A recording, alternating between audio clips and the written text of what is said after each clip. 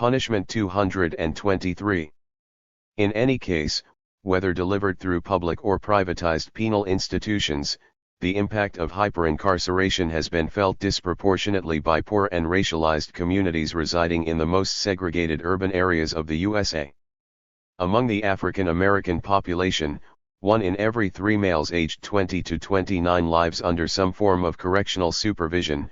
An astonishing 3.1% of black men in the nation reside in a state or federal prison, and 7.3% of black men aged 30 to 34 are currently serving a prison sentence of more than 1 year. At current rates, an African American man born in 2001 has a 32% chance of ending up in prison during his lifetime, a probability that goes down to 17% for Latino males in the same age group, and to 6% for whites. As Bruce Western has argued in his work on punishment and inequality in the USA, incarceration has been so intensely concentrated among poor urban communities of color, that imprisonment has become a modal life event for disadvantaged African American men. Ultimately, the construction of the contemporary penal state is the result of what Jordan T. Camp has defined as a carceral counterinsurgency unleashed by U.S. power elites against the social struggles of the 1960s. This politico-economic backlash provided a revanchist solution to the crisis of hegemony prompted by the civil rights movement, and was aimed at buttressing the racial and class hierarchies that had been threatened by the radicalization of social movements against racism, capitalism, and imperialism. This broad project of political restoration through penal discipline was initially invoked by Barry Goldwater in the 1964 presidential campaign, later launched by Richard Nixon in the early 1970s, and finally carried out during the last quarter of the 20th century by several presidential administrations under a bipartisan commitment to the neoliberal doctrine of privatization, deregulation, and precarization in the field of economic policy and to mass criminalization, militarized policing, and punitive discipline in the field of social regulation. Emerging as a new governmental rationality in an age of capitalist restructuring, the U.S. punitive turn has thus unfolded through the creation of a vast carceral net in charge of neutralizing a racialized underclass whose ranks were expanded by the crumbling of the industrial economy and the neoliberal assault on the Keynesian welfare state. This shift toward an exclusionary model of regulation of the poor put an abrupt end to the reformist era defined by David Garland as penal modernism, during which the USA exhibited prison populations comparable to those of most other Western democracies. In particular, the rise of a racialized penal populism demonizing young African American men as dangerous and irredeemable super-predators lent new legitimacy to a whole array of draconian penal practices: life imprisonment for youth of color routinely tried as adults, 3 strikes and you're out legislation mandating life in prison for repeat offenders, and sex offender laws imposing lifelong bans from entire cities on individuals convicted of sex crimes. During the 1990s, this punitive shift would prompt the resurgence of chain gangs, prolonged 224. Solitary confinement, supermax prisons, chemical castration, and other extreme punishments which the reformist ethos of the 1960s seemed to have consigned to the past. In the same years, Clinton's infamous Personal Responsibility and Work Opportunity Reconciliation Act imposed lifetime bans on food stamps, educational grants, and unemployment benefits for broad categories of mostly black drug offenders. Meanwhile, draconian one-strike-and-you're-out provisions implemented across urban areas during the 1990s by the U.S. Department of Housing and Urban Development required public housing authorities to evict entire families and ban them for 3 years from federally subsidized housing for a single drug offense, even if just one member of the household was involved, the tenant was unaware of the illicit activity, or the incident happened off-site. The process of social excommunication of the truly disadvantaged has not been limited to civil and social rights, but has extended to political rights as well. As of 2017, 14 states have imposed a temporary voting ban on individuals convicted of a felony, whereas 8 states have imposed a lifetime ban. 40 years after the Civil Rights Revolution, 13% of African American males are disenfranchised as a consequence of these voting bans. According to the Sentencing Project, as of 2016, an estimated 6.1 million people could not vote as a result of a felony conviction, a 400% increase since 1976. Among African Americans alone, 7.4% of the population is affected by felony disenfranchisement. It is worth emphasizing that the punitive turn described so far does not reflect actual changes in criminal activity. Trends in crime and in punishment have grown increasingly disconnected since the early 1990s, even as crime rates have declined steadily in this period. The number of people arrested, convicted, and incarcerated has continued to grow. The rhetoric of penal severity took roots even in the absence of any connection to the crime problem, and public discourses on social problems traditionally framed in the language of social policy and welfare were now translated into the language of crime and punishment. This paradigmatic shift emerged as a broadly successful attempt by U.S. power elites to police the crisis of legitimacy created by the widespread social struggles of the 1960s and 1970s, and to build a new paradigm for the punitive governance of racialized poverty in a neoliberal society. Beyond the political economy of punishment. This chapter has attempted to illustrate how a paradigmatic shift in the capitalist regime of accumulation has prompted significant changes in punitive practices across late capitalist social formations. In societies such as the USA, which have traditionally leaned toward a laissez-faire model of capitalist development-based punishment. 225. On deregulated markets and minimal public interventions in the economy, the dismantling of the Fordist, Keynesian paradigm has unfolded in an untamed neoliberal variant characterized by extreme labor market flexibility, a vertical decline in labor unionization, a drastic curtailment of welfare provisions, and soaring levels of race and class inequality. In European societies, stronger welfare states and a more established tradition of unionization have somewhat shielded the national workforce from the heaviest consequences of the capitalist restructuring of the 1970s and 1980s, which have instead concentrated on the migrant labor force set in motion by the new international division of labor. In both cases, the transition to a new regime of accumulation has taken the form of a transnational capitalist offensive against the working classes, in a successful attempt to re-establish suitable conditions for capitalist profits in a globalized economy, stricter work discipline, higher levels of labor flexibility, more insecure working conditions, lower social protections, and increased competition for low-wage work among the racialized global poor. This process of capitalist restructuring has been successful in producing a dramatic shift in the balance of power from labor to capital, at the same time as it effectively reconfigured long-standing structures of race and class inequality. It is in the context of this larger realignment of power that a materialist analysis of contemporary penal change must situate its critique. Such critique must be able to tackle not only the quantitative shifts in the labor market, the main focus of the political economy of punishment between the 1970s and the 1990s, but also the political, institutional, and cultural transformations that have contributed to shape and solidify the neoliberal regime of capitalist accumulation. In order to grasp the theoretical implications of this paradigmatic shift, we may return once again to Rush's original formulation of the concept of less eligibility as the logic governing the relation between punishment and social structure. As was mentioned earlier, in his original 1933 article, Rush argued that all efforts to reform the punishment of criminals are inevitably limited by the situation of the lowest socially significant proletarian class which society wants to deter from criminal acts.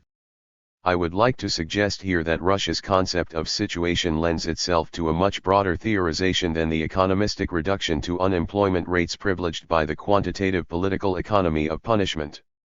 If the relative power of the workforce in a capitalist economy is ultimately determined by the price of its labor, the overall situation of that workforce, its position within existing hierarchies of social power, is not simply the outcome of labor market dynamics. Instead, it is shaped by a range of non-economic factors that contribute to define the overall social value of the labor force and of the racialized social groups that fill its ranks. In this respect, the social value of labor is a function of the interaction between economic structures, governmental technologies of 226. Social regulation, and discursive strategies of cultural reproduction. In other words, the overall situation of marginalized social classes is determined by their place in the economic structure as much as by their position within the moral economy of capitalist social formations.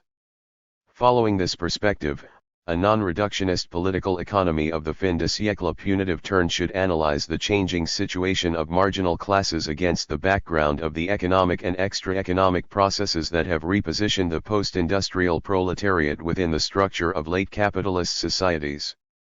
Since the early 1980s, structural processes of capitalist transformation have significantly reduced the economic value of wage labor and consolidated a tendency toward rising work insecurity, declining wages, longer working hours, and an overall increase in the socially acceptable levels of exploitability of the labor force. At the same time, a broad reconfiguration of governmental strategies of social regulation, such as the transition from welfare to workfare, the adoption of punitive immigration laws, the increasing commitment to privatization and market deregulation, and the consolidation of neoliberal governance in traditionally public areas like healthcare, housing, education, etc., has dismantled the Fordist, Keynesian compromise, deepening social fractures along lines of class, race, ethnicity, and national origin. Finally, in the field of cultural signification, the neoconservative hold on public debates about socio-economic inequality, reinforced by racialized moral panics about street crime, immigration, drugs, welfare, etc., has legitimized dominant representations of the post-industrial poor, personified in particular by urban minorities in the USA and by migrants from the global South in Europe, as an undeserving and dangerous class. A non-reductionist neo-Marxist framework informed by cultural studies and critical race theory, along the path originally laid out by Stuart Hall and his colleagues, and further developed more recently by interdisciplinary critical scholars like Jordan T. Camp, Jody Melamed, Nikhil Pal Singh, and Sarah Haley, among others, allows the political economy of punishment to overcome its traditional emphasis on the instrumental side of penal powers. The materialist critique of punishment should of course still emphasize the instrumental outcomes of recent penal practices, illustrating their role in imposing the discipline of desocialized wage work, by raising the cost of strategies of escape or resistance that drive young men from the lower class into the illegal sectors of the street economy. It should also analyze the widespread governmental effects of penal punishment. 227. Technologies, particularly in conjunction with other tools of social regulation such as immigration control and welfare policies, and it should continue to work toward a structural critique of the symbolic dimensions of contemporary penality, emphasizing how hegemonic representations of deserving/undeserving and laborious/dangerous classes resonate with, and provide ideological legitimation to, a regime of racialized capital accumulation grounded in the systematic devaluation of the poor and their labor. I want to suggest a different metaphor for theoretical work, the metaphor of struggle, of wrestling with the angels. The only theory worth having is that which you have to fight off, not that which you speak with profound fluency. My own experience of theory, and Marxism is certainly a case in point, is of wrestling with the angels, a metaphor you can take as literally as you like. The place of race in Marxism might be best understood through the struggles of various intellectuals to articulate the centrality of racism and racialization to capitalism. The struggle lies in apprehending the complexity of the thing itself, the mutability of race as a concept and its consistent presence in the multifarious modes of dispossession and accumulation that characterize the variegated forms of capitalism that emerged in the crucible of slavery and colonization. But it also emerges in efforts to write against traditions of Eurocentric Marxist thought that failed to grasp that complexity.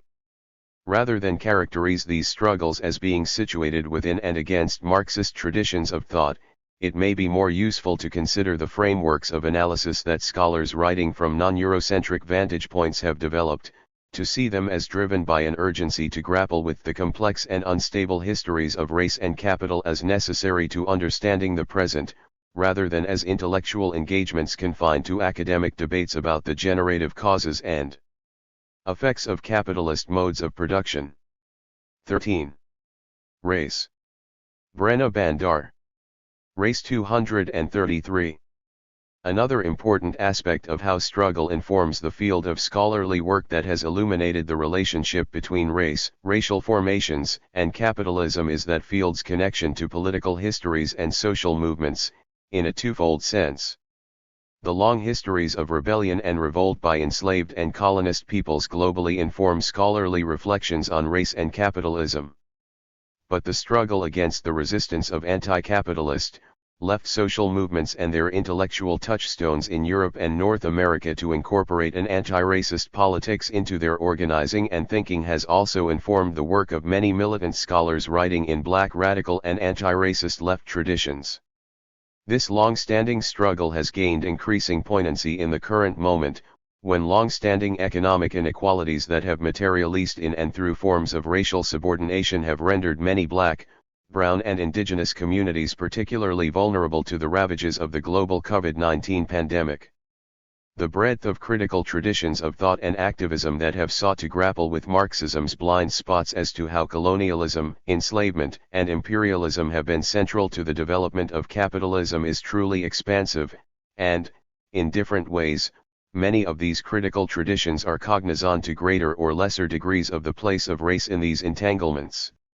We can distinguish within these broad swathes of intellectual and political work scholars who have focused their attention on race in all its complexities, as part of their engagements with Marxism, or as central to their Marxian analyses of spatial configurations of capitalism, struggles for freedom from capitalism, and capitalist state violence, to name but a few examples.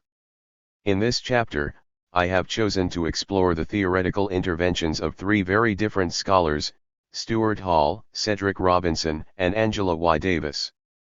Hall's early approach to questions of race and class engaged a trenchant reworking of Gramscian and Althusserian concepts in order to develop a conjunctural analysis of race and the manifold ways in which it is expressed through class.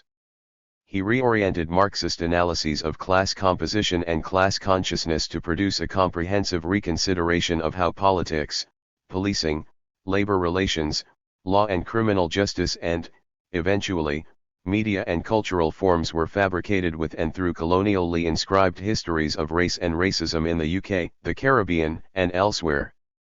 Cedric Robinson's work, unlike Hall's, presents a wholesale critique of Marx's work.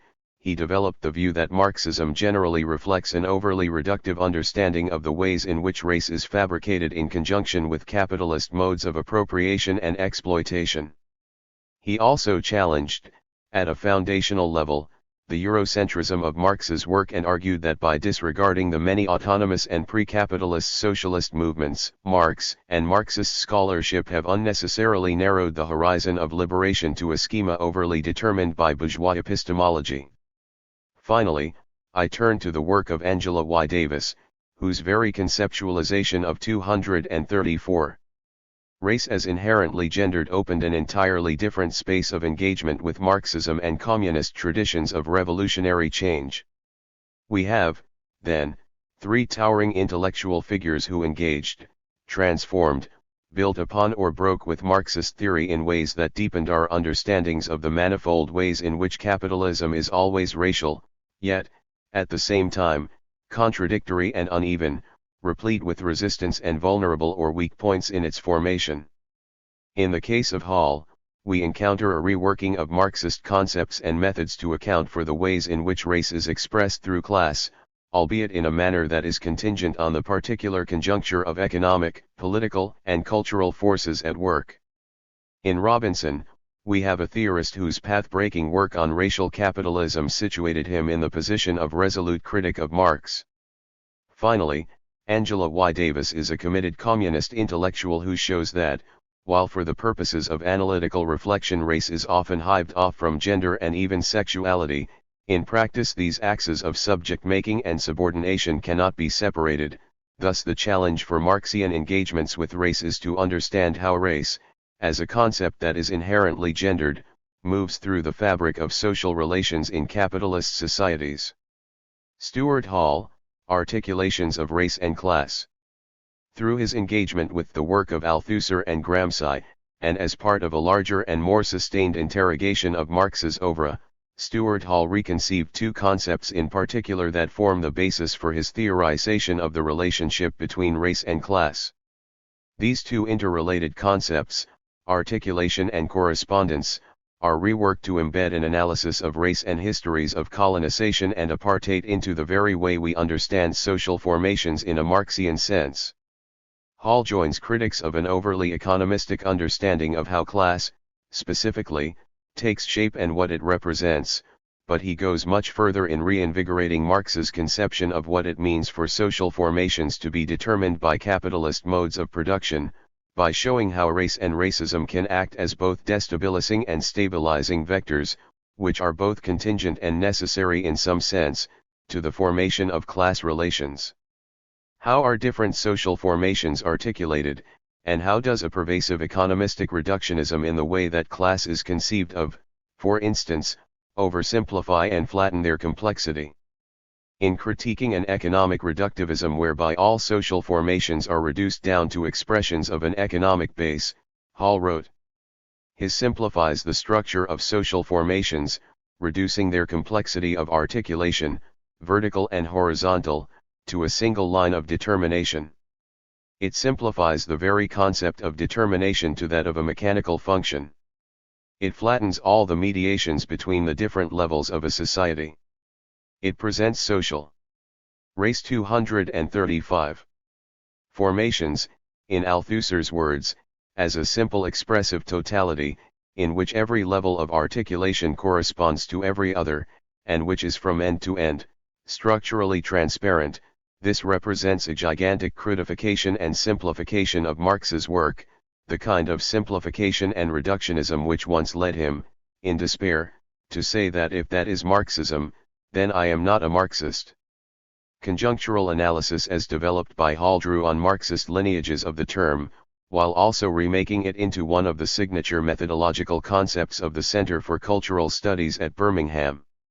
The articulation of a social formation occurs at different levels of abstraction, and the conjunctural analysis developed by Hall and others presents a means of focusing on a particular level of abstraction, thereby avoiding the tendency of some theoreticians to confuse terms and concepts operating on a level of abstraction with more grounded, place and time-specific registers of people's lived realities.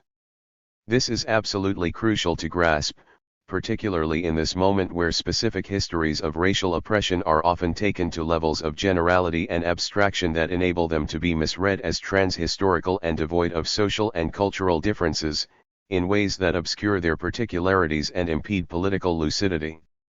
As Hall wrote, "We expose ourselves to serious error when we attempt to read off concepts which were designed to operate at a high level of abstraction as if they automatically produce the same theoretical effects when translated to another, more concrete, lower level of operation. We might query how such misreadings reflect a refusal or resistance to pay attention to class differences within a particular racial group, or to deal with political fractiousness or contradictions that inhere in any social movement, or to represent any particular history of subordination. And indeed, choosing which level of abstraction from which to engage a conjunctural analysis involves a strategic political choice. Thus social formations are articulated through the political landscape of a given moment, its political economy and labor conditions, issues of poverty and unemployment, forms of cultural production and media representation. The conjunctural analysis adequate to grasping this complexity is inevitably partial, unfinished, and contingent. The articulation of social formations using a conjunctural analysis aims for maximal specificity of the ways in which race and racial subjectivities have been intercalated with class politics in a particular location and at a particular point of time, but always in relation to the longue durée framework of global colonial capitalism, and of modernity itself. How do these different levels of abstraction relate to one another? How do we understand the specificities of a given moment and place them in the larger epical scheme of things without making lazy connections between the two, and thereby falling into the perilous theoretical trap outlined above? Hall thought through the nature of the correspondence between different levels of abstraction 236. In analyzing social formations. Drawing on the work of Althusser, he noted that there is no necessary correspondence between one level of a social formation and another. Race and racism may be the primary means through which class is expressed in a particular labor market, for instance, but this is not necessarily always or inevitably the case. Hall notes that there are no guarantees that a given social group will respond to economic conditions in a particular way. As Hall put it, arguing against Paul Hurst, there is no necessary correspondence but also no necessary non-correspondence between different levels of a social formation. Social relations of race, racism, and class oppression do not adhere to a specific form across space and time. Hall's essay Race, Articulation, and Societies Structured in Dominance, published in 1980, is a particularly clear expression of how a conjunctural analysis operates to identify the correspondences and articulations between different levels of abstraction.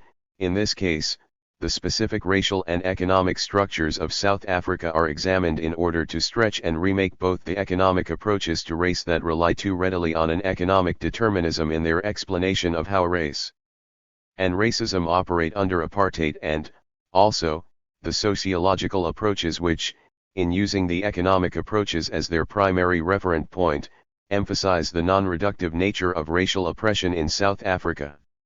What is at stake in the contours of this debate, which Hall claims has characterized the larger field of social science in general? Hall emphasizes that differences of theoretical analysis and approach have real effects for the strategies of political transformation in such societies.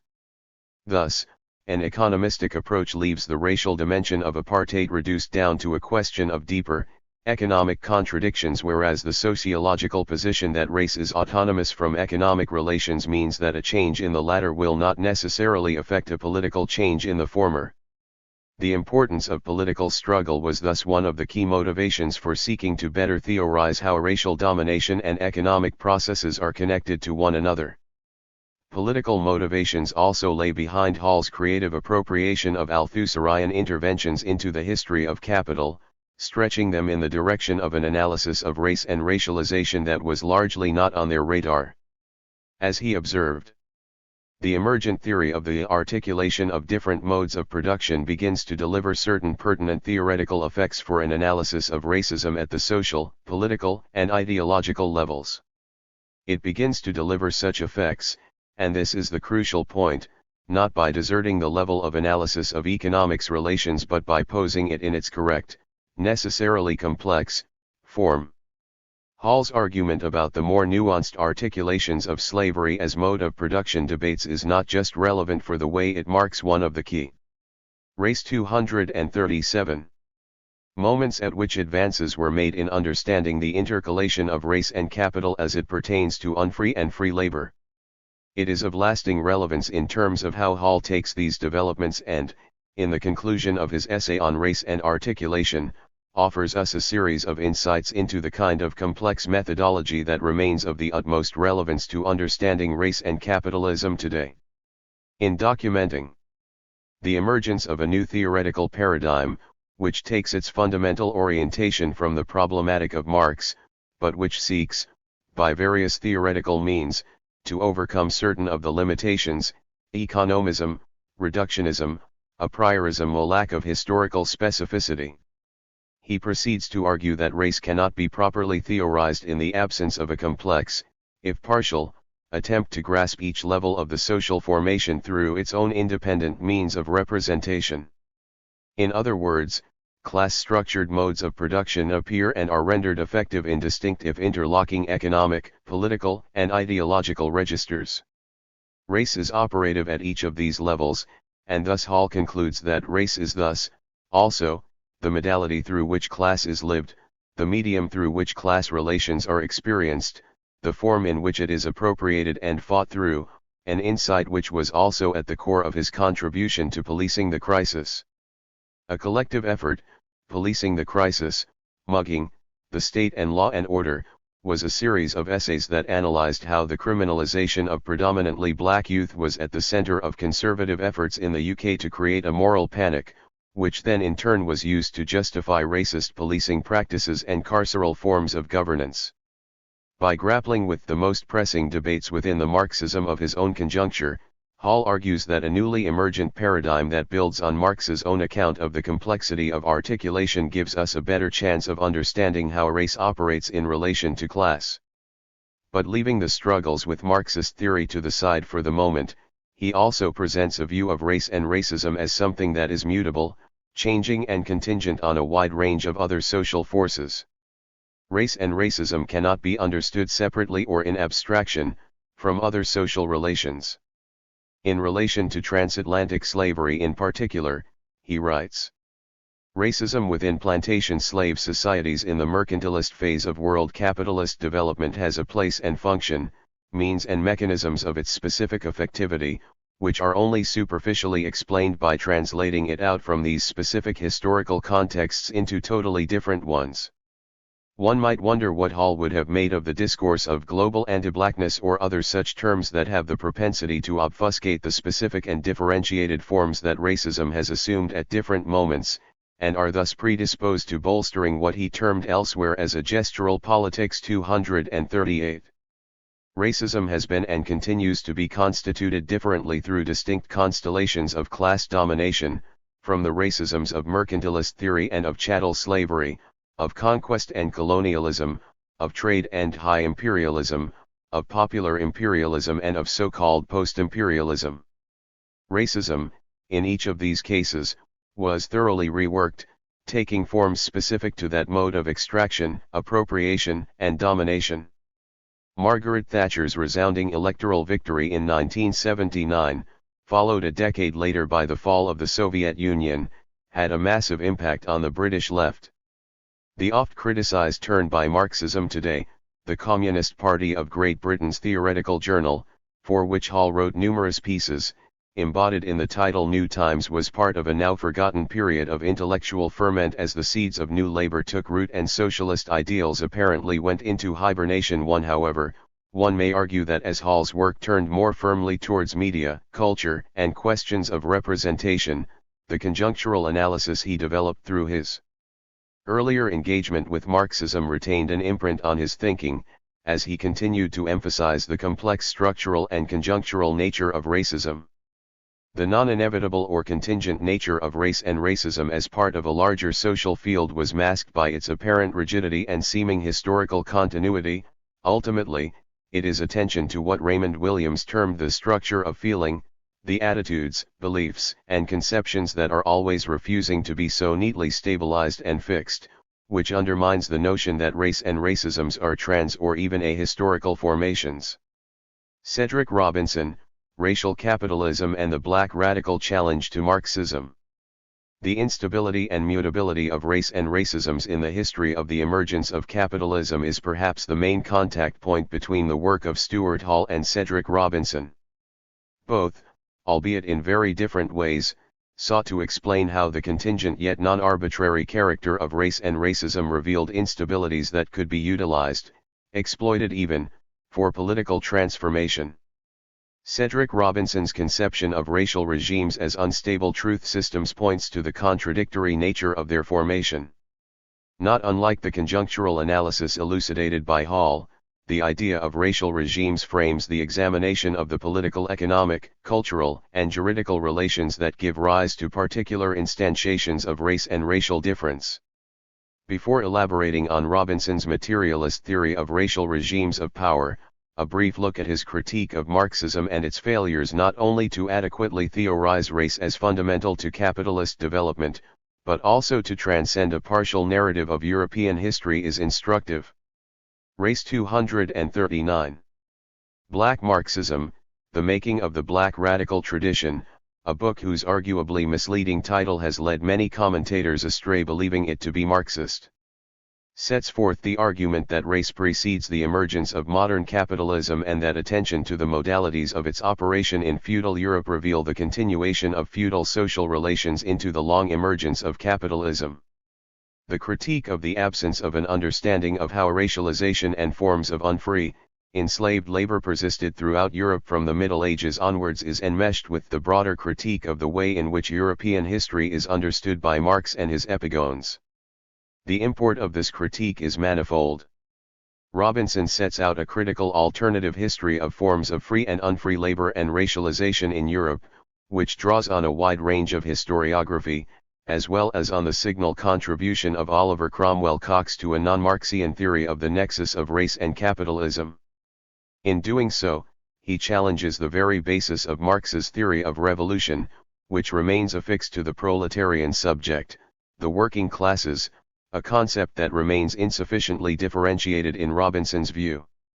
As Avery F. Gordon puts it, this costly reductionism reveals how an intellectual, moral, and libidinal investment bound the development of Marxian socialism to nationalism, racism, and bourgeois epistemology in such a way as to create a blind field at the very center of the socialist vision. Robinson opens up a terrain for thinking about a black radical tradition that is not grounded in reference to Marxist traditions of revolution. This sets the stage for his later engagement in an anthropology of Marxism with a sustained critique of Marx and Marxism's failure to adequately contend with pre-capitalist and non-proletarian socialisms in Europe itself. Robinson argues that the racialization of different populations, including those of enslaved and indentured laborers, thoroughly imbued pre-capitalist social relations. These antecedents to, and ingredients of, contemporary forms of race and racism are transformed by a globalist economy of difference that sees already existing processes of racialization change with the advent of a global colonial capitalism. Robinson, unlike others, is not of the view that race and racism emerge, ex nihilo as it were, with transatlantic slavery or European colonialism, but that their precursors can be found in pre-capitalist European social and political formations. In the opening pages of Black Marxism, Robinson marshals the history of enslavement within Europe that precedes transatlantic slavery to support his argument. The Negro, whose precedents could be found in the racial fabrications concealing the Slavs, the Irish, and others, substantially eradicated in Western historical consciousness the necessity of remembering the significance of Nuba for Egypt's formation, of Egypt in the development of Greek civilization, of Africa for Imperial Rome, and more pointedly of Islam's influence on Europe's economic, political, and intellectual history.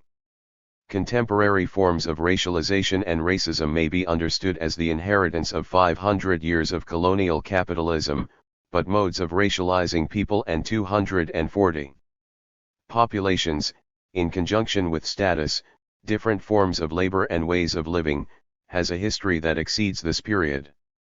Moreover, and relatedly, the omission of the deep intra-European histories of racial capitalism in Marxist lineages of thought obscures the profound entanglement of what comes to be called Europe in modern political imaginaries with Islamic and African polities and states that were not merely acted upon by European imperial powers but were active agents in the making of modern history. This has, for Robinson, highly significant implications for how we understand the history of black radicalism, and revolution more broadly. Black radicalism, consequently, cannot be understood within the particular context of its genesis. It is not a variant of Western radicalism whose proponents happen to be black. Rather, it is a specifically African response to an oppression emergent from the immediate determinants of European development in the modern era and framed by orders of human exploitation woven into the interstices of European social life from the inception of Western civilization. Robinson elucidates what is specific and particular about a black radical tradition that has a global presence, but does so by wrenching the very meaning of radical out of an unnecessarily narrow and parochial, Eurocentric, and liberal bourgeois formation, and by imbuing the idea of blackness with concrete historical meaning. Robinson thus challenges both conventional and Marxian understandings of the formation of race, racism, and racial difference, while also provincializing Marx and Marxist understandings of European and world history.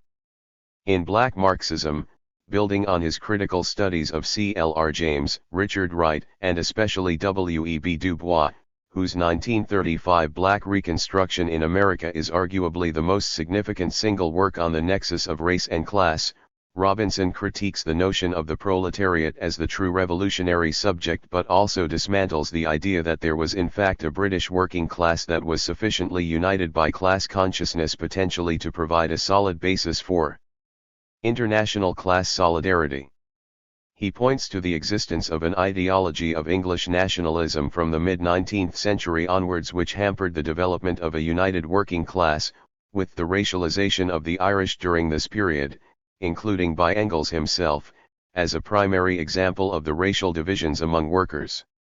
The formation of a labour aristocracy by the mid-19th century emerges in the context of a British colonialism that saw the destruction of the livelihoods of workers throughout the empire in the service of British manufacturing and industry.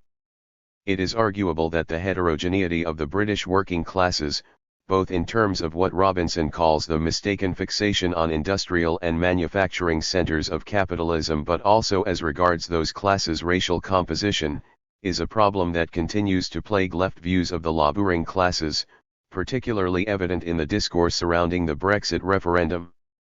Yet another aspect of European history that is often ignored in understanding both its development and the place of what Robinson calls racialism within it is the almost entirely exogenous phenomenon of Islamic domination of the race. 241.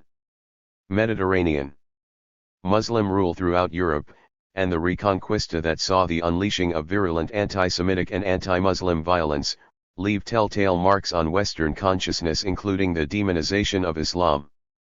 It is in this historical context that a native racialism proves its value, argues Robinson, by its transformation into an instrument of collective resistance and a negation of an unacceptable past. European whiteness is shored up in order to diminish the significance of centuries of Muslim rule over vast parts of what would become Europe. These insights have more than a passing relevance for the resurgence of contemporary forms of xenophobia and Islamophobia, a pervasive if not unifying political ideology across much of Europe. Robinson's critique of Marx and Marxism is further and, in some ways, more systematically elaborated in an anthropology of Marxism. Robinson goes beyond what has become a widely recognized critique of the concept of primitive accumulation, for instance, and deconstructs the very epistemological basis of Marx's historicism and his reliance on a certain empiricism. Taking the three fundaments of Marx and Engels' philosophical writings, political economy, German idealism, and socialism, each in their turn, Robinson points to the ways in which each of these pillars of their theorizations were unnecessarily narrowed by the presumption that a field of knowledge, a science, could be an expression of a particular national culture. Marxism bears the hallmarks of modern European thought, empiricism, positivism, and historicism, hardwired into its basic premises, with the result that Marxism crafted a historical pedestal for itself by transmuting all previous and alternative socialisms into poorly detailed blueprints or dead-end protoforms of itself. As one of the most astute and original critics of Marx and Engels, and indeed, of the Marxist tradition of scholarship and vision of socialism that their work gave birth to, Robinson developed a very different concept of the dialectic, one that did not fall prey to precisely the kind of reductionism that he discerned in the work of Marx and in later Marxist scholarship. In particular, he rejected the idea that contemporary racism could be understood as originating in one moment or set of processes, such as the commodification of African bodies during the slave trade. Rather, he was intent on elaborating how racial regimes are complex, sometimes contradictory, and contingent, even as they operate as clear forms of domination. Moreover, Robinson was intent on tracing the specific histories of how a race is produced, in order to reveal their complexity. This complexity involved foregrounding how forms of resistance and the refusal of racism's violence were and remain an integral part of racial regimes. Robinson was preoccupied with understanding how the coincidences of different relations of power might collide, interfere with or generate resistance. He urged us to be attuned to contingencies, the intentional and unintended, the fractured and fragmented means by which relations of power and cultural forms coalesce in racial regimes. To that end, particularly in his last book, Forgeries of Memory and Meaning, he reads across domains of 242. Technology, capital investment, infrastructure, cultural practices, political economy, and science to uncover the formation of a new racial regime that emerges at the tail end of the 19th century. Taking the development of film and the motion picture industry in the USA as the object of study, Robinson also looks to the use of exhibitions and fairs to fetishize the cultural production of racist commodity caricatures, as well as to the economic and infrastructural developments that provided the scaffolding for this racial regime. In this way film, and emblematically D.W. Griffith's The Birth of a Nation, could become a site for the newly consolidated figure of the Negro. Robinson ultimately creates a materialist framework of analysis that fuses sociological, philosophical, and political economic trajectories of inquiry into the long history of the making of race and capital. In doing so, he systematically provincializes Marx and Engels' epistemological assumptions, revealing the costs of a reductionism rooted in an attachment to a fundamentally Eurocentric vision of labor, revolt, and resistance.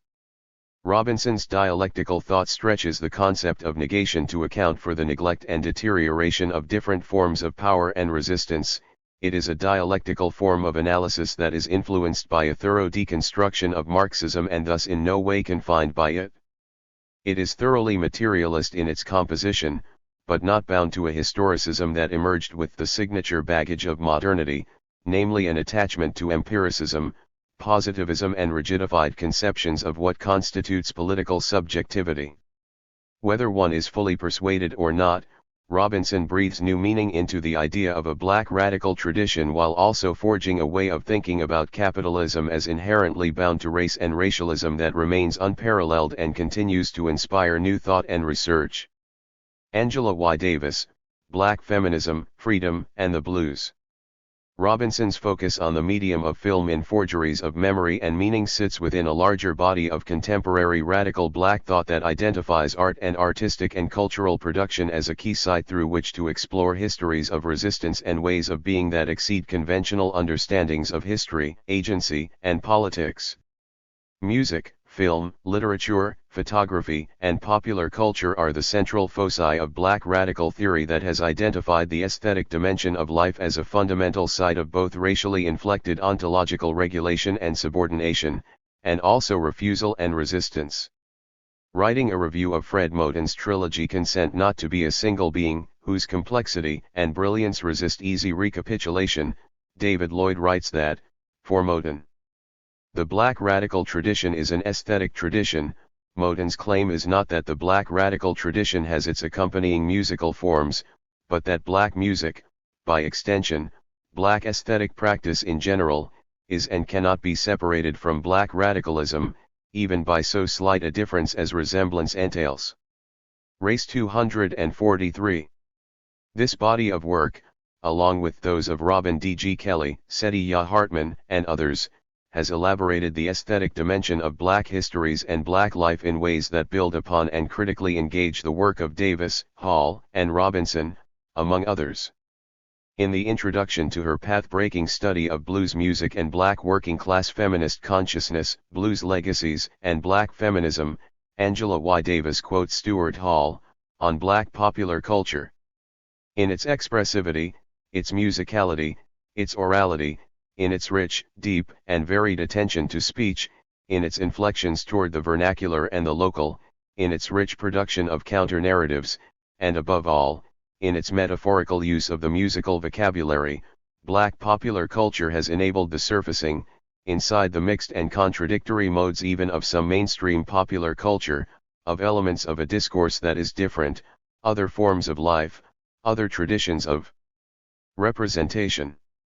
Davis' remarkable study, which includes her own transcriptions of the entire bodies of Gertrude Mulroney and Bessie Smith's available lyrics, presenting the reader with a rich archive of material, uncovers a different mode of listening to the first recordings of blues music and also of interpreting the history of black working-class women in the 1920s, 1930s, and 1940s.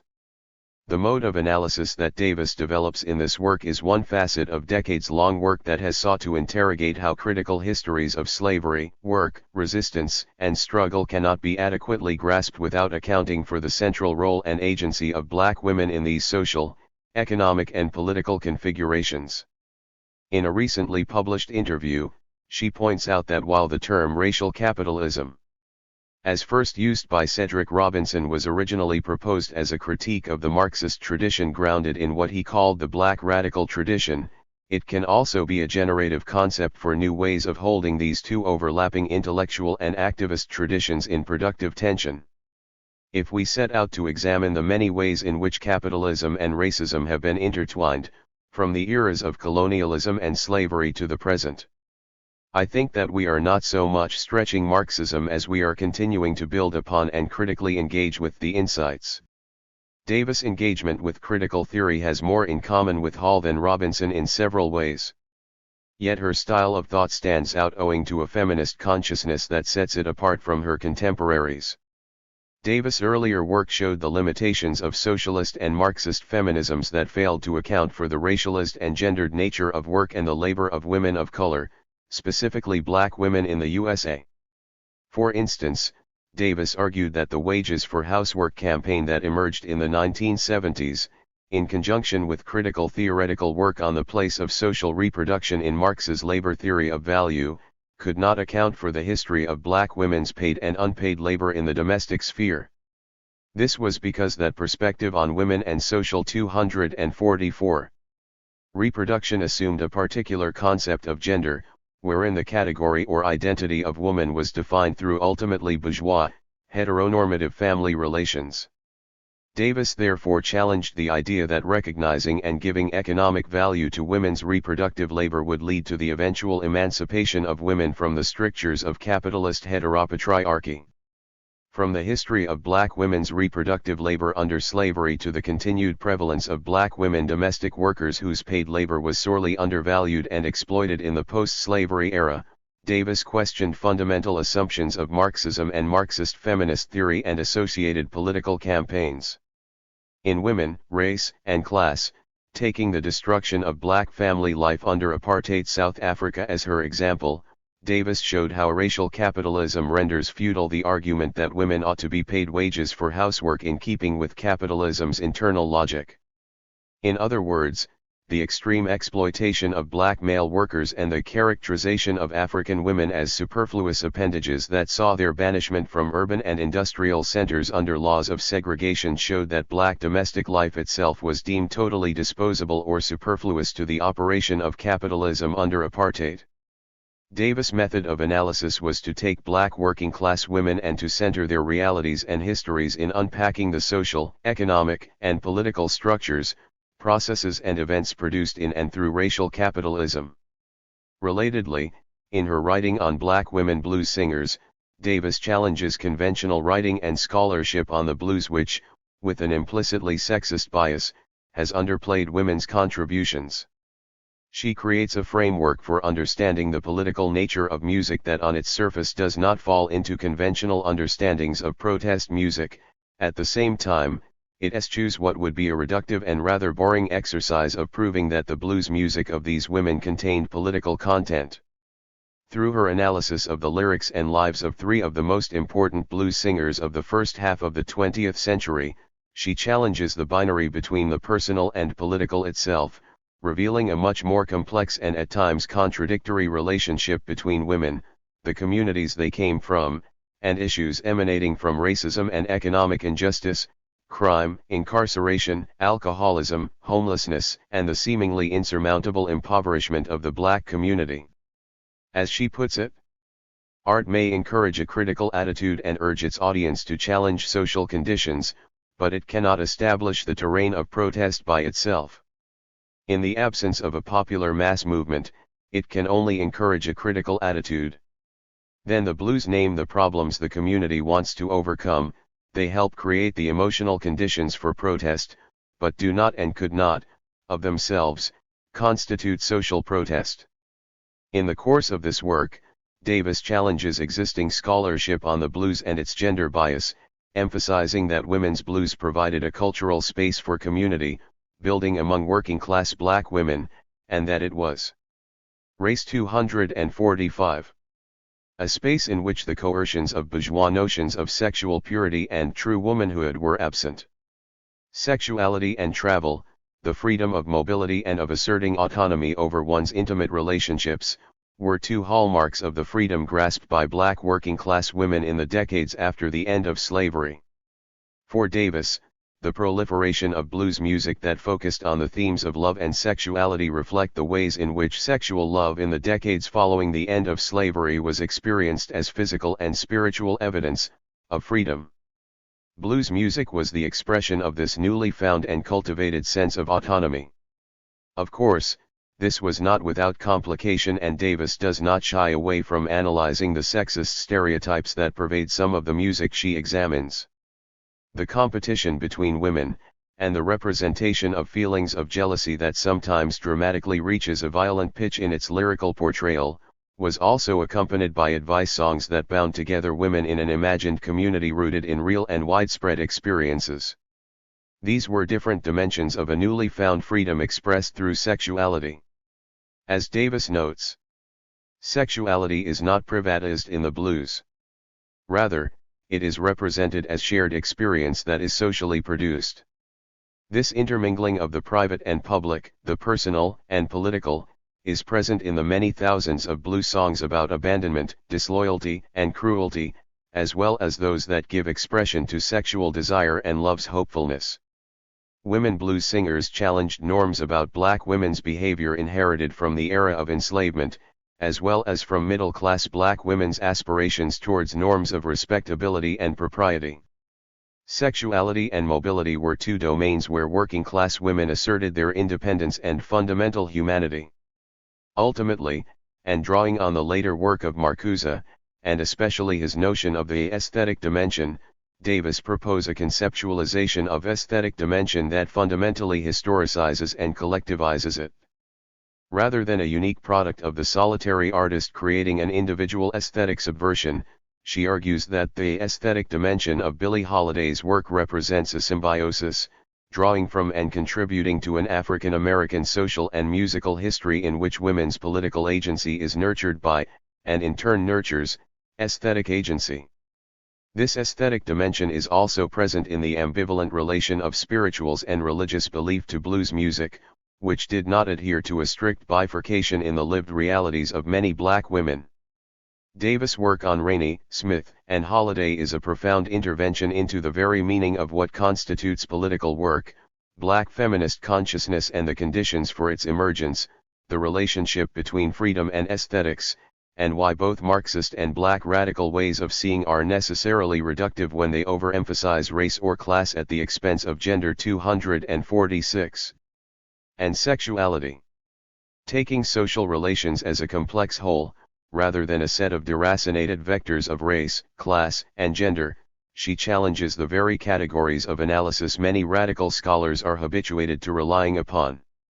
Ultimately, in turning our minds to contemporary movements for abolition, Davis' work holds invaluable lessons for how to see radical practices of freedom-making that might be otherwise hiding in plain sight.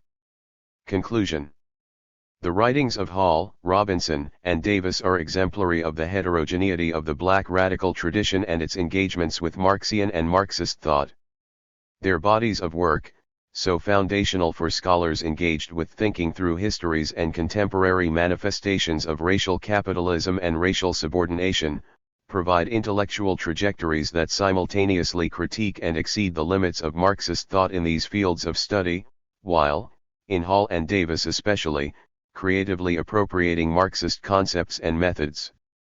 In this moment of rising fascisms in many parts of the world, enabled by the inequities wrought by decades of neoliberal austerity and the transformation of state apparatuses into conduits for the privatization and marketization of public goods, frameworks of analysis that enable us to map how race and racisms are encoded in the very fabric of liberal, capitalist democracies have never been so necessary. Marx is unarguably one of our best guides for the understanding of capitalism. He also had a few things to say about slavery, and these can be extremely useful precisely because of his analysis of capital. His considerations on the relationship between capitalism and slavery, however, were made in different contexts and with different analytical goals, paving the way for diverse and frequently conflicting interpretations that continue to shape debates to this day. Frequently, his discussions of slavery appeared as a counterpoint to capitalism, in a strategy to highlight what he saw as the key dynamics of the system. At the same time, as Peepage Brandon has recently argued, Slavery at times was used by Marx as a way to distinguish his interpretation of free labor from that of classical political economy. This could be seen as a variation of the first strategy, but instead of emphasizing differences, his discussion blurred the lines between the two categories. He also referred to the connections between slavery and capitalism in more systemic fashion, outlining mutual conditionings and influences, as in the famous section on so-called primitive accumulation at the end of Capital. In his description of the creation of the industrial capitalist, Marx included the famous passage on the idyllic proceedings of primitive accumulation, which were based on the extraction of riches from overseas territories with the coerced labor of Native Americans, Africans, and Asians. Marx also did not have any problems in occasionally referring to U.S. slaveholders in the antebellum South as capitalists, indicating the possibility of looking at specific slave enterprises or societies as capitalist. This position, however, came with important qualifications, in plantations. 14. Slavery and Capitalism. Leonardo Marcus. Slavery and Capitalism 249. Where commercial speculations figure from the start and production is intended for the world market, the capitalist mode of production exists, although only in a formal sense, since the slavery of Negroes precludes free wage labor, which is the basis of capitalist production. But the business in which slaves are used is conducted by capitalists. The method of production which they introduce has not arisen out of slavery but is grafted onto it. As Foster et al. Have recently pointed out, a more developed political economy of slavery can be found in his late works, with environmental degradation playing a key role both in the expansion and eventual political crisis of the institution in the USA. At times, Marx combined these different analytical strategies, as in his famous argument that the veiled slavery of the wage laborers in Europe needed the unqualified slavery of the New World as its pedestal. The connection between wage labor and slavery is presented in a language that also blurs the distinction between the two categories.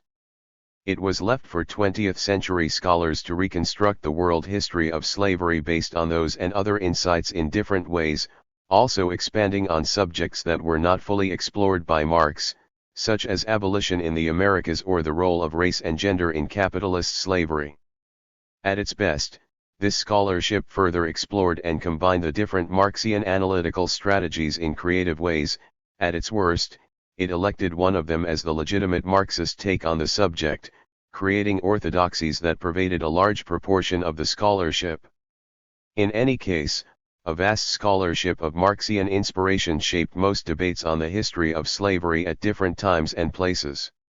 In what follows, I focus on Marxist and Marxist-inspired traditions that explored the history of slavery in the Americas between the 16th and the 19th centuries as part of the larger debate on the relations between capitalism and slavery. For reasons of space and time, this overview has to necessarily be schematic and selective. I have also chosen to put a slightly greater emphasis on authors who are less known in Anglo-American academia.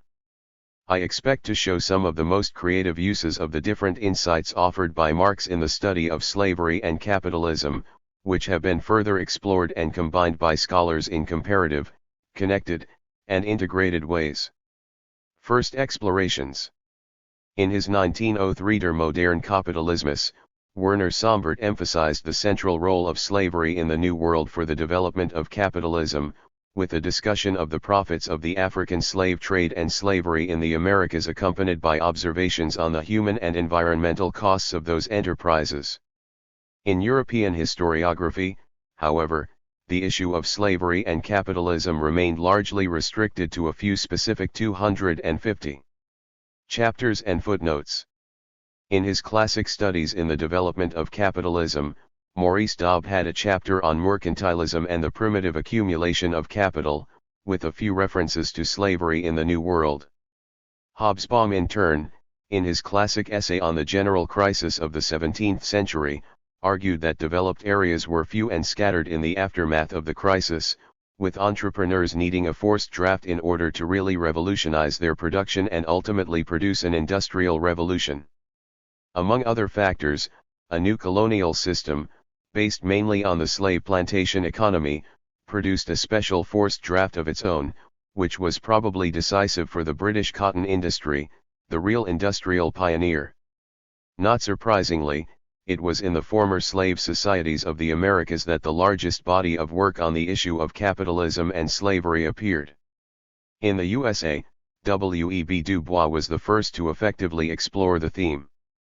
Although initially not using the concept of capitalism, he argued in his 1896 book on the slave trade that the compromise with slavery in the aftermath of U.S. independence led to the abnormal and fatal rise of a slave labor large farming system, which, before it was realized, had so intertwined itself with and braced itself upon the economic forces of an industrial age, that a vast and terrible civil war was necessary to displace it.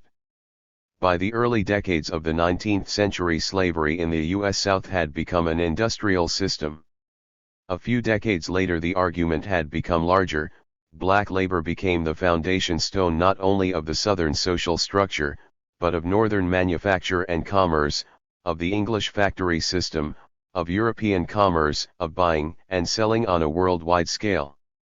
Not only did slavery in the antebellum South manifest many characteristics of industrial capitalism, it was one of the foundations of the global expansion of the system as a whole.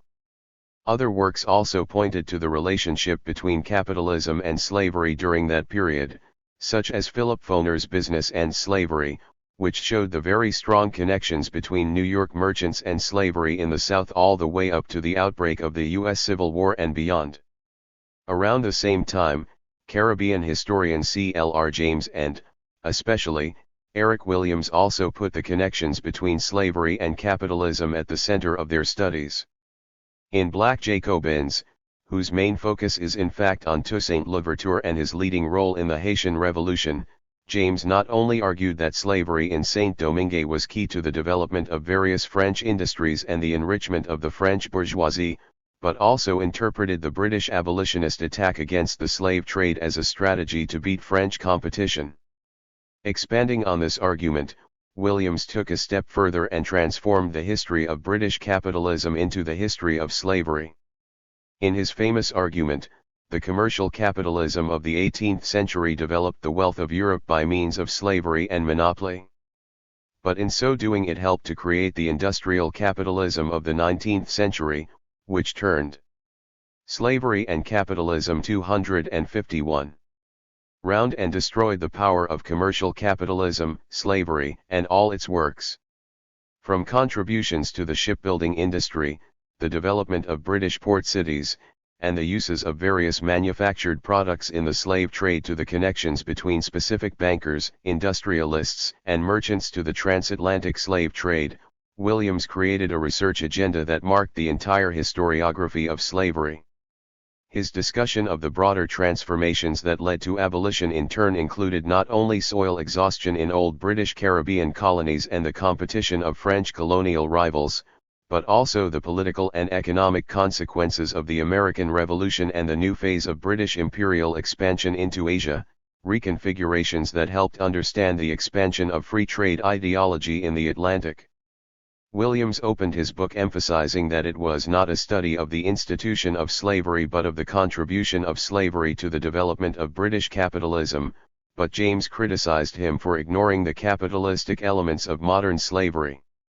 The great commerce built up on the slave trade and slavery, James argued, had its foundation in a very highly advanced and essentially capitalistic mode of production, although this was in the colonies.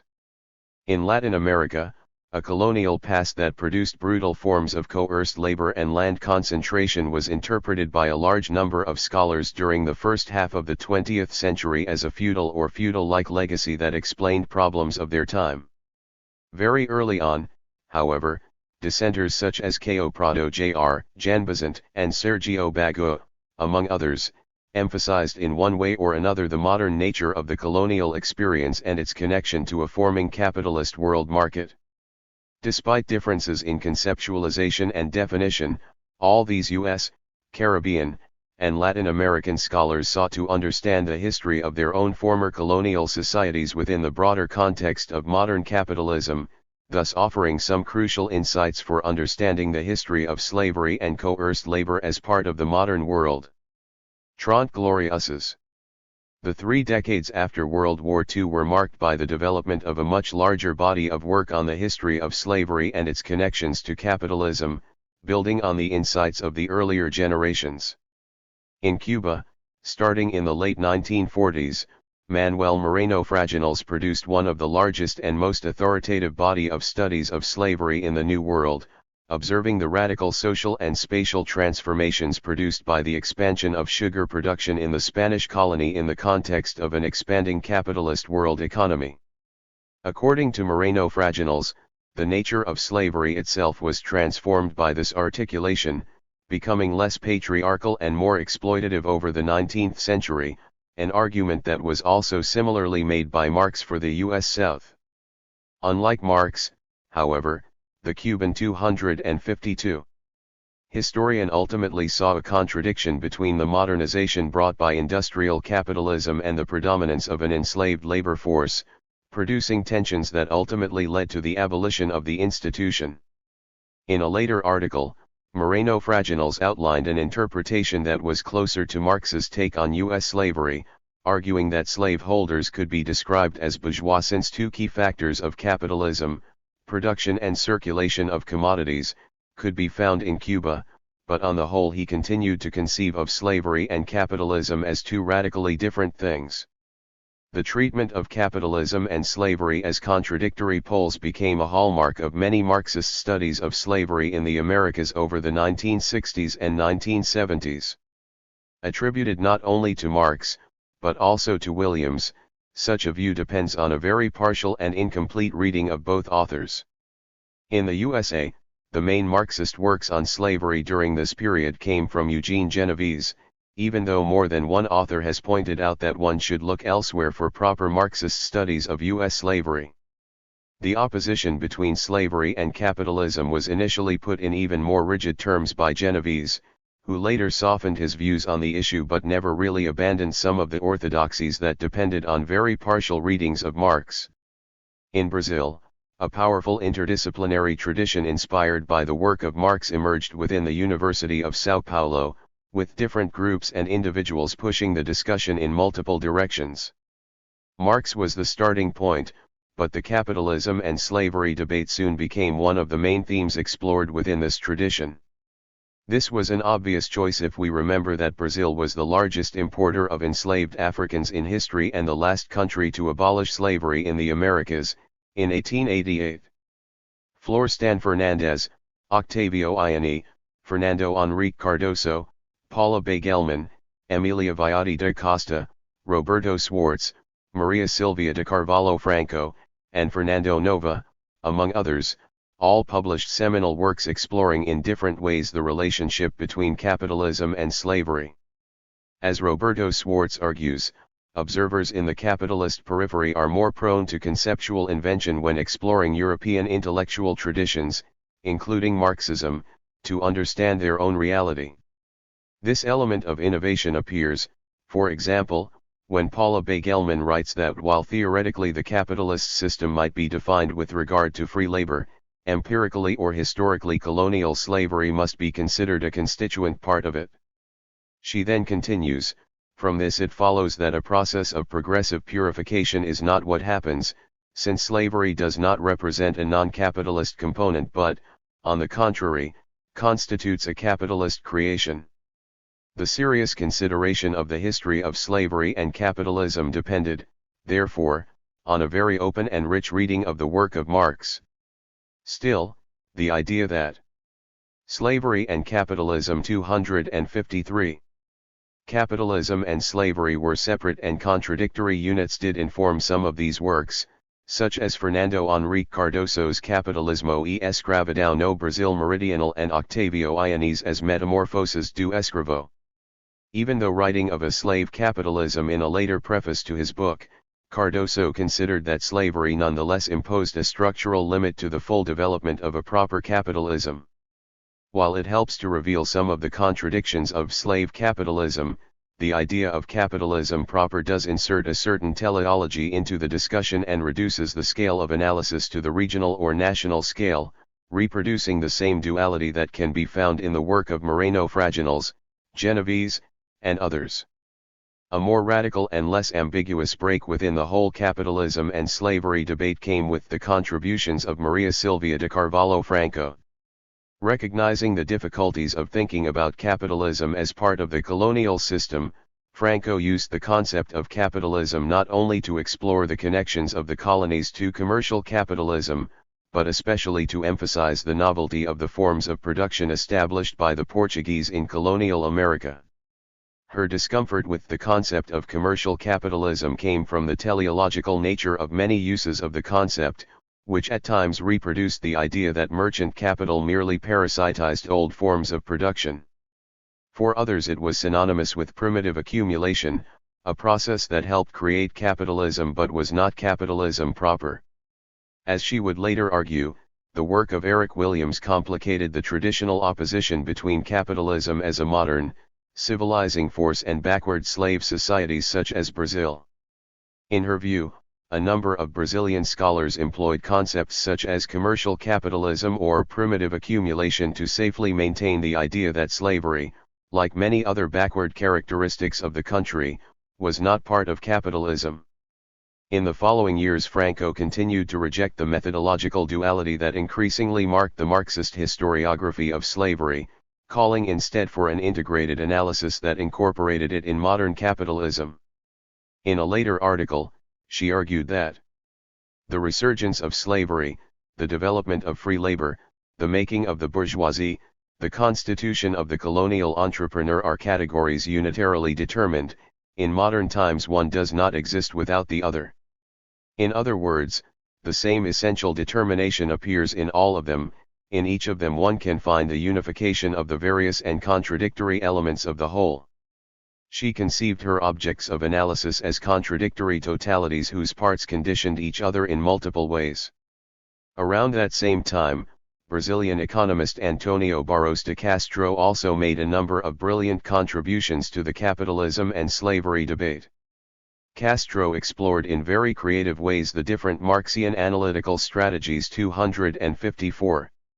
Outlined at the outset of this chapter and, in the process, criticized many of the orthodoxies that continued to inform much of the debate. One of his first targets was the idea that free labor was more productive than its slave counterpart because of the use of incentives in the former. According to Castro, like slaves, modern proletarians have very little interest in their work, largely determined as they are by the rhythm and compulsion of machines. The key difference between wage and slave labor was to be found in the fact that while modern proletarians to some extent endorse their own exploitation by selling the only commodity they own, slaves are introduced into and maintained within the system by force.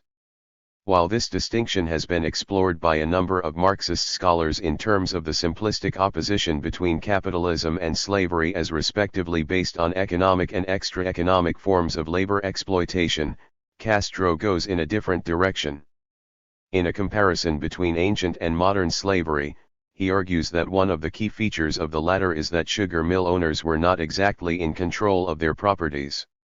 In fact, once formed, the mill anthropomorphizes itself and starts to determine the actions of the owner. This happens not only as a result of the articulation of this production to a capitalist world market, but also because the mass production of sugar in the New World led to the establishment of a complex productive apparatus that needed to be reproduced over time, creating compulsions that were greater than the will of its owners. Labor in a 16th-century sugar plantation in turn bore more similarities to that performed in 19th-century British factories than to the European manufacturing units of the 16th and 17th centuries. One does not need to show the external connections, Castro argues, to demonstrate the strong similarities between modern slavery and capitalism, a proximity that is reinforced by the fact that this organization appears associated to the birth of capitalism, growing and expanding in articulation to it. The differentia specifica of modern slavery according to Castro is that, unlike their counterparts of the ancient world, modern slaveholders were subject to a broader economic compulsion. The impersonal compulsion described by Castro stopped at the masters themselves, leaving brute coercion to the enslaved laborers. In capitalism, the owner of the means of production and the proletarian are personifications of capital and wage labor, thus making the history of the working class part of the history of capital. The slave cannot be the personification of an economic category since direct coercion continues to be a central part of labor relations.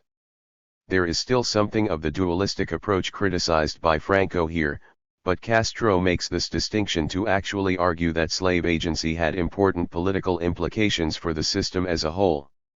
Unlike the free laborer who participates in the system as a seller of his own labor, direct coercion is a slavery and capitalism 255. Key component of slavery, thus leading to potential political tensions that are also larger than the plantations themselves. His conclusion turns upside down many of the comparisons between slavery and capitalism. The slaves, who continue to be described as things by a juridically inspired tradition, make the reification of social relations impossible. In this way Castro also offered a powerful critique of the earlier Marxist historiography that spoke of a thingification of slaves, usually relegating them to a passive role in history. He then proceeds to give a few examples of how the actions of slaves interfered in broader developments. The classic transition from a more patriarchal to a more brutal, industrial slavery, which as we have seen Marx and Moreno Fraginals described with reference to the USA and Cuba in the second half of the 19th century, is usually explained by the expansion of the world economy.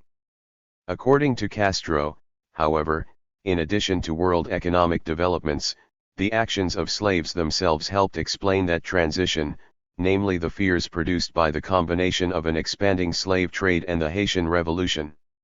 It was for this reason that stronger control mechanisms emerged and, in the case of Cuba, political independence was postponed. Unlike Franco, Castro offered more of a comparative than an integrated analysis. But following in the footsteps of Marx, he moved between those different strategies of analysis, at times blurring the differences between slavery and capitalism, at other moments emphasizing their differences, always without ignoring the clear connections between the two. Despite the differences between wage and slave labor, there is no hint of a contradiction between slavery and capitalism here. From capitalism and slavery to slavery and freedom. With the rise of dependency theory, especially the work of André Gunder Frank in the 1960s, a new round of Marxist debates on the relationship between capitalism and slavery also appeared in the 1970s. According to Frank, Latin America had been capitalist since its early days in the 16th century as part of what he called the development of underdevelopment. Frank made for an easy target. His grasp of Marxism was poor and his depiction of colonial history extremely simplistic. After an initial critique from Escobedo Laca, who argued that Frank had confused capitalist mode of production and participation in a world capitalist economic system, a number of other scholars expanded the debate. Largely inspired by the work of French structuralist Marxism, they explored the idea of an articulation 256 of modes of production within a larger social formation in which capitalism may be the dominant mode. Some took these suggestions too far, with extremely abstract models that completely annihilated history, leading to a decline of interest in the perspective almost as fast as its emergence. Still, the goal of overcoming the linear, stagist interpretations of orthodox Marxism, as well as the simplification and homogenization put forward by Frank, was an important one, leading to some important work. In Brazil, historians Ciro Flammarion Cardoso and Jacob Gorander produced a significant body of work based on the concept of a colonial slave mode of production. The duality that separated slavery from capitalism was made more rigid by assigning them to different modes of production.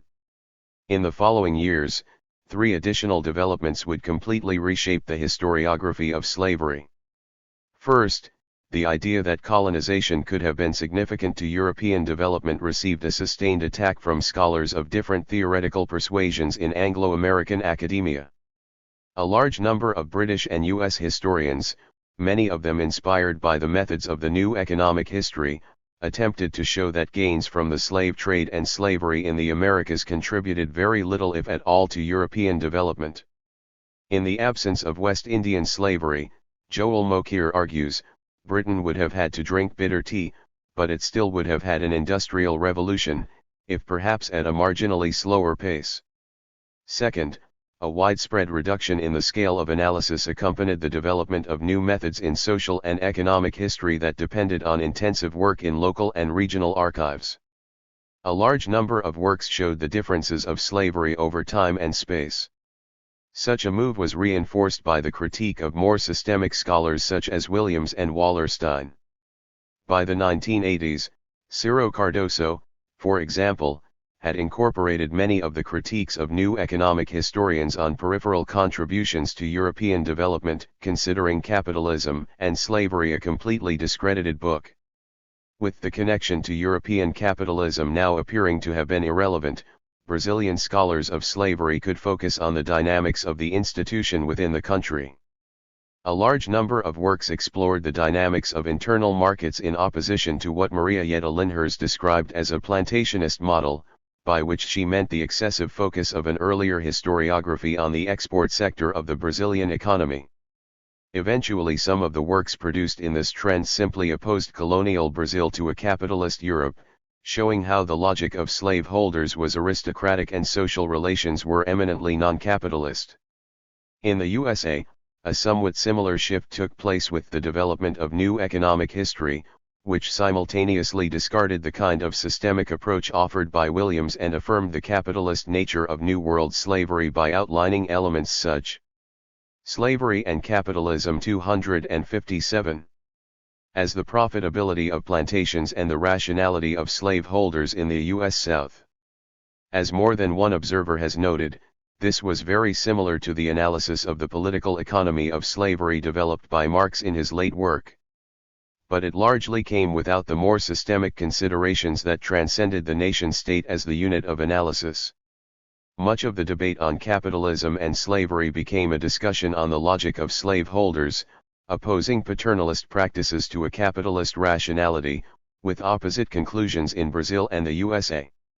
Finally, the reduction in the scale of analysis also led to a move towards the everyday lives of slaves and a number of other aspects of the institution such as gender that had been largely neglected by previous studies, with important Marxist contributions here as well. This was part of a broader shift in labor studies as a whole, with a growing attention to the experience of workers in various settings, their subtle forms of resistance and multiple strategies of survival, and in this no other Marxist scholar played a larger role than E. P. Thompson. The main goal of a large number of historians of slavery then became to show how slaves pursued various strategies of survival, having freedom as their ultimate goal, and proving their humanity against a dehumanizing system in the process. This research strategy largely came from a simplified reception of Thompson, but part of the problem could already be found in his own formulations, such as in his excessive emphasis of men and women as subjects of their own history. In this regard, Perry Anderson was right to point to problems in the ways agency was used by Thompson, who freely moved between various scales of analysis. Ultimately, the making of the working class opened with the observation that this process owes as much to agency as to conditioning, but delivered mainly the first half of the equation. The advent of industrial capitalism in England, Anderson argues, is a dreadful backcloth to the book rather than a direct object of analysis in its own right. A few years later William Sewell Jr. made a somewhat similar point. By suppressing but unconsciously retaining economic determinism, Thompson cleared a vast narrative space that could be filled almost exclusively by specific accounts of working class experience, agency, and consciousness, untroubled by, yet globally shaped by, the underlying rhythm of a classical Marxist movement from class in itself to class for itself. It was this vast narrative space that was appropriated by scholars of labor across the world, including scholars of slavery. While the richness of this research agenda is undeniable, it did not favor explorations of the various levels that can be found in a totality. A more radical approach to this focus on laborers appeared in a few works, but the general trend was towards ignoring the more systemic approach of earlier generations. Antonio Barros de Castro, as we have seen, and many others before him, explored the issue of slave agency within the wider structures of which it was part. 258. A few Marxist scholars nonetheless continued to produce studies of slavery in more systemic fashion, exploring comparisons and connections based on the modes of production approach or variations of it. Perhaps the potential and limits of such an approach for the study of slavery is nowhere better seen than in the work of Robin Blackburn. Like Ashworth, Blackburn puts class struggle and slave agency at the center of his interpretation of abolition in the Americas. He also places wage labor at the center of his interpretation of capitalism. Unlike Brenner and a few others, however, Blackburn does have some room for discussing so-called primitive accumulation. In his view, capital has produced regimes of extended primitive accumulation for its own reproduction, with New World slavery as the first and least camouflaged expression of this capitalist logic. When looking at the plantations themselves, Blackburn emphasizes their modernity in Jamesian fashion. Slave plantations in the New World were not animated by a pure capitalist logic but closer to it than European serfdom and slavery would have been, or were. At the same time, he remains attached to the idea that ultimately merchant capital, with its reliance on tied labor, was conservative and rigid, and the slave plantations it sponsored raise output mainly by multiplying units of production, not by raising labor productivity. Blackburn is using a subtle form of the articulation of modes of production, as becomes clear in his comparison of the ancient world with New World slavery. While he is sensitive to mutual influences, there is a certain tension in Blackburn's description of the modernity of slave plantations and his view that merchant capital is ultimately conservative. This also reflects on how Blackburn conceives the origins and development of capitalism. The capitalist mode of production starts as an English phenomenon, it appears in the English countryside and later receives a contribution from the slave colonies, which acted as a forced draft fanning the flames of metropolitan accumulation. Brenner's account of this story, which is embraced by Blackburn, if somewhat less rigidly, is based on a very selective reading of the chapter on the so-called primitive accumulation, which ignores Marx's own observation that his focus on England is because this is where the process has taken the classic form, followed by a footnote that singles out Italy as the place where capitalist production developed earliest. England in this reading becomes not the classic, but the first form. It is based on this selective reading that many of the comparisons between England and Spain appear in a number of Marxist works, usually to take the latter as a non-capitalist counterpoint to the former. This formal comparison establishes these two units as autonomous and coherent entities. The consequence is that slavery in the Iberian empires completely. Slavery and capitalism 259. Disappears from view once the North Atlantic becomes the key dynamic pole of the world economy. Marxist scholars who accept the disjunction between Britain and Spain tend to neglect the fundamental role played by coerced labor in the plantations, mines, and rivers of colonial Latin America, not only for the establishment of structures that would later be explored by northwestern European powers, but also in its persisting importance within the bundle of global relations that made possible the development of historical capitalism over the long 18th century. Precious metals, for example, continued to be fundamental for the system as a whole, with the main known deposits largely located in the Iberian Americas during that period and coerced labor playing a central role in their extraction. From the maintenance of European trade in Asia to the creation of a stable financial and commercial environment in Northwest Europe, coerced labor in colonial Latin America continued to be a critical component within the history of capitalism. Blackburn refers to the importance of Brazilian gold for the healthy financial environment of Britain and the continuance of Asian trade, but completely ignores it when exploring the process of primitive accumulation in the British Empire.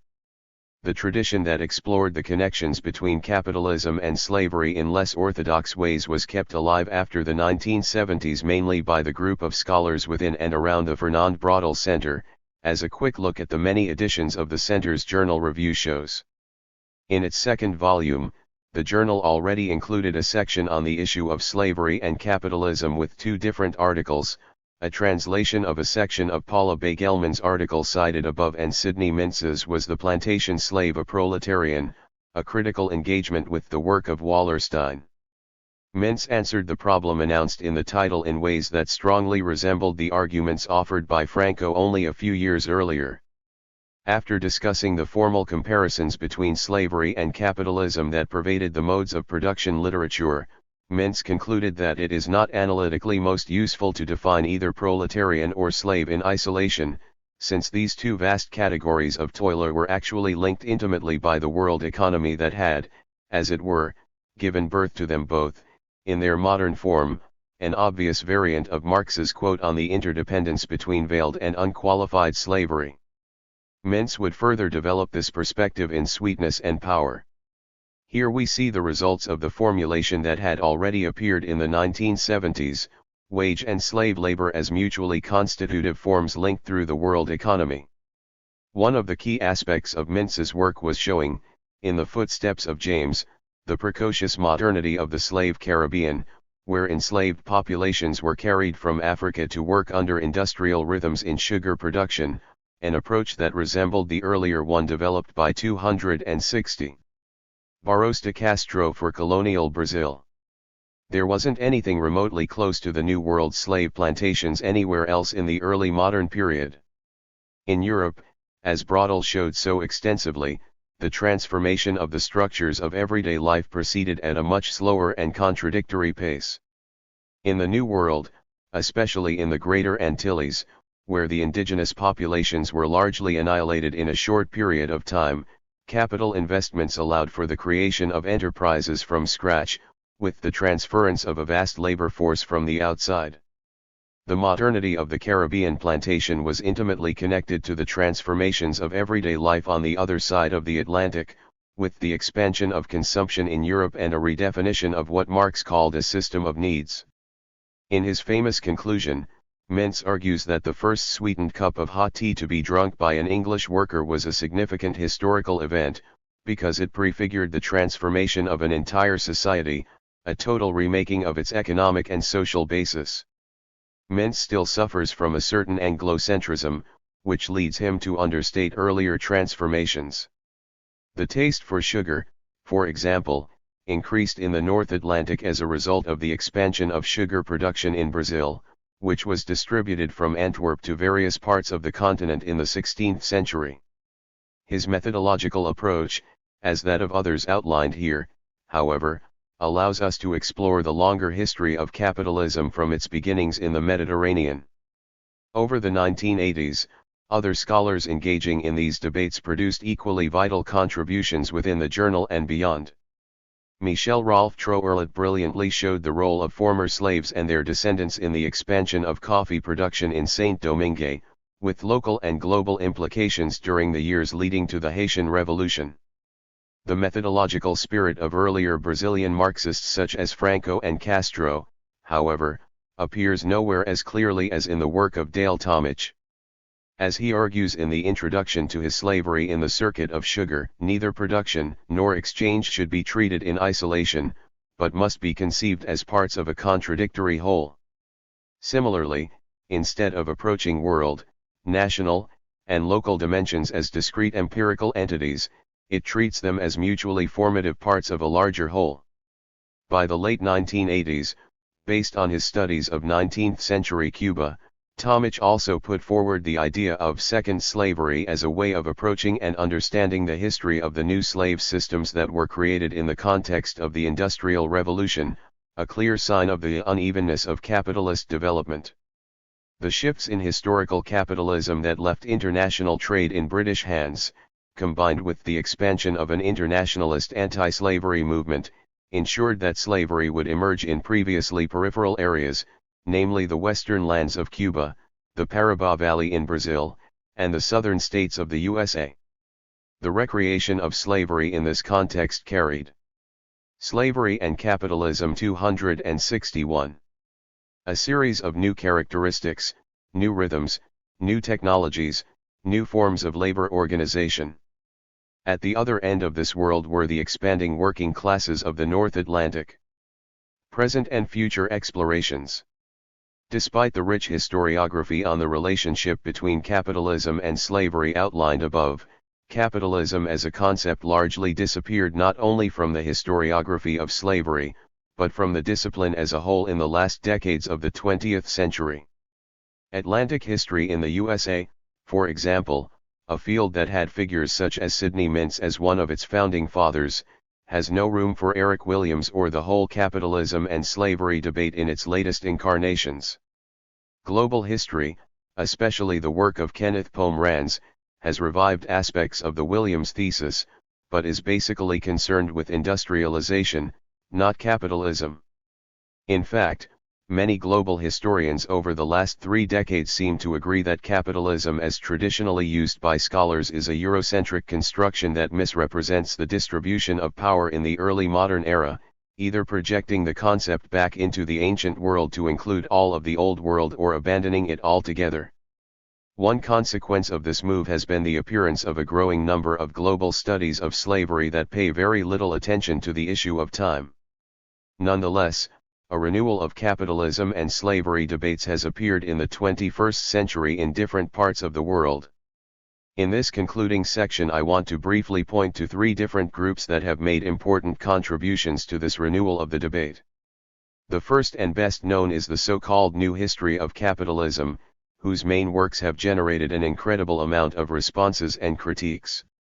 In fact, we might have reached the point where there are more articles about the new history of capitalism than from the new historians of capitalism themselves. Nonetheless, works such as Walter Johnson's River of Dark Dreams, Edward Baptist's The Half Has Never Been Told, and Sven Beckert's Empire of Cotton, among others, have renewed debates on the relationship between slavery and capitalism, even if largely focused on the 19th century USA.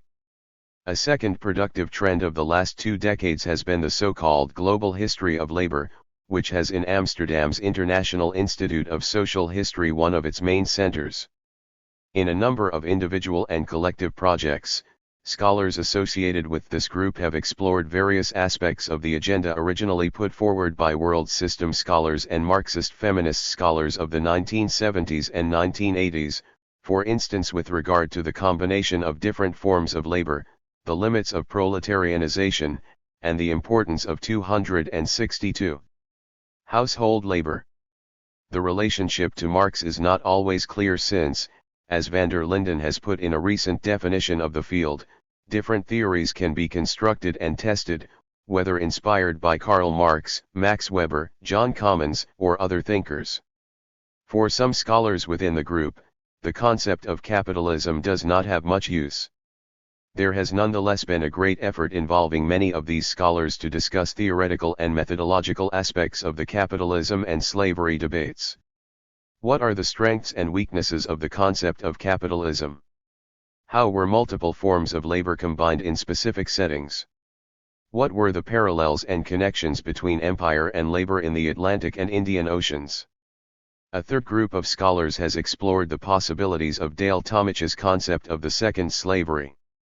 By taking forward the methodological aspects outlined earlier, that is, by looking at the 3 main slave societies of the 19th century as formed by and formative of the wider relations of historical capitalism, scholars have explored not only the connections of these societies to an industrializing North Atlantic, but also the mutual conditionings produced between Cuba, Brazil, and the USA themselves.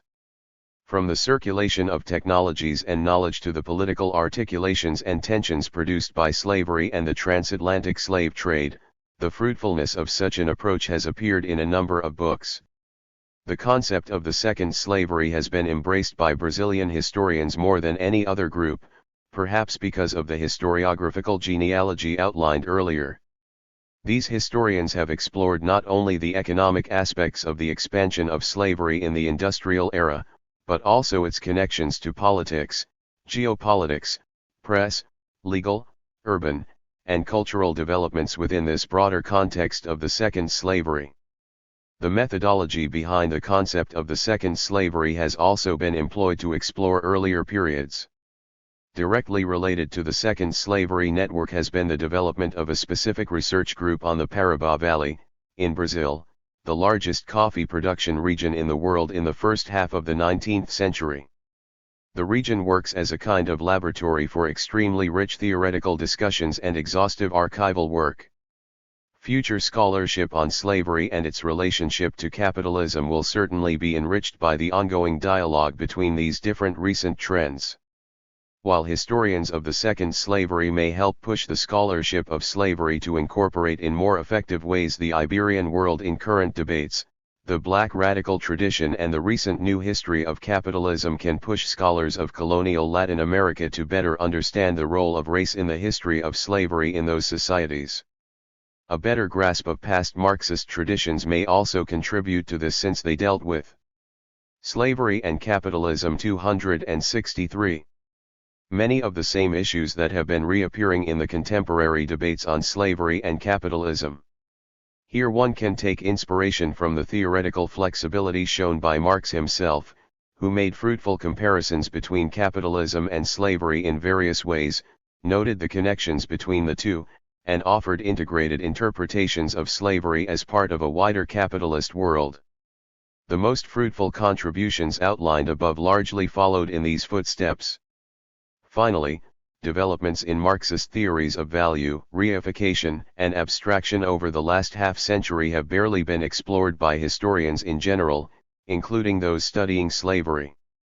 At the same time, many of these works, especially the more theoretically inclined, have very little to say about the role of slavery in the history of capitalism, usually only referring to its previous incarnations as a counterpoint to capitalist dynamics, thus reproducing only the first of Marx's strategies outlined at the beginning of this article. But the time of capital has historically been plural and contradictory. Bringing the history of slavery to the forefront can operate as a constant reminder of the unevenness of the capitalist past and present, pushing scholars to explore the multiple temporalities of the system in its historical trajectory. This key aspect disappears when scholars conflate the theoretical description of the system offered by Marx in Capital, its ideal average, and its historical manifestations.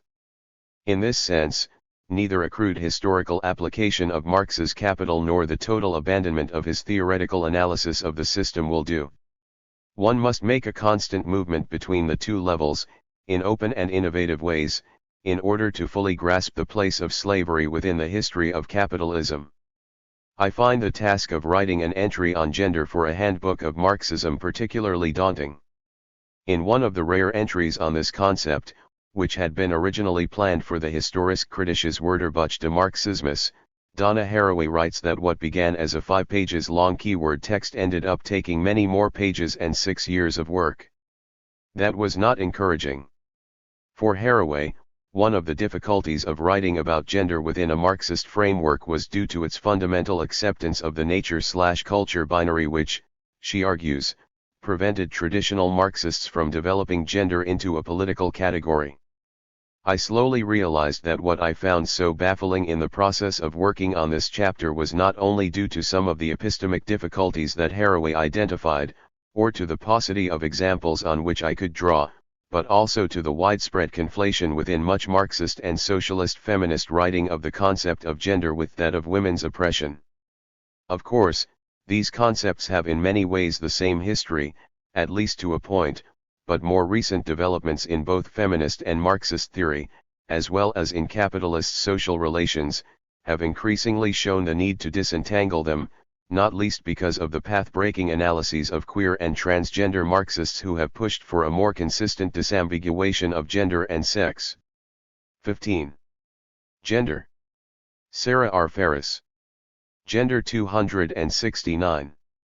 The modern meaning of gender, if not immediately the term, dates back to one of the foundational texts of second-wave feminism, The Second Sex, and particularly to Simone de Beauvoir's idea therein that one is not born, but rather becomes, a woman. After the publication of de Beauvoir's tome, the notion of gender as a social construct not dictated by biological/sex constraints was widely accepted and somehow uncritically employed by Marxist and socialist feminists. Gender was denaturalist while sex remained in the realm of nature, whether implicitly or explicitly. The question became then not so much what gender is, but in what ways the social construction of femininity is based on, and reproduces, relations of domination and oppression. It was not until the work of Monique Wittig in France in the 1960s and 1970s and of Judith Butler in the USA in the 1990s that the category of sex itself, alongside that of gender, was subjected to full political scrutiny.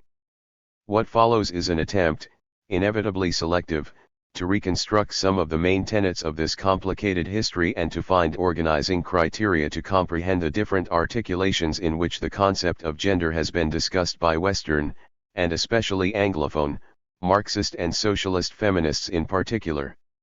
Gender relations in Marx and early Marxists. Donna Haraway is correct when she maintains that the modern feminist concept of gender is not found in the writings of Marx. Yet comments on women's role, relations between the sexes, and the nature of femininity are scattered throughout his work, albeit not in a systematic form and often in ambivalent ways. At times, Marx showed a progressive view for his times on women's role in society, at others, he disclosed rather traditional and male-centered ideas. In this section I will provide a brief reconstruction of the main tenets of Marx's view on women's role and relations between men and women by looking particularly at his early works and Capital Volume I. Early writings. One of Marx's most relevant statements on gender relations can be found in the text Private Property and Communism in the 1844 manuscripts, in which he argues that the relationship between men and women is the benchmark to understand the level of development of a society. As he put it, the immediate, natural, and necessary relation of human being to human being is also the relation of man to woman. In this natural species relationship, human's relation to nature is directly their relation to man, and his relation to the human is directly their relation to nature, to their own natural 270 function. Thus, in this relation is sensuously revealed, reduced to an observable fact, the extent to which human nature has become nature for him. From this relationship man's whole level of development can be assessed.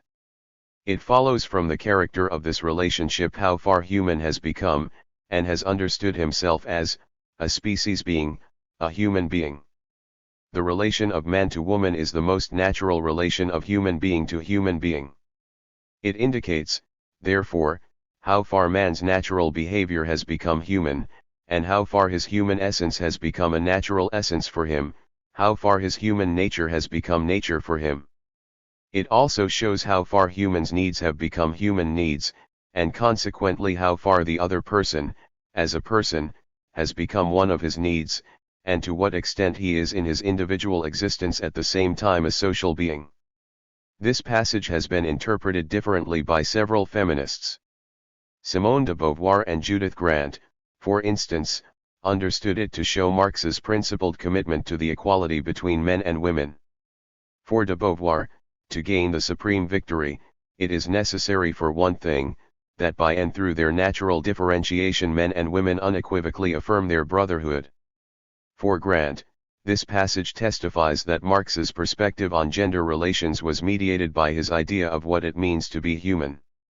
Grant argues that Marx had a fundamentally dialectical understanding of the relationship between humanity and nature.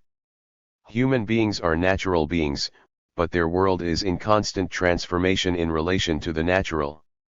Alienation, thus, refers to human beings' incapability to understand themselves as species beings, that is, as beings who can achieve their true creative potential by means of their unique capacity at transforming nature for their own needs. It is precisely this dialectical feature of Marx's humanism that, according to Grant, makes his position relevant on gender relations as he maintains human nature to be self-transformational, thereby showing a non-essentialist understanding of nature. One Juliet Mitchell and Donna Haraway, on the other hand, understood this passage to be a testament to Marx's understanding of the female as the expression of the realm of nature. Mitchell takes Marx to argue that the index of civilization lies fundamentally in the progress of the human over the animal, the cultural over the natural. For Mitchell, thus, as Marx seems to associate women with nature, he is replicating the 19th century naturalization of gender roles, with women being identified with the non-rational. Similarly, For Donna Haraway, the relation of feminist gender theories to Marxism is tied to the fate of the concepts of nature and labor in the Marxist canon. Thus, Haraway maintains that traditional Marxist approaches did not lead to a political concept of gender because women existed unstably at the boundary of the natural and social, such that their efforts to account for the subordinate position of women were undercut by the category of the natural sexual division of labor, with its ground in an unexaminable natural heterosexuality. Gender 271. In the German Ideology and other essays published in the Neue Rheinische in the 1840s, Marx and Engels present some reflections on the family as an institution, which has deleterious effects on women. For Marx and Engels, the natural division of labor between men and women within the family, whereby natural seems to refer to biological, or what is dictated by different anatomical configurations between the sexes, leads to an unequal distribution and thus to the subordination of women and children to men as the heads of the household. As they put it, the division of labor, which was originally nothing but the division of labor in the sexual act, then the division of labor which develops spontaneously or naturally by virtue of natural predisposition, needs, accidents, etc., etc. Division of labor only becomes truly such from the moment when a division of material and mental labor appears. Maria Mies criticized Marx and Engels for arguing that the true division of labor appears only with the distinction between manual and mental labor. In particular, Mies claims that by separating the production of new life from the production of the daily requirements through labor, by elevating the latter to the realm of history and humanity, and by calling the first natural, the second social, they have involuntarily contributed to the biological determinism which we still suffer today. Conversely, according to Heather Brown, while Mies' point is well placed, Marx's views on the division of labor did not amount to a glorification of the social over the natural division of labor. For Brown, Marx considered the division between manual and mental labor not as a superior one, but as an exploitative and alienating process. In his early writings, thus, Marx's ideas on the relations between women and men are mainly informed by his reflections on the binary natural/social. Here Marx seemed to maintain that women's seeming proximity to nature disadvantages them in the realm of the social, when the division of labor becomes more complex and rewards those who are able to take distance from, and dominate, nature. Haraway contends that Marx's inability to historicize, rather than naturalize, women's labor and the division of labor in the family was rooted in his failure to historicize sex itself, which Marx seemed to conceive as a raw material. Capital. Besides his discussion of simple reproduction, or reproductive labor, in Capital Volume I in particular, Marx's references to gender relate both to his assessment of the impact of factory work on women and the family, and on femininity. For Marx, the introduction of machinery in the labor process, and the subsequent inclusion of women and children in factory work, fundamentally changed gender relations within the family. As he put it, 272. The labor of women and children was the first thing sought for by capitalists who used machinery. That mighty substitute for labor and laborers was forthwith changed into a means for increasing the number of wage laborers by enrolling, under the direct sway of capital, every member of the workman's family, without distinction of age or sex. Compulsory work for the capitalist usurped the place, not only of the children's play, but also of free labor at home within moderate limits for the support of the family. Women and young girls in particular, Marx noted, were employed for the dirtiest and worst paid jobs. In the footnotes, Marx quotes long excerpts from factory inspectors' reports arguing that factory work for women led to the deterioration of their character. These inspectors' reports implied that the subtraction of women from their more natural roles at home had negative implications on their morality. While Marx's own opinion on these reports is unclear, as he often failed to comment on them, there are passages in Capital Volume I in which he seems to suggest that, in challenging traditional female roles, factory work could have a deleterious effect on women's morality and gender relations more generally. For instance, Marx referred to gang workers as images of coarse freedom, noisy jollity and obscene impertinence, with high rates of teen girls' pregnancy and a general atmosphere of Sodoms and Gomorrah dominating the villages supplying gang workers. As noted by Heather Brown, in these passages Marx appears to be struggling to reconcile his own overall theoretical views on the transitory nature of all kinds of morality with some remnants of Victorian ideology. But while Marx's position on female morality and factory work is quite ambiguous, what is clear is that for Marx capitalist social relations had profoundly transformed family and gender relations. On the one hand, in overturning the economic foundation of the old family system and the family labor corresponding to it, had also dissolved the old family relationships, as Marx writes in the chapter on the working day. On the other hand, he analyzed how women were used as a cheap and docile labor force to threaten male laborers' bargaining power as well as their role as heads of the family. By employing all members of the family into labor units, machinery, for Marx, spreads the value of the man's labor power over his whole family. It thus depreciates it. However, Marx regards it as a highly contradictory process with potentially positive effects on gender relations and women's role in particular. As he states, however terrible and disgusting the dissolution of old family ties within the capitalist system may appear, large-scale industry, by assigning an important part in socially organized processes of production, outside the sphere of the domestic economy, to women, young persons, and children of both sexes, does nevertheless create a new economic foundation for a higher form of the family and of relations between the sexes. Marx, thus, seems to suggest that in shaking patriarchal authority within the working-class family, capitalist social relations could have, at least potentially, Gender 273.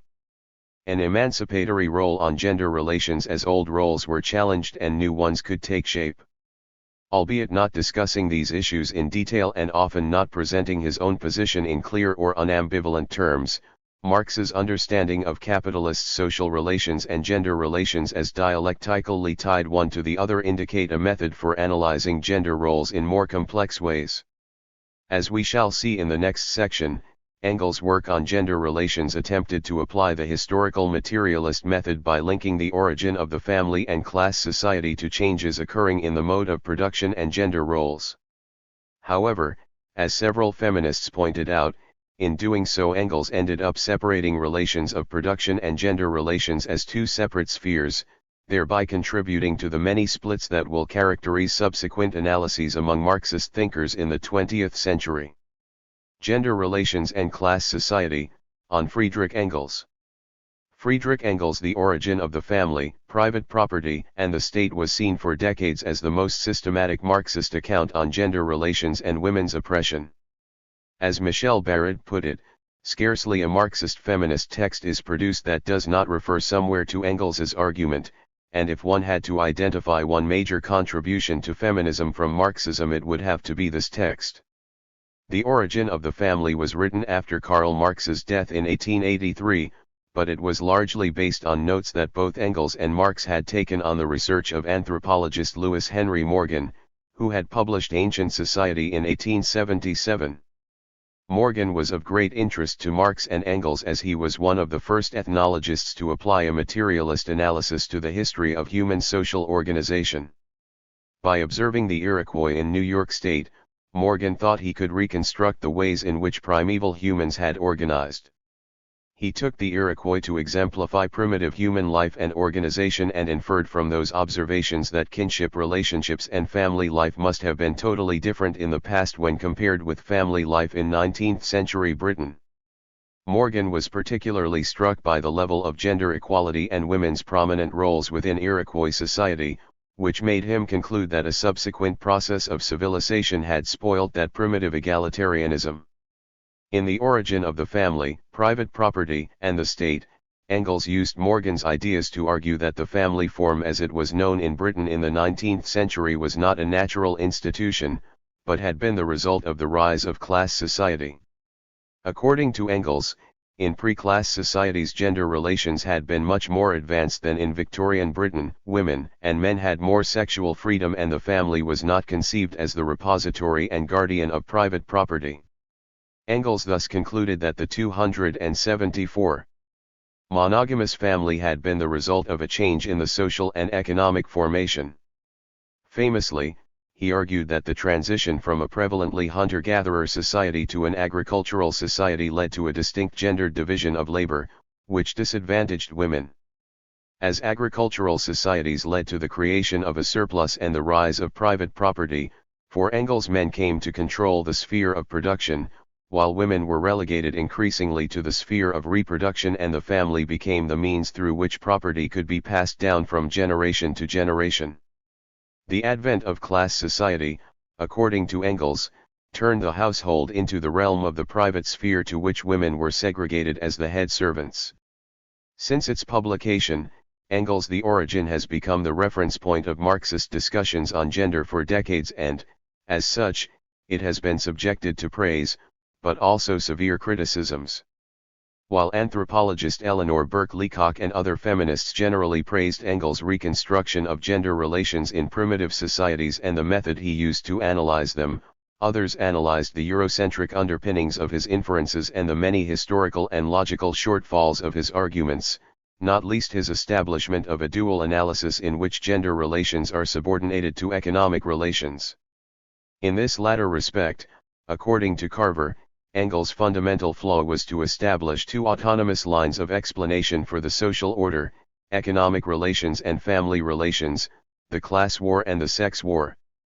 Similarly, according to Frege Haug, Engels had strengthened a mode of reading that, to a certain extent, comprehended gender relations as an addition to, and outside of, the relations of production. By relegating the production of the means of subsistence to the realm of labor and economic production, and the production of life to the realm of kinship, Engels, according to Haug, failed to write the history of gender relations as a dimension of the relations of production. Haug's criticism of Engels is at the core of her entry on gender relations that she wrote for the Historical Critical Dictionary of Feminism. Given its importance in the context of this discussion and this entry, the next section is devoted to providing a succinct summary and commentary of Haug's arguments. Gender relations as relations of production. In the attempt to conceptualize what it would mean to understand gender from a Marxist viewpoint, German Marxist feminist Frege Haug argued that the greatest obstacle to such an endeavor had been the tendency within Marx's Gender 275. And Engels' work to think of gender relations as relationships between men and women. For Haug, different historical modes of production must be investigated as gender relations because neither of them can be comprehended without answering the question of how the production of life in the totality of the relations of production is regulated and their relation to the production of the means of life, in short, how they determine the reproduction of the whole society. That includes, as Haug maintains, the differential shaping of genders themselves, the particular constructions of femininity and masculinity, just as much as the development of the productive forces, the division of labor, domination, and forms of ideological legitimation. For Haug, the history of socialist and Marxist feminism shows that gender relations always emerged as the women's question with no attempt at linking them with the relations of production. One of the most promising paths to understand gender relations as relations of production, in her view, comes from feminist ethnology. By looking at the work of Eleanor Leacock and her historical reconstruction of different modes of production and especially domestic economies, of Ilse Lenz and her rethinking of the concept of power and domination in relation to production, and of Maxine Molineux's centrality of the concept of gendered division of labor, Haug argues that these works were contesting precisely Engels' dualism of production and reproduction, which ended up essentializing the former. While most Marxists according to Haug continued making this mistake, thereby treating the study of gender relations as a field almost separate from the study of production and value creation, Antonio Gramsci in her view constituted an exception. His work on Fordism in particular, she maintains, provides an exemplary illustration of how a materialist analysis of gender relations should be carried out. By investigating the changes in the mode of production introduced by Fordism, not only at the level of productive forces and technologies, but also at the level of family norms and gendered subject formation, Gramsci allowed us to see the disposition of the genders and thus essential aspects of their construction, along with political regulations. Ultimately for Haug, research into gender relations as relations of production requires a differential combination of historically comparative studies, attentive to moments of transition, with social theoretical and subjective analysis. Commenting upon Haug's theoretical proposal to recombine the analysis of gender relations and production relations, Johanna Brenner endeavors to spell out how the latter must be understood. For Brenner, to comprehend women and men's positioning within specific modes of production, we must look at social reproduction, which she defines as that part of the process of social labor which focuses on meeting individual needs for sustenance and on birthing and rearing the next generation. 276. By encapsulating what Haug calls gender relations within the concept of social reproduction vis-a-vis production, Brenner claims, we are not separating the two spheres, but rather attempting to capture a fundamental dynamic of the capitalist mode of production. Similarly, commenting on Haug's concept of gender relations as relations of production, Rosemary Hennessy points at Haug's promising, but equally unclear and contradictory, project.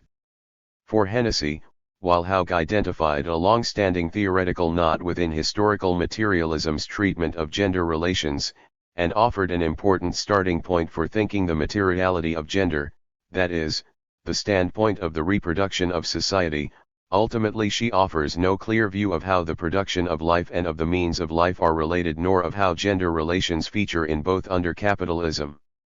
Hennessy finds that several important debates and fruitful paths forward are missing from Haug's discussion.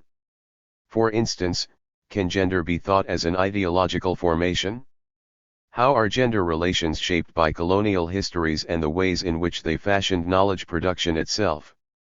What is the relationship between gender and race? The emphasis upon feminist ethnology, for Hennessy, is also a problematic sign that Haug takes into account the history of capitalism in Europe as universal history, thereby naturalizing kinship relations as transcontextual. As we shall see in a later section, much of contemporary Marxist feminist discussions on gender have been attempts to answer these questions. But before I delve into these discussions, the next section provides a brief reconstruction of dual system analyses developed by Marxist and socialist feminists, particularly in the 1970s and early 1980s. Their richness, as well as shortfalls, as I will attempt to show, will mark subsequent attempts to theorize gender as ideology as well as to interrogate the whiteness and Westocentrism of much Marxist feminist theorizing up to the present. Dual sex/gender systems analysis. Haug's identification of the limits of Marx's and especially Engels' theorizing on gender in their distinction of production as the realm of the economy and reproduction as the realm of sex and kinship clearly hit the target. Such a distinction was rooted in a fundamentally undialectical understanding of social relations, particularly in Engels, which had important reverberations on Marxist theory and practice.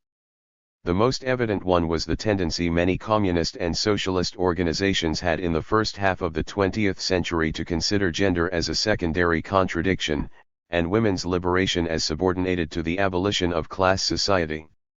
Taking stock of the condescending attitude, if not open hostility that many comrades expressed towards feminism, in the Gender 277.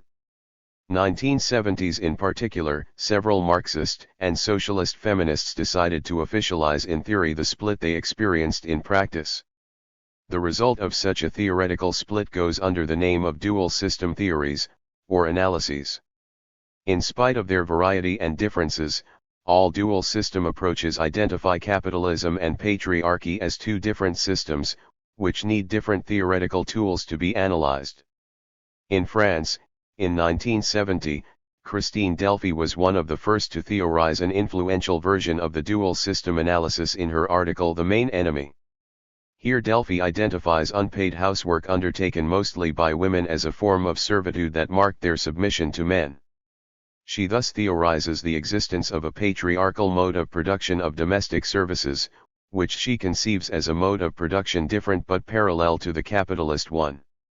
Within the patriarchal mode of production, women are to men what the proletariat is to the bourgeoisie, the class of the oppressed. The main enemies of women, thus, are men and their inherent desire to subjugate female freedom. Delphi's work, alongside that of Monique Wittig, Colette Guillemot, and others, developed so-called materialist feminism, to signal the continuity with Marx's method in their attempt at thinking the economic basis of women's oppression within domestic work, but also their rupture with what they perceived as Marxists' failure to recognize women as a class. In the USA, Gail Rubin in 1975 published one of the most important sources of inspirations for the dual system analyses within Anglophone feminism. In her article The Traffic in Women, Notes on the Political Economy of Sex, Rubin used Marx's concept of exchange and commodity to analyze what she called the domestication of women. For Rubin, females had historically been the raw material for the production of woman, which occurred through the exchange system of kinship controlled by men. Appropriating Marx and Engels, alongside Freud, Lacan and Levi-Strauss, Rubin defined the sex/gender system as the set of arrangements by which a society transforms biological sexuality into products of human activity, and in which these transformed sexual needs are satisfied. Rubin's work was particularly influential on Heidi Hartman, the author of the most representative text of dual system analyses, that is, The Unhappy Marriage of Marxism and Feminism. Published in 1979, Hartman's article represented a predictable shockwave for Marxist and socialist feminists and Marxist conceptualizations of gender. Besides being in dialogue with Rubin, in this text Hartman meant also to respond to Shulamith Firestone's book published almost a decade earlier, The Dialectic of Sex, which had attracted a great deal of attention and greatly influenced a whole generation of feminists. In a nutshell, in The Dialectic of Sex, Firestone rejected Marx's and Engels' substantial argument that the roots of unequal gender relations had to be found in the division of labor and changes in the mode of production. For Firestone, Marx and Engels' work was fundamentally a form of economic reductionism, 278. Not allowing to see that there is a level of reality that does not stem directly from economics. However, Firestone aimed to employ Marx's and Engels' method in order to develop a materialist view of history based on sex itself. Such a view was based on the identification of women as the underclass that needs to take control of the means of reproduction and to seize control of human fertility. Firestone thus advocated for the abolition of sexual classes and sexual difference through the liberation of women from childbirth. While treating women as the oppressed class in Marxian terms, Firestone's work, according to Hartman, was the most complete statement of the radical feminist position, but her insistence that women's oppression was the fundamental contradiction in society set her apart from Marxist feminism. Hartman, on the contrary, wanted to provide a new feminist Marxist conceptual framework by theorizing patriarchy as a separate system with a material base. Contra Firestone, the task for Hartman was not to overcome oppression by getting rid of sex difference, but to understand how sex becomes gender. It was Rubin's sex/gender system that, for Hartman, would allow feminist Marxists to understand patriarchy as that set of social relations between men, which have a material base, and which, though hierarchical, establish or create interdependence and solidarity among men that enable them to dominate women. Though Hartman sees patriarchy as hierarchical, which entails that men of different classes, races, or ethnic groups have different places therein, men are still unified in their shared relationship of dominance over their women, they are dependent on each other to maintain that domination. The material base of women's oppression for Hartman thus lies in men's control over women's labor power, which operates by excluding them from certain economic sectors and jobs and by luring them into monogamous heterosexual relations and controlling their sexuality. One of the main problems with Hartman's argument was that, while claiming to provide a materialist analysis of women's oppression as one rooted in men's interest in controlling women's labor, she did not explain where this interest came from. If men are differentiated by class interests and racial oppression, what do they gain by uniting under the banner of women's subordination? Is such an interest, or desire, rooted in anthropology, or psychology? In the end, one of the fundamental pitfalls of dual system analyses, from Delphi to Hartman, was their assumption that categories such as men, or women, could be thought of as leading to internally coherent classes linked by common interests. Such an assumption in the end was premised upon whiteness, which disavowed the possibility for these feminists to understand the fundamental differences implied by race. Gender 279. Gender and sexual division of labor analysis. Dual system analyses were strongly criticized by a number of Marxist and socialist feminists from early on, from those advocating for a unitary theory foregrounding social reproduction analysis, as in the case of Lisa Vogel, to those suggesting an integrative approach that would explain the workings of gender oppression without invoking separate systems. Iris Marion Young was the proponent of the latter approach. The challenge for Young was to develop an analytical framework which regards the material social relations of a particular historical social formation as one system in which gender differentiation is a core attribute. The point, thus, was not to marry or divorce Marxism, but to take it over and transform it into a theory that foregrounds gender as a core element.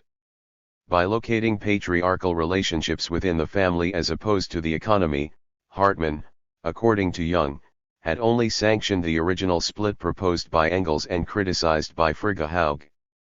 This model of separate spheres thus tended to hypostasis the division between family and economy specific to capitalism into a universal form, thereby accepting that traditional Marxist theory is gender-blind and simply adding a system of patriarchy to the list. The way forward, instead, for Young was to develop a theory of gender division of labor that supplements the concept of class within Marxism. Young maintained that while the category of class at the core of traditional Marxism is gender-blind, the way to remain within the materialist framework was to elevate the category of division of labor to a position as, if not more fundamental than, that of class. The advantages of foregrounding the category division of labor for centering gender within Marxism were testified, first, by the fact that such a category was central to Marx's work itself. Second, the category of division of labor was broader than that of class, but also more specific. The specific place of individuals in the division of labor, she maintained, explains their consciousness and behavior, as well as the specific relations of cooperation and conflict in which different persons stand. Third, gender division of labor analysis brings gender relations to the center of historical materialist analysis as it provides a way of regarding gender relations as not merely a central aspect of relations of production, but as fundamental to their structure. Furthermore, gender division of labor analysis for Young could also explain the origins and maintenance of women's subordination in social structural terms. Neither a biological account nor a psychological account can. All in all, gender division of labor analysis had the benefit of allowing feminists to do material analysis of the social relations of labor in gender-specific terms without assuming that all women in general or all women in a particular society have a common and unified situation. Young thus 280. Challenged Hartmann's assumption, which she shared with many Marxists, that capitalism's inherent tendency was to homogenize the workforce, reducing the significance of ascribed statuses based on sex, race, ethnic origin, and so on. A gender division of labor analysis of capitalism which asks how the system itself is structured along gender lines can give an account of the situation of women under capitalism as a function of the structure and dynamic of capitalism itself. My thesis is that the marginalization of women and thereby our functioning as a secondary labor force is an essential and fundamental characteristic of capitalism. The fact that patriarchy existed before capitalism in Young's view did not prove that it is an independent system, just as the existence of class societies before capitalism did not mean that all class societies have some common structure independent of the system of capitalism. Class societies, and so gender relations too, undergo historical transformations. Departing from similar premises, Nancy Hartsock in those same years focused on the division of labor between men and women as key to understanding women's oppression. Yet, unlike Young, Hartsock rejected the terminology of gender and talked instead of the sexual division of labor to highlight the bodily dimensions of women's work. For Hartsock, the differential bodily experience of men and women vis-a-vis nature, mediated as it was by their different activities, had given rise to entirely different life worlds. This differential experience, for Hartsock, should become the basis for a feminist materialist standpoint. The materiality of gender subjectivity. While many Marxist and socialist feminists up until the early 1980s tried to understand the ways in which gender, as a set of roles and social relations of oppression and domination, is directly, albeit complexly, tied up with capitalist relations of production, we also see attempts at understanding gender in terms of subjectivity and identity. How do people identify as female or male? Can processes of gender identification be explained through the Marxian method of historical materialism? Three main approaches address these questions. The first includes authors like Juliette Mitchell and Michelle Barrett, who in different and sometimes even conflicting ways, understood gender in psychological and ideological terms. The second approach includes Marxist scholars such as Kevin Floyd, Rosemary Hennessy, and Jordana Motlon, who instead analyzed gender identification as a form of reification and consumption. The third approach can be found in the work of Beverly Skeggs, who analyzed gender formation as moral class struggle. Gender 281. Gender as ideology. In 1974, Juliette Mitchell published Psychoanalysis and Feminism, which set to foreground the Freudian theoretical framework to understand gender formations in ways that were still compatible with Marxism. Even though Mitchell was focusing upon psychoanalysis, ideology appears in her account as the organizing principle of the chief gender formation, that is, patriarchy. For Mitchell, ideology and a given mode of production are interdependent. However, one cannot be reduced to the other, nor can the same laws be found to govern one as govern the other. We are dealing with two autonomous areas, the economic mode of capitalism and the ideological mode of patriarchy. The particular expression of patriarchal ideology for Mitchell depends upon the way in which it interconnects with a specific mode of production. However, capitalism and patriarchy respond to different logics. While the former regulates the economy and class formation, the latter, which is expressed particularly in the nuclear family, is responsible for women's oppression and gender roles. In Mitchell's understanding, ideology is what mediates the unconscious, which enables the interiorization of gender roles and thus the reproduction of the patriarchal law. The unconscious that Freud analyzed, writes Mitchell, could thus be described as the domain of the reproduction of culture or ideology. Ultimately, Mitchell, just like Hartman, supported a dual systems analysis which saw patriarchy and capitalism as separate systems governed by independent laws. For this reason, for Mitchell, the overthrow of the capitalist economy would not in itself mean the end of patriarchy, for the ideological sphere has a certain autonomy. That is why, for Mitchell, we need a cultural revolution headed by women as the chief victims of patriarchal laws and thus the main subjects of transformation. In her 1980 book Women's Oppression Today, Michelle Barrett criticized psychoanalytic approaches to the understanding of gender as fundamentally ahistorical. Building on Italian Marxist philosopher Sebastiano Timpanaro, Barrett argued that psychoanalysis eternalizes situations that are historically specific and remain suspended in a limbo between the biological and the social without choosing either, thereby remaining elusive. A Marxist feminist approach instead, for Barrett, needs to understand sexuality and gender at any given period and not in isolation from the economic. Mitchell's fundamental mistake, for Barrett, lied in separating the ideological and the economic in such a way that not only fails to understand the ideological nature of developments such as the division of labor, but also leads to divisive and ineffective political strategies that separate class struggle from cultural struggles. This notwithstanding, Barrett herself conceived of gender as an ideological construct too.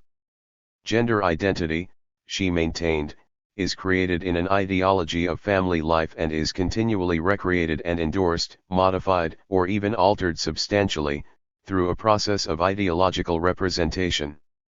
By resorting to an Althusserian frame that conceived of ideology as interpellation, 282. Barrett proposed to analyze the category of gender as ideology.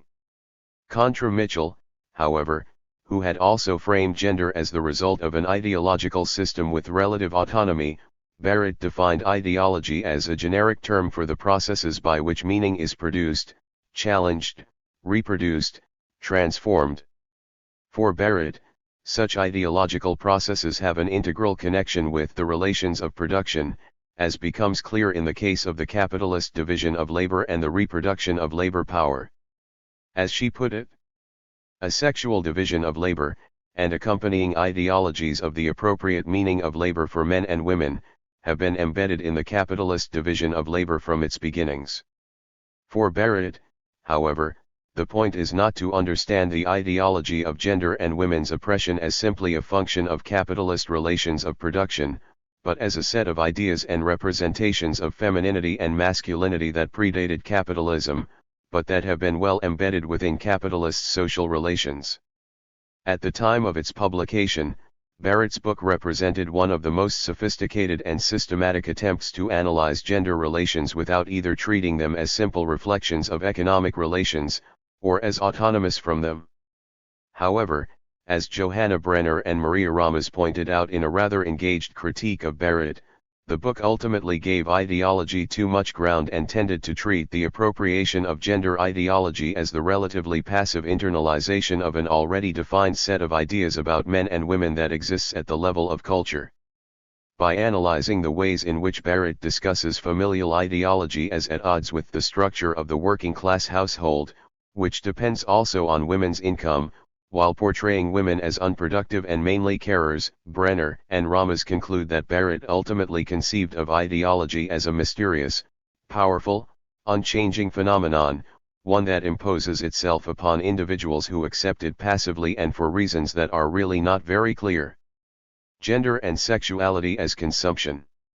A new sustained Marxist feminist engagement with the concept of gender, and in particular with the idea of gender as ideology, was represented in the early 2000s by Rosemary Hennessy's Profit and Pleasure, Sexual Identities in Late Capitalism.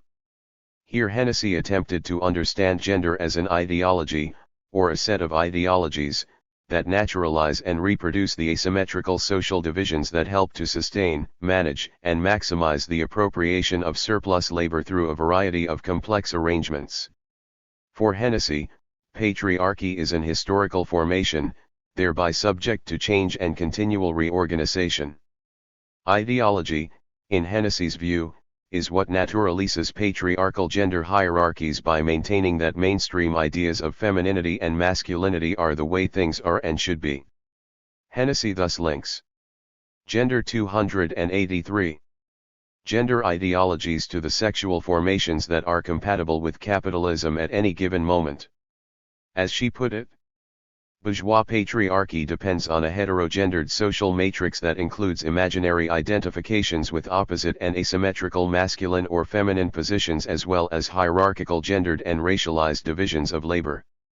By presenting heterogendered differences as fixed and natural opposites, patriarchal ideology makes invisible the precariousness of these imaginary identifications and the social order they help guarantee as well as the multiplicity of possible other engenderings of desire. As supplementary other, homosexual identity is a product of this discourse even as it threatens to belie the naturalness of the heterogender system. While the dominance of heterogendered ideology for Hennessy characterized especially early capitalism and Fordism, she maintains that late capitalism has produced a shift in the realm of sexuality and gender identifications.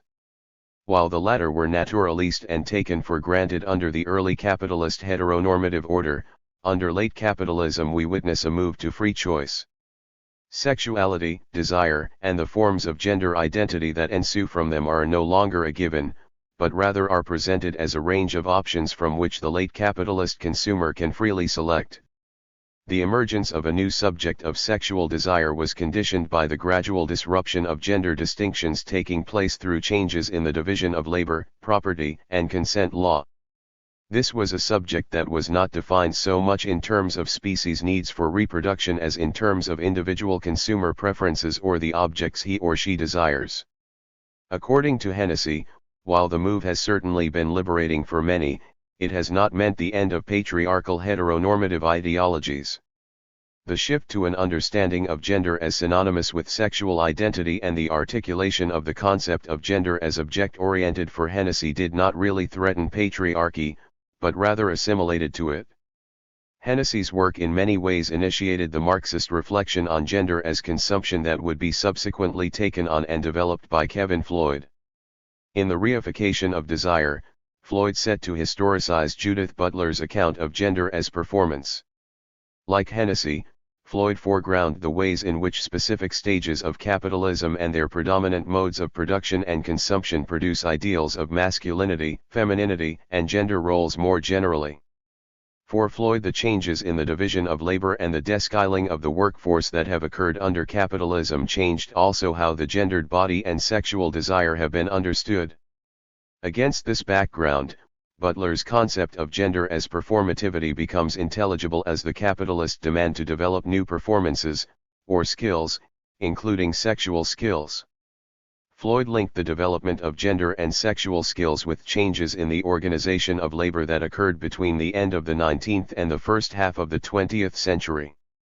Like Hennessy, Floyd 284 analyzed the shift in the conceptualizations of desire and male bodies that occur particularly under Taylorism and Fordism.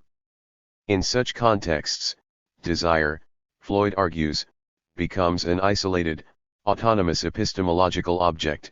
It is dissociated from, made independent of and irreducible to, any particular subject. As desire becomes external to the desiring subject, it is reified. But such reification of desire can be understood only in connection with the reconceptualization of male and female bodies that occurs towards the turn of the 19th century. Here Floyd analyses how the descaling of male labor that characterized the advanced stage of capitalism in the early 1900s is accompanied by a crucial shift in gender roles, from manhood to masculinity.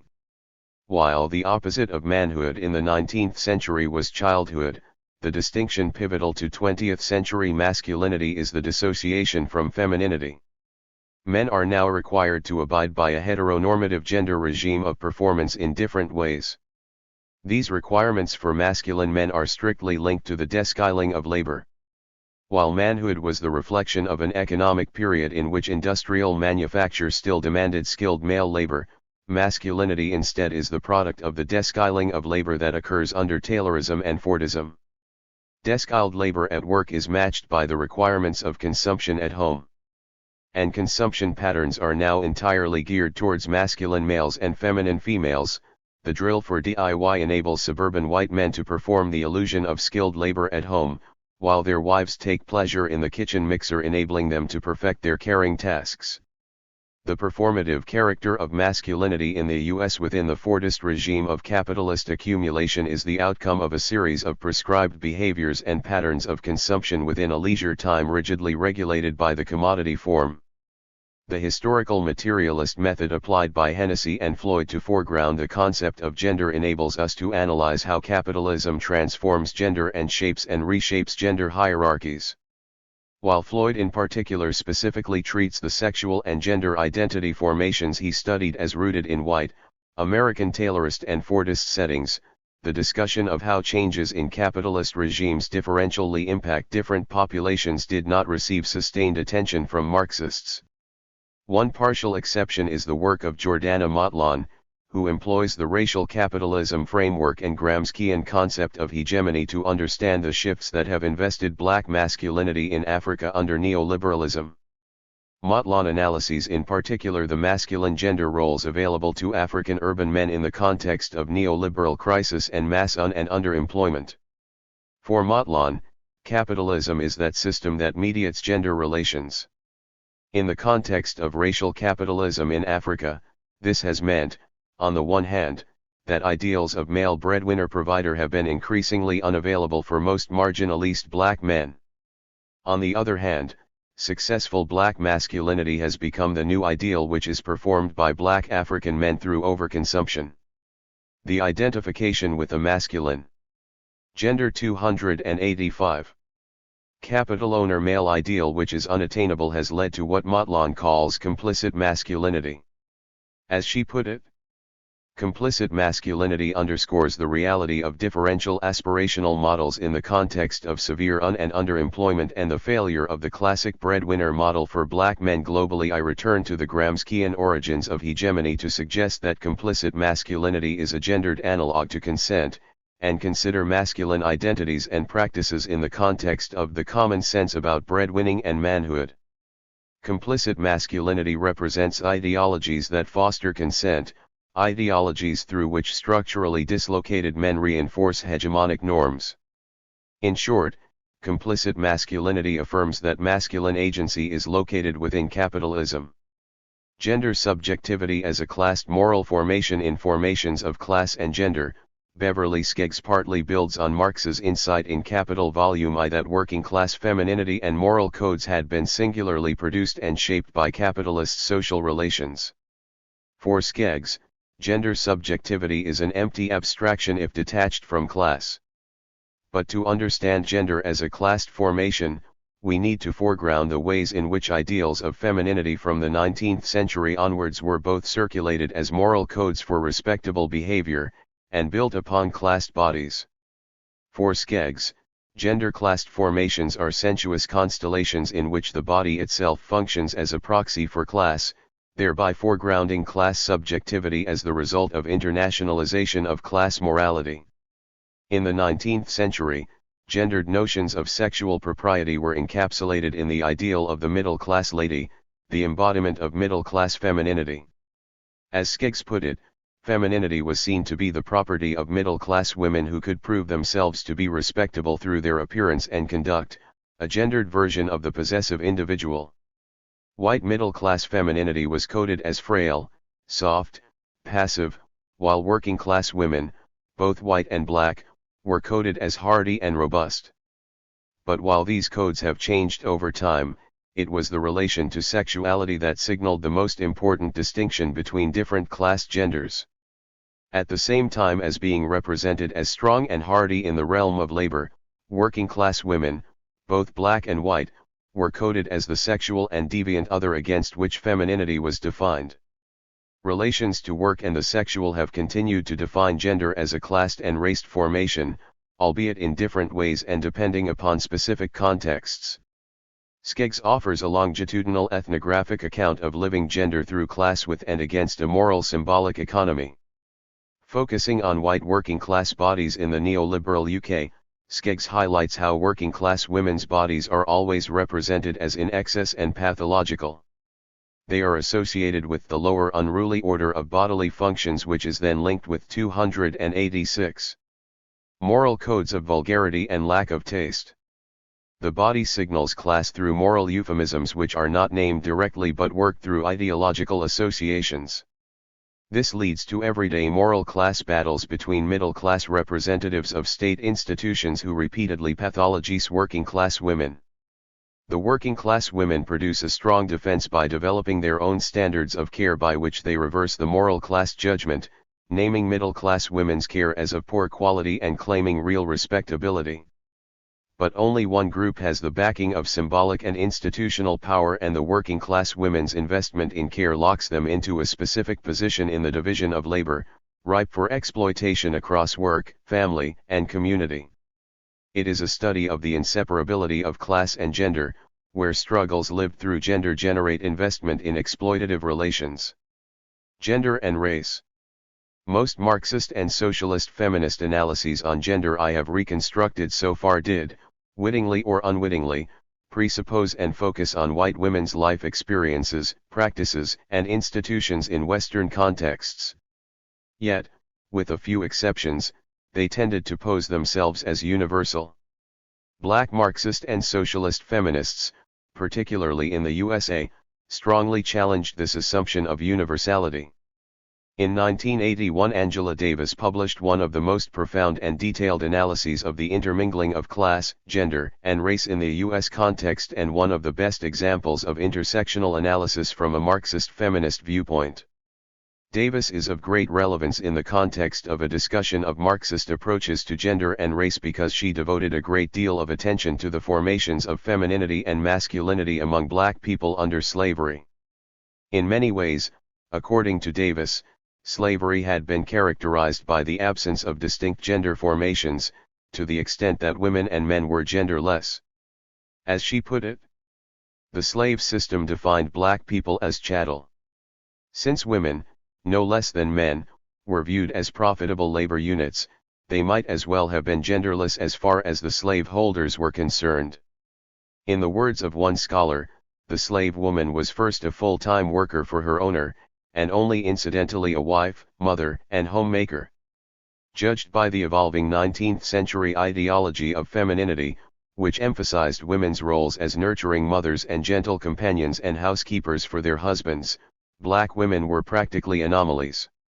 The conceptualizations of gender relations and formations I discussed in previous sections were largely based upon analyses of gendered division of labor and ideals of femininity and masculinity rooted in their different roles as male.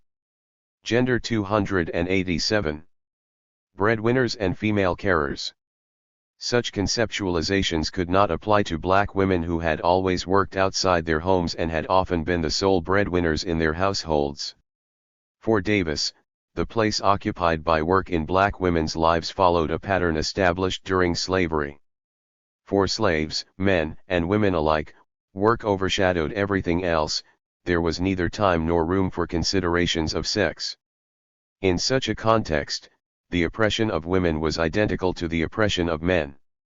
But black women, Davis reminds us, also suffered in different ways as victims of sexual abuse and torturous punishments. Work exploitation made them genderless, while oppression and violence was inflicted on them in their exclusively female roles. Ultimately, the ideology of bourgeois femininity that associated women with domesticity and caring, and that impacted women in working-class households as well, was completely alien to black women. Such an ideology allocated women to the essential, but inferior, world of motherhood and housewifery, which holds true for working-class women too at certain stages of capitalist accumulation.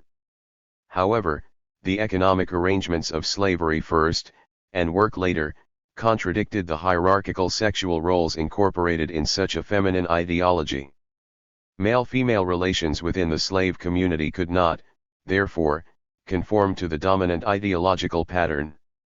For Davis, the only exception to the representation and reality of black women primarily as workers occurred after the abolition of the international slave trade, when slaveholders found it harder to import slaves from Africa and began incentivizing enslaved women to reproduce in order to sustain the demand for a labor force.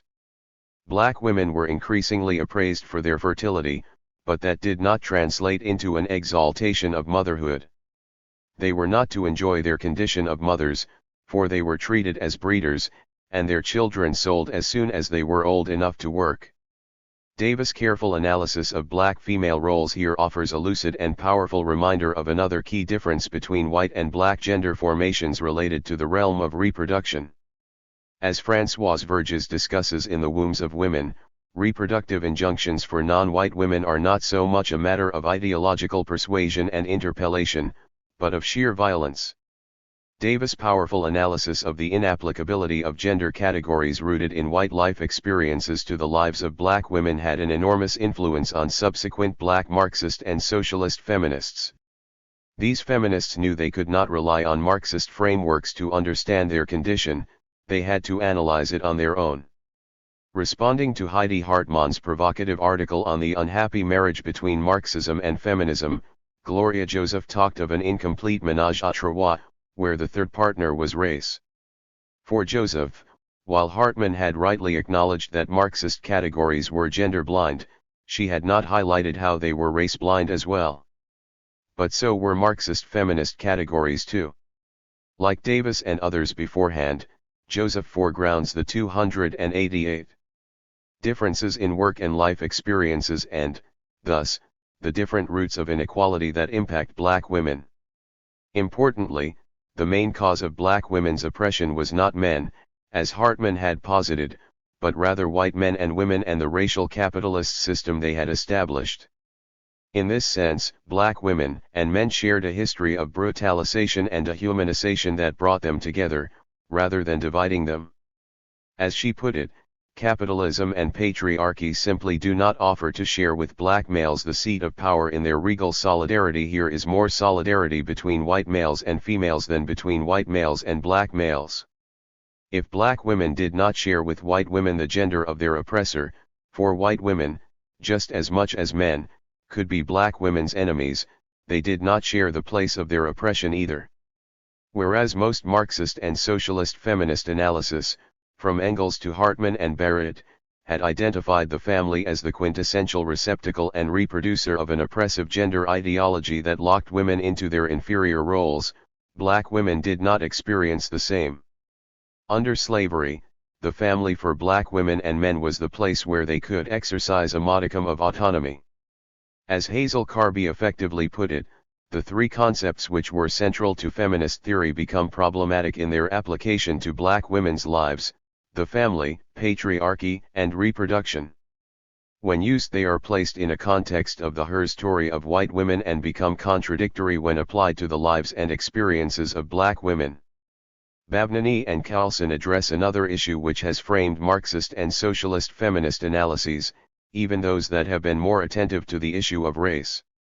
As I will discuss in more detail in the next section, Marxists have often treated the categories of gender and race as fundamentally rooted in capitalist social relations at best, or as secondary contradictions at worst.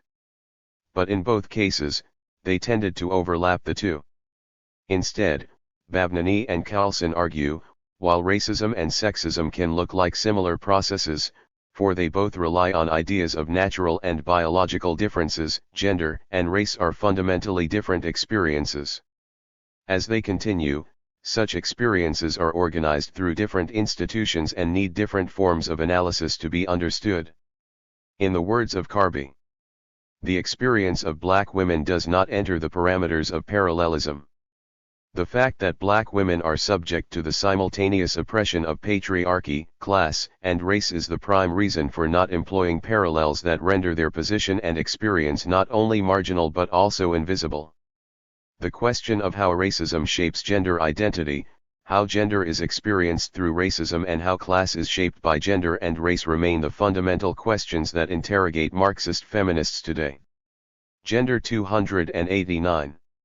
Gender and capitalism. As I mentioned above, several Marxists maintained for a long time that Marx's categories to describe the inner laws and functioning of capitalist exploitation are fundamentally gender and race blind.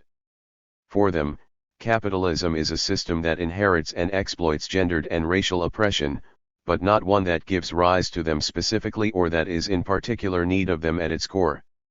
This position is perhaps best expressed with the words of the late Ellen Maxine Wood, who maintained that, if capital derives advantages from racism or sexism, it is not because of any structural tendency in capitalism toward racial inequality or gender oppression, but on the contrary because they disguise the structural realities of the capitalist system and because they divide the working class.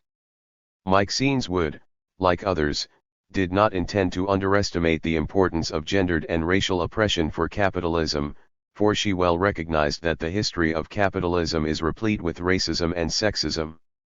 What she was trying to say, rather, is that what makes the capitalist mode of production absolutely novel and unprecedented in the history of modes of production is exploitation as a specific economic and juridical formula that allows certain individuals to own the means of production and to purchase the labor power of formerly free workers in order to use this legally purchased labor power to produce commodities and sell them on the market, with the aim of deriving a perfectly legal profit from this sale. In other words, Maxine Wood, like Harvey and others, operates with an ideal type of capitalism as an abstract marketplace in which the race and gender of the people involved, whether buyers or sellers, do not really matter for the capitalist machine to work.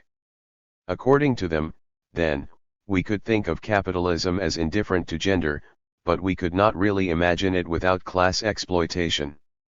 The indifferent capitalism thesis, as Aruzza called it, is entirely specular to the dual systems analysis proposed by Hartman and others, for they both agree that Marx's categories are gender-blind and thus unable to address the specificities of gender under capitalism.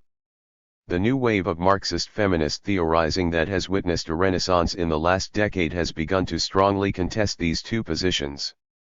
One such attempt is the publication by Cinzia Arruzza of Remarks on Gender. Here Arruzza's attempt is to contribute towards reopening a debate about how we should conceptualize the structural relationship between gender oppression and capitalism. Departing from a critical reconstruction of dual system analyses and an engagement with what she names Marxine's Wood's indifferent capitalism theory, Arruzza sets out to understand what the role of gender and women's oppression is within capitalism. For Arruzza, gender and racial oppression have become an integral part of capitalist society through a long historical process that has dissolved preceding 290 forms of social life.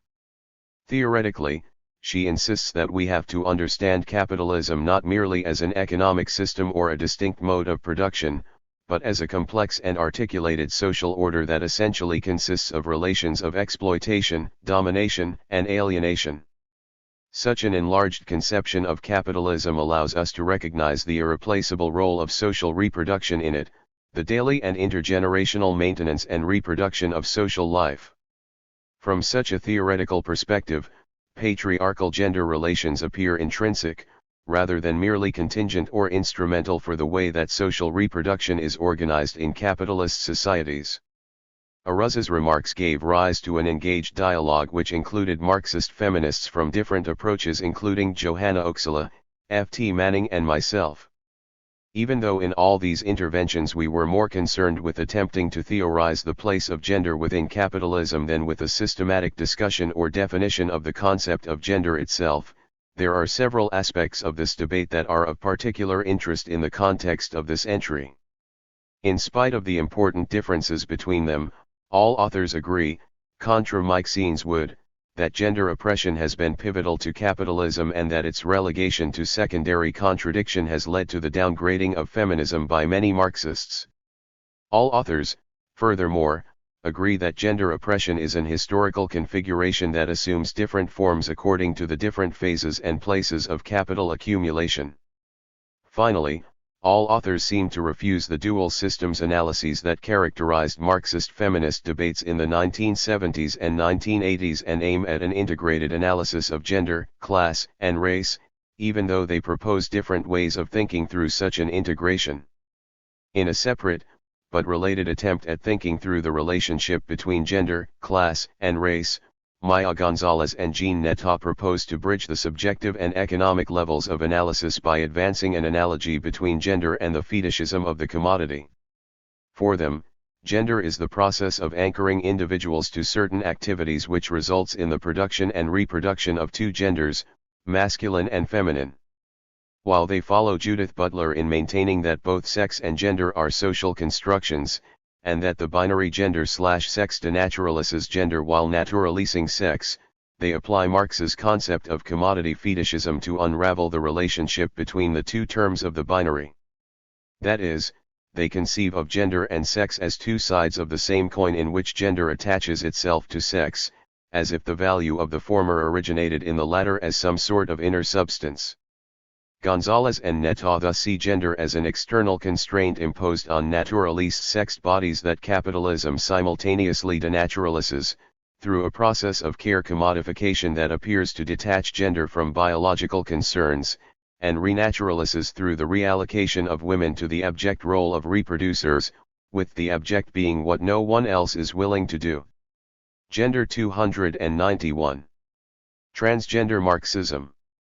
Marxist transgender theorists have produced some of the most compelling and challenging conceptualizations of gender, recently brought together in a collective volume.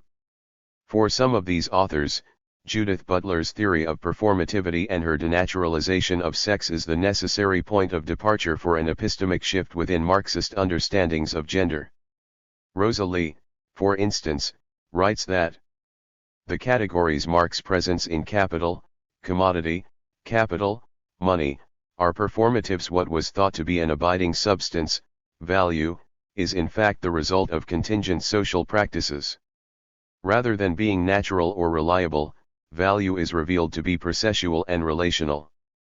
And rather than appearing obviously, value's origins mean it will always remain unstable and subject to continual change and transformation. For Lee, then, Marx's critique of political economy as one that unravels the contingent and historical variability of value and our mode of production is uniquely useful for transgender theory, for it highlights gender's temporal dynamics. For the authors of transgender Marxism, the regulation of gender and sexuality must be understood as integral to capitalism as it survives across time. As the capitalist state constantly tries to domesticate gender roles and sexuality, transgender politics allows for an analysis of how the state and capital turn ascriptive distinctions into a material force.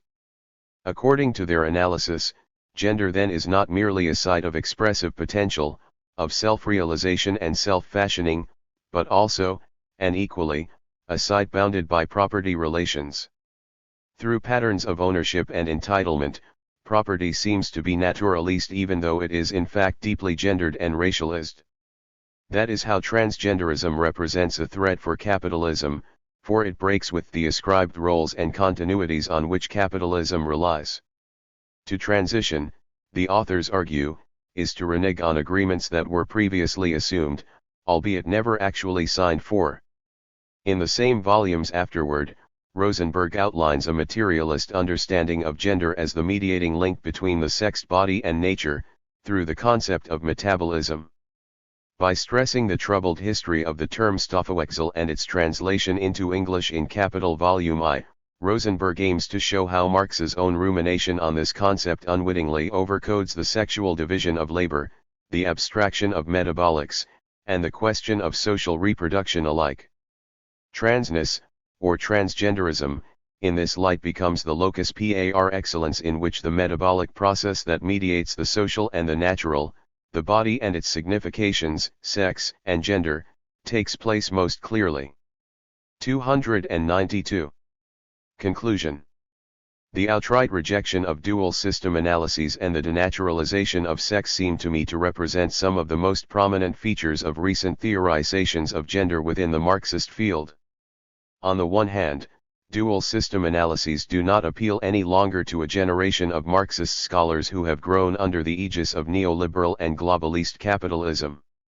In a way, the universalization of the law of profit across the planet has been accompanied by the deuniversalization of gender, previously conceived as the analytic descriptor of white, middle-class femininity. In other words, the more the lives of the world population are brought together under the common denominator of capitalism, the more we see the multifarious ways in which gender is experienced and co-opted, colonized and reappropriated, but hardly ever reducible to an established binary pattern. On the other hand, queer and transgender scholars have pushed Marxists to question the often implicit assumption that gender operates as a kind of superstructure above somewhat stable sexed bases. Several factors, in my view, have led to these developments in the contemporary Marxist theorizations of gender.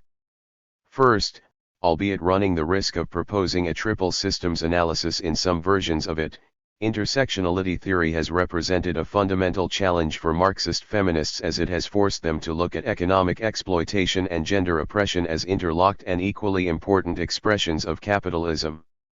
Second, the changes undergone by the family form since the 1970s in many Western countries and the increasing participation of women in paid labor have pushed feminists writing from a Marxist viewpoint to revisit an historical materialist understanding of gender oppression as one that manifests itself mainly through the relegation of women to domestic, unpaid labor. This shift has fundamentally undermined dual system attempts to theorize a domestic mode of production as opposed to a capitalist one.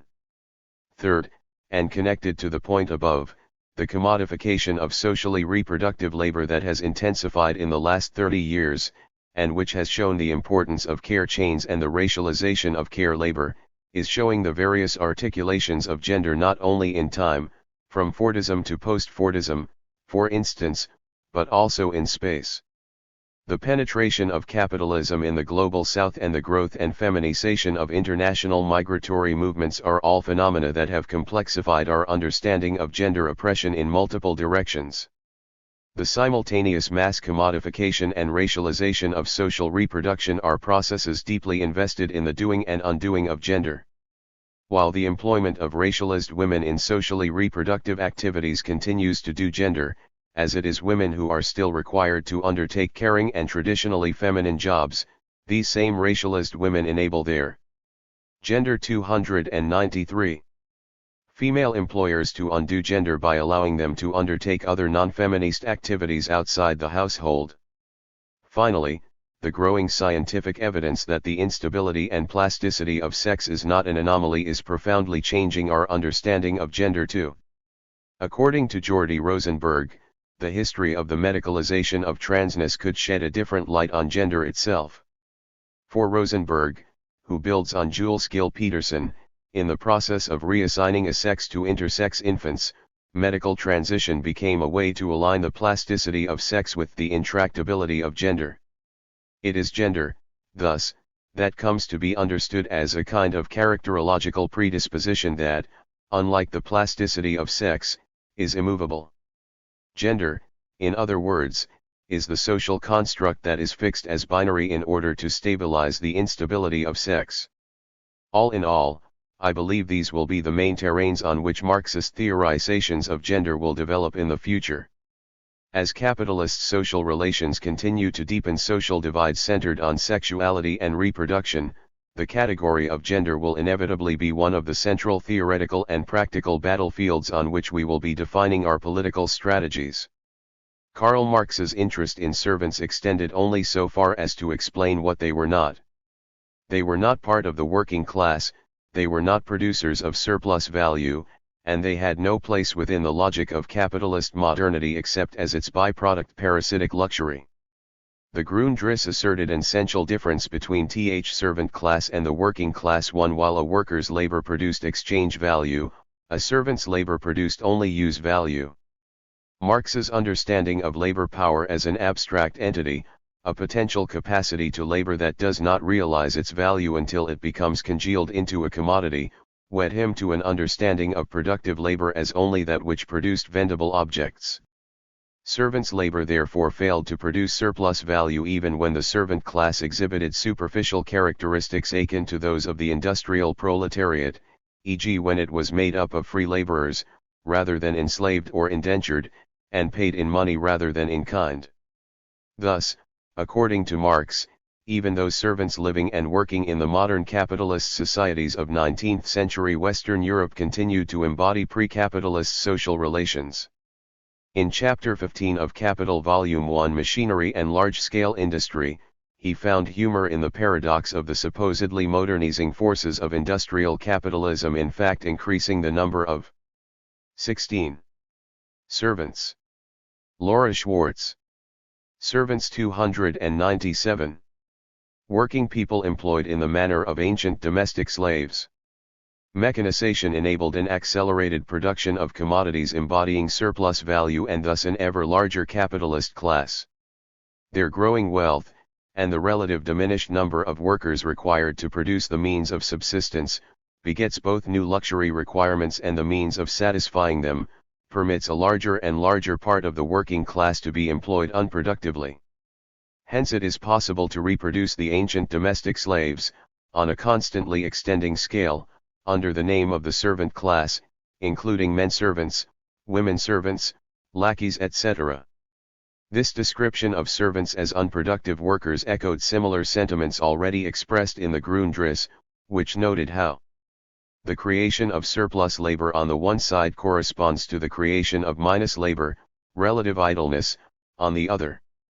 This goes without saying as regards capital itself, but holds then also for the classes with which it shares, hence of the paupers, flunkies, lickspittles etc. living from the surplus product, in short, the whole train of retainers, the part of the servant class which lives not from capital but from revenue. In both these works, Marx elided his discussion of a general servant class with a critique of domestic servants in particular. He understood domestic servants' labor as the performance of their employer's social status, which reduced them to baubles of luxury rather than contributors to a social product. This was in spite of the fact that the vast majority of 19th century domestic servants were not flunkies or retainers in the homes of the wealthy, but general servants employed to do hard manual domestic labor in lower middle class households. Marx briefly noted this demographic fact in a footnote, but did not bring it to bear upon his general point that not only were servants excluded from the working class, they were not really workers of any kind but luxury items in and of themselves. From this perspective, servants could not even be understood as producing the capitalist class in their daily lives, but were rather the dependents or byproducts of the surplus product. Although from a purely theoretical perspective Marx's distinction between productive and unproductive labor was an analytical category rather than a value judgment, a more historicist reading highlights the politically charged nature of this formulation. Marx's rhetorical flourishes implied some kind of alliance or shared interest between the capitalist class and the servant class. Servants within modern capitalism were not located in opposition or antagonism to the bourgeoisie but were its parasites, its cringing lickspittles. This had important political implications. Marx firmly declared that servants were of no interest to those seeking to mobilize the working class as a revolutionary force and agent of history. Capital Volume 1 asserted that types of work that are consumed as services and not products separable from the worker. 298. Are of microscopic significance when compared with the mass of capitalist production and may therefore be entirely neglected. Yet, in the 19th and early 20th century, to exclude servants from this political project was to exclude the most numerous of all waged workers. Marx acknowledged that the 1861 census of England and Wales recorded 1,208,648 domestic servants out of a potential workforce of about 8 million, outnumbering all the various forms of industrial worker put together. To neglect servants was also to ignore the vast majority of the female workforce since, as Marx remarked in a footnote, more than 91% of this huge population of servants were women. This remained the case in Britain into the 1930s, when servants made up between 1/4 and 1/3 of all women in paid employment. Across Europe, domestic servants remained one of the most numerous types of waged worker into the 20th century, declining after the First World War but only definitively disappearing as a central component of the labor market after the Second World War, a development that, as one argues below, might now only be viewed as temporary. Servants also constituted an important element of the labor market across the territories colonized and settled by European imperial powers, and colonial families tended to employ far more domestic servants than their counterparts in the metropole. Nevertheless, Marx's contemporaries and successors in male-dominated socialist and labor movements tended to neglect the domestic workforce. Some even made explicit what remained implicit in Marx's work, suggesting that servants were not merely outside of the working class but were in fact a counter-revolutionary force. It was argued that the conditions under which most servants labored, working in private homes, often alongside their female employers in tiny workforces of ones or twos, with little free time to attend political meetings or socialize with other workers, presented insurmountable difficulties to successful union organizing and even the development of class consciousness.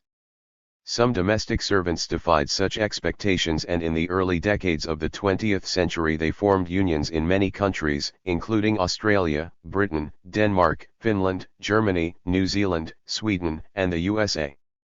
The German Domestic Servants Union was one of the strongest, and was initiated by Marxists and socialists in the Social Democratic Party such as Clara Zetkin and Helene Grunberg.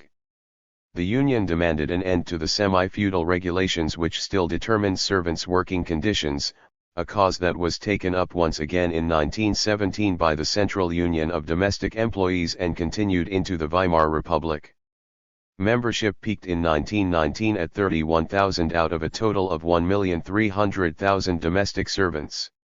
In 1921 and again in 1927 it spearheaded attempts to pass legislation regulating household service and limiting the working day, although these ultimately failed. The Domestic Workers' Union of Great Britain and Ireland was servants 299. Far smaller, a maximum of 2,000 members at any one time, but was led from the grassroots by domestic servants Kathleen Oliver and Grace Neal, as well as Jessie Stephen of the Scottish Federation of Domestic Workers, which merged with the National Union in 1913. They proudly declared their union to be an organization by servants for servants and refused to apologize to critics who complained that the union was organized along class war lines. They rejected sentimentalist views of the mistress-servant relationship as anything other than an employment contract, and insisted that domestic labor could be regulated and legislated for like any other job. Around the same time, but on the other side of the globe, class consciousness, pride in one's work and claims to professional status were also asserted by migrant Chinese amas in Southeast Asia, who formed networks, provided accommodation for fellow servants during periods of unemployment and assumed their own professional dress. These unions were inspired by a general upsurge in working class and feminist militancy in this period, yet rarely received large-scale or active support from either movement. As a result, they tended to be sporadic, short-lived, and disrupted by the First World War. Domestic worker organizing in the interwar period was both galvanized and ultimately limited by the economic crisis of the 1930s and coercive state welfare systems that forced many former domestic servants back into service. Nevertheless, the real, if uneven, improvement in domestic servants' pay and conditions that occurred in the 20th century must in part be attributed to both formal and informal organizing efforts by the workers themselves. Most 19th and early 20th century Marxists and socialists, however, did not look to the organization and/or revolutionary activity of domestic workers as the solution to their low pay and poor working conditions. Instead, they argued that domestic service would wither away under socialism through the mechanization and collectivization of housework. The German Marxist August Bebel's Woman and Socialism, widely translated, reprinted and read by socialists across Europe, argued that housework must be modernized in line with other forms of industry. The preparation of food must be conducted as scientifically as any other function. The private kitchen disappears. All the former troubles of keeping ranges, lamps etc. in working order removed by the central heating and electric apparatuses for lighting. Warm and cold water supplies places bathing within reach of all. The central laundries assume the washing, drying, etc. of clothes, and the central cleaning establishment see to the dusting etc. of clothing and carpets. Domestic life being thus radically transformed, the servant, this slave of all the whims of the mistress, is no more. Jane Clapperton, Clementina Black, and Sylvia Pankhurst in Britain and Charlotte Perkins Gilman in the USA also proposed blueprints for collective living and/or the collectivization of cooking, cleaning and child care. While all of them worked within a broadly socialist tradition, only Sylvia Pankhurst advocated a Marxist-influenced revolutionary politics. Ideas of cooperative housekeeping gained a much wider audience within the varied political currents of the women's movement, and also drew upon visions of cooperation put forward by the British Owenites and the French Fourierists in the early 19th century, those whom Marx and Engels had labeled utopian socialists in the 1848 Communist Manifesto.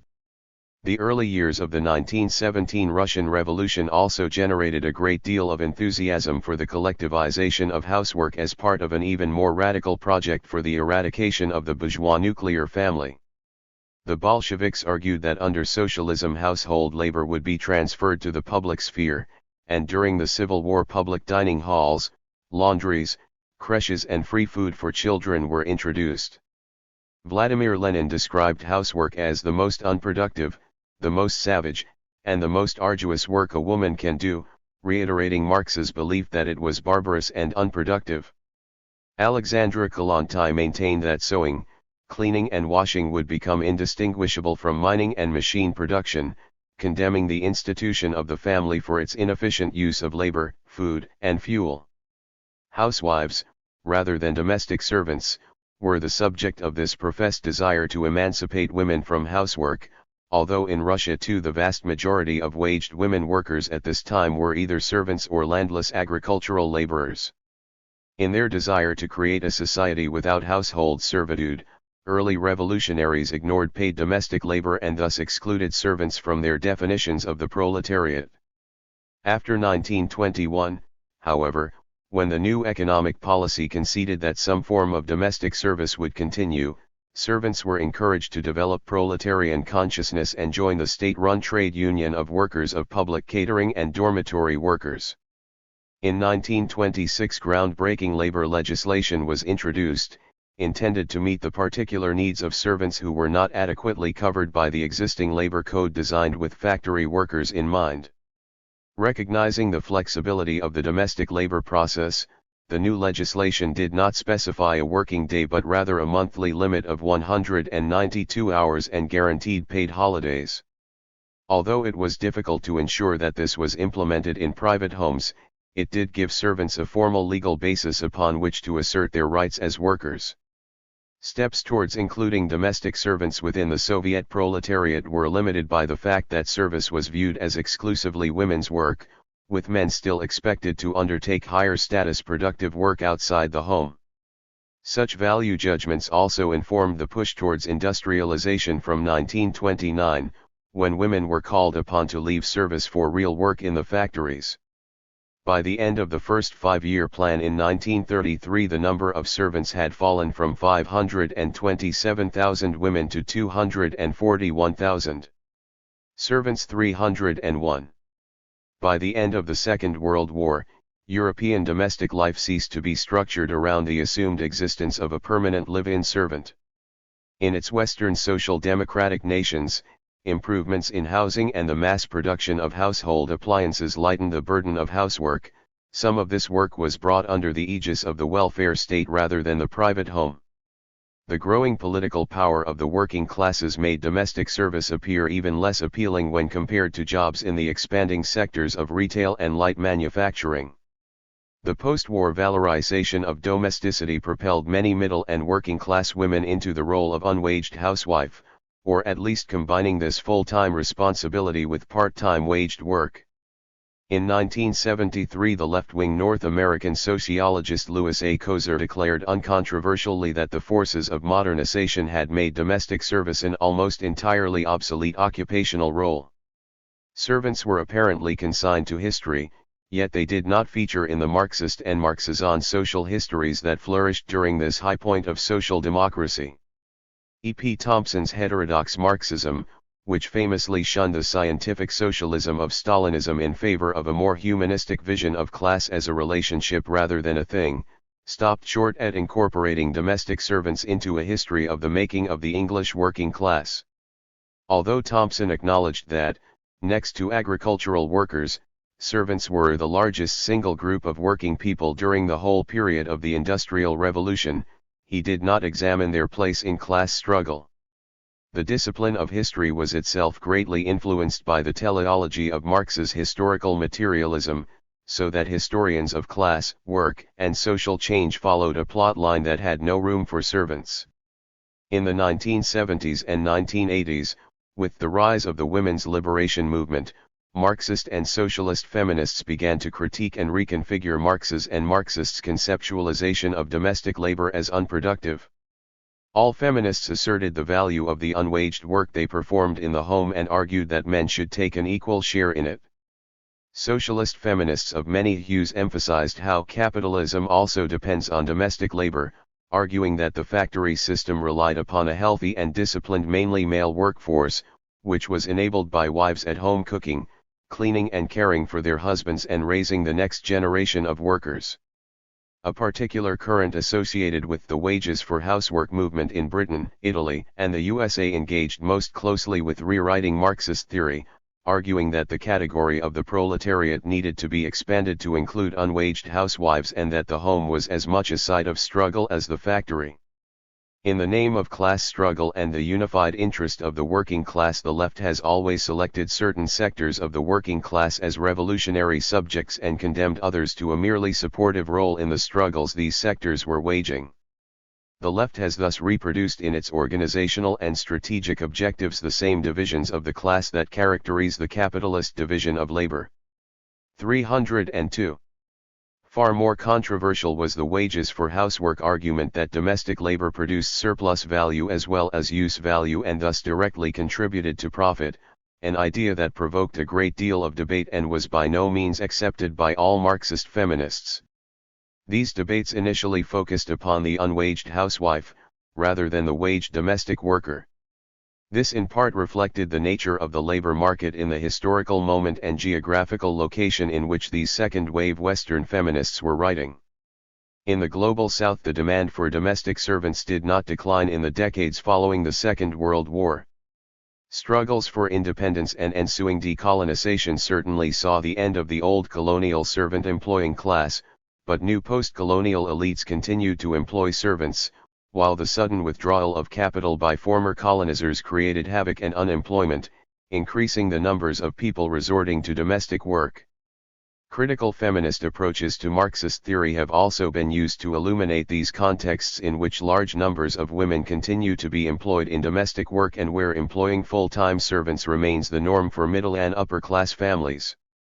Rickaray and Seaman Khayyam's study of servitude in India engaged with precisely the microscopic relations that Marx dismissed, and posit that the macroscopic relations of exploitation that interested Marx are rooted in the dialectics of the day-to-day and the intimacies of power that characterize domestic service. These Marxist feminist interventions must be understood alongside parallel and intersecting moves within critical race theory and anti-racist and post-colonial politics to critique and expand more orthodox Marxist understandings of the proletariat. Looking beyond the Western, white, male factory worker has shifted attention not just to domestic workers but also peasants, slum dwellers, and a range of subaltern subjects. These developments owe as much to thinkers and activists who position themselves against the grain of Marxism, as to those working within a broadly Marxist remit to rethink some of its categories. In the last few decades, analysis of domestic work has also been informed by Marxism theories of immaterial, emotional, and affective labor. Such scholarly developments occurred as the number of domestic workers globally grew by almost 20 million between 1995 and 2010. Since the 1980s, paid domestic labor has rapidly expanded to become a central feature of neoliberalism and globalization. As welfare states have been attacked and the majority of women in the global north are now employed outside the home, some reproductive labor such as convenience food and private child care has been outsourced to the commercial sphere, and more middle-class families have once again begun to employ domestic workers in their own homes. In the UK, around 448,400 people worked as cleaners across the industry in 2010, employed by as many as 1. Servants 303. In 10 British households, and 37% of those in England were migrant workers. Global inequality has thus been key to delivering cheap labor back into British homes, and many migrant domestic workers are enmeshed in a global chain of care that requires them to outsource the care of their own homes and families in their countries of origin. The importance of migration to the 21st century domestic service industry has also led to a rise in the number of male domestic workers in the West. In Italy, where this phenomenon is most pronounced, men have made up as much as 17% of declared domestic workers in 1996, fluctuating at around 10 to 11% in the first decade of the 21st century. The vast majority are migrants from East Asia and Latin America. Immigration controls and fear of deportation among undocumented workers and those whose visa is sponsored by their employers, in addition to a more general hostile environment affecting all migrant workers, make it difficult to assert even the limited employment rights currently in place. Yet many migrants have become involved in, and indeed spearheaded, a resurgence in domestic workers' unions and pressure groups demanding governmental and international legislative intervention. These organizing efforts began in the Global South in the 1980s and were brought to the Global North in the early 21st century, primarily by migrating Caribbean, Latin American and Asian domestic workers. In Britain, some of the most significant gains made by cleaners in the last decade or so have been won by small grassroots migrant workers' unions such as the Cleaners and Allied Independent Workers' Union, the Independent Workers of Great Britain and United Voices of the World, although these have tended to focus on workers in offices and public institutions rather than private homes. On a global scale, trade unions have begun to give greater recognition to domestic workers, and in 2011 the International Labour Organization passed Convention 189 concerning decent work for domestic workers. At the time of writing, This convention is now in force in 32 nations, but has not been ratified in Britain, where cleaners on average earn around £9.44 per hour, less than the national living wage. 3. Over these last few decades, the domestic servants of the past have begun to be written back into the history of capitalism, imperialism, and class formation. Leonore Davidoff's pioneering work traced how the British Industrial Revolution, that laboratory of early industrial capitalism attended to so closely by Marx and Engels, generated both the material and ideological separation of home and work. This was accompanied by a gendered division of labor that relegated women's economic activity to the private sphere and rendered it non-work. In showing how domestic labor came to be devalued and defined as unproductive, Davidoff also revealed the historical conditions under which Marx's own thinking on servants 304 was shaped. Instead, Davidoff maintained that industrial capitalism was founded upon the unwaged and low-paid labor of housewives and domestic servants in the family home. She also highlighted domestic servants' importance in defining and affirming middle-class identity, offering a different perspective on the lickspittles and flunkies so derided by Marx. In Davidoff's view, such servants were not unproductive but, on the contrary, performed the crucial ideological and material labor of class formation. Whereas Davidoff's emphasis was on the metropole, and McClintock examined the central role of domesticity, domestic labor, and domestic servants in the formation of the British Empire, drawing an affinity between the denial of the value of women's domestic work in the industrial metropolis and the devaluing of colonist labor in the cultures coming under violent imperial rule. More recently, historians have begun to bring domestic servants into labor history, to tell a different story about the making of the working class. Carolyn Steedman has done this for 18th and early 19th century England, disrupting the plot of Thompsonian social history by placing servants at the center of accounts of modern labor and property law. Writing about a period before the stigmatization of domestic labor that Davidoff recounted, Steedman insisted upon treating 18th century servants not as dirty, disgusting, social others but as workers who, with the means available to them in a profoundly inequitable society, were aware of and asserted their legal rights. Selina Todd's History of the Rise and Fall of the Working Class has argued that, far from being marginal to this story, servants should be understood as barometers of social change and the fortunes of the wider working class. Todd has also called for historians not just to attend to the personalized aspects of the mistress-maid relationship, but also to take a labor history approach to understanding how wages and conditions shaped experiences of service. A 2015 special issue of the journal International Labor and Working Class History, Historicizing Domestic Workers' Resistance and Organizing, edited by Eileen Boris and Premila Nadasen, reveals the extent to which such a project is now being undertaken from a global perspective. Premila Nadasen's History of African American Domestic Workers, who organized collectively in the 1950s to 70s, highlighted the persistence of domestic service in the USA even after the Second World War, whereby in 1960 1/3 of all employed African American women were household workers. This bucking of the Western European trend towards decline serves as a reminder of the importance of race and the legacies of slavery in structuring the domestic labor market and cutting across the gains made by a labor movement. Histories of domestic servants' efforts to transform the conditions under which they labor point towards possibilities and offer lessons for future workplace activism in economies that no longer conform to orthodox Marxist visions of the industrial proletariat. Servants 305. The shift in terminology from servants to domestic workers is significant, an indication that it is no longer possible to refuse to recognize them as agents of their own history. Part 3. Political Perspectives. 17. Politics. Panagiotis Sotiris. The question of a theory of politics in Marx has been an open one in the history of Marxism. Marx was a thinker immersed in politics even from his very first theoretical steps, as part of the left Hegelian circles in Germany, and later by his commitment to various organizational efforts of the German and then international labor movement, in particular through his involvement in the International Workingmen's Association and the formative process of the German Social Democratic Party.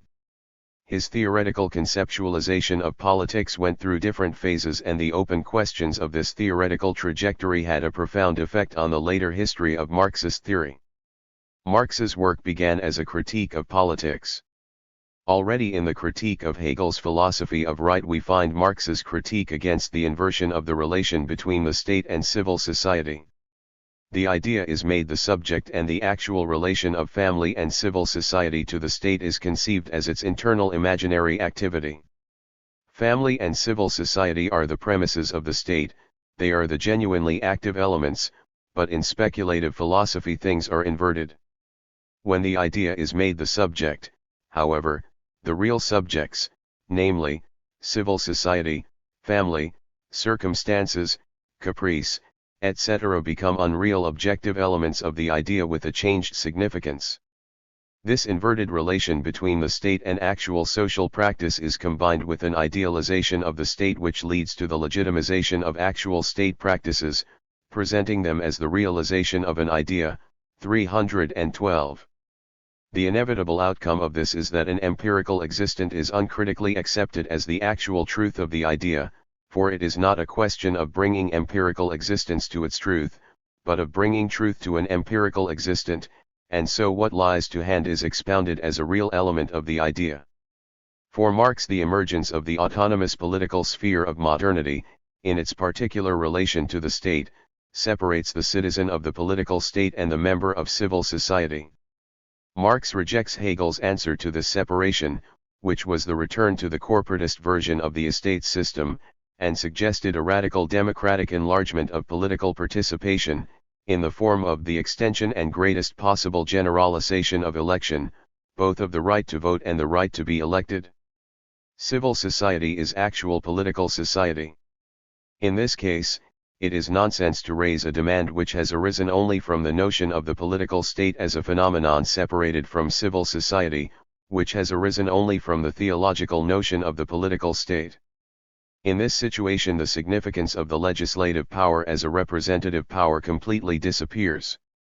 The legislative power is representation here in the sense in which every function is representative, in the sense in which, example, the shoemaker, insofar as he satisfies a social need, is my representative, in which every particular social activity as a species activity merely represents the species, i.e., an attribute of my own nature, and in which every person is the representative of every other. He is here representative not because of something else which he represents but because of what he is and does. The next step in Marx's critique of politics took the form of a critique of the separation between civil society and the state as a form of alienation. Alienation had been a crucial concept in the evolution of Hegel's philosophy. Separation was part of the dialectical process leading to Aufhebung. However, in Feuerbach's critique of religion, alienation had taken a negative tone as the separation of human beings from their essence through its projection into deity. Marx, in a similar conceptual strategy, defined the development of an autonomous sphere of politics, based upon an abstract conception of law and rights, where citizenship is defined as abstraction from real social conditions, as a form of alienation. If religion is the alienated reified projection of human essence as human capacity towards wisdom, love, and happiness, by means of the inversion and projection of these elements to deity, Marx instead opts to see the autonomous sphere of bourgeois politics as an alienated and inversed form of real human sociality with its forms of inequality, exploitation, and oppression.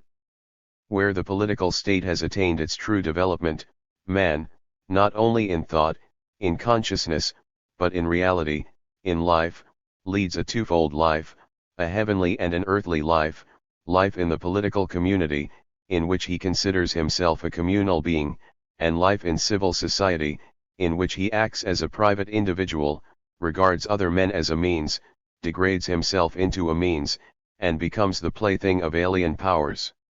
The relation of the political state to civil society is just as spiritual as the relation of heaven to earth. In his most immediate reality, in civil society, man is a secular being. Here, where he regards himself as Politics 313. A real individual, and is so regarded by others, he is a fictitious phenomenon.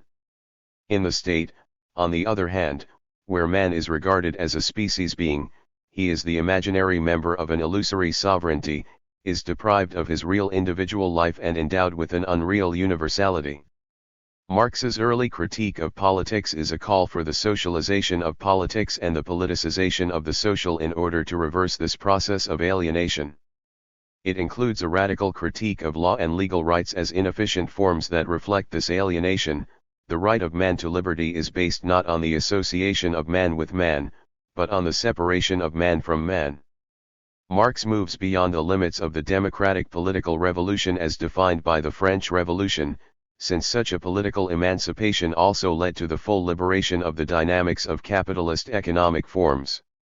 The political revolution thereby abolished the political character of civil society. It set free the political spirit, which had been, as it were, split up, partitioned and dispersed in the various blind alleys of feudal society. Throwing off the political yoke meant at the same time throwing off the bonds which restrained the egoistic spirit of civil society. Marx suggests a new conception of the revolution as a process that could revolutionize all aspects of social life. In contrast, political revolution resolves civil life into its component parts, without revolutionizing these components themselves or subjecting them to criticism.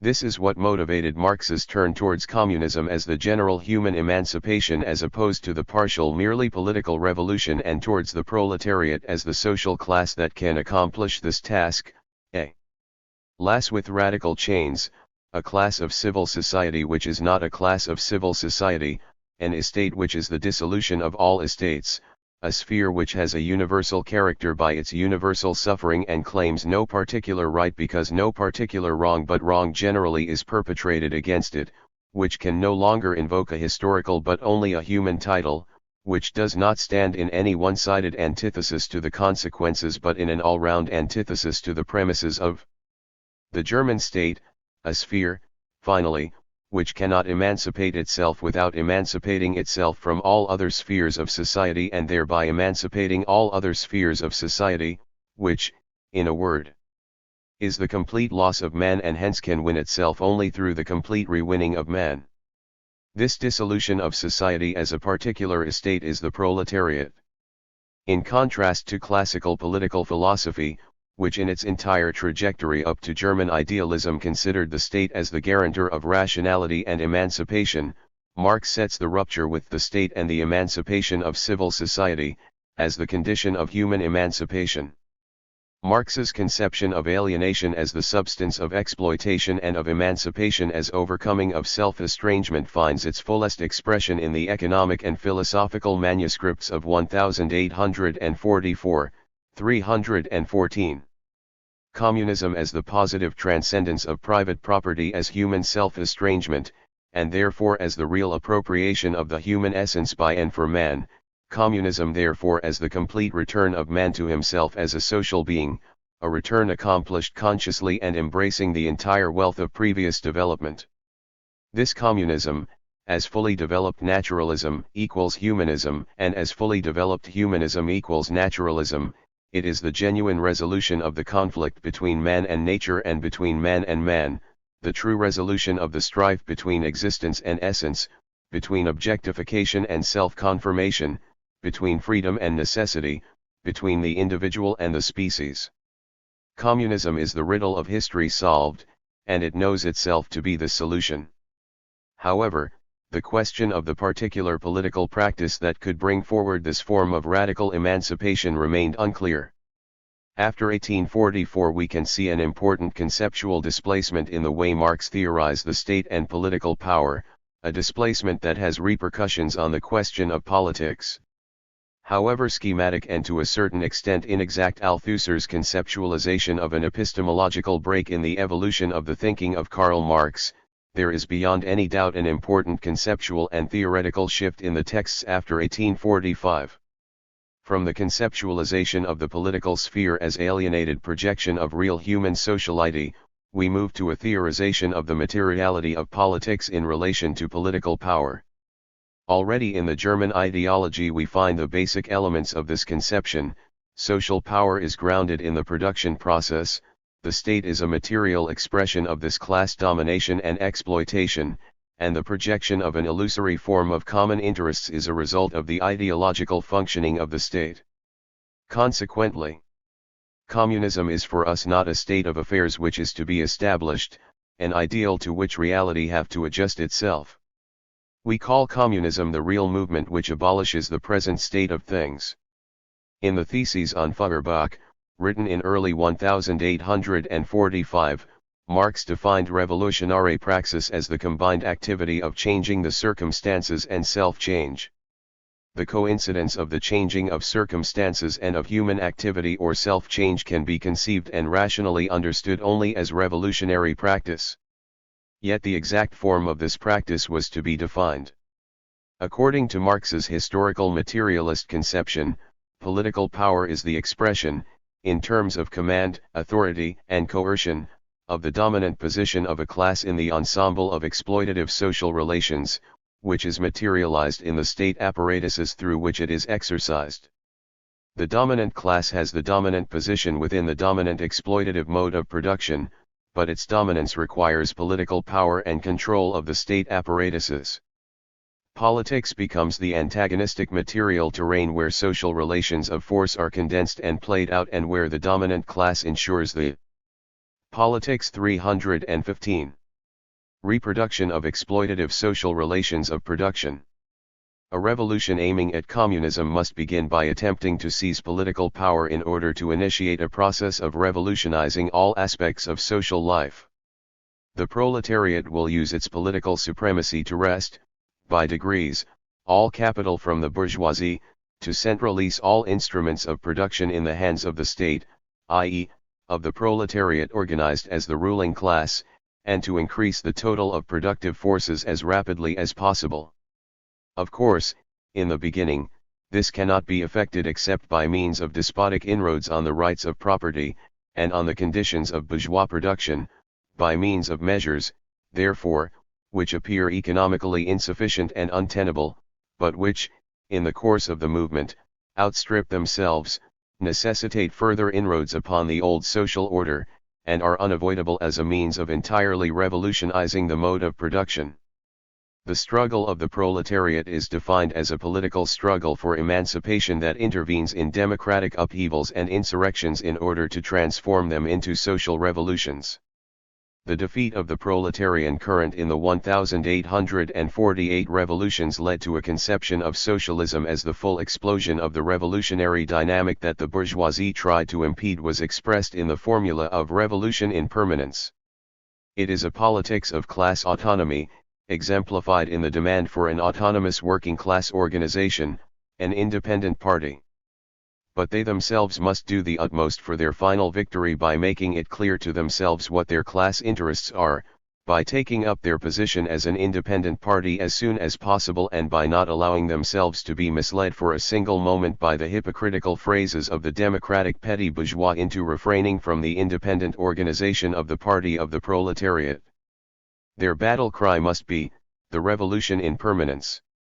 To the call for an autonomous proletarian organization is added the conceptualization of the dictatorship of the proletariat as not just a political option but as a necessary theoretical conclusion.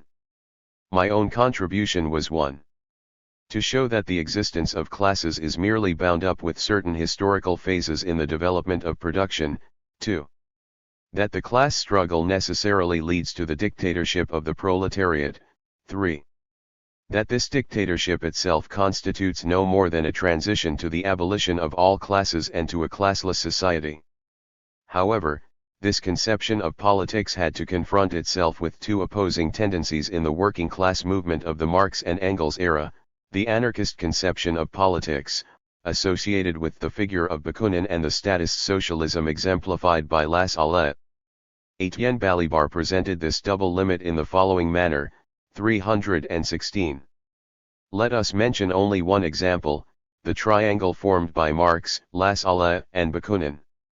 In my opinion, one does not wonder enough about the fact that such indefatigable polemicists such as Marx and his faithful assistant Engels turned out to be incapable of writing an anti-Lassalle or an anti-Bakunin, which would have been practically much more important than an anti-Dühring or even than the reissue of an anti-Proudhon. No personal and no tactical reason in the world will ever be able to explain such a lapse which moreover was, as we know, heavy with political consequences. They did not write it because they could not write it. Only after the experience of the Commune did we begin to see a new thinking on the question of politics, by means of the rectification of the Communist Manifesto, and in fact the call for a new practice of politics. For Balibar this rectification is evident in the 1872 preface to the German edition of the Communist Manifesto. However much the state of things may have altered during the last 25 years, the general principles laid down in this manifesto are, on the whole, as correct today as ever. Here and there some detail might be improved.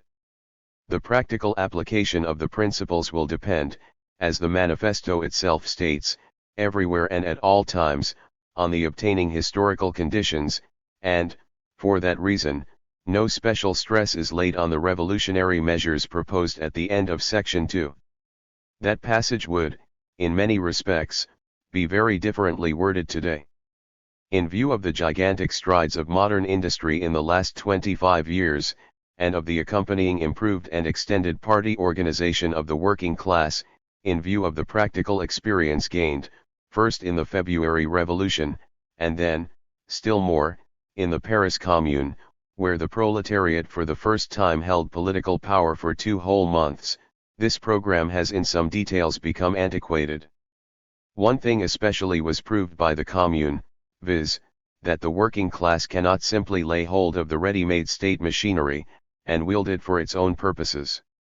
Balibar insisted this conception implied that proletarian action leads not to another politics but to a new practice of politics, in an explicit analogy to Althusser's insistence in Lenin and philosophy to a new practice of philosophy, based upon the existence of autonomous mass organizations of workers and upon the penetration of political practice into the sphere of work, of production. However, there is also another parallel line in Marx, having to do with the entire theoretical operation of a critique of political economy. Although unfinished, the elaboration of the theory of value form represented the emergence of a new theoretical paradigm and the possibility not just of a radicalization of classical political economy but of a highly original theory of the capitalist mode of production. Capital and in general Marx's writings on the critique of political economy are not economic texts, there is no purely economic relation of exploitation. The direct relationship of the owners of the conditions of production to the direct producers, a relation always naturally corresponding to a definite stage in the development of the methods of labor and thereby its social productivity, which reveals the innermost secret. Politics 317. The hidden basis of the entire social structure, and with it the political form of the relation of sovereignty and dependence, in short, the corresponding specific form of the state. As Balibar has suggested, this implies that the labor relation is immediately economic and political, the form of the economic community and that of the state grow simultaneously out of this basis. Capital offers a novel conception of a theory of exploitation that stresses not only the economic aspects but also the political and the ideological. From the reference to the violence of primitive accumulation to the entire discussion of the legislation regarding the duration of the working day and to the entire conceptual framework of fetishism, politics and ideology are present in Capital. Consequently, we might follow Balibar in insisting that in Capital we are not dealing with an economic theory but with the short-circuit established by Marx's analyses between two realities that the whole movement of bourgeois thought, ever since the beginnings of the transitional phase in the 16th and 17th centuries, tended on the contrary to separate from one another as much as possible not only in theoretical discourses but above all by a multiplication of material institutions, the labor process and the state. However, there is unevenness between the theorization of the capitalist mode of production and the theorization of politics and political practice. The critique of political economy is not combined with a critique of politics. Instead, as Balibar has observed, we have a tension between the notion of the proletariat, in the sense defined in the works preceding Capital, and the notion of labor in Capital, which can also be seen as the tension between mass and class. Consequently, Although capital points to the direction of an invasion of politics in the workplace, the question of the particular new practice of politics remains open. To this we should add another theoretical problem originating in some of Marx and Engels' formulations, namely the idea that communism is the end of politics. Engels' Saint-Simonian reference in Socialism utopian and scientific that in communism the government of persons is replaced by the administration of things, and by the conduct of processes of production exemplifies this contradiction. The period of the Second International will leave a legacy of a strongly economistic and reductionist conception of the relation between base and superstructures, leading to a certain quasi-metaphysical theorization of politics as the simple reflection of economics. Despite the invocation of a revolutionary overthrow of capitalism, the combination between the defeat of the Paris Commune and the organizational and electoral successes of the German social democracy were perceived as a possibility to abandon the insurrectionary practice of politics towards a more parliamentary approach. Even Engels, in his 1895 Introduction 318 to Karl Marx's Class Struggles in France, suggested that the era of street fighting, barricades, and revolution as insurrection is past and legal methods enable bigger advances from the proletariat. With its successful utilization of universal suffrage, however, an entirely new method of proletarian struggle came into operation, and this new method quickly took on a more tangible form. It was found that the state institutions in which the rule of the bourgeoisie is organized, offer the working class still further levers to fight these very state institutions. The workers took part in elections to particular diets, to municipal councils and to trades courts. They contested with the bourgeoisie every post in the occupation of which a sufficient part of the proletariat had a say. And so it happened that the bourgeoisie and the government came to be much more afraid of the legal than of the illegal action of the Workers' Party, of the results of elections than of those of rebellion. In the evolution of the working class movement one could see the tension between a gradualist conception of politics as simply gathering strength, in organizational and electoral forms, which was a belief shared in social democracy by both orthodox Marxists and revisionists like Bernstein, especially since German social democracy managed to create a party machine without precedent, and a more radical, even if sectarian in certain cases approach, especially from the part of anarchist and revolutionary syndicalist tendencies that proposed abstention from elections. There was also the recurring tension between a politics based on the state and the formation of counter-institutions from below, such as workers' councils or strong revolutionary trade unions. The question was whether the main vector for a proletarian political practice was the party or the autonomous forms of proletarian self-organization, an opposition which also led to a negation of the need for parties. Lenin was to a certain extent the exception to this discussion. Although it has been suggested that his ideas were mainly based upon a projection of the conception of the political party developed by the German social democracy, in texts by Lenin such as What is to be Done? A gnoseology of politics emerges, with revolutionary politics depending upon the formation of a revolutionary consciousness, therefore linking the question of political practice to that of political intellectuality. The fundamental error committed by the new trend in Russian social democracy is its bowing to spontaneity and its failure to understand that the spontaneity of the masses demands a high degree of consciousness from us social democrats. The greater the spontaneous upsurge of the masses and the more widespread the movement, the more rapid, incomparably so, the demand for greater consciousness in the theoretical, political, and organizational work of social democracy. However, Lenin did not restrict his intervention to the question of political organization and to the centrality of political struggle as opposed to simple trade union activity. He also insisted that communist political practice proper is one that aims at revolution. To this end Lenin added two crucial aspects to the theorization of a potential revolutionary political practice. First, he attempted to Politics 319. Rethink revolutionary political intervention as decisive intervention at a moment of condensation of contradictions at all levels of social reality, what Althusser would later try to define as overdetermination. Then, he conceived of dual power as an antagonism of contrasting practices of politics, on the basis of autonomous organizations such as the Soviets. What is this dual power? Alongside the provisional government, the government of the bourgeoisie, another government has arisen, so far weak and incipient, but undoubtedly a government that actually exists and is growing, the Soviets of Workers' and Soldiers' Deputies. What is the class composition of this other government? It consists of the proletariat and the peasants. What is the political nature of this government? It is a revolutionary dictatorship, i.e., a power directly based on revolutionary seizure, on the direct initiative of the people from below, and not on a law enacted by a centralist state power. Dual power was the basis for a new form of revolutionary power that could initiate a process of the withering away of the state. Although dual power was presented mainly as a description of a certain conjuncture where there is a catastrophic equilibrium between two opposing blocks, it also pointed to the duality of two antagonistic forms and practices of politics.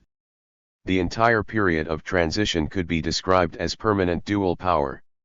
Lenin insisted that the revolutionary political practice should also be a process of learning and experimentation, as if one can set out to make a great revolution and know beforehand how it is to be completed. Such knowledge cannot be derived from books, and our decision could spring only from the experience of the masses, a point similar to Marx's observation in the Critique of the Gotha program that the question of the transition to communism can only be answered scientifically, therefore experimentally. The defeat of the revolution in the West and the inadequacy of the conceptualization of revolutionary political practice as well prepared insurrectionary acts along with the rise of fascism led to a renewed thinking of revolutionary politics and strategy, by both Lenin and Trotsky, in the form of the United Front, which was combined with the question of the possibility of a workers' government. Lenin's last battle centered upon the question of cultural revolution as a renewed emphasis on mass political intellectuality as a condition for the difficult conditions of the transition period.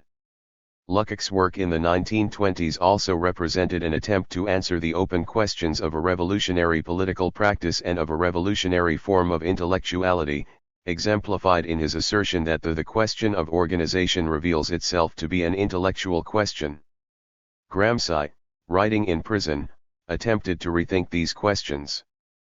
Based upon an enlarged conception of the integral state as the entire complex 320 of practical and theoretical activities with which the ruling class not only justifies and maintains its dominance, but manages to win the active consent of those over whom it rules, he attempted to answer both the question of the political form of the United Front and the question of mass political intellectuality.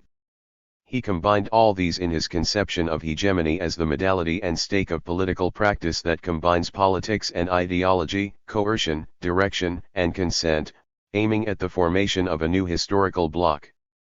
Based upon his conception of the passive revolution as the political practice of the dominant classes in advanced capitalist formations, he suggested the war of position as the political practice of the subaltern classes, in the sense of a struggle for hegemony, a war of position which is a strategy of anti-passive revolution. The evolution of the Soviet Union, the identification of the state with the party and the annulment of any form of initiative from below, led to a conception of politics as command from above, reinforced by the emergence of the popular democracies. In the West this was combined with the transition towards a parliamentary conception of politics combined with a reformist conception of union activity. However, various forms of communist heterodoxy persisted in the 1940s and 1950s.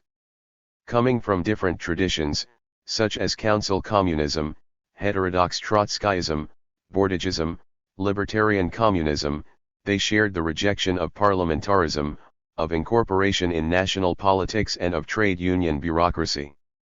Despite their relatively small numbers, they reproduced a conception of revolutionary politics as a combination of theory, a forming of international networks, a combination of politics and aesthetics, and attempts to get in contact with the new forms of working-class radicalism, preparing in a way the eruption of radical political practices after May 1968.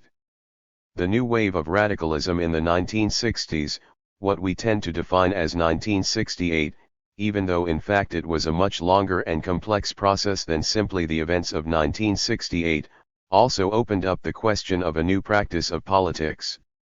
Although, initially it was, especially in the USA but also continental Europe, influenced by the renewed interest in the Frankfurt School, in the end it included an entire range of Marxist and communist political references. It led to a renewed emphasis on political praxis, a challenge against traditional reformist electoral politics and a transgression of the barriers between the political and the personal, the social and the political. Everything was political led to a new insistence on the socialization of politics and the politicization of the social. From the new forms of factory radicalism and the refusal of the capitalist division of labor, to radical feminism and the politics of sex, gender, and the body and the entire range of new social movements, one could witness this quest for a new transformative practice of politics that could affect all aspects of social life. The Chinese Cultural Revolution also seemed to offer an alternative in the sense of mass mobilization, an unleashing of political potential from the part of Politics 321. The masses and an attempt towards a revolution inside the revolution, suggesting a return to a conception of permanent dual power, with movements from below becoming the central point. Despite the open theoretical questions regarding the Cultural Revolution itself and the limits of Western Maoism, it offered a point of reference for a radicalization of political practices.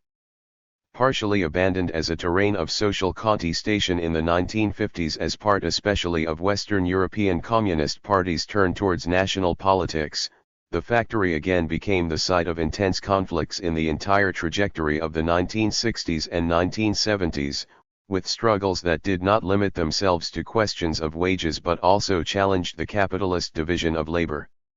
This was especially evident in Italy where the tendency that came to be known as operaismo attempted to redefine communist politics based on the centrality of the figure of the worker, attempting both new forms of co-research, reviving Marx's initial suggestion of a workers' inquiry, and new forms of politics and contestation based on the factory as the epicentre of an insurrectionary sequence and on the hypothesis that the motor force of the development of capitalism is the constant resistance of workers in the workplace in a reversal of traditional communist economism.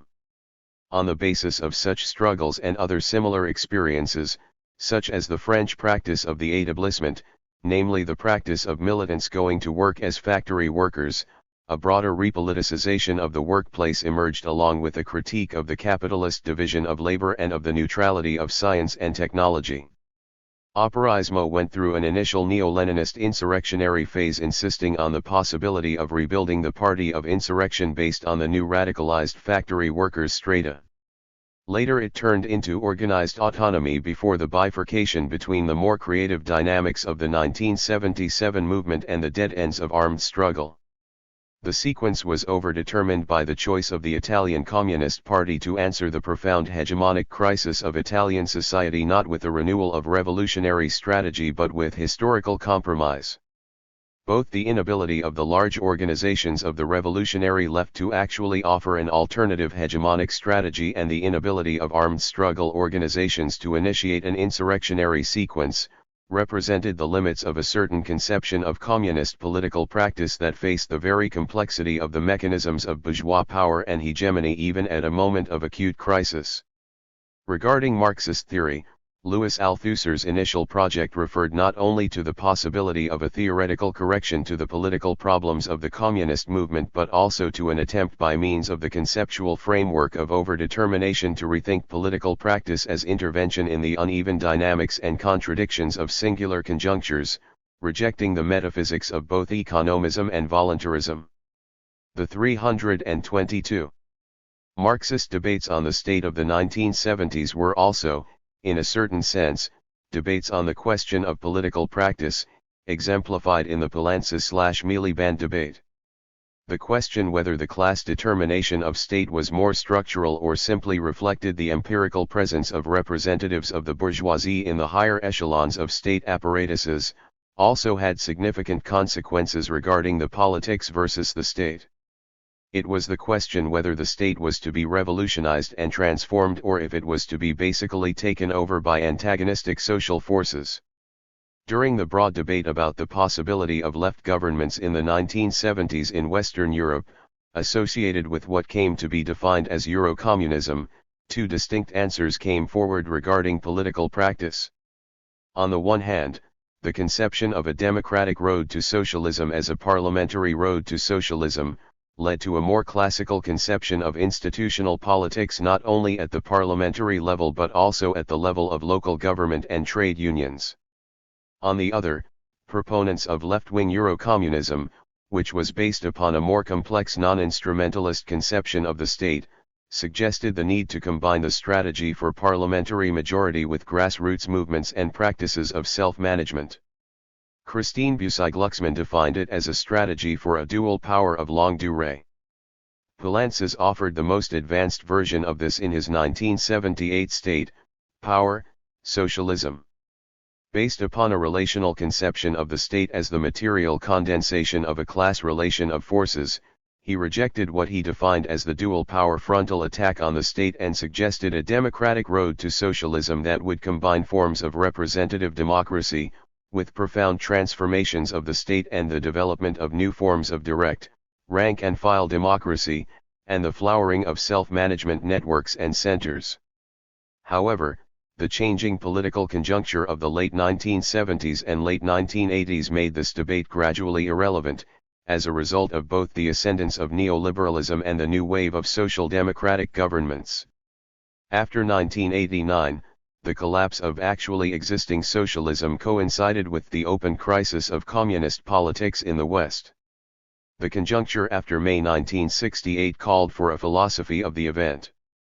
Alain Badiou's trajectory exemplifies this, beginning with his rethinking of his radical Maoism in the second half of the 1970s and then to the non-ontology of the possibility of the event in being an event, which led to a post-Leninist conception of politics insisting that a real politics holds itself at a distance from the state and constructs this distance. In various instances this suggested a hostility to electoral or trade union politics and an insistence on either topical struggles along with continuous fidelity to what Badiou defined as the communist hypothesis. Politics 323.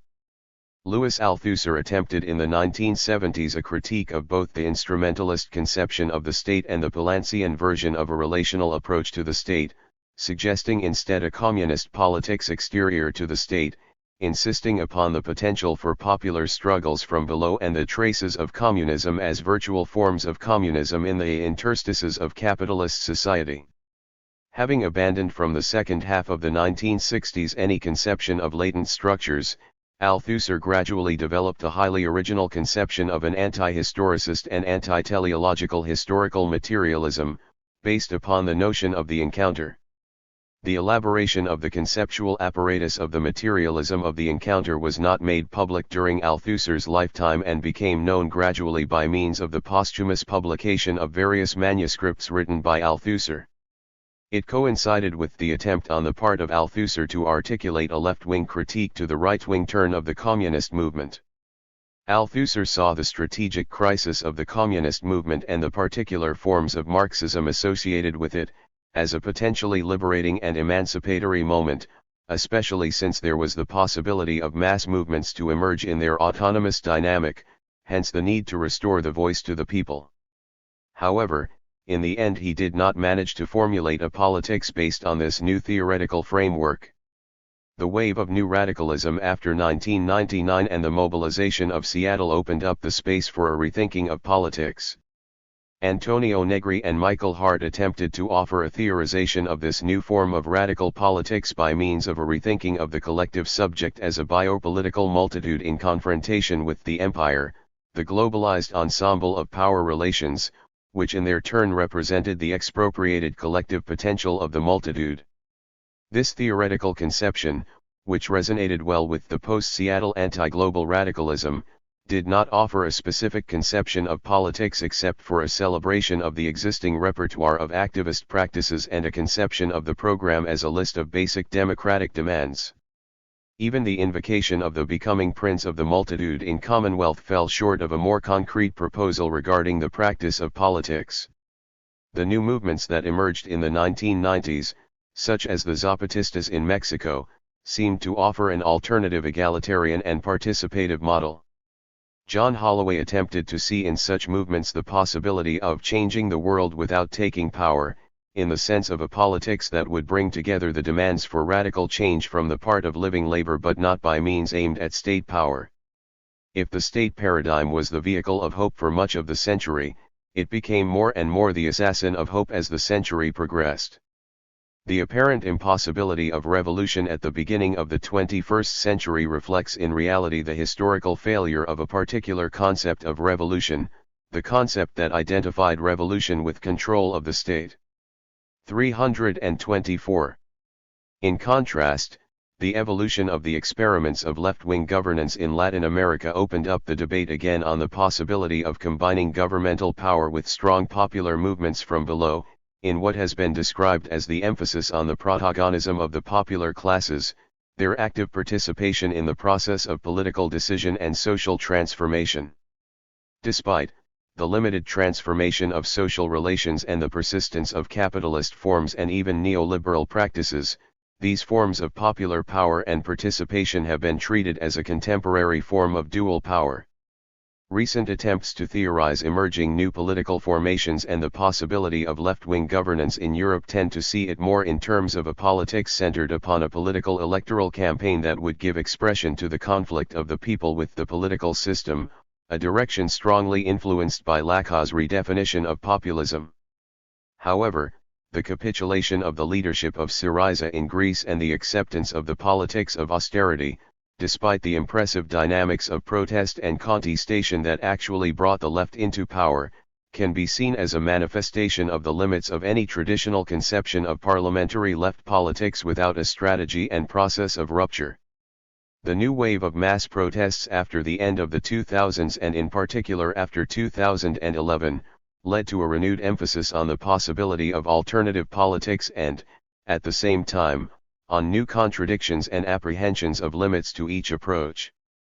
The new emphasis on direct democracy, equal voicing and reclaiming of public space indeed seemed to offer an alternative and antagonistic political practice, but which in the end fell short of creating the necessary political force that could indeed represent the dynamic of communism emerging in such struggles, making necessary a return to the question of organization.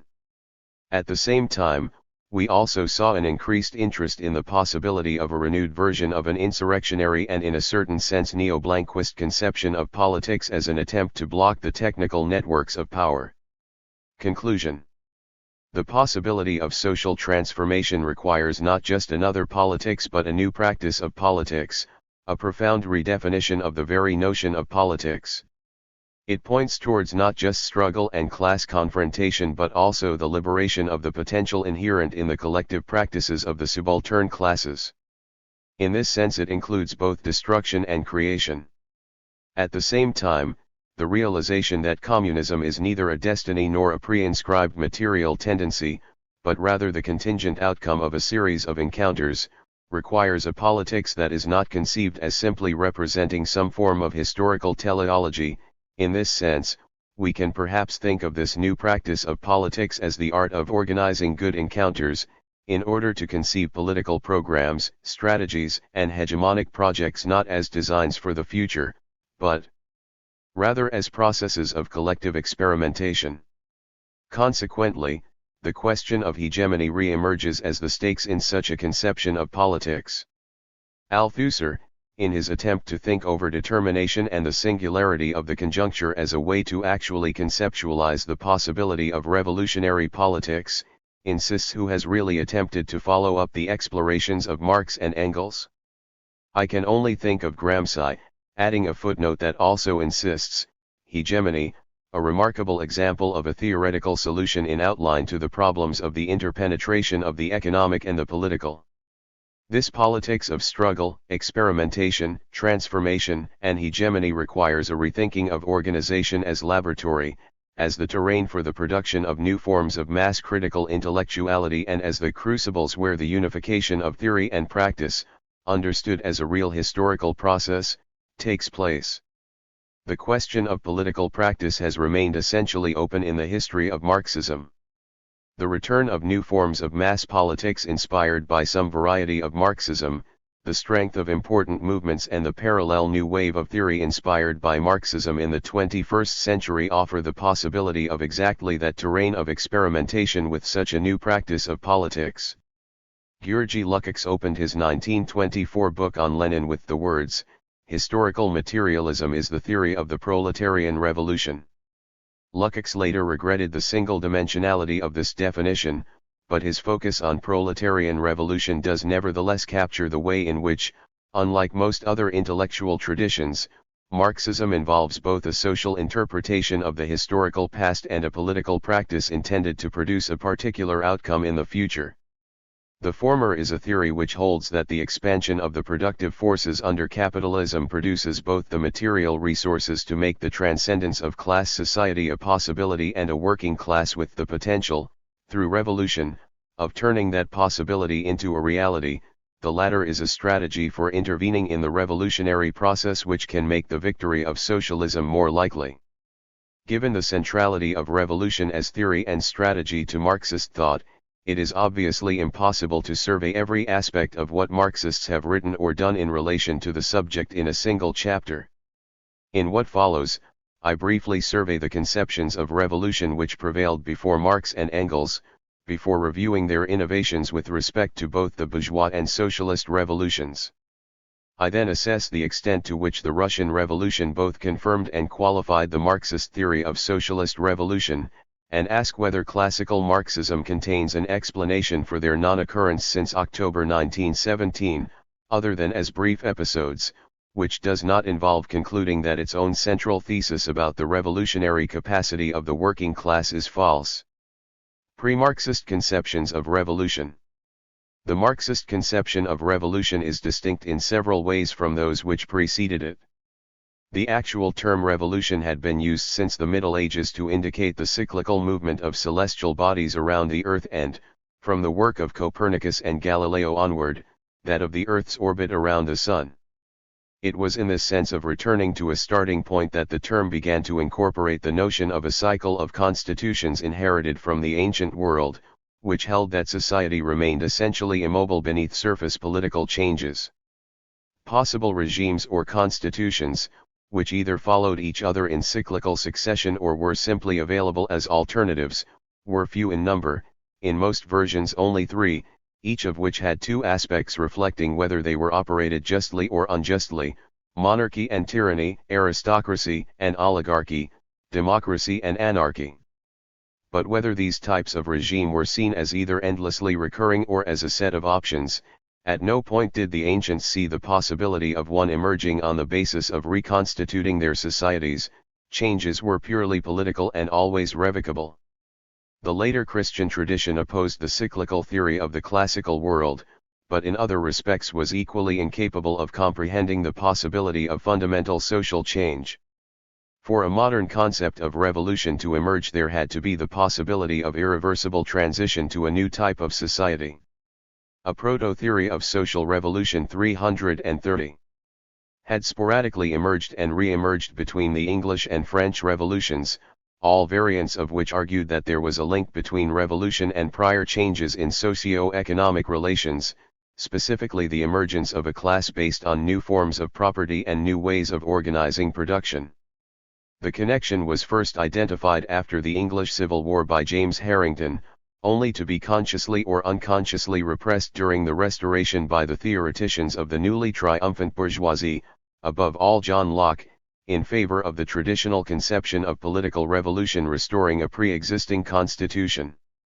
Perhaps the most developed version, however, was formulated by the French revolutionary intellectual Antoine Barnave in the early 1790s, although he retreated in practice from what was politically necessary for the safety and security of the revolution he had helped initiate. He feared the forces it was unleashing from below, entirely justifiably, since his attempts to contain the revolution ultimately cost him his life. Indeed, an earlier conception of social revolution, in the 1760s, by the Scottish political economist, Sir James Stoyart, envisaged revolution from above precisely as a means of forestalling a more destructive revolution from below. By the post-Restoration period, after 1815, One can speak of the consolidation of a bourgeois view of the social revolution, which saw it stretching from the Dutch Revolt through the English Civil War before climaxing in the French Revolution. But this was relatively short-lived as a dominant strand within ruling class thought. The ideological problem was that any assertion of the idea that class-based revolutions had been required for social transformation in the past was increasingly seen as giving dangerous encouragement to the idea that they were also necessary in the present. As this suggests, the bourgeoisie was becoming expert in covering its tracks, diverting attention onto false trails, at least where capitalism was already dominant, and rewriting the history of their own revolutionary rise to power so that each individual moment appeared to be a political rather than social revolution, a position which tended to be accompanied by the claim that capitalism had essentially always existed. Bourgeois thought therefore began to reinterpret the great revolutions in terms that gave greater emphasis to liberty, or the achievement of constitutional government, than to property, or the unshackling of a new economic order. Perhaps because of these bourgeois associations, socialists and other radicals in the emergent working class movement were resistant to the notion that social revolutions had ever taken place. They no longer accepted that revolution could only involve a cyclical process, but nevertheless still regarded all previous revolutions as having been primarily political in nature. In the 1790s, Thomas Paine had hailed the French Revolution as an entirely new type of event in human history. Revolution 331. Fundamentally different from all earlier revolutions, including those which most resembled it, like the Dutch Revolt and the English Civil War, by virtue of not merely replacing one set of rulers with another, but establishing a new type of democratic politics. Yet Paine was exceptional in holding this view, and from the 1830s at least, working-class radicals tended to follow instead the position of Gracchus Babeuf and were consequently inclined to argue that even the French Revolution did not represent a qualitatively different type of event from earlier revolutions. The French Revolution is but the precursor of another revolution, far greater, far more solemn, which will be the last. Babeuf had written in 1796, "We aim at something more sublime and more just, the common good or the community of goods." The Irish Chartist leader Bront-Tara O'Brien certainly agreed with this view, but so too did such different figures as the Italian nationalist leader Giuseppe Mazzini and the Russian socialist Alexander Herzen.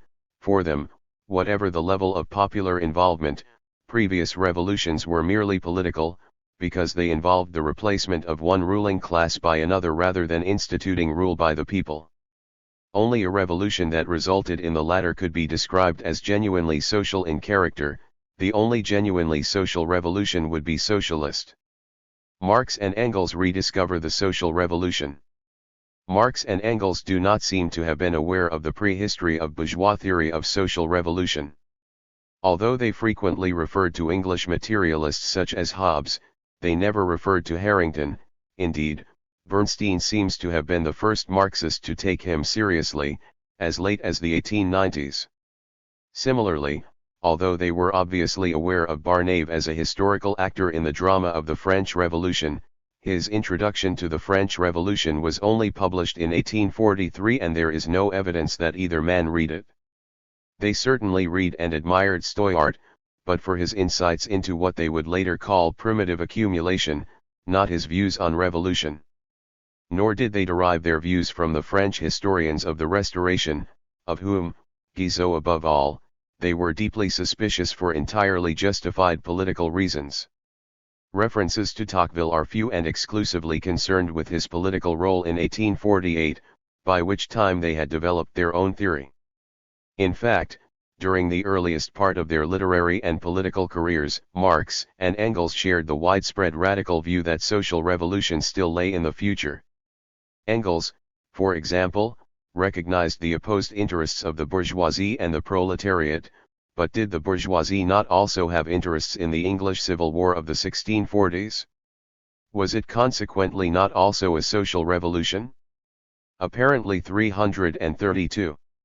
Not, so long as political life was dominated by the state and economic life was characterized by private property, which was certainly the case after both 1660 and 1815, no social revolution could be said to have occurred.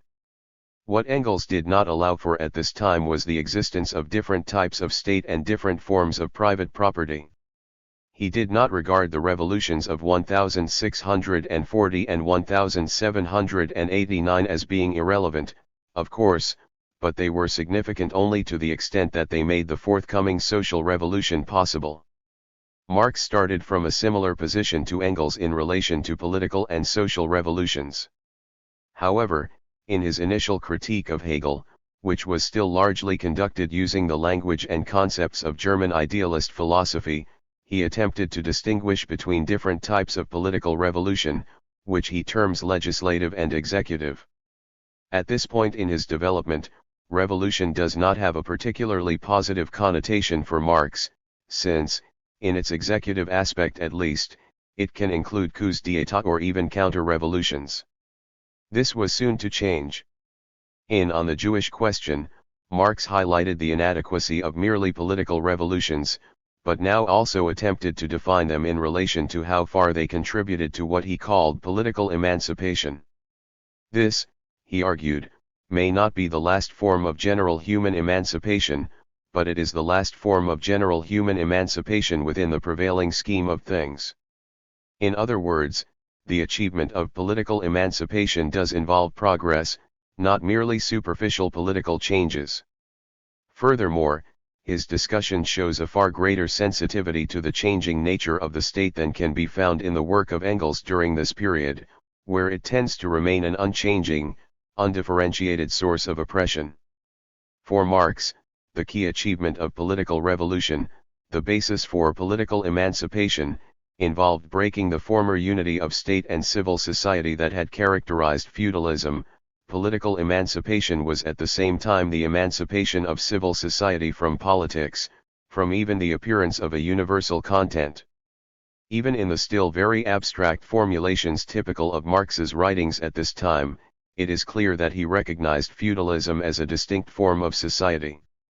Like Engels, however, he did not regard its supersession as a social revolution, since private property survived and consequently human liberation remained unachieved, even where this had been the intention of revolutionaries.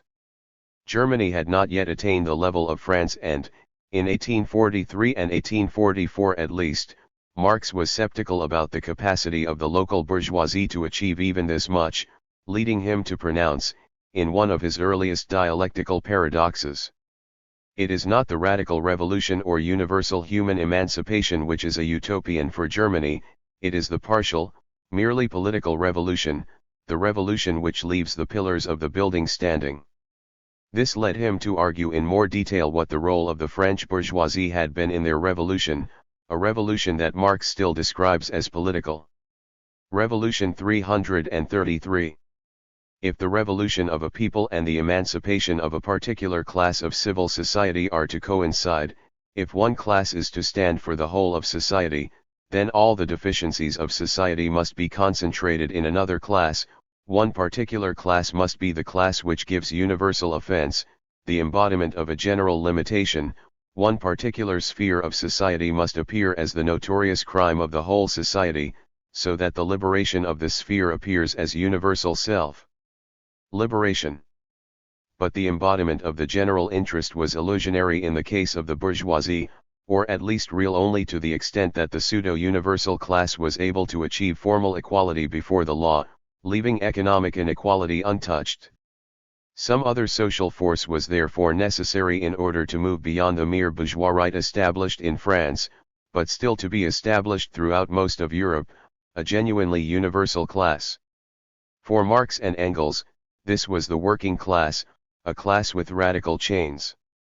What lay beyond bourgeois right was communism, a desirable and potentially achievable state of affairs familiar to young radicals like Marx and Engels through the projections of utopian socialists like Etienne Cabet or through the philosophical positions of left Hegelians like Moses Hess.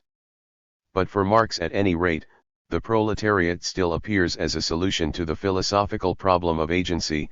The proletariat is a universal class on the basis of its poverty and suffering, its lack of private property, but the proletarian heart remains on equal footing with the philosophical head, philosophy cannot realize itself without the transcendence of the proletariat, and the proletariat cannot transcend itself without the realization of philosophy. Marx is, so to speak, still looking down the wrong end of the telescope and would only change his perspective as the result of his increasing knowledge of the working class movement and cumulative encounters with actual workers. But this is illustrative of the relationship between social developments and their theorization, which lies at the core of historical materialism. The existence of revolutionary ideas in a particular period presupposes the existence of a revolutionary class, as he and Engels were shortly to write. The new conception of the working class that emerged was stated fully for the first time by both Marx and Engels in their first jointly written work, The Holy Family, and developed in the collection of unfinished notes eventually published under the title of The German Ideology, both of which emphasize its structural situation, as in this passage from the former. It is not a question of what this or that proletarian, or even the whole proletariat, at the moment regards as his aim. It is a question of what the proletariat is, and what, in accordance with this being, it will historically be compelled to do. Its aim and historical action is visibly and irrevocably foreshadowed in its own life situation as well as the whole organization of bourgeois society today. There is no need to explain here that a large part of the English and French proletariat is already conscious of its historic task and is constantly working to develop that consciousness into complete clarity. 334. However, in order to appreciate the claims which Marx and Engels were making about the revolutionary capabilities of the working class, we need to compare them with those of its bourgeois adversary. The bourgeoisie and the proletariat as revolutionary classes. One might have expected the discovery of the proletariat as a revolutionary class, and the identification of the various ways in which it was distinct from the bourgeoisie, to merely strengthen Marx and Engels in their existing conviction that only the forthcoming proletarian revolution could be regarded as genuinely social. In fact, it is precisely at this moment that they extend the concept backwards in history to identify the bourgeois revolution. Discovering the capacities of the working class as a revolutionary agent in relation to capitalism led Marx and Engels to perform the same investigation for the bourgeoisie and feudalism, but they did so at the very moment when the bourgeoisie was retreating into what Marx would later refer to as the bad conscience and the evil intent of apologetic. Essentially, Marx and Engels exchanged positions with their bourgeois contemporaries, where the latter increasingly denied that the revolutions against feudalism were social revolutions and, like Locke before them, now defined them in political terms. Marx and Engels affirmed the opposite, but without accepting that these were the only such revolutions that had ever happened or would ever happen.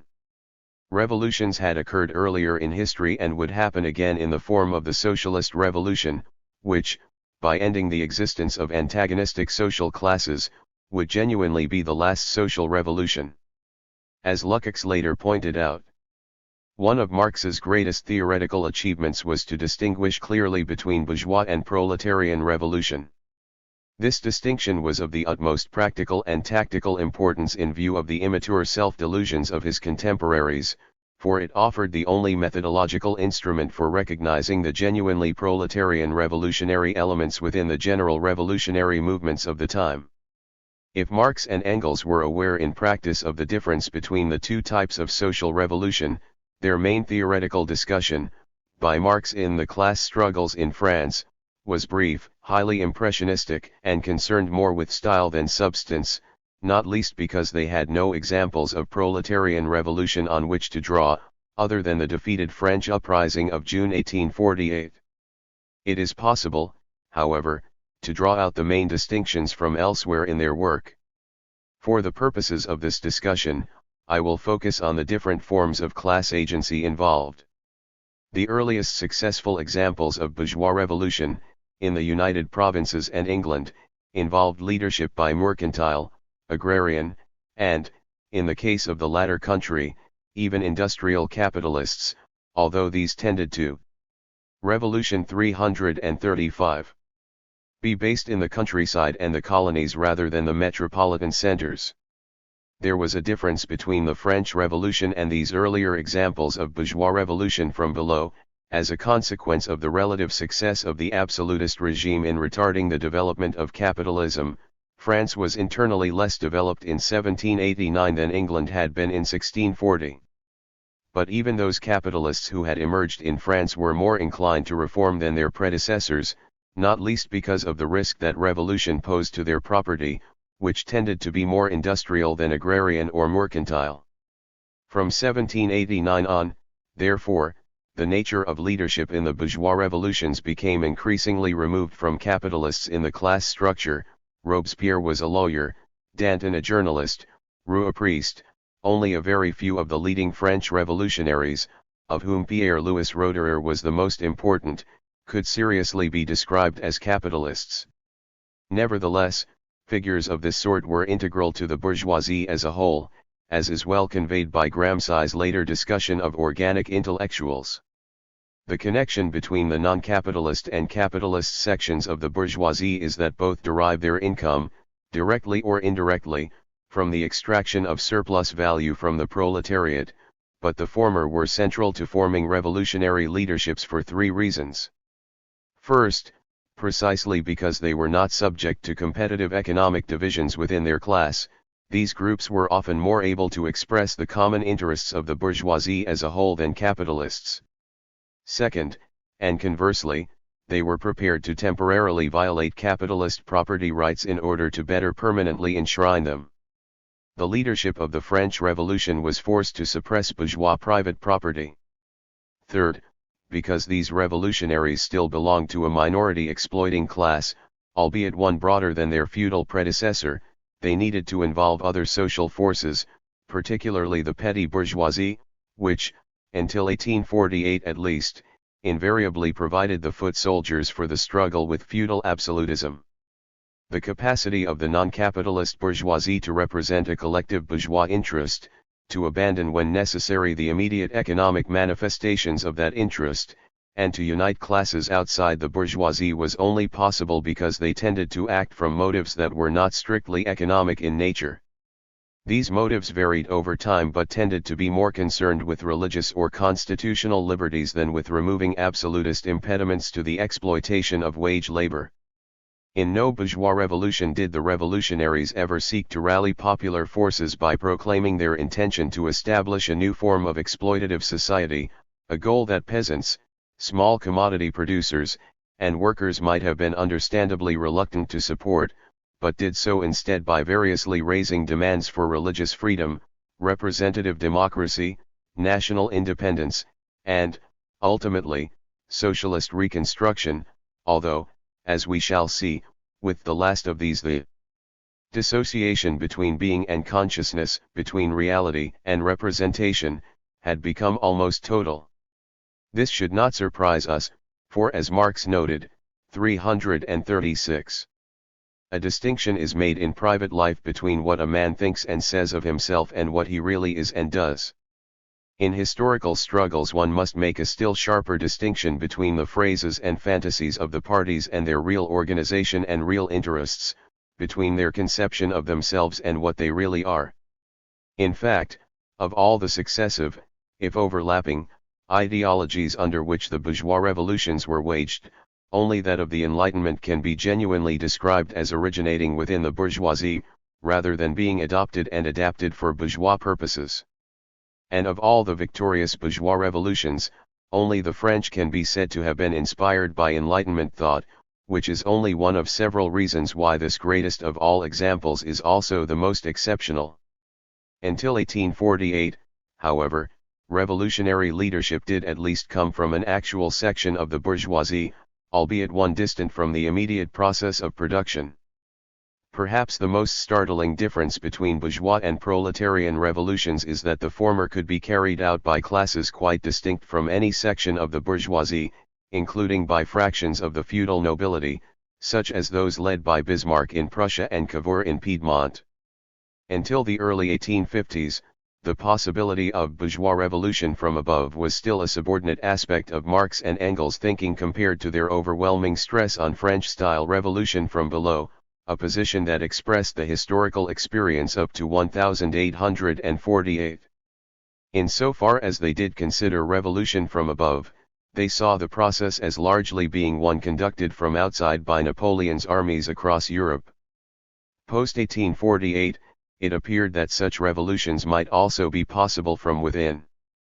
In the decades that followed, the non-capitalist sections of the bourgeoisie, which had previously provided revolutionary leadership, who had been less paralyzed by fear of plebeian radicalism and more prepared to face down peasant reaction, were increasingly integrated into a society in which their former frustrations and humiliations were rapidly becoming things of the past. While all bourgeois revolutions involve a passive element in the sense that they involve larger or smaller minorities taking power in the state, after 1849 the top-down aspect became more dominant as the result of two related factors, both products of the growth and dynamism of the capitalist system.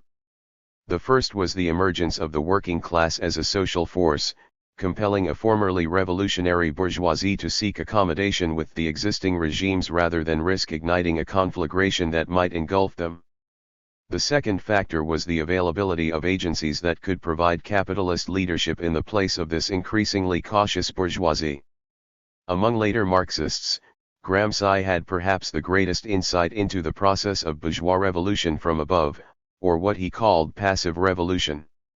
Gramsci identifies three main characteristics of passive revolution in Italian history, although these Revolution 337 are more generally applicable.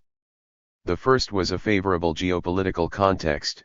The very conflicts and rivalries which the emergent capitalist system engendered provided a space and opportunity for new participants to emerge.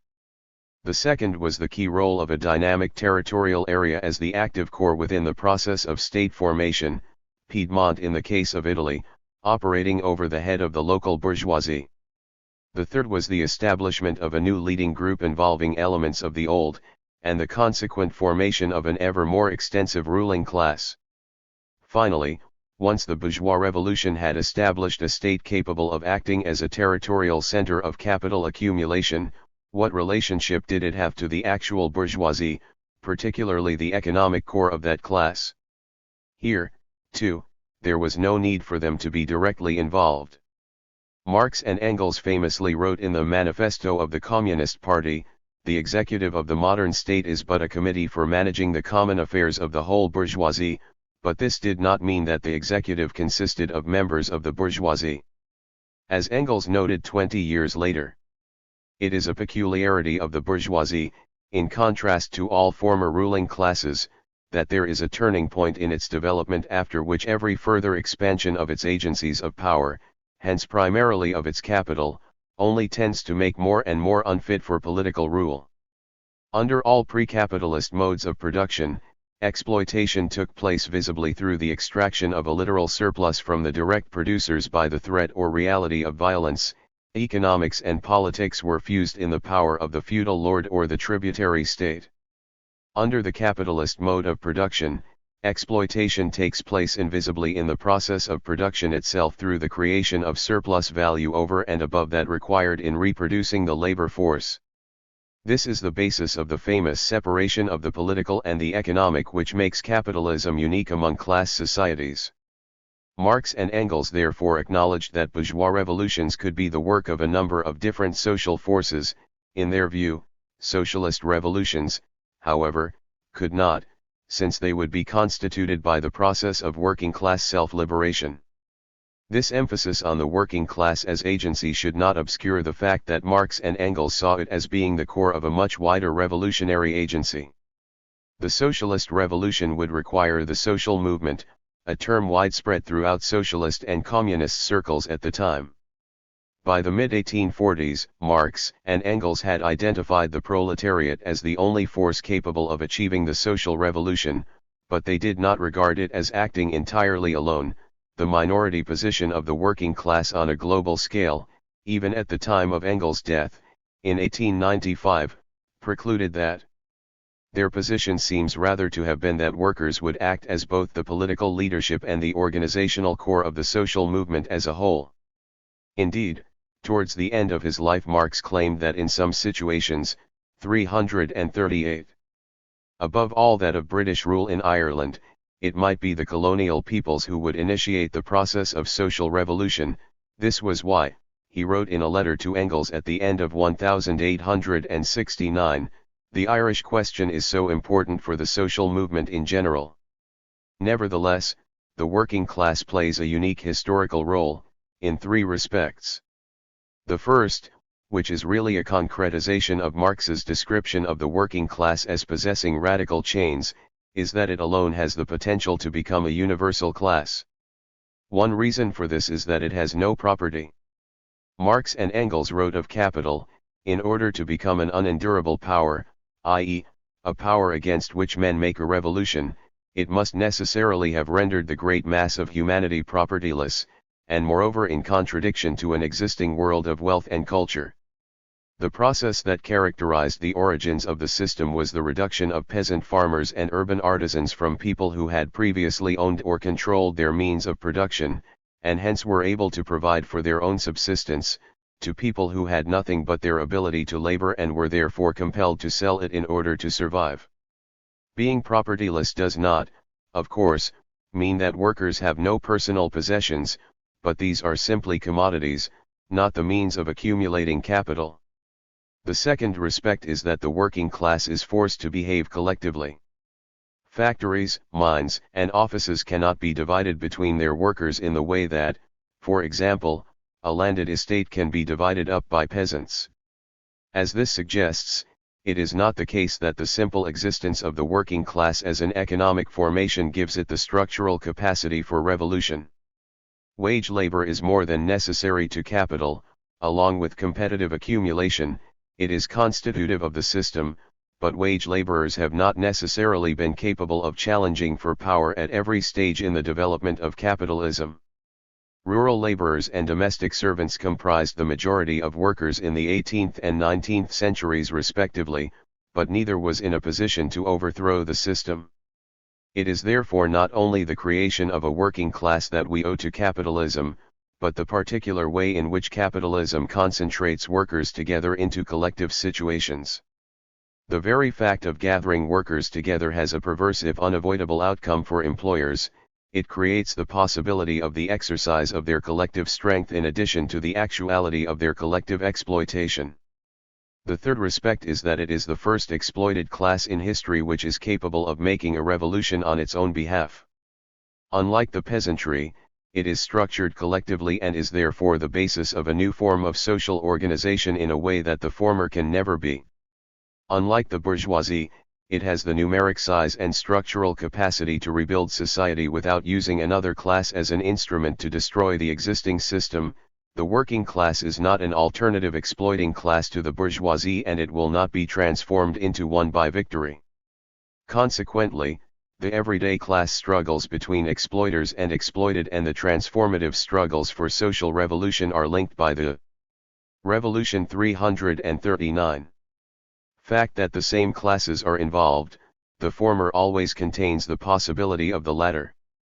Nevertheless, it is only through the transformative process of taking power that workers can throw off the legacy of years of enforced servility or misdirected anger that capitalism inculcates. Both for the production on a mass scale of this consciousness, and for the success of the cause itself, the alteration of men on a mass scale is necessary, an alteration that can only take place in a practical movement, a revolution. The revolution is necessary, therefore, not only because the ruling class cannot be overthrown in any other way, but also because the class overthrowing it can only in a revolution succeed in ridding itself anew of all the muck of ages and become fitted to found society anew. Yet the form taken by that revolution underwent several changes in Marx and Engels' writings, not least because, as noted earlier, they had no successful examples on which to draw. The key problem was the attitude of the working class towards the state. The bourgeois revolutions involved the establishment of capitalist nation-state forms capable of acting as territorial centers of accumulation, but as accumulation grew and with it the working class, the question of the latter's democratic rights became ever more sharply posed. The ruling classes assumed that if the working classes had the vote, they would surely use it to deprive them, their masters, of their property. Marx and Engels initially thought so too, that is the meaning of the battle for democracy referred to in the manifesto of the Communist Party. Here, Marx and Engels argue for the proletariat to take control of the existing state and wrest, by degrees, all capital from the bourgeoisie, centralize all production in the hands of the state, i.e. of the proletariat organized as a ruling class, and only in the future, after a period in which, having swept away the conditions for the existence of class antagonisms and of classes generally, will we have an association, in which the free development of each is the condition of the free development of all. Marx's writings of the early 1850s, particularly in relation to France, show a shift from this position, no doubt as a result of the experience of the revolutions of 1848–9. In particular, the process of taking over the state is no longer a gradual process, but a violent act of seizure leading to what he now called the dictatorship of the proletariat. But while this conception, like its predecessor, certainly envisages the abolition of social classes, it still involves utilizing the existing state apparatus, until there is no longer any need for it. As both men wrote in a relatively obscure book review from 1850, the abolition of the state has meaning for communists, only as the necessary consequence of the abolition of classes, with which the need for the organized might of one class to keep the others down automatically disappears. There is no suggestion at this point that the working class will have to destroy the existing state and replace it with another, and that it is this latter form which will dissolve with the transition to full communism. 340. In 1852, Marx noted of the French state under Louis Bonaparte, all political upheavals perfected this machine instead of smashing it, yet he does not then go on to argue that the state should be smashed rather than taken over. It took nearly 20 years for Marx and Engels to arrive at the former conclusion, and, as was typical of their approach, it was only after absorbing the theoretical implications of a new development in the class struggle, the Paris Commune of 1871. The change in attitude to the state, from conquest to destruction, is decisive here. In the Civil War in France, Marx expressed his newfound discovery that the working class cannot simply lay hold of the ready-made state machinery, and wield it for its own purposes.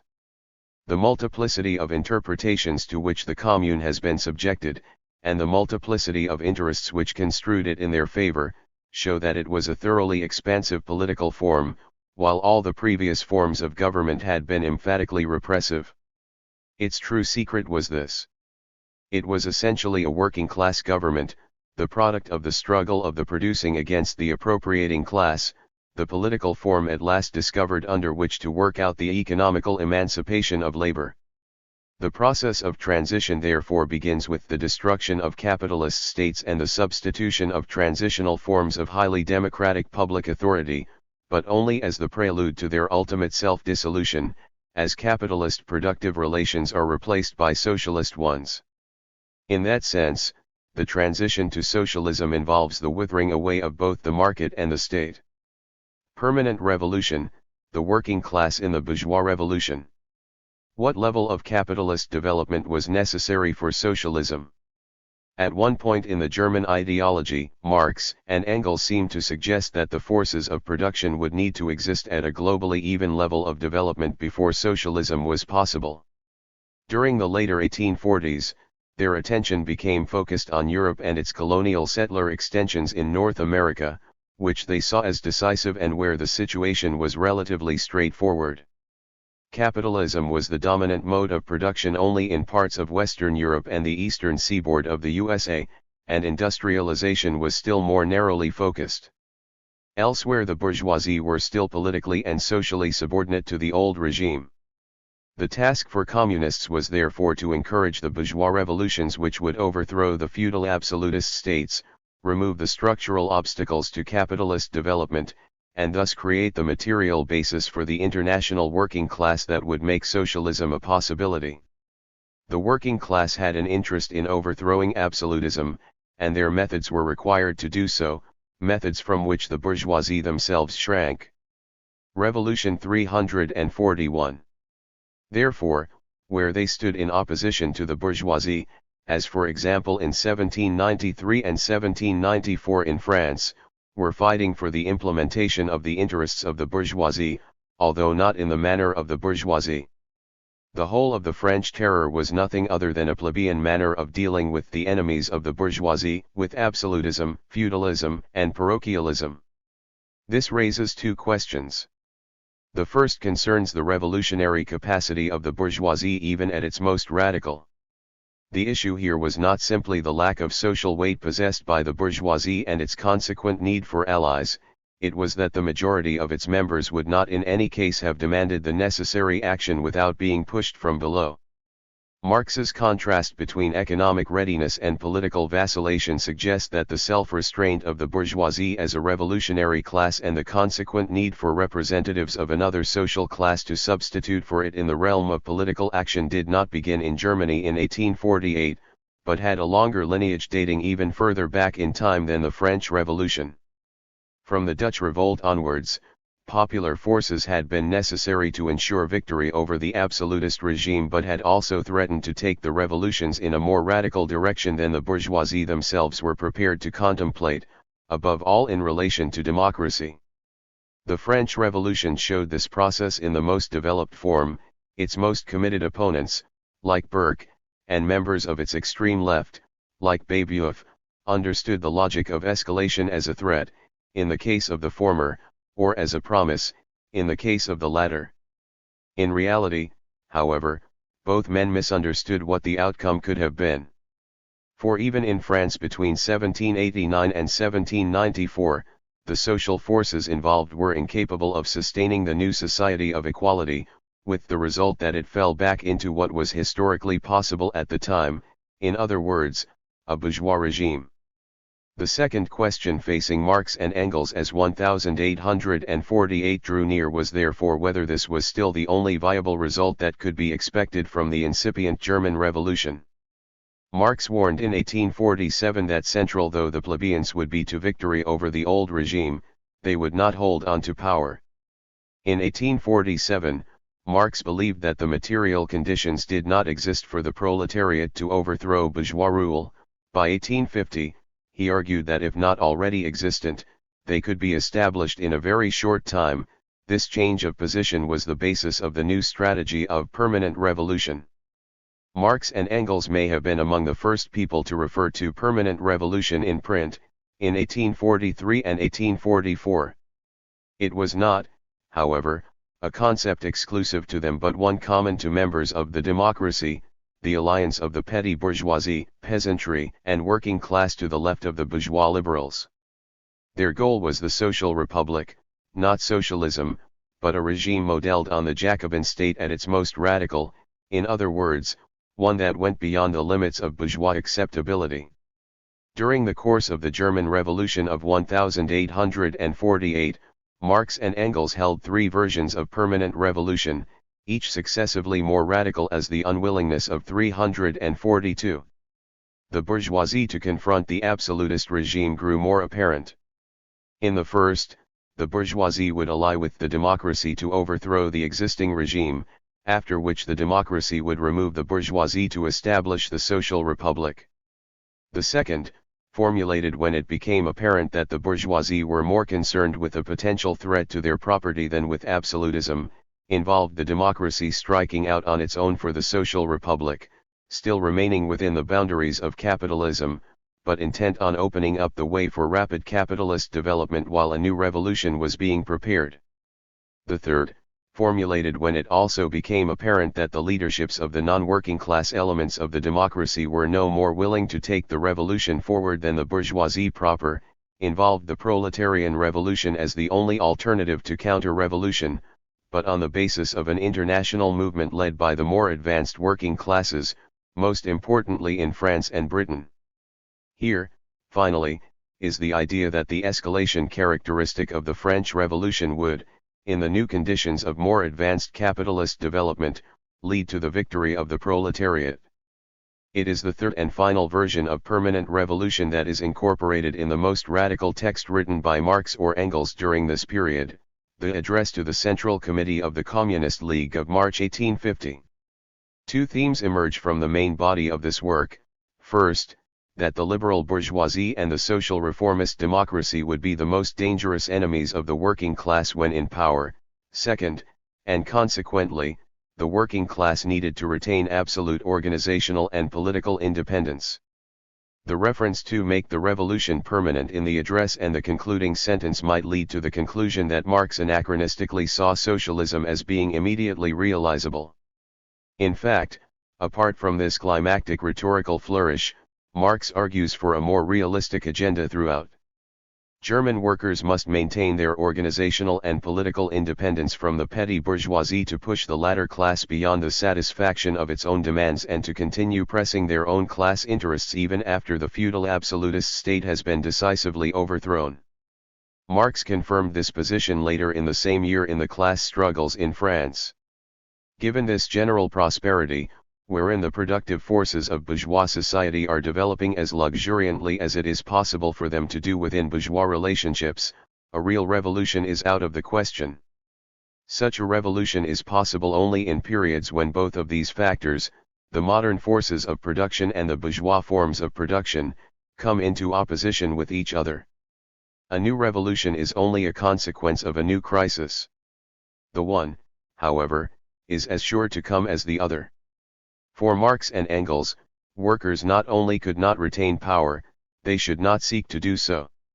We are devoted to a party which, most fortunately for it, cannot yet come to power, said Marx at a meeting of the Central Authority of the Communist League late in 1850, if the proletariat were to come to power the Revolution 343. Measures it would introduce would be petty bourgeois and not directly proletarian. Our party can only come to power when the conditions allow it to put its own views into practice. Marx's contrast between economic readiness and political vacillation suggests that the self-restraint of the bourgeoisie as a revolutionary class and the consequent need for representatives of another social class to substitute for it in the realm of political action did not begin in Germany in 1848 but had a longer lineage dating even further back in time than the French Revolution. The corollary is that the actors who do carry through the revolution on behalf of the bourgeoisie are likely to find their own goals impossible to attain, as was pointed out in a classic passage by Engels from 1850, on the role of Thomas Munzer in the German Peasant War of 1525. While Munzer represented the communist aspirations of the peasantry, these were unrealizable at the time since the only social force actually capable of achieving them, the working class, did not yet exist in sufficient numbers to act as an agency. As a result, all that Munzer could have hoped to achieve were the goals of the bourgeoisie, the class for whom conditions are ripe for domination, even though they had signally failed to enter the field on their own behalf. Part of the case Engels wanted to convey is that the German bourgeoisie has always been vacillating and untrustworthy, in 1525 as in 1848. In fact, it is questionable whether the German lands were even ready for domination by capitalism at this period. The essential point had been made by Marx in relation to contemporary Germany during 1847.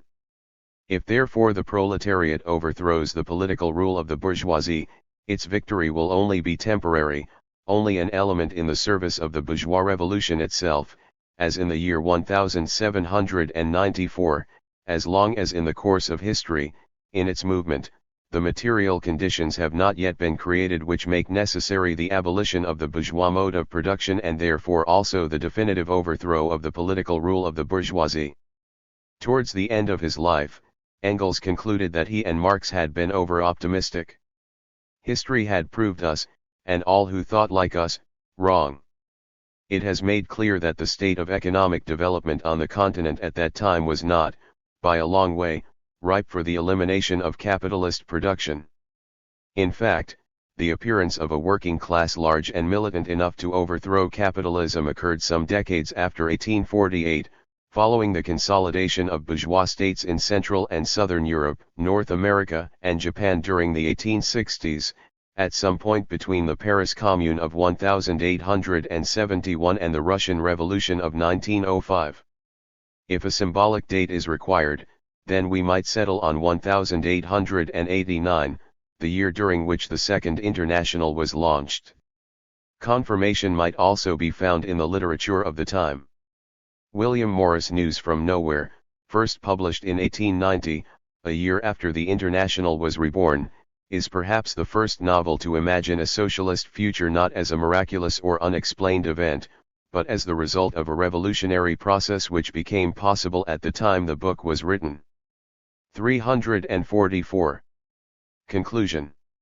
Revolutionary change is more desperately urgent than ever, but we do not know any more what revolution means.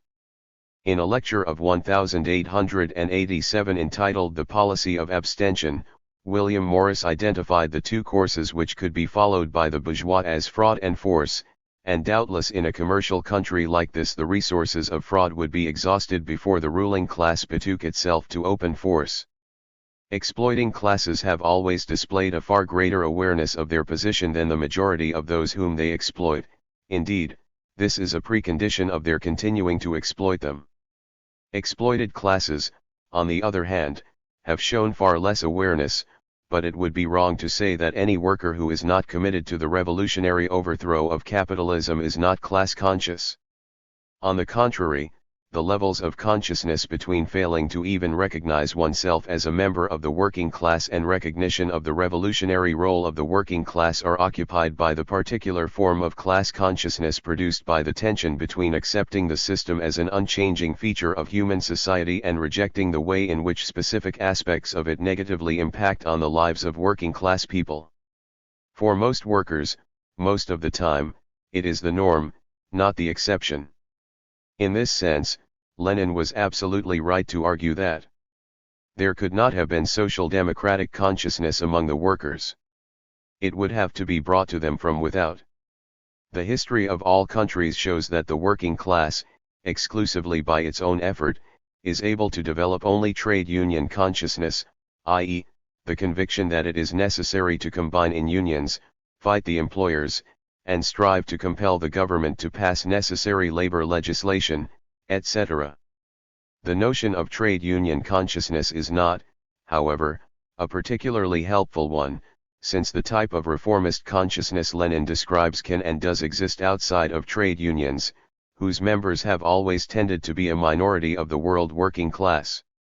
It is not true that socialism will arise automatically from the daily struggle of the working class. Socialism will be the consequence of the growing contradictions of capitalist economy and the comprehension by the working class of the unavoidability of the suppression of these contradictions through a social transformation. The ascent to revolutionary class consciousness occurs when workers see that the negative aspects of their lives are neither accidental nor incidental, but direct effects of how the system operates, and that it is possible to replace that system in its totality. If the working class has not successfully acted as a revolutionary class in the way Marxist theory holds that it should, this is not because of a structural incapacity, but rather the continued operation of bourgeois hegemony, which can be successfully challenged, but only if contemporary revolutionaries can combine appropriate organizational forms with an effective strategic orientation. Marx had planned to complement his analysis of capital with an analysis of the state in order to develop a comprehensive critical understanding of bourgeois society. Since he was not able to put this into practice and never completed the intended volume on the state, we have to rely on the bits and pieces which are to be found in his other writings. As far as the state is concerned, the most well-known of these is the preface to a contribution to the critique of political economy. Here Marx introduced the concept of a superstructure arising on the foundation of the economic structure of society or the mode of production of the material life.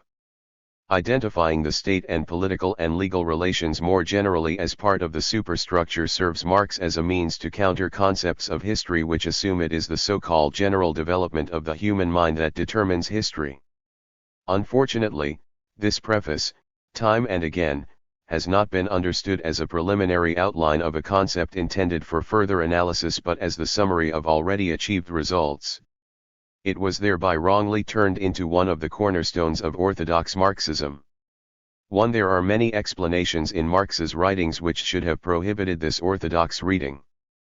But his conception of the history of mankind as an inevitable sequence of progressive stages didn't just inspire political activists, it also invited the dogmatization of his concepts.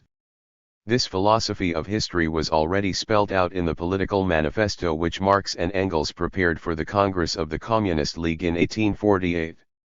The way they explained that the transition from capitalism to communism would inevitably occur was to 19. State. Heidegger Stenberger. State 349. Argue that in the history of mankind the development of the productive forces was accompanied by certain social and political relations such as property relations, which would burst asunder whenever they became fetters to the further development of the productive forces. This philosophy of history is also present in the chapter on the so-called primitive accumulation in Volume I of Capital. While most of the analysis in Capital is focused on the basic structures of capitalism, this chapter outlines the prehistory of capitalism and its future. Marx explains that at a certain stage of development capitalism will bring forth the material agencies for its own dissolution. The old social organism must be annihilated. It is annihilated. Since history has not confirmed the philosophy of progress, which is present in these explanations, it cannot be considered a promising starting point for a Marxist theory of the state. On the historical specificity of capitalist states. Against the Hegelian conception of the state as the reality of the ethical idea, Friedrich Engels insisted that the state is the product of society itself. His explanation focuses first on the institution of certain functions for society as a whole and second on the image of the state as a third power which becomes necessary once society is characterized by an irreconcilable antagonism to since society is powerless to dispel this antagonism, policies and regulations are necessary to stabilize the existing society. As part of these explanations Engels transfers concepts which Marx developed for the analysis of the bourgeois capitalist state to historical epochs that preceded bourgeois society. Against this method we have to insist that pre-capitalist forms of domination were instruments for the appropriation practices of those in power. And if anything like the image of a power which stood aloof from social and political conflict did indeed exist, it consisted in the symbolic practices employed as part of the responsibility of kings to safeguard the benevolence of the Almighty vis-a-vis their subjects. The ideological mediation of pre-capitalist forms of domination has never gone so far as to disguise their instrumentality for the appropriation practices of those in power. Referring to Engels' explanations as expressions of the fundamental concepts of Marxism, W. I. Lenin also advances the idea of a double function of states. For him they are organizations which further the development of the productive forces and organs of class domination. While Engels had assumed a whole range of possible state functions, for Lenin states were above all a specific power of repression. Even though this is historically more adequate than Engels' concept of a third power, Lenin uses this conception for the integration of state theory into the Bolshevik theory of revolution. Once revolution will have been set in motion, the state will not wither away, 350. But will become the instrument of the proletariat for the final victory over the expropriators. Apart from these versions of the suprahistorical characteristics of states, suprahistoricity as such has long been present in Marxist writings. This already started with Marx himself who, in the context of Volume I of Capital, did not differentiate between the practices of the owners of personal power in pre-capitalist societies, and the bourgeois capitalist state. Another example of this sort of reasoning is contained in Immanuel Wallerstein's hypothesis that from the 16th century onwards world trade constituted the beginning of capitalism and thereby furthered the development of strong states in the core areas of the European world. In this context he evidently had to conceive of the states in question as early versions of their later forms. These suprahistorical concepts of state are very close to the mainstream explanation of the history of the state as an expansion and refinement of its institutional elements. 3. The conundrum of separation and alienation. It was against the focus on trade as the determining precondition for capitalism that Robert Brenner explained and insisted that, in England, capitalism began with the violently pursued transformation of agrarian production into market production. By focusing on the very specific English development, Robert Brenner and those Marxists who rallied under the label of political Marxism declared complete market dependency of laborers to be the defining characteristic of capitalism.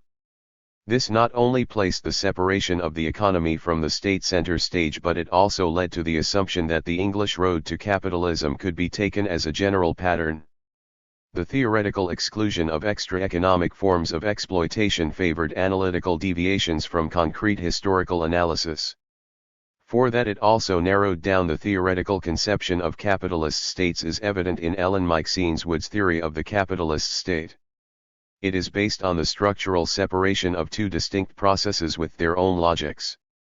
Her analysis of the French state at the beginning of the 19th century is telling. In Wood's opinion, it should not yet be considered a capitalist state because state offices continued to be a dominant form of property, and the holders of these offices lived on the taxes which had to be paid by peasants. But when the French Revolution dispossessed the owners of legal rights of domination, it thereby also transformed state offices into occupational positions. Even if they offered the possibility to become rich. State 351. Competences of state were no longer forms of private property. The explanation of the separation of the state from society as the origin of the capitalist state, which is dominant among scholars who have accepted to be called political Marxists, is not in accordance with Marx's conception of the separation of the state from civil society. 5. This was first spelled out in Marx's discussion of Hegel's philosophy of right. He started out by confirming Hegel's statement, that the specificity of the modern state, as distinguished from organizations of power in pre-capitalist societies, is its separation from the materialism of civil society.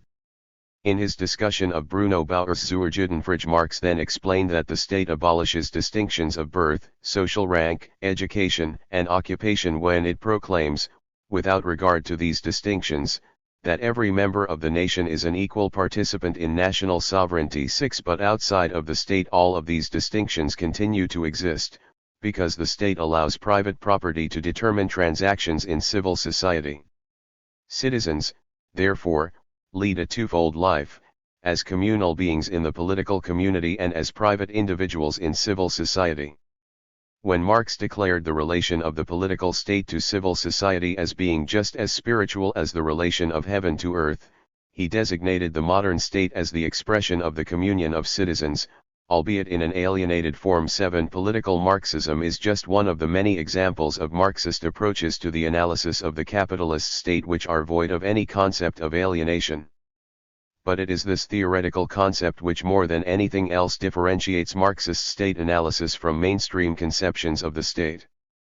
That its outline is to be found in writings of Marx which preceded his analysis of capitalist production, but is not referred to in Capital, can be taken as an example of the difficulties one has to deal with when endeavoring to make use of this concept of separation and alienation for concrete analyses.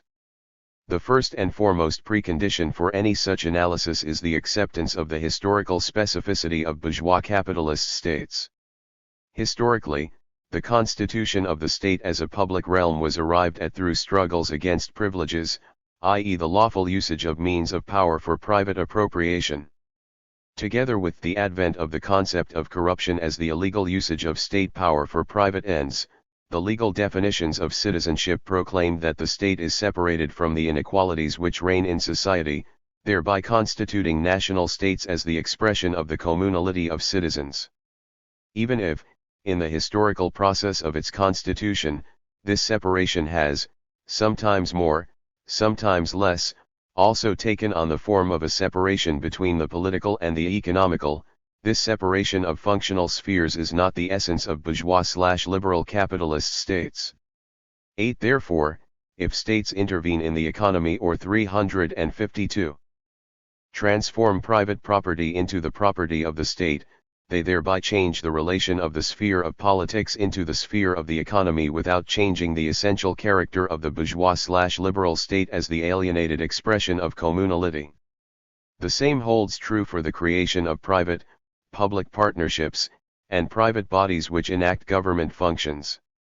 It could be discussed, however, that the use of private military forces as well as of private prisons infringes on the state monopoly of legal uses of violence and thereby on the state as representing the unity of society. Contrary to the historical explanation of the constitution of states as alienated forms of the communality of citizens, The so-called derivation school of Marxist state theory derived separation and alienation by way of logical reasoning from the basic structures of the political economy of capitalism as explained in Capital. Adherents to this theoretical approach upheld that just like highly developed capitalism needed the legal form of the labor contract, it also needed the representation of communality, which is the state. Since these necessities follow logically from the basic structures of capitalism, the empirical reality of capitalist states must necessarily result in their adjustment to this principle. Proponents of this concept took their theoretical starting point from a question which Eugen Pascucanis asked when he inquired why, under capitalism, the apparatus of coercion was no longer directly organized as a private apparatus of the dominant class, but had, instead, taken on the form of an impersonal public power which was separated from society. His answer focused on the fact that in capitalist societies, laborers as well as capitalists are owners of commodities. Their communality, therefore, exists in the interest of having their property safeguarded by law, i.e. by an institution which is formally separated from class conflict. Notwithstanding the objections which can be formulated against Pascucanis' theory, 9. The so-called Pascucanis question should be retained as an attempt to explain the structural limits of reforms. By sanctioning private property regardless of the fundamental differences between the property of one's labor power, the small private property of consumers, and the property in means of production, the state sanctions the social preconditions of capitalism. Therefore, the transformation to socialism would necessitate the violation of law, hence the destruction of the state. In other words, the class character of the bourgeois/liberal state is not defined by politics, but is already inherent in its basic form. It is the state's capacity to safeguard private property. The derivation debate achieved a theoretical conception of the limits to any reformist strategy and thereby also of the theoretical limitation of any state analysis, which is focused on state functions and political strategies. It developed in the 1970s, hence at a time when political conditions in European capitalist societies seemed to confirm the assumption that developed capitalist societies need to institute equality of law in the face of their inherent social inequalities.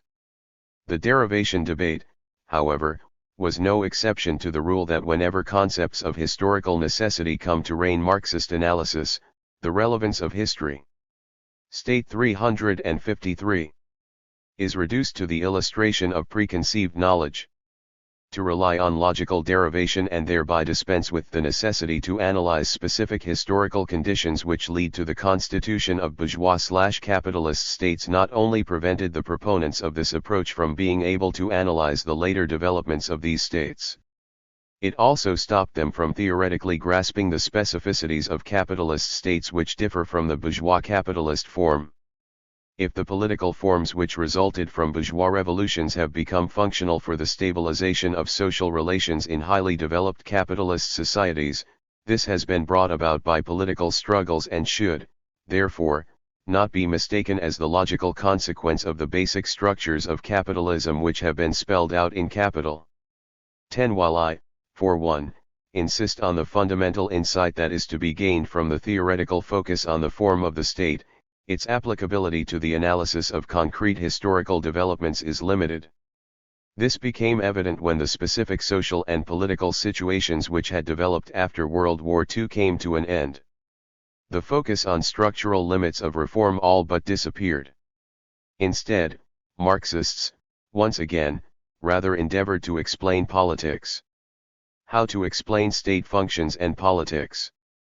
Since the early attempts to grasp the specificities of imperialism, the endeavor to explain politics has been an ongoing preoccupation of Marxist scholars.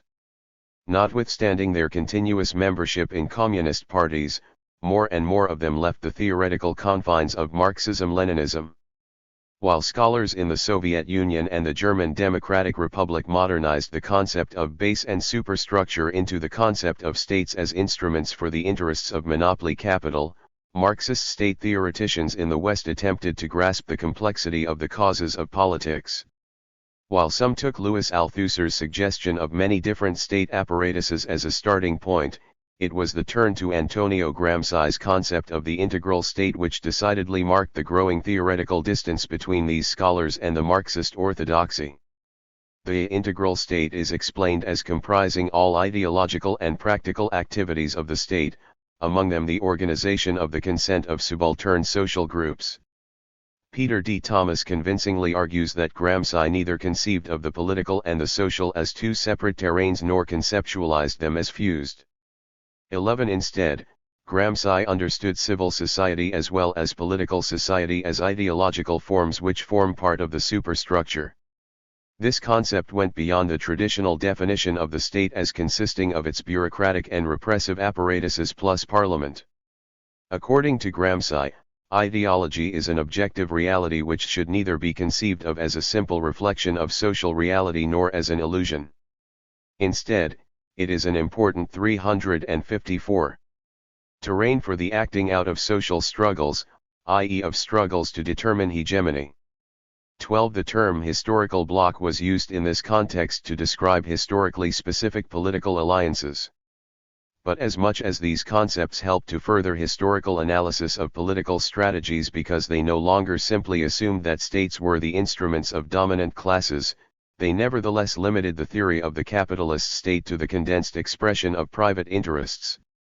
Gramsci's prison notebook set off the trend to dissociate theoretical conceptions of the capitalist state from its legal form. The most radical version of this tendency has been advanced by Escobedo Laca and Chantal Mouffe. In their conception of a discursive theory of the political, the state apparatus is no longer accorded any relevance. Its separation from society is theoretically abolished. The state is dissolved into the political, the latter to be understood as the field of struggles for hegemony qua articulatory or discursive practices. A social formation is thought to be shaped by constantly changing nodal points. According to Nikos Poulantzas, it was the theoretical shortcomings of the Second and the Third International that determined the absence of a theory of the state. This led to the Comintern's disastrous analysis of fascism. Poulantzas sharpened his own conception of the state by criticizing Ralph Miliband's assumption that the class character of the state is based on personal relations between the ruling class and the personnel of the state. Against Miliband, Poulantzas insisted that the state personnel actualizes the class character of the state through its objective function in the state apparatus. 13. Following the example of Gramsci, Poulantzas suggested that the conception of the state should no longer be restricted to the classical Marxist sense of the term, i.e. the apparatus of repression, but include the economic and ideological apparatuses. If the repressive apparatus always remains in place, it is the greater autonomy of the ideological apparatuses which enhances their possibility to maintain the cohesion of a social formation. In other words, the relation of politics to the economy is not determined but dependent on the results of class struggle. Different from Gramsci, Poulantzas distinguishes between state power and state apparatus, i.e. the material existence of the state. Though it is clear that this implies the state is neither to be conceived of as the instrument of the ruling class nor as the direct reflection of the changes in the power relation between classes, Poulantzas' formulation that the state is the condensation of power relations remains vague. Poulantzas' theoretical concepts evolved over time and some of his concepts, especially his explanation of the relative autonomy of the state, have provoked widespread criticism.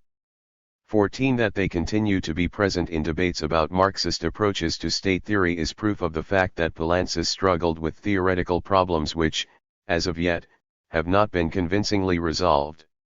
State 355. Stages of capitalism and stages of capitalist state forms.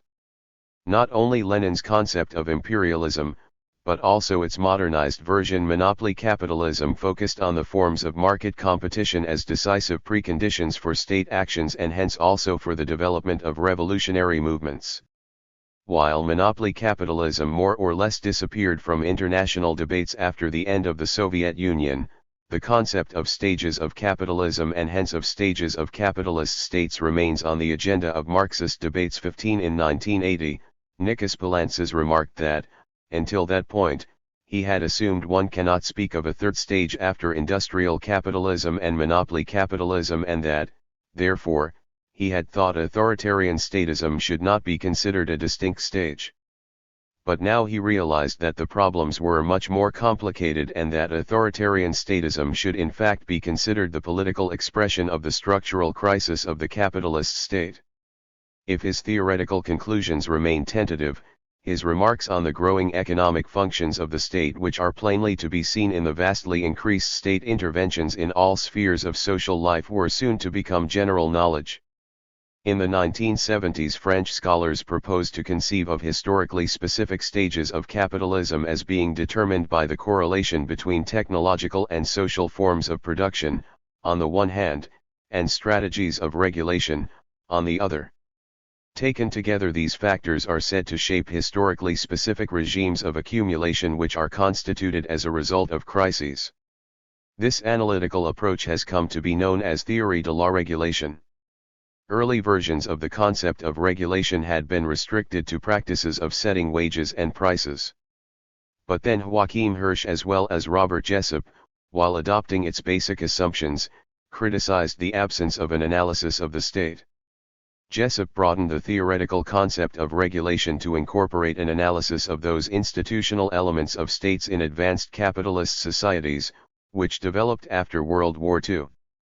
Because, according to him, this development necessitates analyses which focus on economic and social policy, it is acceptable to analytically ignore the repressive functions of states. He has since come to explain that states are constituted by historically specific strategic relations between state and society. If this allows for historical contingencies and hence many variations of states in capitalist societies, he still retains a strong focus on institutional structures and even advances the notion of normal and exceptional versions of statehood in capitalist societies.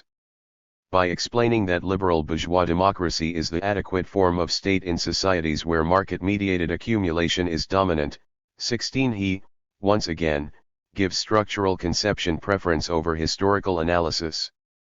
Joachim Hirsch's introduction of regulation theory into Marxist state theory resulted in him suggesting the term Fordism. According to Hirsch, the Fordist stage 356 of capitalism was marked by new technological and social forms of production, and these forms of production not only correlated with new forms of consumption but also with the development of the interventionist state. Dominant political strategies were oriented towards social policy, thereby furthering class compromise.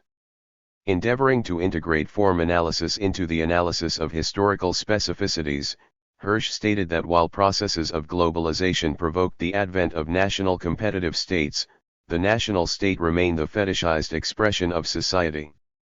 But during the era of Fordist statehood, policies of the national competitive state are no longer oriented towards domestic structures. Instead, governments now endeavor to unite wage earners and capital owners in the goal to successfully compete on the world market. Since these policies discriminate against interests which are different from those of globally competing capital owners, they endanger social stability. Strengthening national security capacities has, therefore, become one of the characteristics of national policies in the era of globalization. Hirsch's terminological suggestions have been widely accepted. In the meantime, discussions about post-Fordism or neoliberalism have even been followed up by discussions about post-neoliberalism. 17 Alex Demirovici argues that notwithstanding the many changes in political strategies which have been provoked by the crisis of neoliberalism, the substance of politics has not changed. We should be very clear, the focus of these discussions is on politics. That this, more often than not, excludes the question of the historical specificity of capitalist statehood as such, is evident in the discussion about the nature of international institutions. On the difference between states and state-like institutions. Governments of capitalist states have long endeavored to establish internationally valid rules for economic activities as well as for decisions over war and peace. In the course of the 20th century, and especially after World War II, the heretofore dominant practice of using international conferences for this goal was superseded by the establishment of a plethora of international organizations. The range of their areas of deliberation and decision-making, as well as the setup of administrative structures, provoked discussions about the new possibility to make use of different political scales, 18 but also about the nature of these international organizations. Those, who, like David Harvey, suggest that they should be considered state-like institutions, argue that they decide international regulations and usually assume that these regulations are actually adhered to. According to William I Robinson, state apparatuses are the instruments through which dominant classes enforce and reproduce class relations. And these apparatuses do not have to be national states. Those who object to State 357. This interpretation usually focus on the fact that superstate institutions are not able to perform the administrative and coercive functions that sustain the system of property and provide the kind of day-to-day regularity, predictability, and legal order that capitalism needs more than any other form. 19 If international institutions are set up to reduce the range of policies that fall into the remit of national governments, their actual relevance is, nevertheless, limited by the sovereignty of nation-states, hence dependent on changes in relative economic power and national policies. In any case, even if governments would decide to transfer many more competences to such institutions, these would not become the alienated expression of the communality of citizens, but remain international organizations. On bourgeois and non-bourgeois capitalist states. For a very long time Marxists used the term bourgeois state as a synonym for capitalist state. But the term bourgeois state came into use in Europe in order to differentiate the new political apparatus from its aristocratic predecessor. This mainstream historical use of the term is more precise than the traditional Marxist one, because, contrary to the assumptions in long-time dominant Marxist explanations, the legal constitution of the bourgeois state form did not necessarily coincide with capitalist forms of production becoming dominant in the respective states. Therefore, the term bourgeois state should only be applied to those states which resulted from bourgeois revolutions and only for those periods in which laws expressly privileged the political influence of members of the bourgeoisie. Post-colonial states are capitalist states, they are not bourgeois states. Their historical predecessors tried to prevent the development of a public in which individuals could strive to voice and pursue their interests. Colonial states were agencies for the exploitation of the dominated people and the natural resources of the lands they inhabited. When these apparatuses were transformed into post-colonial states, their history was not, at the same time, eradicated. Notwithstanding the fact that the constitutional forms which characterized the bourgeois state form have been adopted by many post-colonial states as well as by many post-socialist states, these have not thereby become bourgeois capitalist states.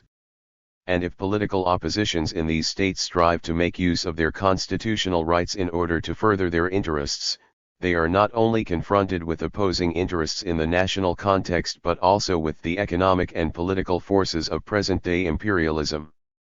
The sovereign competences of the first capitalist states were based on their acceptance by other states, but this, in turn, was based on the effectiveness of their power. If diplomacy has sometimes led to the creation of sovereign states which did not fulfill this requirement, this phenomenon only became widespread 358. After the United Nations decided to grant independence to colonial countries and people in 1960. Because coercion can now be cloaked over with contracts between formally equal sovereign states, international law has become a means for strategies of appropriation. The range of such strategies has been further enlarged by recent developments in the sphere of international law. While international political debate focuses on the practices of corruption in many a post-colonial state, the most important basis for these practices is their integration into the world market, hence the relation to transnational capital. Many of these relations are either illegal or dependent on those informal juries which decide conflicts between states and transnational capital. Their most important form, however, is the partial commodification of sovereignty through the constitution of fictitious states. More and more often the competence of governments to enact laws which are to be observed in the political space of the respective nation is being used to create offshore spheres of law. The term alludes to the fact that legal conditions for foreign investors are constituted outside of the mainland. Offshore spheres of law exist in the form of offshore financial markets, flags of convenience and export processing zones. Their creation of especially advantageous conditions for investment transforms sovereign rights into a commodity that is offered on the world market. In all of these legal spaces, capitalism reigns more or less unrestricted by national governments. The plurality of capitalist states. Within Marxism there is hardly a tradition of theoretically taking into account the plurality of states. This became evident when the breakdown of the world monetary system in the 1970s did not just set off an accelerated development of financial markets, but also provoked governments to concentrate on competing for capital by establishing legal and economic conditions which would prevent capital owners from investing outside of the national realm while drawing foreign investors into the respective national economy. 21 Discussions about the changing relation between the state and the international market abounded at the time. At the beginning of these processes, some Marxists, just like mainstream state theoreticians, tended to interpret the political focus on conditions of international economic competition as marking a fundamental reduction in, if not even the end of, national sovereignty. 22 Robinson suggested that the New World Order was brought about by a global ruling class. Michael Hart and Tony Negri concluded that the new capitalist project brings together economic power and political power. In their opinion, it tends to project a single supranational figure of political power. State 359. Yet, over time, the enduring relevance of the nation-state was asserted. Sol Picciotto showed how capitalist states changed in order to assist transnational capital. John Holloway remarked that capitalist states reshaped themselves by differentiating between citizens and non-citizens. Making use of national anthems and other symbols of national unity, they reproduced the fetish of the state as the representation of a nation. While Hirsch and Konnenkulam also noted the potential to mobilize nationalism, they stressed the fact that the particularization of statehood makes it possible to achieve class compromises in order to enhance the competitive strength of national capital on the world market. Ellen Meixens-Wood concluded that it is the very nature of capitalism to intensify the contradiction between its expansionist imperatives and the territorial divisions of its original political form. It was only Claudia von Brunmühl who pointed out that Marxist theoreticians had always interpreted imperialism as a sort of spillover from basically national economies, which is why they failed to recognize that the world market has a consistency of its own. While Colin Barker's insistence that the capitalist state only exists in the plural is, of course, present in Marxist analyses of international relations and in endeavors to analyze the extraterritoriality of law, 23 it has not yet sufficiently been integrated into dominant Marxist debates. This failure may go back to the virtual absence of this topic in the work of Marx and Engels. Both of them followed international conflicts and commented on them in numerous articles. Friedrich Engels was a thoroughly knowledgeable specialist of the social, technological, and political elements of military organizations. He wrote about different national organizations of the military, analyzed ongoing military conflicts and, at the end of his life, debated possibilities of international disarmament. That his theory of force did not amount to a materialist theory of war 24 is explained by the fact that this would have required a theory of the international which amounted to more than a conception of the world market. The assumption that the development of capitalism would not only develop the world market but also lead to an increasing uniformity in the mode of production and in the conditions of life, had already been put forward by Marx and Engels in the Manifesto. They assumed that this development would provoke the globalization of class conflict. Benno Teschke concludes that the mediating impact of the interstate system on the expansion and reproduction of capitalism had to remain a non-problem for Marx because he arrived at his conception of globalization by extrapolating directly from the national to the universal, eliding interstate relations as the decisive instance. This notwithstanding, there have been attempts at a Marxist theory of the international. If Emanuel Wallerstein only conceived of the international as being constituted by markets, his approach did further discussions about long-lasting structural inequalities in the international sphere. Justin Rosenberg 360 insisted on the corollary between capitalism and the international political system, but he did not explain how this had come about. It was Benno Teschke who was able to illuminate their link when he showed that basic structures of the modern international system preceded the development of capitalism. Analyzing the results of the peace deliberations which were held in Munster in the year 1648, he argued that the princes who were represented at these deliberations ended the war by deciding to henceforth recognize the sovereignty of each other. In other words, the political system which was founded in 1648 was not a system of sovereign nation-states but a system of proprietary dynasticism. The capitalist successor of this overwhelmingly dynastic system only came into being with the rise of capitalism in post-revolutionary England. Thus, capitalism emerged in a territorially prefigured state system. 25 And the political organization of the modern world system is not a function of capitalism. When David Harvey explained that the geographical patterning of capital accumulation is not only brought about by the logic of capital but also by a territorial logic of power, he accepted the requirement for a Marxist theory of geopolitics. Unfortunately, his suggestion comes with the assumption of a perennial nature of the state and without any concept of the specificity of capitalist statehood. A starting point for the development of a Marxist concept of interstate analysis may be the recognition that in spite of the fact that many individuals profited from geopolitical strategies, colonialism and classical imperialism were economic failures as far as national economies were concerned. Instead, long-term political strategies played a decisive role in the development of international capitalism. A new situation was reached, when former colonies became sovereign states and capitalists could enter into contracts with their governments, thereby insinuating the equality of partners. China meevily concludes that since international law has become the political form of imperialism, it cannot be successfully made use of for struggles against imperialism. The state? No capitalist state is the institution of a separation from the sphere of the capitalist economy. Instead, there is a separation of coercion. While all capitalist states claim the monopoly of legitimate use of force, coercion in the private sphere is based on the rights of property. 26 International law defines states as the representatives of nations in the international realm. The extent to which this definition can conceal the class conflicts inherent in capitalist societies depends on political constitutions and ongoing political struggles. There undoubtedly exists more than one form of capitalist statehood. The Irish question is therefore not simply a question of nationality, but a question of land and existence. Marx, on the Irish question. If you see us as comrades, we can find common interests. If you see us as competitors, the suffering will continue. But this is what I was saying, O'Coy intervened. That a nationalistic emphasis prevents this. Akonda smiled. Nationalism, he said, precisely, is in this sense like class.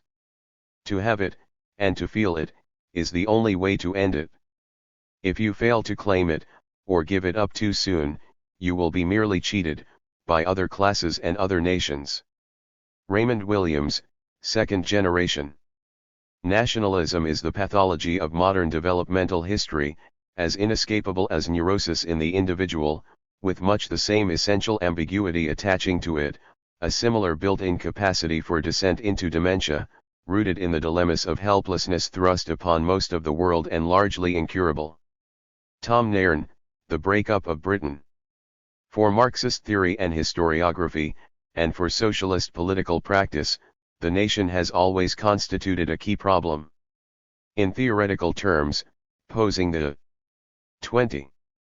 Nationalism and the national question. Gavin Walker. Nationalism and the National Question 367. National question has meant considering where to place the nation within the schema of the critique of capitalist production. Is it an entity that serves ideologically to ground the labor market? Is it merely an apparatus to regulate and segment the bearers and guardians of labor power, and guide them to the sphere of exchange? Is it a real reflection of division among peoples?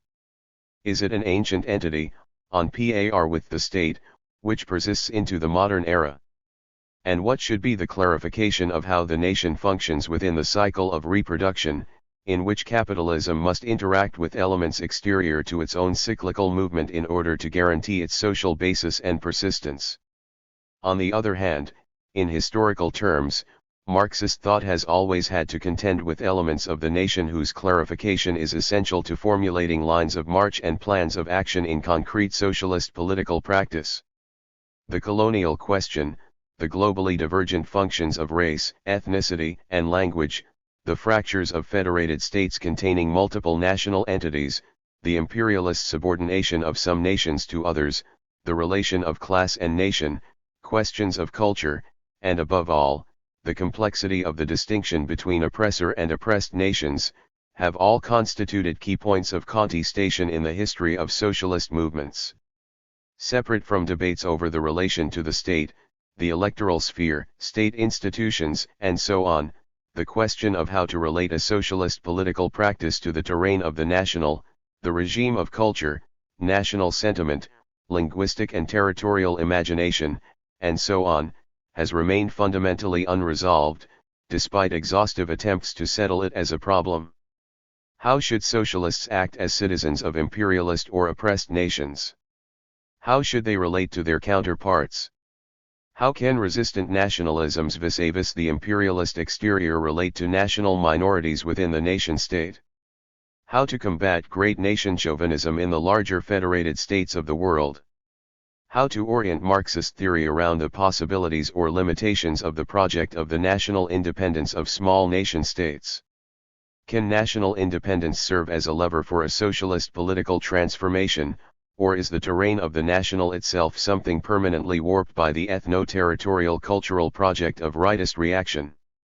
Although these two aspects, one theoretical and the other historical or political, have often been treated in isolation from one another, an overall grasp of nationalism and the national question within the history of Marxist thought must place them into dialogue, both because of their interconnected historical development and also in order to exploit the gap that opens between them. The national question has often been a catch-all term for Marxism, as a conceptual umbrella under which a vast array of analyses of backwardness, late development, specificity, or particularity has taken place. Politically speaking, debates over the national question in the history of the socialist movement often resolved into a debate over the theory of the two-stage revolution, the notion that an anti-colonial or anti-feudal national democratic revolution must necessarily precede socialist demands. This logic of the double 368 revolution was first articulated by the early Comintern in the 1920s in relation to the national question in East Asia. It subsequently became developed in a variety of situations, in the Indian subcontinent, in the South African theory of colonialism of a special type, in the USA in relation to the African American national colonial question, in the UK by means of the British Road to Socialism, in diverse Latin American situations, and many others. All of these examples express a common revolutionary imaginary of the relation between global capital and local circumstances that itself informed this double structure, founded also on the theory of dual economy in the world periphery. Tom Nairn's famous text on the nation as the modern Janus, one visage facing backwards towards the past while the other squarely faces modernity, provides one frame for understanding the double function of the nation, but we might also look here to Georges Dumézil's famous conception of the duality of sovereignty in the split gods Mitra-Varana, combining a mythic, narrative aspect and a law-forming, institutionally defensive aspect. After all, the nation is not only a mythic, ideological construct that will simply collapse when exposed to its historicity, it is also a remarkably central, forceful, and persistent institutional figure of the materiality of the juridical political order of our world. In other words, the nation cannot be thought through only one of these two aspects. Neither can we develop any kind of serious critical grasp of the function of nationalism within the Marxist camp unless we recognize both the ideational and material character of the nation, not material in the sense of something possessing physical properties, but in the sense of something that, while imaginary in a strict sense, nevertheless crystallizes within itself and subsequently organizes real social relations. In taking in not only the long history of theorizations of the national question in the general orbit of Marxist thought, but also the political history of debates on the nation within socialist practice. This chapter will attempt to present not an exhaustive history of specific debates on the nation, but rather a holistic theoretical assessment of the limits and possibilities for the analysis of the national question in contemporary Marxist thought. The national question, origins and debates. Marx and Engels began their theoretical work at a time of remarkable change for the status of the nation in Central Europe, the middle of the 19th century, a period when their own national formation was in tremendous flux. The Holy Nationalism and the National Question 369. Roman Empire had been dissolved in favor of the German Confederation, whose existence paralleled the Kingdom of Prussia in encompassing German-speaking Central Europe. Virtually all of Western Europe, with the sole exception of Britain, perhaps, had only a tenuous relation to the notion of stable, to say nothing of eternal, borders. The status of national minorities, based on linguistic groupings, remained complex and unresolved, while the very notion of territorially bounded and inherently appropriate national states, even for long-standing regions of settled cultural character, constantly changed. From the outset, what distinguished the perspective that Marx and Engels took vis-a-vis the nation was not their focus on single national units, but their emphasis on the primacy of relation, seeing national entities always in a parallax with the network of relations in which they emerged and existed. In other words, they did not begin from the presupposition of the nation's legitimacy or retrojection into the distant past, but from the actuality of its relational position in the present. Encapsulated in Engels' statement in the pivotal year of 1848 that Germany will liberate herself to the extent to which she sets free neighboring nations, Marx and Engels fundamentally treated, implicitly, at the start, and later explicitly, nations as either oppressed or oppressors. When it came to oppressor nations, Marx and Engels never made any concession to great nation chauvinism, even if their earlier works inherited certain formulas from the Hegelian philosophy of history's less fruitful moments. By the 1880s, as the second wave of great Marxist thinkers emerged, Engels could write, summing up the experience of the mid-19th century, "It is historically impossible for a great people even to discuss internal problems of any kind seriously, as long as it lacks national independence too, establishing the national question as an essential lever of socialism itself, in some sense its precondition." This implied temporality, first, the national question and, second, socialism, would later become an object of momentous Marxist polemics. Marx and Engels' conception of the national question, which would furnish the basis for the developments of early 20th century Marxism, stemmed in particular from their engagement with two specific national situations. Both situations involved the evaluation of the colonial question, or more broadly, of the project of national independence, Poland and Ireland. Throughout the 19th century, rule over Poland was divided between Austria, Prussia, and Russia, and the long history of Polish non-rule over lands inhabited by Poles constituted one of the principal national contradictions in Central Eastern Europe. Reflecting on this period, and specifically on the Polish situation, Engels emphasized to Koski that, contrary to certain tendencies in the international landscape of socialist movements, an international movement of the proletariat is possible only among independent nations. He continues, 370.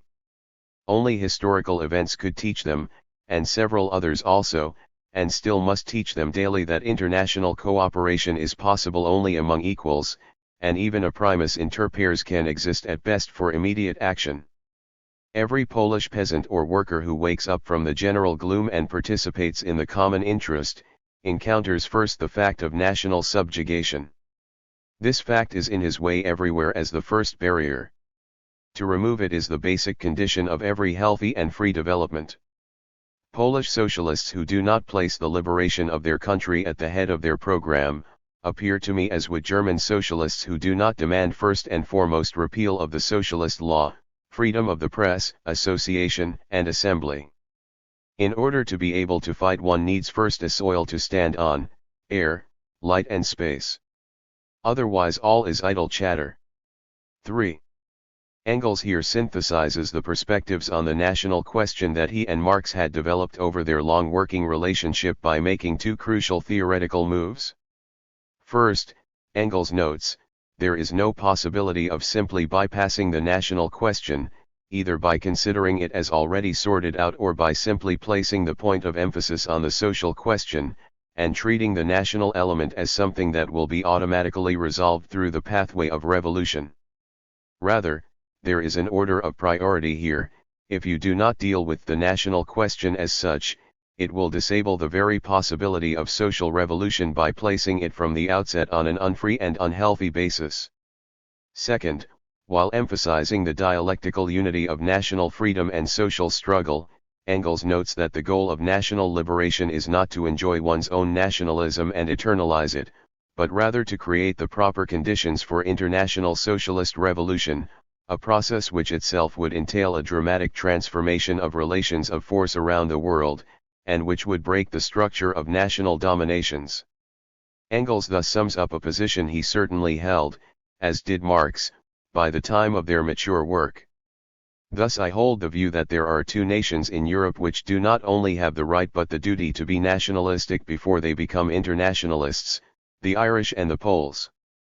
They are internationalists of the best kind if they are very nationalistic. The Poles have understood this in all crises and have proved it on the battlefields of all revolutions. Take away their expectation to re-establish Poland, or persuade them that the new Poland will soon fall into their laps by itself, and they are finished with their interest in the European Revolution. 4. If Marx and Engels posed the question of the nation in starkly materialist and especially political terms, this was not always the case in the years following their active engagement. The current of thought known generally as Austro-Marxism, and associated principally with Otto Bauer, emerged at the turn of the 20th century, developing a specific socialist culture of political thought in Austro-Hungary and later the Austrian Republic. But the crucial question that Bauer in particular dealt with was a revision or innovation in the Marxist theory of the national question. Nationalism and the National Question 371. Not content with Marx and Engels' scattered remarks on nationalism, nationality, and the form of the nation, Bauer's 1907 The Question of Nationalities and Social Democracy attempted to theorize the nation in a form that would take account of the status of national minorities in the larger imperial or federal states of Europe, proposing that rather than a territorial political unit, the principal element of the nation was the totality of human beings bound together through a common destiny into a community of character.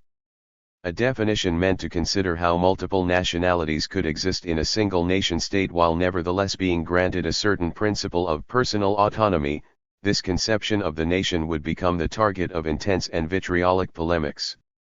Bauer's formulation is a definition of the nation that risks everything on the category of national character, a concept that, needless to say, cannot be grounded in anything material, but is rather a collection of prejudices, situational observations, customs, and other discrete pieces of information bound together by an attribution of these observations to an apparently eternal or suprahistorical form.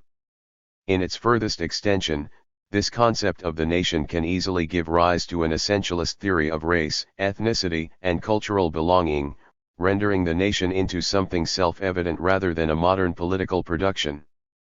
The Bolsheviks were, en bloc, essentially hostile to the Austro-Marxist theory of the nation, not only because of its ahistorical and immaterial character but especially because in the guise of self-determination it could even be the catalyst for a form of ethnic separatism, imagining the socialist political project as one of the separation of human beings on the basis of cultural racial character.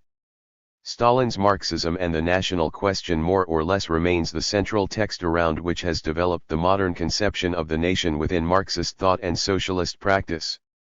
It is a text devoted principally to the critique of Austro-Marxism and Bauer's reintroduction of the discourse of spirit, character, in other words, some concept of the national essence. In contrast, Stalin's definition, formed through his famous list of attributes of nations, emphasized that nationality is formed through the historical constitution of a territorial, linguistic, psychological, and economic commonality whose bonds are cultural. In refusing, however, the theory of national autonomy so beloved of Bauer and his co-thinkers, Stalin re-emphasized the categories of history and politics that are so crucial to the development of the nation, which followed on from Lenin's work, in which the nation is principally posed as the form taken by community to constitute a labor market. When attempting to define Leninism as a specific current, Stalin produced the influential formulation that Leninism is Marxism, in the era of imperialism and the proletarian revolution, forever linking Marxism to a specific anti-imperialist orientation and a concomitant stance on the national question, focused on the liberation of the colonial and oppressed peoples, along with the sanctified status of the right of the self-determination of nations. But there is 372. A further specification. Stalin's famous formulation continues as follows: to be more exact, Leninism is the theory and tactics of the proletarian revolution in general, the theory and tactics of the dictatorship of the proletariat in particular. Without sidestepping into the concept of the dictatorship of the proletariat, this point nevertheless marks an important transformation in the nature of the national question for the history of Marxism.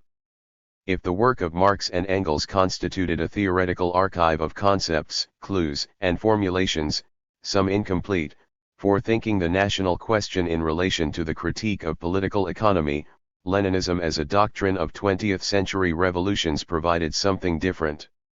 In contrast to its bourgeois equation with totalitarianism, dictatorship of the proletariat is a modulation of the term democracy, the kratos of the demos.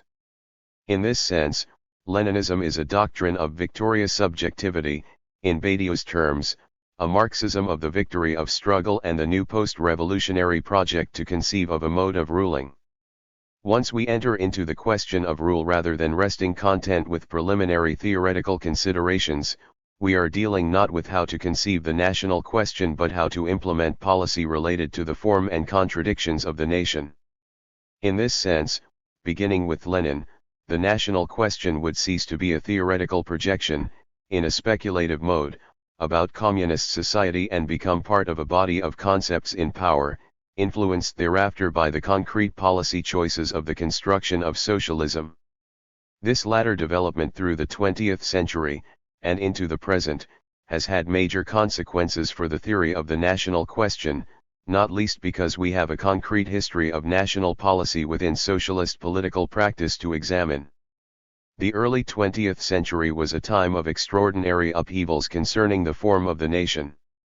From new nations carved out of existing ones to national revival projects, the assertion of new linguistic sovereignties and newly discovered national borders, it appears at first glance a historical moment at extraordinary odds with the post-1991 conjuncture, in which we were all told of a new post-national world characterized by free movement, an end to national sovereignty, and the promise of a globalization that would have done with the limits of national consciousness. The nation form, capital and the nation. The history of nations, beginning with our own, is always already presented to us in the form of a narrative which attributes to these entities the continuity of a subject. 5 So begins Etienne Balibar's no famous inquiry into the nation form, the term he gives to the aggregate of apparatuses and practices that institute the individual as homo nationalis from cradle to grave. Balibar's remark on the history of nations. Nationalism and the national question 373. Introduces us to an entire network of concepts and issues that orbit around a theoretical question that is not only historical but profoundly actual, the relation between the inner logic of capital, the fundamental expression of modern social relations, and the form of the nation-state, the quintessential entity within which the modern form of belonging is cartographically, politically, and conceptually organized. In turn, this excavation of homo nationalis is inseparable from a set of questions posed in another famous text, where Balibar introduces us to a very specific problematic characterizing our modern world order, the volatile articulation or process of referral between the citizen and the subject. Here, he emphasizes something that is central for the present inquiry when he states, the citizen is the subject, the citizen is always a supposed subject. I will call this new development the citizen's becoming a subject. As we attempt to think the relation between the nation form and the citizen subject, we will need to examine the problem of supposition and presupposition. This conceptual sequence of Hegelian derivation, the entire discursive economy of Setzung and Voraussetzung in Marx, will allow us productively to complicate the ways in which homo nationalis remains not merely a corollary or peripheral question to the broad concerns of capitalist development, but rather a profoundly historical field of force located at the very core of the logic of capital, in which the abstract individual who is the presumed subject of exchange is always presupposed not merely as a subject, but as a national subject. When we imagine the national question, we generally think of a field of problems that presumes or presupposes the givenness of the nation form. That is, we often presuppose that the national question involves simply the excavation and categorization of the putatively national factors of development, the relative stage of a given national capital in relation to various other national capitals, the dynamics internal to a particular national formation's reproduction, and so forth. In other words, the national question is typically posed as if the national itself is not a question, but rather an answer.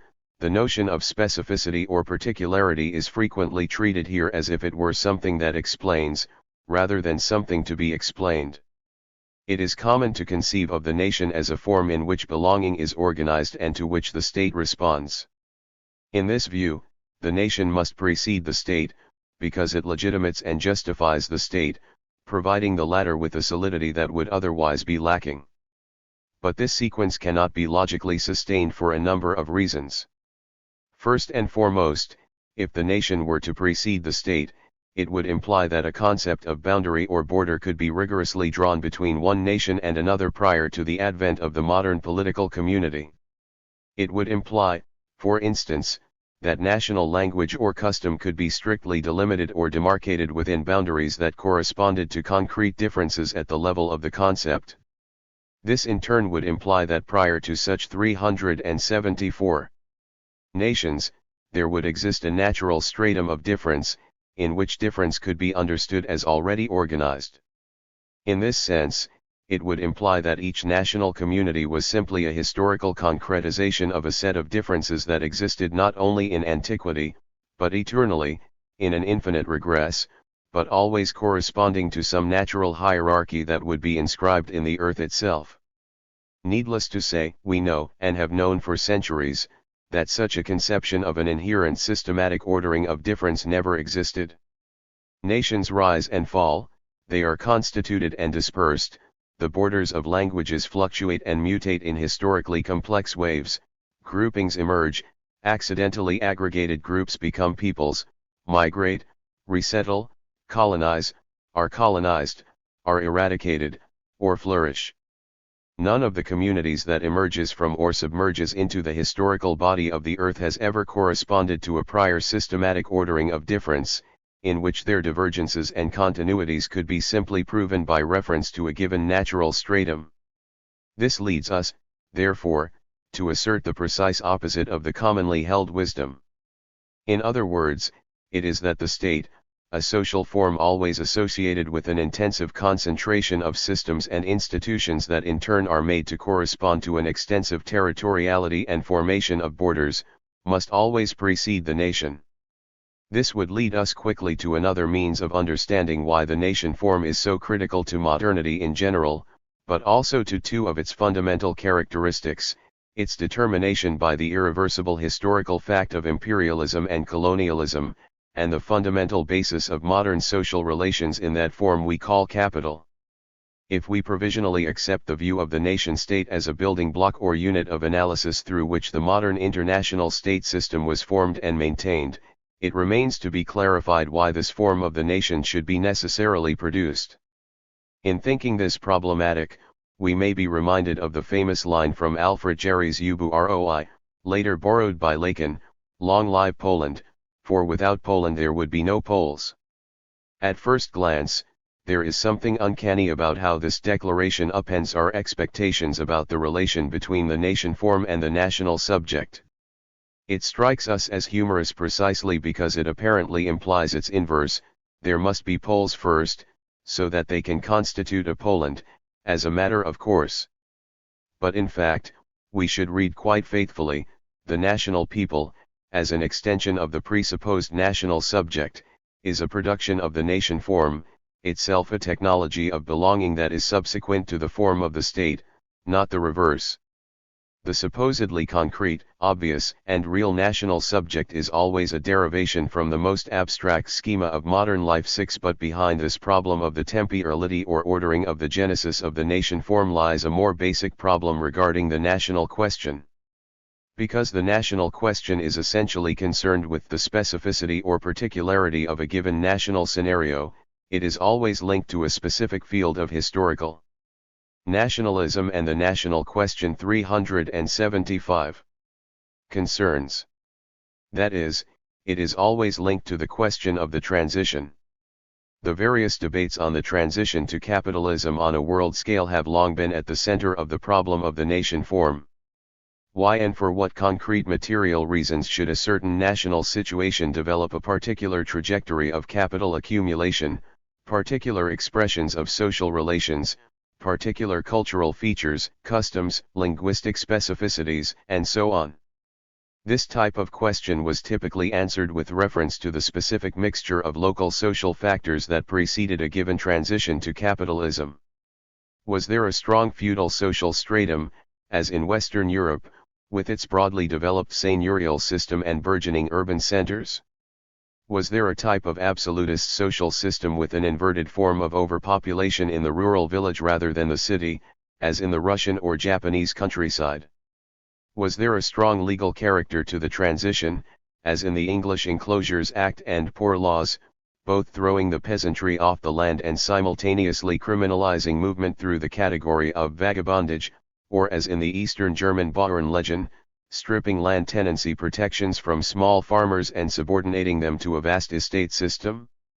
And what about the profoundly colonial character of the transition to a world capitalist system throughout Africa, South and East Asia, and Latin America, wherein the growing global character of markets was from the very outset tied to the experience of slavery and imperial plunder of natural resources?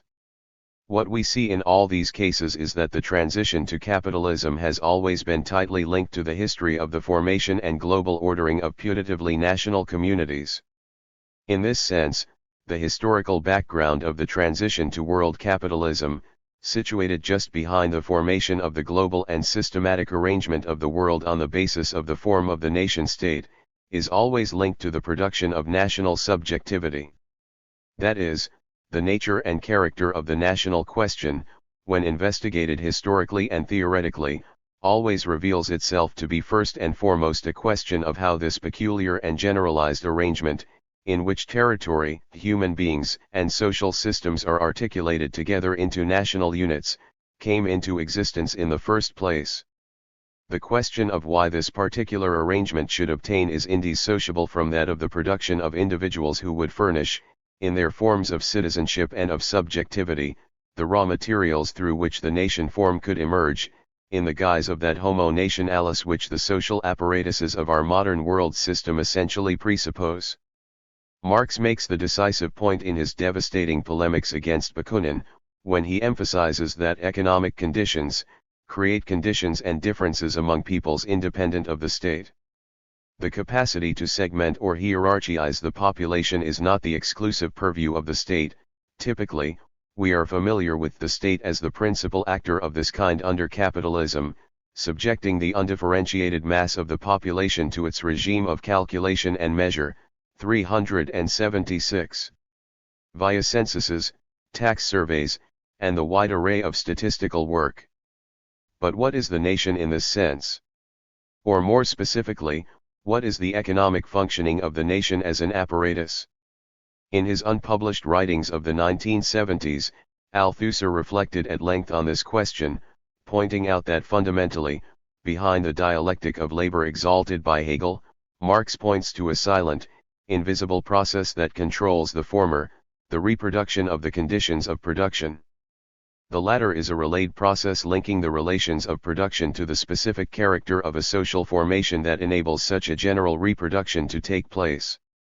Althusser seizes upon the status of the national in the context of the broad reproduction of society in general, linking the nation form to a general investigation of the specific forms of different social formations, and emphasizing that it is the form of the nation that is specific to capitalist society and to it alone, leading him to the remarkable conclusion that under a communist mode of production, the specific form of society would absolutely not be the nation as such. He asks, why do capitalist social formations exist under the nation form? Because, in the final instance, the nation form is imposed by the existence of the market, the geographic area of existence and of development of capitalist commodity production, not just the market for manufactured goods, but also the market for means of production and also the market for labor power. This is the obligatory starting point, and not only the starting point, but also the obligatory material basis, inscribed in geographic space, of every capitalist social formation. In essence, this is not significantly different than the perspective of the early Lenin, for whom the nation constituted first and foremost the social form of the labor market. But Althusser adds an important twist when he emphasizes that the internationalization of trade and the imperialist expansion of markets does not constitute an abolition of the nation form, but rather requires its presence.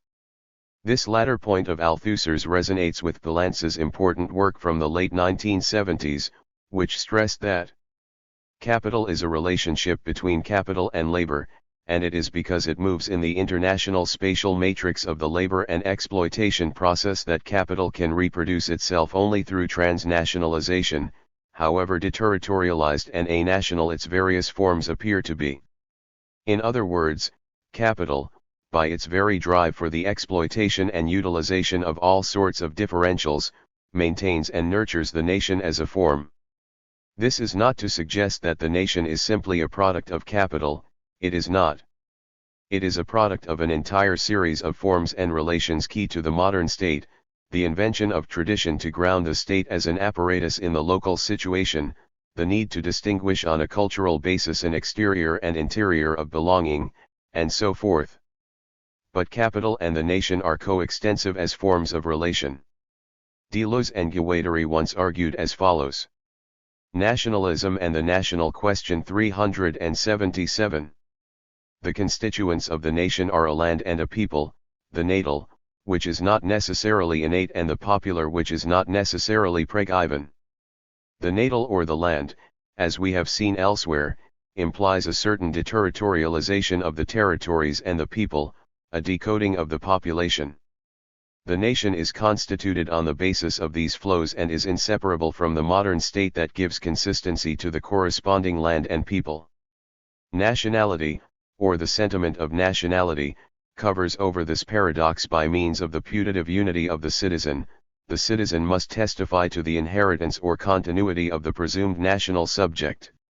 And yet, since the advent of this modern concept of the citizen, those who cannot be located in this continuity and are placed in a separate position of difference in one way or another must also be encompassed within the concept of the citizen. But strictly speaking, those placed in this position cannot be assumed to have inherited the nation in the expected manner.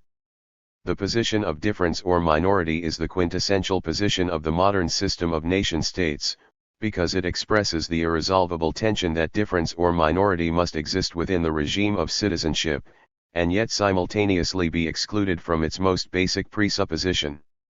There are two historical arguments regarding the tendency for the nation to incarnate itself in the nation-state, a conservative or traditionalist one that simply argues that the nation-state is the realized form of the nation, that nations without corresponding states remain frozen in a form of infancy, the typically Marxist argument that the tendency towards the articulation between the nation and the state is an effect of the development of capitalism, in which individual labor markets tend towards centralization and concentration, alongside a political trend towards a hierarchical arrangement of unevenly distributed modes of development. This latter argument was developed by Lenin, Gramsci, and others to emphasize the necessity in political strategy for independent nation-states.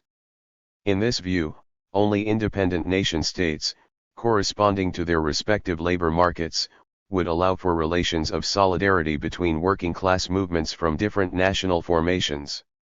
Without this national anchoring, the working class movement would merely mirror in its internal organization the global hierarchies installed by capital as an abstract and overarching figure of social relations. If there is a strategic space for nationalism here, it is not in terms of the inevitability of the nation-state. Rather, it emphasizes that the nation-state, while utilized by capital to form the field of the supply of labor, also serves as a device or arena for moving beyond the nation form.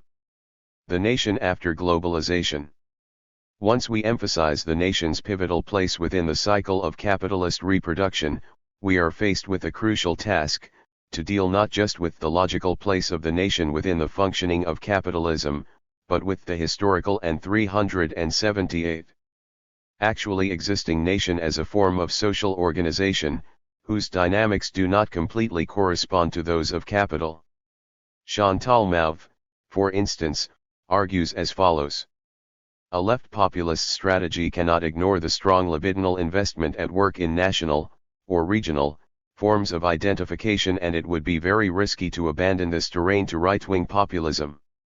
This does not mean following its example in promoting closed and defensive forms of nationalism, but instead offering another outlet for those affects, mobilizing them around a patriotic identification with the best and most egalitarian aspects of the national tradition. For Mouffe, a left populist investment in the nation must occur through the construction of a people formed by the drawing and enforcement of new boundaries and borders. But this confuses two aspects of the national question: the tactical stance vis-a-vis the nation as an existing entity, and a strategic vision that must grapple with the nation's futurity, as well as with its tendency to conjure up forms of the archaic. This tendency towards archaism is perhaps the most foundational dimension of the nation-state. Archaism is the nation's mode of self-legitimation, of proving, so to speak, that the national political community was a necessary development from what was there before, that everything that pre-existed the nation was itself merely pre-national. Today, archaism is everywhere. It is the driving force behind the resurgence of white nationalism, a cheap rebranding of early 20th century revanchist, racist ethnocentrism. But it is not just the driving force of the nationalisms of the right.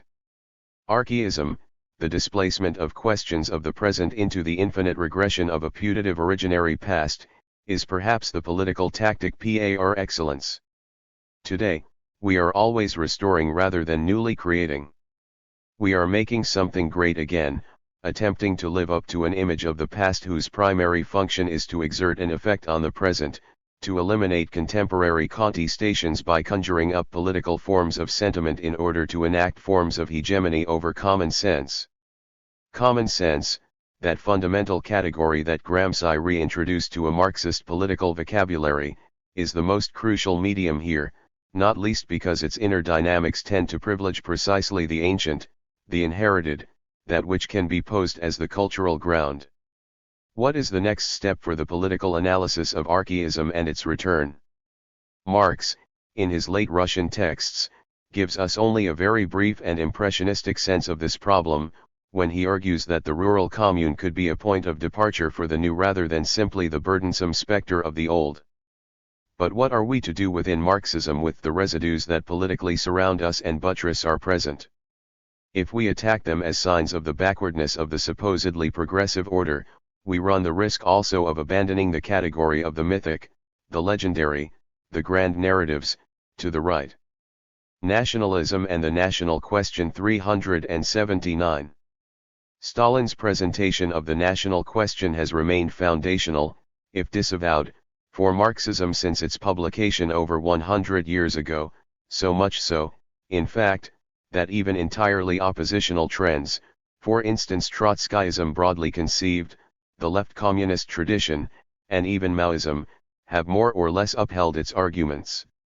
Stalin was surely correct in emphasizing the materiality of nationality in contrast to the Austro-Marxist deviation towards spirit, national character, and other such mystifications, but Stalin's text equally installed certain key prejudices into the core of Marxist common sense, the ironclad belief in the superiority of large, multinational federated states, the formal presentation of the national question, producing a model that could be applied anywhere and anytime, a tendency to Distrust any expression of national culture as a slippery slope towards bourgeois nationalism. As Blaut, for instance, has argued. First, Stalin in 1913, and most Marxists at that time, believed that nations emerge only in the period of early, rising capitalism, and die or dissolve with the socialist revolution. But nations have been born since 1913 under all manners of circumstances, socialist as well as capitalist, and more crucially, nations can also be destroyed under capitalism itself. But Lenin also innovated significantly after the emergence of Stalin's famous essay. Between 1914 and his death in 1924, Lenin began to rethink the national question in relation to imperialism. That is, he began to argue that imperialism did not connote an epoch in which the national question would wither away, but rather that imperialism would pose the national question in an even more intense form. In his last years, Lenin moved further to the left in his position on the national question, and began to seriously criticize Stalin's formulations and their implication, despite the fact that Lenin himself had been in a firm agreement with the text on the national question. Why did Lenin change his mind? First and foremost, Lenin began to see the policy effects of a formal theory of the national question that did not take its historical, contextual, and contingent variation into account. He also began to sense the problem behind the dyadic structure of the nationalism of the large, federated state vis-a-vis the nationalism of small, oppressed nations. We must emphasize once again that this late position of Lenin has not been the dominant position in the history of the world communist movement, quite the contrary. As mentioned earlier, no matter what the position taken on the Russian questions, virtually every Marxist tendency wittingly or unwittingly adopted the positions first elaborated in Stalin's Marxism and the national question. Among other effects of this was an intense suspicion, throughout the history of Marxism, that struggles for national independence, or the self-determination of nations, was merely a thin veneer behind which lurked the specter of a particularistic, closed, integralist retreat into the ethnos or national essence. In many ways, this prejudice continues to play an outsized role within Marxism. Suspicions of racial separatism, 380. Bourgeois nationalism, communitarianism, etc. persist in our current moment. What makes the late Lenin so interesting in this respect was his intensely dialectical, even paradoxical, mode of argumentation on the question, in effect emphasizing that what appears as the closure of national or even racial struggles for self-assertion can also be read as openings to the world, the condition of possibility for another point of departure for a truly global socialism. Nothing holds up the development and strengthening of proletarian class solidarity so much as national injustice. Offended nationals are not sensitive to anything so much as to the feeling of inequality and the violation of this equality, if only through negligence or jest, to the violation of that equality by their proletarian comrades. That is why the fundamental interest of proletarian solidarity, and consequently of the proletarian class struggle, requires that we never adopt a formal attitude to the national question. In other words, Lenin points out quite correctly that a truly formal presentation of the national question will only result in an evacuation of the political evaluations required seriously to deal with the degree of sentiment or imagination that subtends the nation form. It is impossible universally to uphold an independentist orientation, for instance, in a world where nations rise and fall with the passage of history, where the forms of one nation's oppression by another constitute historically formed relations, which in turn work on the capacity to determine political strategy. For example, while we can point to the historically, politically, and socially progressive character of national independence in many situations, this determination can never be carried out formally. For instance, today, the Israeli state has transformed the very character of its own legal conception of nationality with the passage of the 2018 nation-state law, in which the right of self-determination solely accrues to the Jewish people. Hebrew is established as the dominant official language of the territory, and the expansion of the national state's territorial scope is justified so long as it is Jewish settlement, something given a recognized national value. In such a situation, the self-assertion and self-determination of the Palestinian nation is only possible on the basis of a plurinational federated state of Palestine, where Jewish nationality would be recognized as a foundational component. That is, it is not just independence that can lead to a resolution of the national question in all circumstances. The determination of the political tasks related to the nation form must always be based on the historical, social, and political investigation of the specific situation. Samir Emin, concisely expressing the innovations of world systems theory in general historiographical terms, argues that the national question, which in the 19th century was primarily that of oppressed European nations, was transferred in the 20th century to Asia and Africa, where it became the colonial question. This was not only a geographical transfer. As a correlate of the formation of the imperialist system, it implied a change in the very nature of the national question. The old national question, that of European nationalities oppressed by the absolutist feudal regimes, was part of the incomplete bourgeois revolution. The principal axis of the new national question is defined by its anti-imperialist character. Nationalism and the National Question 381.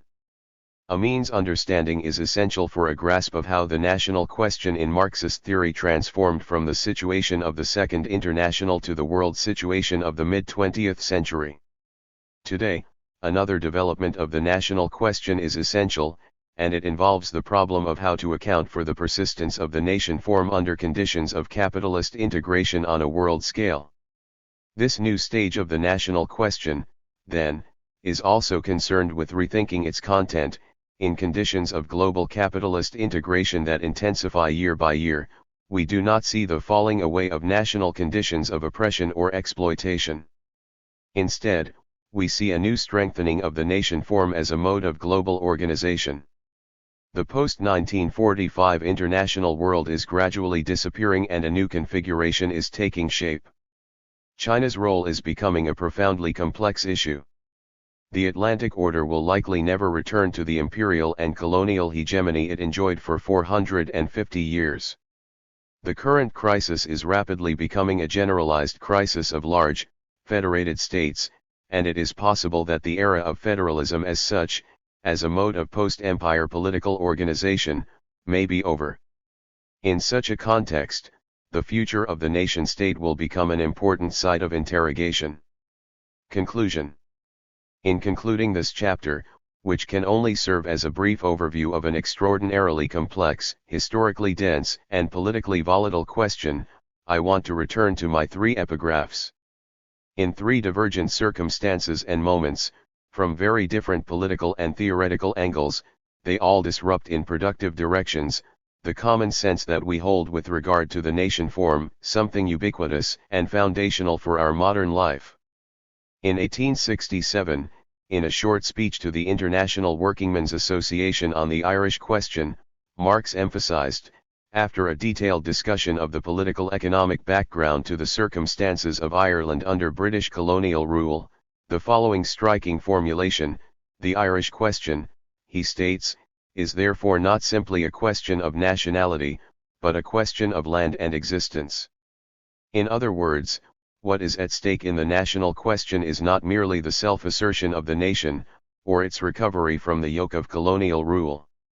The national question concerns two truly fundamental categories of the social, land, the dimension of property, governance, and hegemony, in other words everything that belongs to the state, and existence, in other words, the cultural, social, linguistic, and political forms proper to peoples and the inscription of community onto the earth. The national question is not merely the self-assertion of the nation form, something that is essentially impossible in and of itself. The nation is not an institution, neither is it a practice. It cannot be grasped solely in its materiality, despite its material effects and material consequences. This is why Marx's point, that the national question concerns everything related to land and 382 existence, is so important. The national question in such an optic is not merely related to a political nationalism, that is, to one political choice among others. it is related to the totality of human territorial, institutional, and cultural life in a given location and situation. Almost 100 years after this address to the International Workingmen's Association, Raymond Williams, in his 1964 novel Second Generation, provides us with a crucial vignette, written against the backdrop of the wave of decolonization and national liberation struggles across the former colonial world. In response to the rather general dismissal of nationalism by a student, Akanda, foreign minister of an unnamed African state in the grips of the revolutionary process, replies, "Nationalism is in this sense like class. To have it, and to feel it, is the only way to end it. If you fail to claim it, or give it up too soon, you will merely be cheated by other classes and other nations."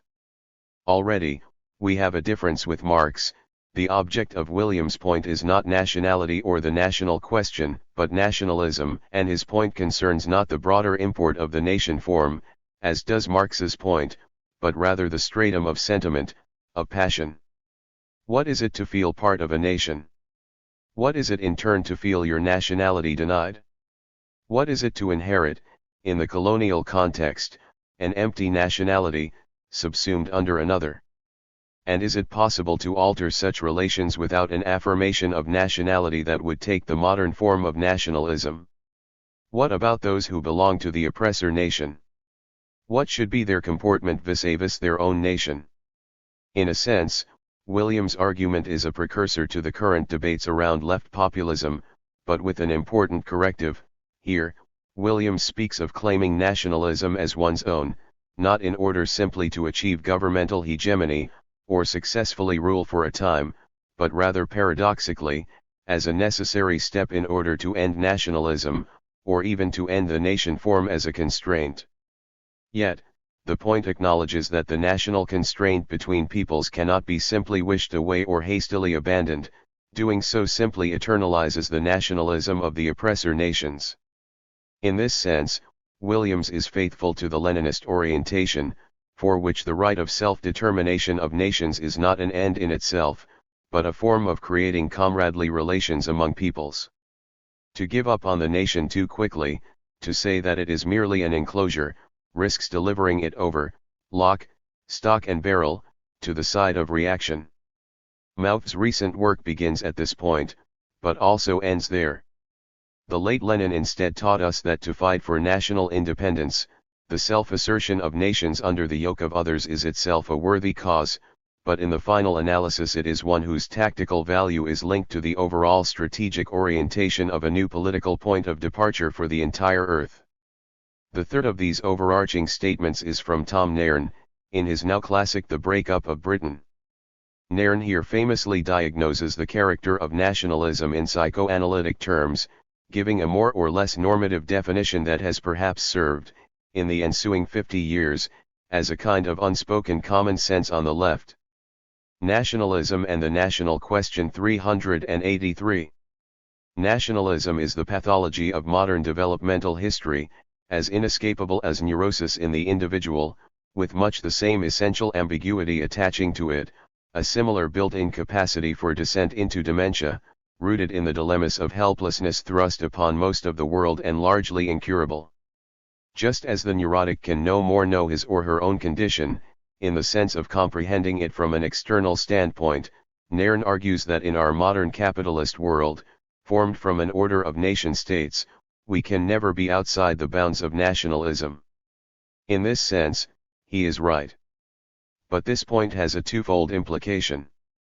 On the one hand, it alerts us to the fact that nationalism and its tendencies exist within societies as pathological formations, structures within which political and social forms arise but that can be no more dispensed with than the psychological structures within which we think.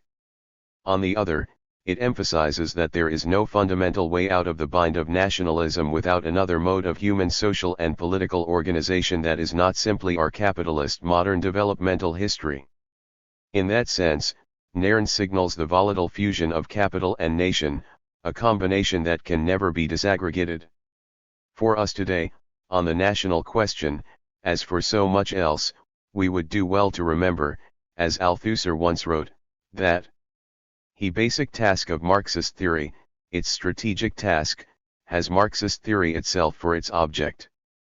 I mean, to be quite precise, that Marxist theory has to know exactly what it is as a theory, and to know exactly what point it has reached in its development, in order to know what kind of theoretical work it must and can accomplish.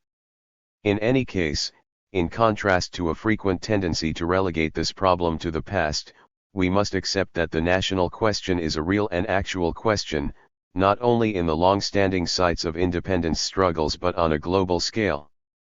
There can be no resolution or settlement of the national question without a valorization of this question as a question. The nation is not an answer to anything, but a volatile, powerful form of human relations, and one that can be developed in a reactionary or emancipatory direction. The nation in this sense is a grammar of common sense, a repository of commonalities and divergences, one that exerts a decisive force over the social field, and into which, therefore, we have no choice but to intervene. 7. The nation as a form of common sense must be fought for, it must be a terrain of combat for hegemony over the forces it organizes. In Marx's own terms, collisions proceeding from the very conditions of bourgeois society must be overcome by fighting, they cannot be reasoned out of existence.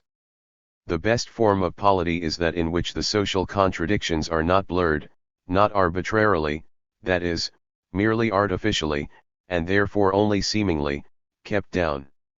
The best form of polity is that in which these contradictions reach a stage of open struggle in the course of which they are resolved. Is there a pathway through these divergent modes of analysis towards a future, a new and unanticipated future, for the national question in Marxist theory? If there is, it must reckon with the haste and superficiality with which the nation 384 as a form has often been treated, as if it were a mere prehistorical vestige bound to wither away with the passage of time and the development of the productive forces. If anything, this argument today appears almost incoherent, as we fully enter into a post-globalization era in which the prospects of global governance, global markets, and global culture recede into mere nostalgia for the 1990s third way and its passing reign in the advanced industrial countries. Today, the nation has fully returned to the stage of history, both for the right and for the left, as much in the global north as in the global south.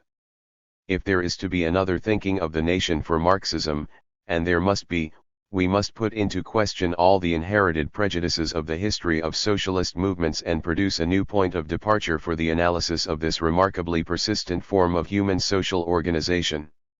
In particular, I would single out the near-total 20th century consensus within Marxist thought in support of the form of the large plurinational federated state form, and in some ways, the hostility to the project of small, independent national states. There is no theoretically coherent position that can demonstrate the superiority of great nation nationalism over small nation nationalism. We would do well to take a set of clues from the late Lenin instead, who taught us that internationalism on the part of oppressors or great nations, as they are called, must consist not only in the observance of the formal equality of nations but even in an inequality of the oppressor nation, the great nation, that must make up for the inequality which obtains in actual practice. Anybody who does not understand this has not grasped the real proletarian attitude to the national question. He is still essentially petty bourgeois in his point of view and is, therefore, sure to descend to the bourgeois point of view. In re-emphasizing today the burning need for this self-reflexive and rigorous internationalism of the late Lenin, the theorization of the national question in the history of Marxist theory teaches us that perhaps it is a world constituted from the independence of the small nation that will be the closest transitional form to a global superseding of the nation form itself, and in turn the capitalist system that sustains the current geopolitical order. Theory, belief, and dialectics. Why have science at all? Once interconnection is grasped, all theoretical belief in the permanent necessity of existing conditions collapses before their collapse in practice. Here, therefore, it is absolutely in the interest of the ruling classes to perpetuate a senseless confusion. The eclectic is too timid to dare to revolt. The crisis is the spectacle. Where is the real? The Marxist theory of crisis gives us a logic and a revolutionary common sense to construct strategies and programs to advance working class struggles from the analysis of capitalist crisis to the analysis of the necessity of revolution and the planning of a transitional epoch from capitalism to socialism and communism. The theory of crisis is revolutionary, however, because of its fidelity to Marx's power of abstraction, his immense theoretical revolution in Capital. This revolution in theory is inseparable from Marx's theoretical exposition of the inner interconnections of the capitalist mode of production, its relations of production and forms of intercourse that correspond to it. 21. Crisis. Ken C. Kawashima 388. What is the effect of this exposition?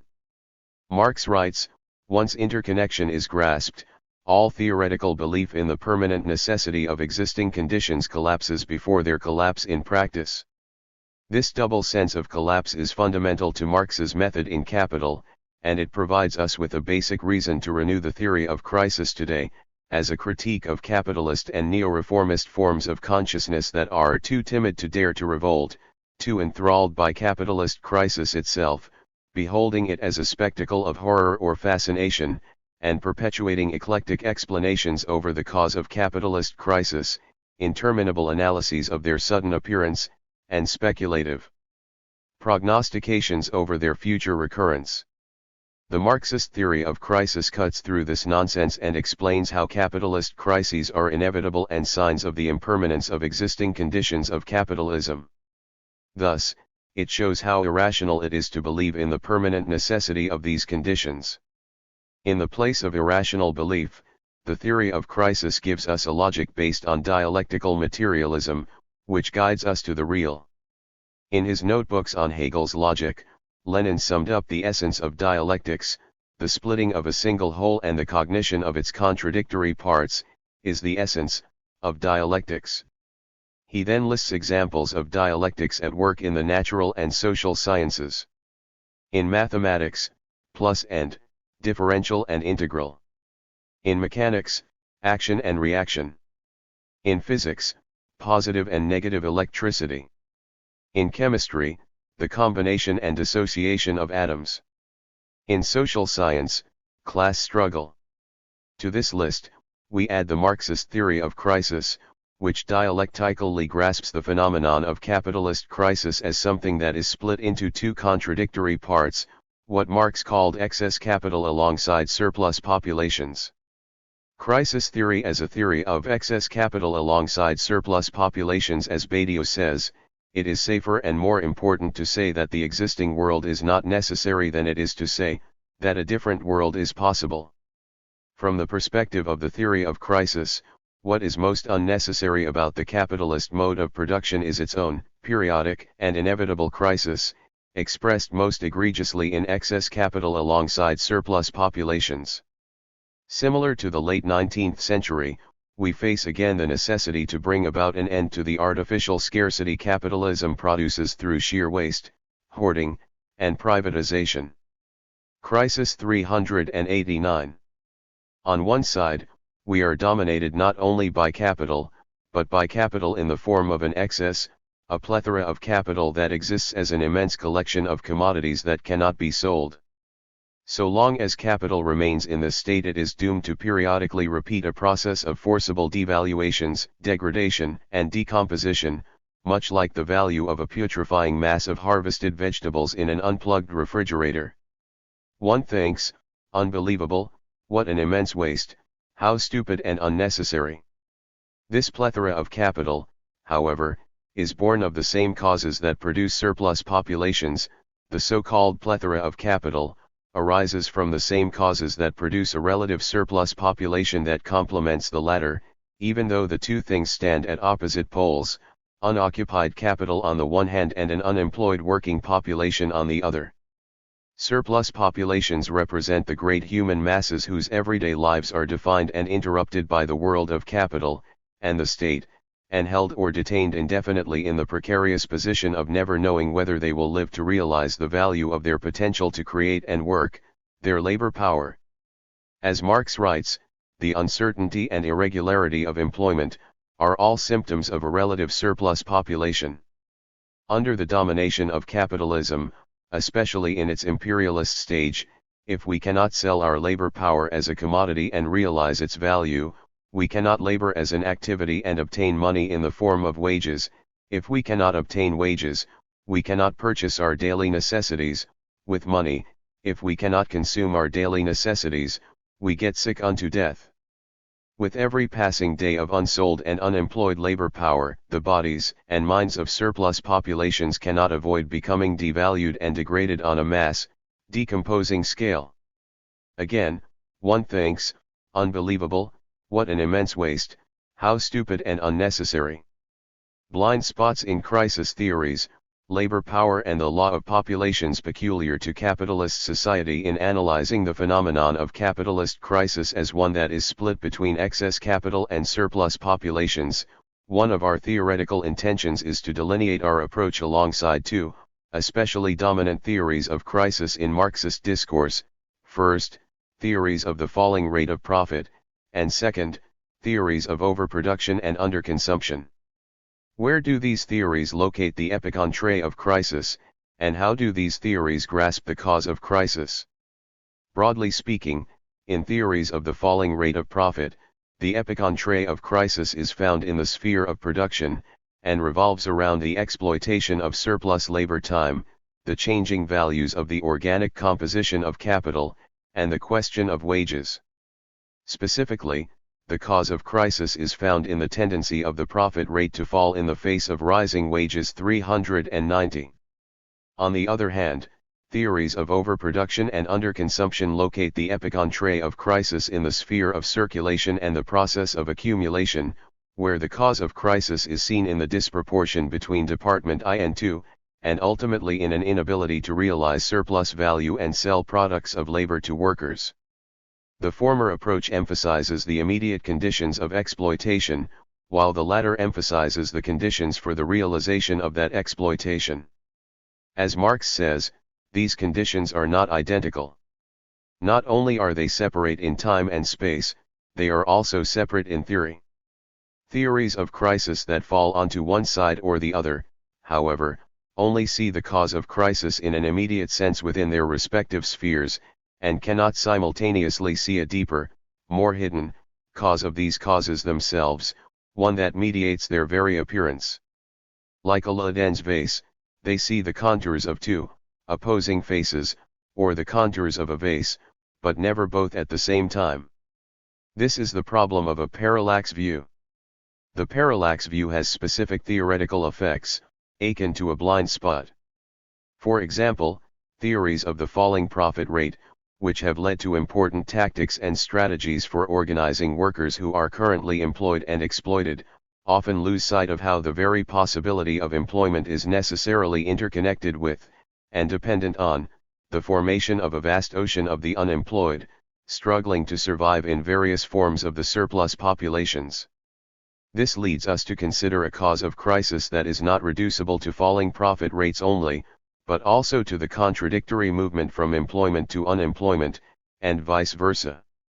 As Marx says, the condemnation of one part of the working class to enforced idleness by the overwork of the other part, and vice versa, becomes a means of enriching the individual capitalists, and accelerates at the same time the production of the industrial reserve army on a scale corresponding with the progress of social accumulation. The secret of this condemnation is found in the notion of vice versa, and in Marx's analysis of the law of populations peculiar to the capitalist mode of production. The working population produces both the accumulation of capital and the means by which it is itself made relatively superfluous. This is a law of population peculiar to the capitalist mode of production. For workers, this law represents the secret of why it happens that the more they work, the more alien wealth they produce, and that the more the productivity of their labor increases, the more does their very function as a means for the valorization of capital become precarious. This precariousness throws the notion of the progress of social accumulation into question, and places the commodification and social reproduction of labor power at the center of analysis. Crisis 391.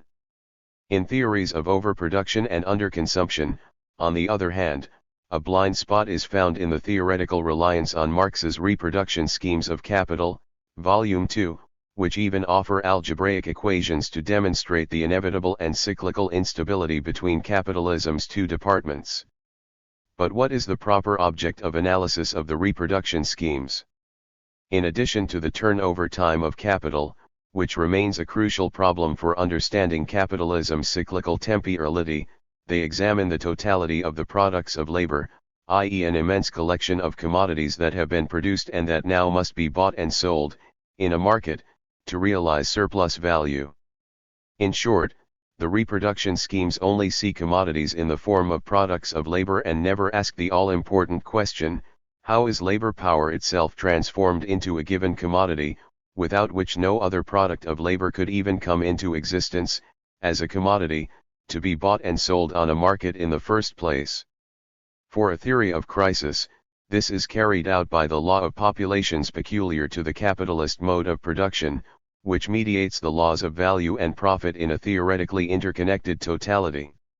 Grasping the law of populations is crucial because it reveals one of the most oppressive conditions of the working class overall, which is that the process of the commodification of labor power can never be assumed to be one that is always already complete, a fait accompli.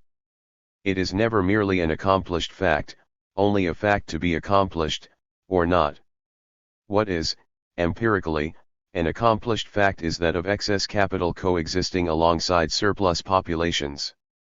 Narrating the possibility of crisis, the exchange process and the law of value. The leap taken by value from the body of the commodity into the body of the gold is the commodity's salto mortale. With the narration of the possibility of crisis, we rely on Marx's theoretical exposition of the law of value and the process of exchange in the opening chapters of Capital, i.e. the abstract analysis of the commodity form, commodity fetishism, and the metamorphosis of the forms of value that the commodity undergoes in the process of exchange. As Marx writes, the commodity appears at first sight an extremely obvious, trivial thing. But its analysis brings out that it is a very strange thing, abounding in metaphysical subtleties and theological niceties. The abstract and formal possibility of crisis is found in simple circulation, and in the division of the commodity form into two contradictory parts, use value and exchange value. Crisis is formally a possibility because a commodity's use value will always remain latent, virtual, and unrealized unless the qualitative, 392. Sensuous use value of a given commodity is quantitatively abstracted in the body of another, equivalent commodity. In the most abstract and formal sense, the commodity form discloses two, formally asymmetrical social positions representing two forms of value, the relative form of value, which can be called the position of selling, and the equivalent form of value, or the position of buying. Crisis is always possible because the very form of the commodity implies two asymmetrical and contradictory social positions, separated in time and space from each other, the positions of selling and buying. For this reason, when Marx writes of simple circulation and the first metamorphosis of the commodity into money, or CM, he begins his analysis from the perspective of the position of selling, and not from the position of buying. CM represents a position that cannot avoid what Marx calls a risky leap of faith, a salto mortale. This risk is never experienced by the position of buying. He writes, CM. First metamorphosis of the commodity, or sale. The leap taken by value from the body of the commodity into the body of the gold is the commodity's salto mortale. If the leap falls short, it is not the commodity which is defrauded but rather its owner. The center of possibility of crisis is thus found in the salto mortale, which expresses the risk of selling that inheres in the very form of the commodity. The salto mortale is always a gamble, a speculation, an uncertain relation to the other. As Marx says, if the commodity is not sold, their use value and their exchange value go to the devil. In the capitalist epoch, the act of selling is equivalent to an act of praying. The position of selling is driven by faith and speculation, an irrational belief. Marx theoretically overcomes the salto mortale in simple circulation to show how the commodity form transforms into the form of money. While the form of money is derived from the contradiction of the use value and exchange value of the commodity form, money now appears in circulation as if it were independent of the commodity form. With the general formula of capital, now expressed as MCM, capital's monotheistic structure is revealed. Value suddenly presents itself as a self-moving substance which passes through a process of its own. It differentiates itself as original value from itself as surplus, just as God the Father differentiates himself from himself as God the Son, although both are of the same age and form, in fact one single person, for only by the surplus value of £10 does the £100 originally advanced become capital, and as soon as this has happened, as soon as the Son has been created and, through the Son, the Father, their difference vanishes again, and both become £110. With MCM, sellers of commodities cannot avoid always having to sell particular commodities to owners of the universal equivalent of money. In selling, the salto mortale of the position of selling is endemic to the process of exchange. Crisis 393. It is structural and therefore cannot be eliminated, only deferred by credit. As Karatani writes, the essence of credit lies in its avoidance of the crisis inherent in the selling position, the postponement of the present crisis to some future date. The possibility of crisis, whose overcoming from CM to MC discloses capital's fundamentally speculative structure, only offers a formal framework for thinking of the necessity and inevitability of crisis. As Marx writes, the factors which turn this possibility of crisis into crisis are not contained in this form itself, it only implies that the framework for a crisis exists. The deepest, most hidden cause of crisis, political economy's unconscious.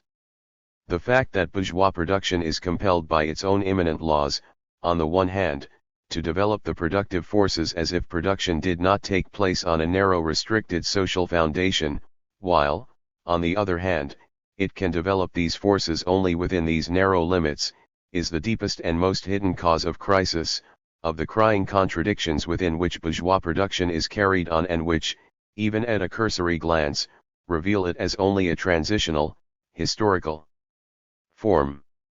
In Capital, the notion of the cause of crisis is split into two interrelated levels of causation. One level perceives a range of immediate or direct causes of crisis, which are all too visible, even spectacular. On another level, it perceives a deeper cause of the outwardly visible causes, but it is hidden, disavowed, or repressed by the very perception of the outwardly visible causes themselves. As Althusser writes, the invisible is not therefore simply what is outside the visible, but, inside the visible itself.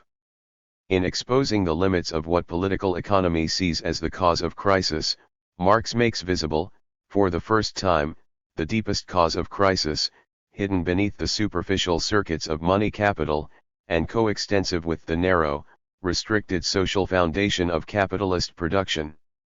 Why is this social foundation of capitalist production necessarily narrow and restricted? First, it points to how the social passage to the world of employment is necessarily narrow and restricted.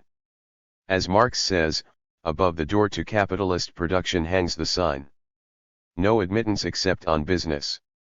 In other words, the narrow and restricted social foundation of capitalist production is inseparable from the sale and purchase of labor power, which tells us that, in thinking of the inevitability of crisis in the capitalist epoch, it is never about a generic commodity economy in which mere products of labor are exchanged.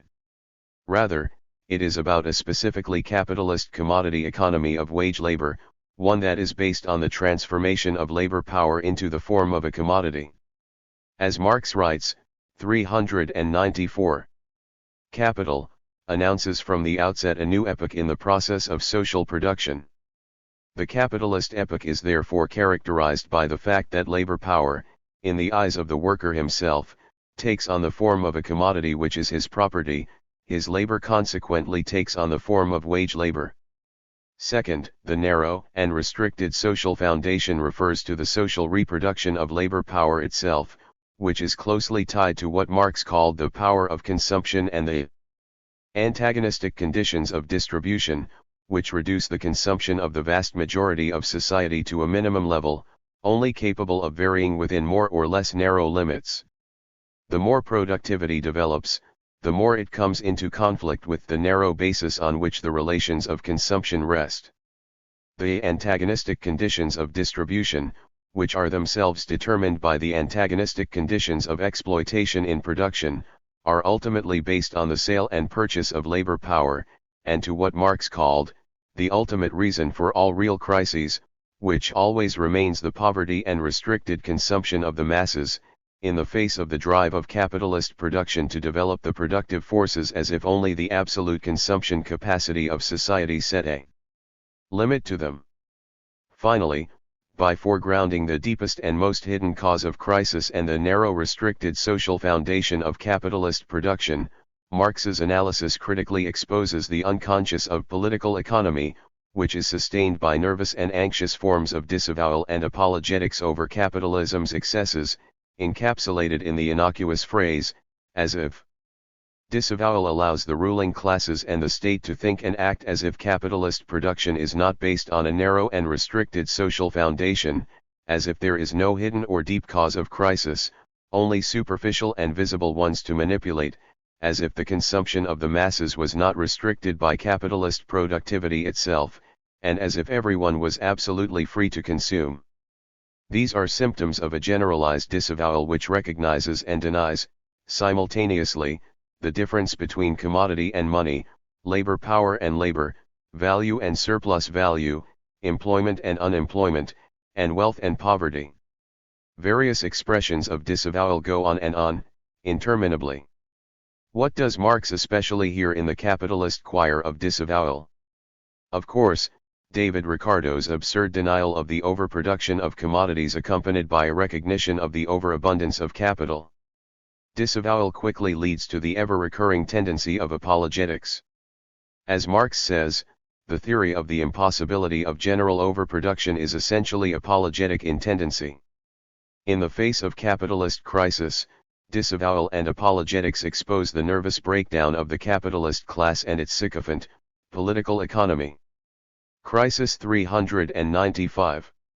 Narrating the inevitability of crisis, the vicious cycle of accumulation. The theoretical exposition of the inevitability of crisis begins by grasping the social foundations of the capitalist mode of production and the specific circuit of industrial capital. The form of industrial capital is MC. PLP/MP. CM, which forms a loop or cycle from M to M, and from M back to M. Industrial capital differs from merchant's capital, MCM, insofar as it differentiates the commodity inputs of labor power and means of production into the process of production.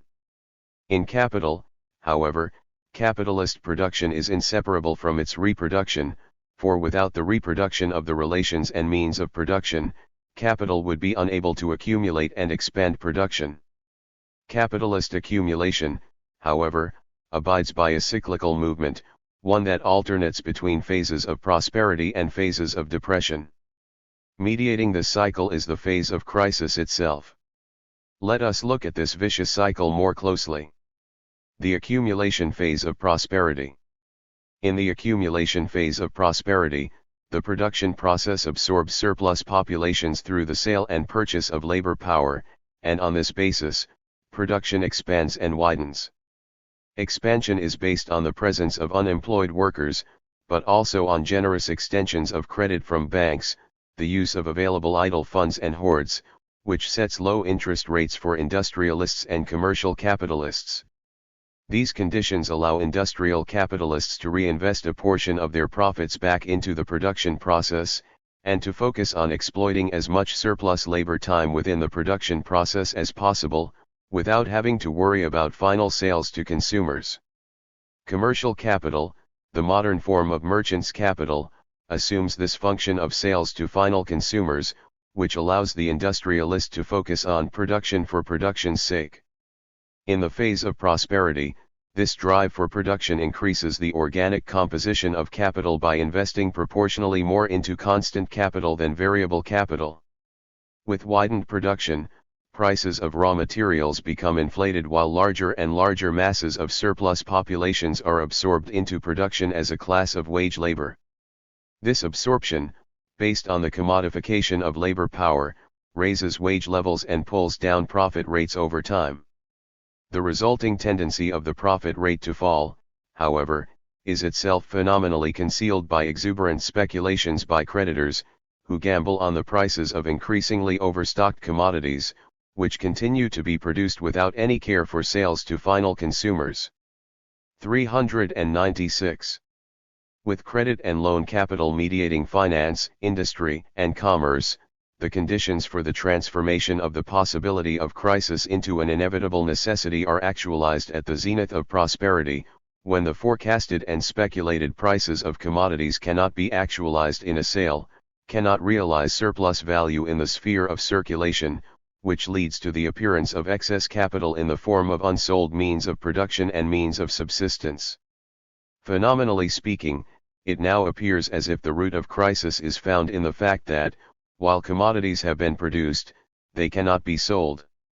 Since credit always implies a time limit for the borrower, when the latter cannot pay back the interest on these loans, a chain of defaulted payments spreads between industry, commerce, and finance, paralyzing the circulation of capital. Spatially, everything goes from mobile to immobile. Industrial and commercial capitalists now scramble desperately for money as a means of payment. Bankers react by cutting back on lines of credit while increasing interest rates, a last-ditch attempt to compensate for rampant defaulting. Rising interest rates then collide with falling profit rates, now fully exposed, resulting in the inability of the capitalist to reinvest a portion of their profits back into production and maintain production. Simply put, M cannot return to M, cannot complete the cycle of its circuit. The accumulation phase of crisis. In the accumulation phase of crisis, the chain of payments is broken in 100 places, interrupted indefinitely, bringing production to a halt, and bringing about sudden forcible devaluations and an actual decline in reproduction. In crisis itself, capital already invested is in fact massively unemployed, since the reproduction process is stagnant. Factories stand idle, raw materials pile up, finished products flood the market as commodities. Moreover, workers, once indispensable for production in the prosperity phase, now begin to turn into the opposite, becoming disposable and falling into unemployment and precarity. Here, a surplus of productive capital comes into being alongside a growing surplus population. The formation of the surplus populations is the result of capital's devaluation of the existing organic composition of capital in the phase of depression, and discloses the law of populations peculiar to capitalist society. The formation of the relative surplus population, a capitalist prosthesis of the originally absent labor power commodity, allows the capitalist to now think that labor power is a pre-given commodity, indistinguishable, in form, from any other. Crisis 397. The accumulation phase of depression. Finally, in the phase of depression, the phenomenon of excess capital, in the form of unsold means of production and means of consumption, exists alongside a growing mass of the surplus population. These two parts are held in suspense as capital devalues itself, as well as the value of labor power, until the historical point can be reached when labor power can be commodified so that surplus value can be produced. This is done by reforming the organic composition of capital and reorganizing the relations of production, thereby establishing the necessary social conditions for a new phase of prosperity, and theoretically completing the narration of capital's vicious cycle of accumulation. In sum, narrating the inevitability and necessity of crisis follows the circuit of industrial capital in the process of accumulation from the sphere of circulation into the sphere of production, back out into the sphere of circulation, and back again to production. Theoretically, it is in the movement from to that we see the outbreak of crisis, expressed and visible in the phenomenon of excess capital coexisting alongside surplus populations. The sense of this cycle is that it constantly gives the presentiment of inevitable crisis, even during the most prosperous of times. The suspension of the capital relation. Wealth and poverty. From day to day it thus becomes clearer that the relations of production in which the bourgeoisie moves do not have a simple, uniform character but rather a dual one, that in the same relations in which wealth is produced, poverty is produced also, that in the same relations in which there is a development of the forces of production, there is also the development of a repressive force. Some people are so poor, all they have is money.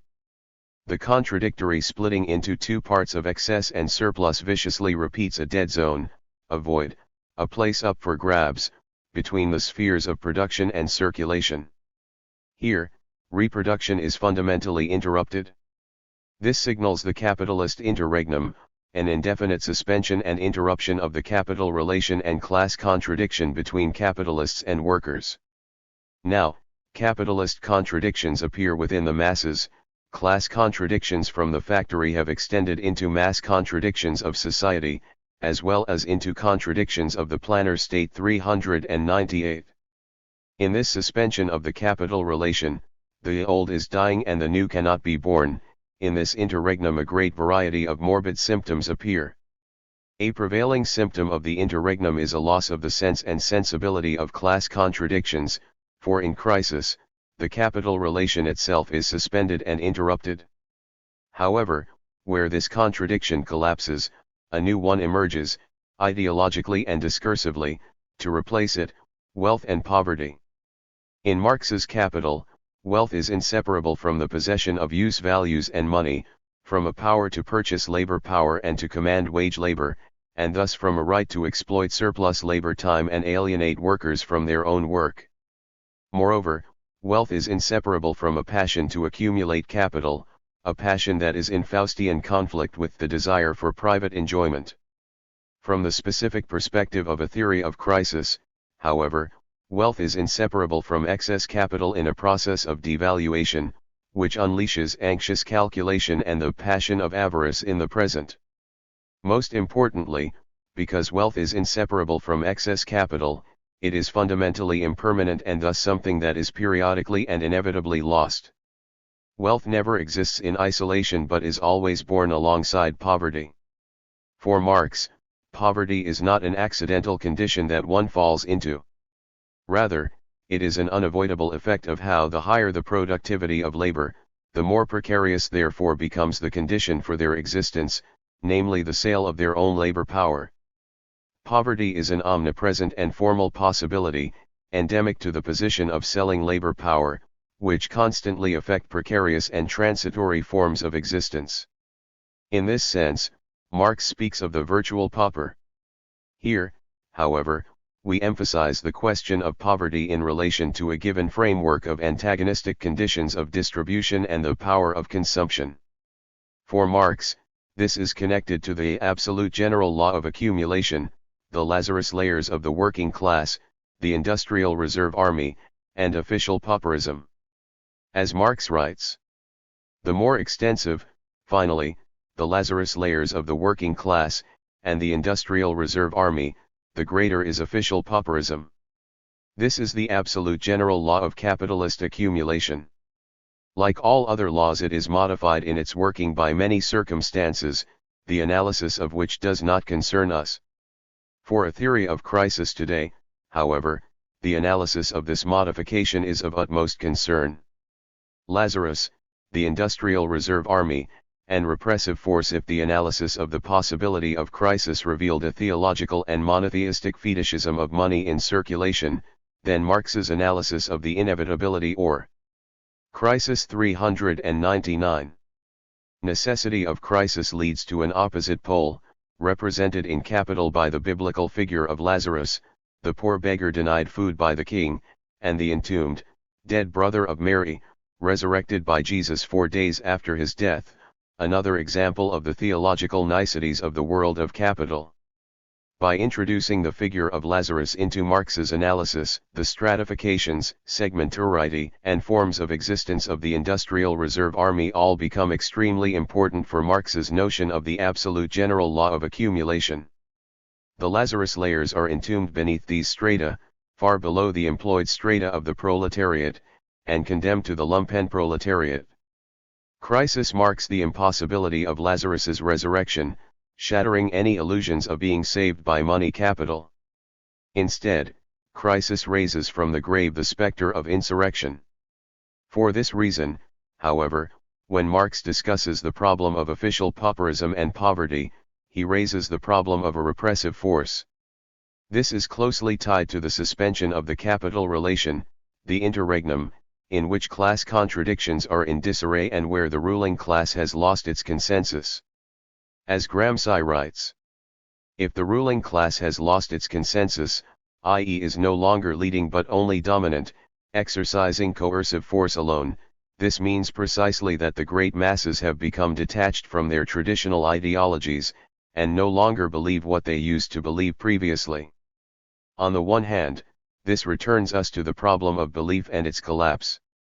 On the other, the analysis of this force needs to be developed in relation to the narrow and restricted social foundation of capitalist production, the absolute general law of accumulation, the antagonistic conditions of distribution, the power of consumption, and the social reproduction and commodification of labor power.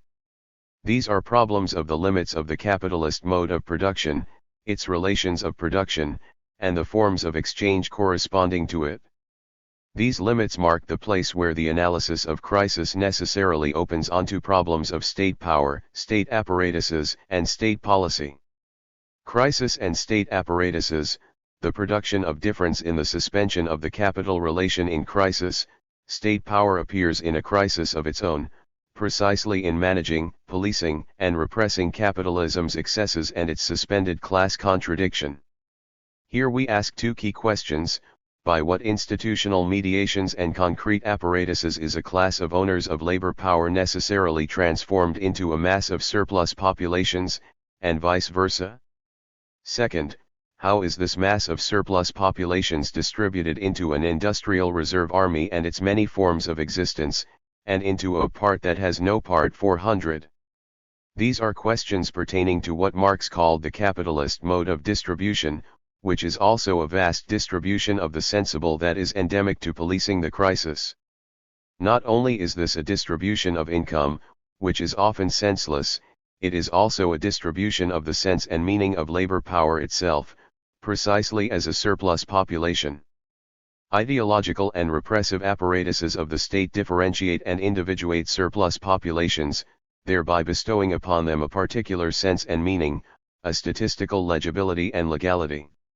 It does so by liberally representing and distributing populations on an individual, case-by-case and biopolitical basis, typically according to particularizing discourses of nationality, race, gender, and sexuality, but never of class.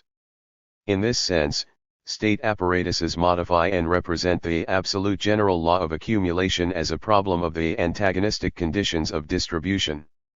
The apparatuses produce dominant sensibilities of distribution as antagonistic effects, and maintains a most impoverished strata of the surplus population, entombed like Lazarus. Ideological state apparatuses practice interpellation, or the process of calling and identifying individuals as subjects, which represents an imaginary relationship of individuals to their real conditions of existence. This imaginary relationship is central to the commodification of labor power and the reproduction of relations of production, but also to the imagined community of the nation, which the state conjures up through state-led education, universities, the mass media, and the orchestration of public opinion, i.e. the training and cultivation of the mind, the colonization of language, the imperial guidance of the voice in one's head, and the normalization of monolingualism. Through citizenship, the state is invested in maintaining a part that has no part within a nationally purified surplus population, and in modifying representations of colonial populations, immigrants, illegals, refugees, and the undeserving. Ideological state apparatuses seek to control the mind of labor power and surplus populations through the power of language and the voice, and constantly modify the division between intellectual and manual labor through a massive production of difference. By contrast, the repressive state apparatuses, the military and the police, control, colonize, incriminate, incarcerate, and capture the body of labor power and bodies of surplus populations. This is done through vicious cycles of race racialization racism, which only see the skin color of faces and bodies. As a vicious cycle of its own, this triplet represents three discursive processes and diverse institutional apparatuses of capture, such as the prison, the state's archetypical, repressive enclosure. Race racialization racism disavows capital's vicious cycle and its suspended capital relation, fetishizing instead, or Crisis 401. Condemning 1-2, particular forms of racial belonging. Moreover, it enforces a division between the proletariat and the lumpenproletariat by unleashing brute force against a particular race, condemning it to the Lazarus layers of the Industrial Reserve Army. State racism is a mode of organizing surplus populations in the face of the suspended class contradiction, most visible in prolonged periods of depression. It modifies the antagonistic conditions of distribution as an absolute ground of capitalist accumulation, and directly impacts the power of consumption of the masses in extremely unequal ways, while constantly maintaining a racialized part that has no part, a Lazarus. Moreover, state racism unleashes populist and nationalist discourses of essentialism, nativism, and archaism, and a fascist jargon of authenticity, such as being toward death, whiteness, male supremacy, blood and soil, Yamato race, Chinese characteristics, homeland security, etc., which are accompanied by a general disavowal of inequality. Disavowal and official apologetics rear their ugly heads again, sustaining inequality, sexism, segregation, discrimination, racism, homophobia, and senseless violence, especially at the groping hands of the police and thugs. This is necessarily challenged by popular movements for equality and social justice, but also for revenge. The struggles for equality against the disavowal of inequality often produce a vicious and vengeful cycle of their own, one in which a sense and sensibility of class contradictions does not exist. In this cycle, it is as if the capitalist interregnum, which suspends the capital relation, is a permanent condition and not, in fact, a transitional one. The transitional nature of capitalist crisis is further clarified in the theory of imperialism. Crisis as transition and the theory of imperialism. In imperialism, the highest stage of capitalism, written in 1916 in the midst of the First World War, Lenin brackets out Marx's abstract logical analysis of crisis and approaches crisis as a fundamentally historical factor in the transition from capitalism in its liberal stage to the highest and most contemporary stage of imperialism. In terms of the form of capital, crisis marks the relative decline of industrial capital and the ascent of finance capital and monopoly capital after the 1870s.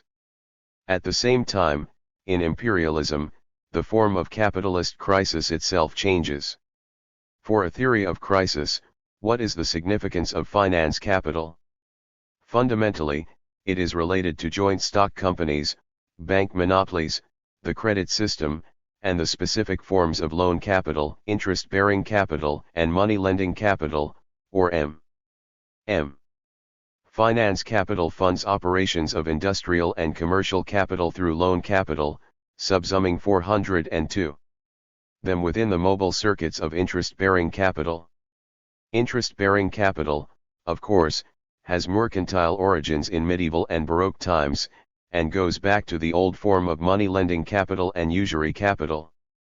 But with capitalism in the stage of imperialism after 1870, finance capital preserved interest-bearing and money-lending capital, only now it is used to subsume industrial capital.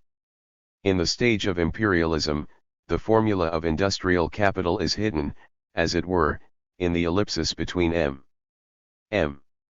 The significance of this hidden relation is that, with the dominance of finance capital, monopolistic investments in increasingly larger and larger forms of fixed capital raise the organic composition of capital to an unprecedented scale.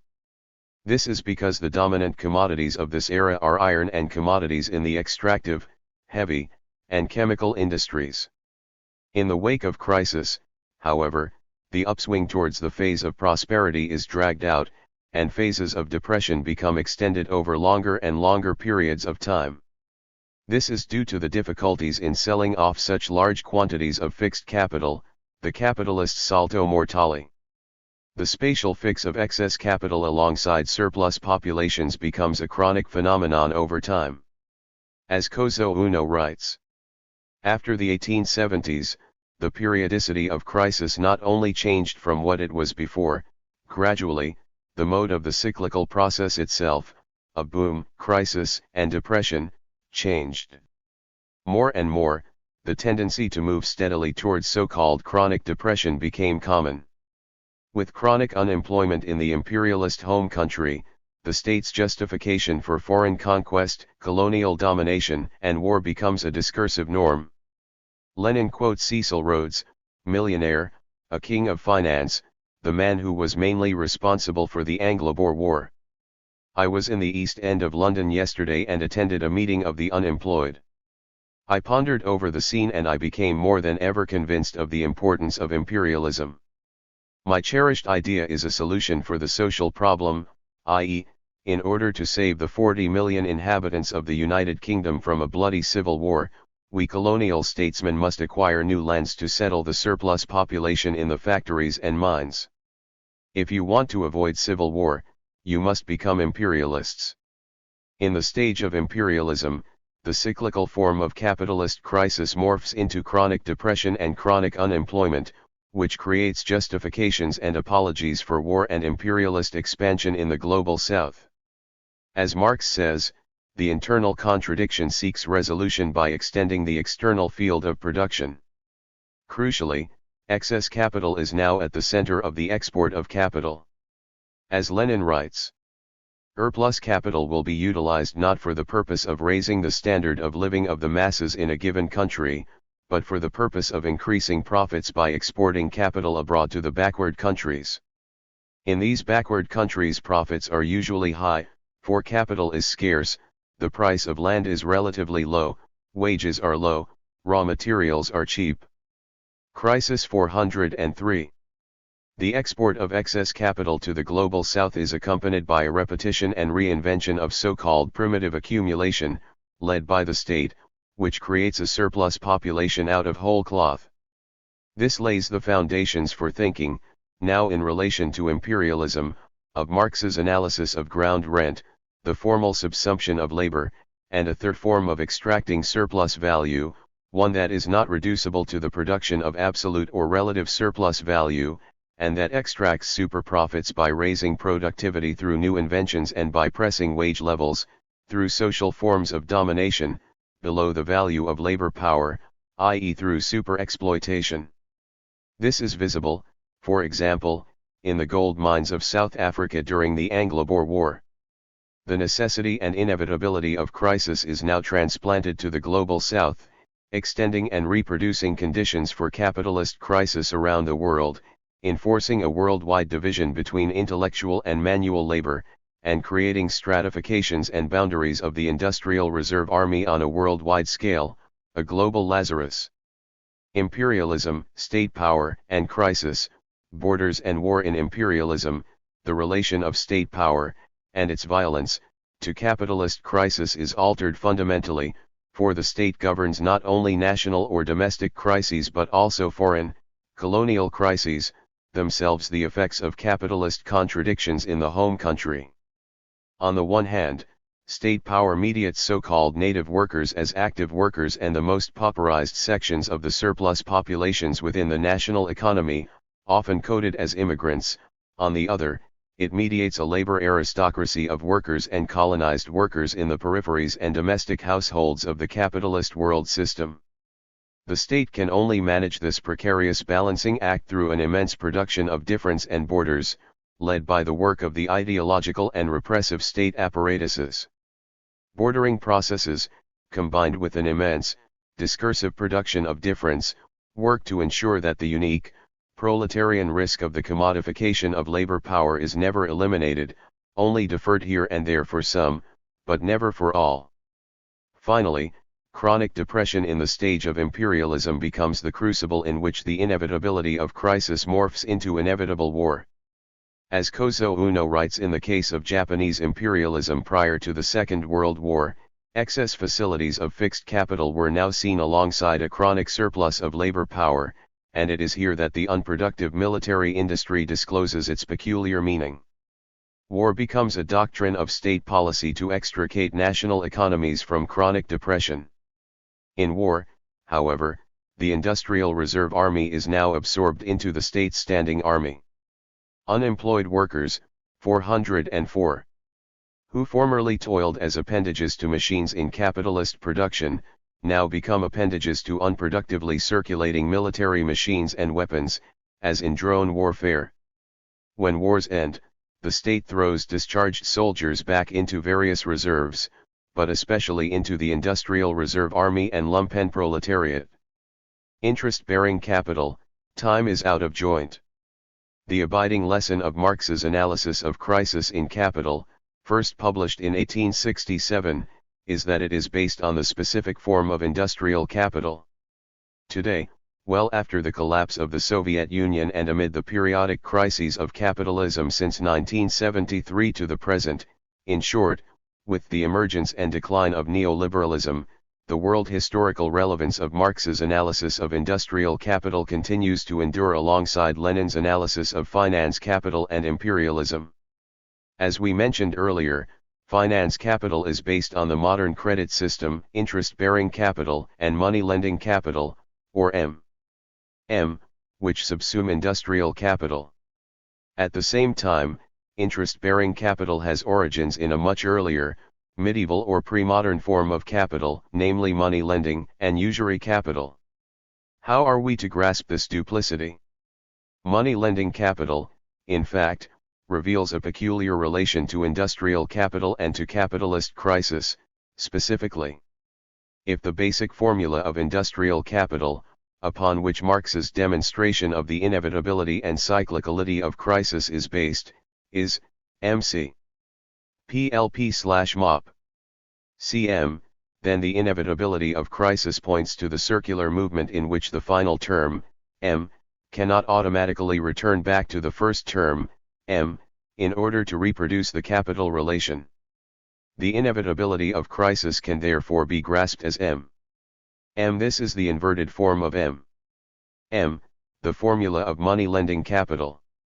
As Kozo Uno writes, M takes the form of money-lenders' capital. Money-lenders, who intercept part of merchants' profits as interest on loans, do not even directly deal with commodities in order to reap a surplus. Their method rather is to dispossess others, sometimes with the ruthlessness characteristic of so-called usurer capital, which seizes the property of the insolvent.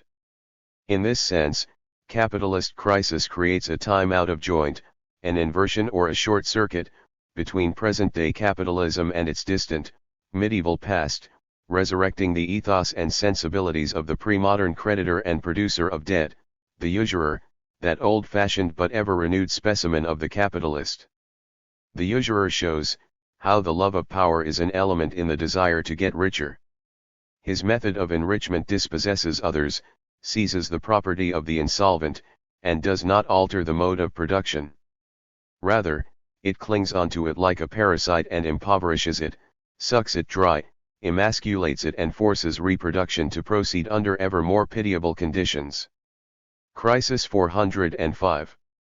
Today, in our trumped-up, disoriented, and digitally distracted era, when we often don't even realize how deeply we are caught in vicious cycles, when usurious and dispossessive practices are ever renewed by various parasitic specimens of the capitalist, and when capitalism in its highest and most contemporary form can only repeat the backward, historical dawn of usurious money-lending capital and its medieval and authoritarian passions of avarice, the Marxist theory of crisis gives us a logic and a revolutionary common sense to construct new strategies and programs to break capitalism's vicious cycle, once and for all. It enables us to critique eclecticism and overcome the timidity to dare to revolt, and to plan for the transitional epoch from capitalism to socialism, and ultimately to a communist society based on the eternal decommodification of labor power, the abolition of wage labor and unemployment, and the collective ownership of the means of production by freely associating, direct and singular producers. All theoretical belief in the permanent necessity of existing conditions collapses, even before the collapse takes place in practice. The many voices of communism. Stripped of a reference to communism, of a communist standpoint or perspective, Marxism loses its singular status as a revolutionary science, to take its disciplinary place as another sociology, political economy, or methodology. This subtraction of communism from Marxism is the premise for the periodic mainstream plaudits to Marx as an analyst of capitalism and crisis, now finally freed of the burdensome legacy of historical communism. Contrariwise, the first 2 decades of the 21st century have also witnessed a wide-ranging theoretical effort to reassert the vitality of communism as the idea of a thoroughgoing alternative to capitalism, what Marx once called our religion of everyday life. In what may appear a curious inversion of the 11th thesis on Feuerbach, this assertion of the necessity of a communist perspective in the wake of the collapse, defeat, suicide, or capitalist transfiguration of historical communisms, has emphasized the need for a philosophical affirmation of communism as a prelude to a recovery or reinvention of a communist politics. Among its most prominent advocates, the return of communism as an idea or hypothesis has been justified in terms of a historical context that bears far more analogies to the 1840s than it does to the Titanic. 22. Communism. Alberto Toscano 410. Struggles against capitalism and imperialism that marked the short 20th century. Sympathetic critics of this philosophical return of communism have stressed the strategic deficit that marks this debate, the loss of the perspective of transition, of the determinate and politically oriented negation of the capitalist social order that distinguished Marx's proposal from the other communisms of his age. Others have underscored the need to supplement and displace Marxian and philosophical conceptions of communism by foregrounding the common, not as an objective production of capital to be expropriated and appropriated by the proletariat, but as the outcome of anti-capitalist practices of associationism, in a qualified return to Proudhon, as well as to a whole history of workers' self-management and self-organization. These efforts partially overlap with an attention to practices and discourses of the commons that glimpse a living post-capitalist potential in a wide variety of collective practices that oppose the framework of possessive individualism and private property, whether in terms of the continued vitality of indigenous and subaltern lifeways or in view of the production of the commons at the cooperative cutting edge of cognitive capitalism. Some of this literature has found succor in the increasing recognition of the late Marx's concern with communal forms, namely the Russian peasant community, but also the political institutions of the Iroquois, viewed as potential vehicles for an abolition of capitalist relations that could circumvent the need to replicate the ideal typical stages of Western bourgeois development. The more classically political counterpart to this emphasis on practices of communing, understood as instances of a communist praxis alternative to the historical horizon of state communism, has been a renewed interest in the commune as a political form, as well as in the possibility of experiences of dual power, which would see islands of communism coexist, temporarily, with capitalist social and political relations. Efforts to draw on practices and ideas of the common and the commune, with their attendant need to confront Marx and Marxism's complex relations to the very idea of community as both a break upon and a horizon of revolution, aim, among other things, at shaking off the fetters on political praxis and imagination imposed by the historical record of state communisms. They also endeavor to draw precious sustenance for contemporary communisms from subterranean or heretical traditions. An analogous remark can be made regarding the contemporary prominence of the notion of communization. Updating a whole arsenal of insurrectionary Marxisms and ultra-left theories historically marginalized by Stalinist and Euro-communist perspectives, theorists of communization generally display a steadfast fidelity. Communism 411. To Marxian value theory in their drive to jettison the very notion of transition as defining the strategic horizon of communism. This repudiation of transition, and especially of any notion of a transitional program, is often based in the passage from an industrial antagonism grounded in the collective identification of workers waging strikes to the contemporary struggles of increasingly wageless populations in the realm of circulation that coalesce in riots. as outlined by the group most responsible for honing the notion of communization. In the course of revolutionary struggle, the abolition of the state, of exchange, of the division of labor, of all forms of property, the extension of the situation where everything is freely available as the unification of human activity, in a word, the abolition of classes, are measures that abolish capital, imposed by the very necessities of struggle against the capitalist class. The revolution is communization. It does not have communism as a project and result, but as its very content.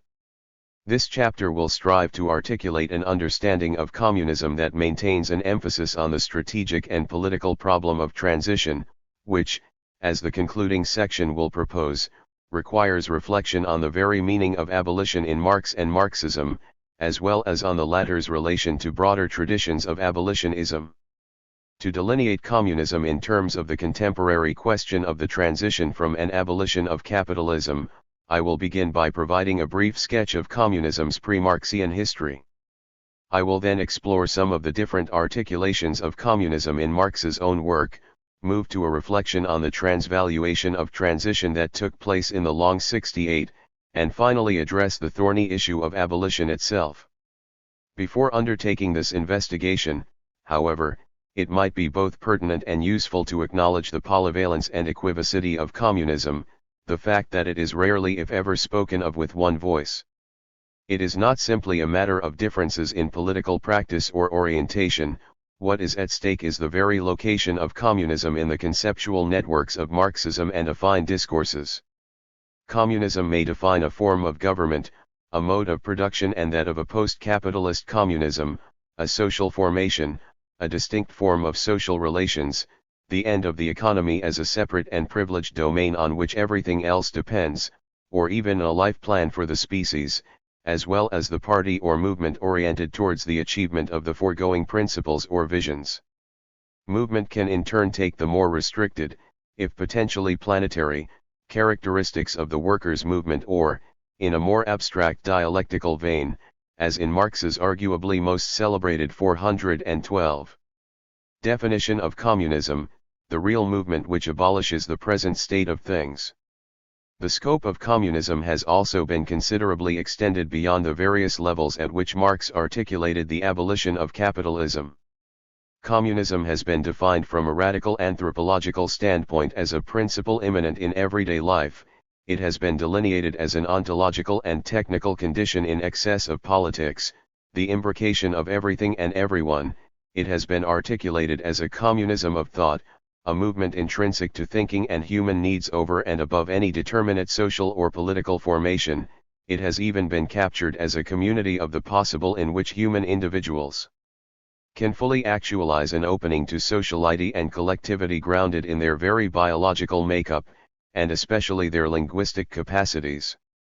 Moreover, there are a welter of communisms whose relation to the Marxian variant is historically, geographically, and conceptually remote, from the aristocratic anti-property utopia of Platonic communism, itself an echo of Spartan communism, to the recovery of a sui generis Incan communism as an indigenous resource for revolutionary politics by the Peruvian thinker José Carlos Mariátegui, from the adoption by insurgent medieval peasants of the biblical dictum omnia sunt communia to the 1970s slogan of uprisings in the Italian social factory, Vogliamo tutto.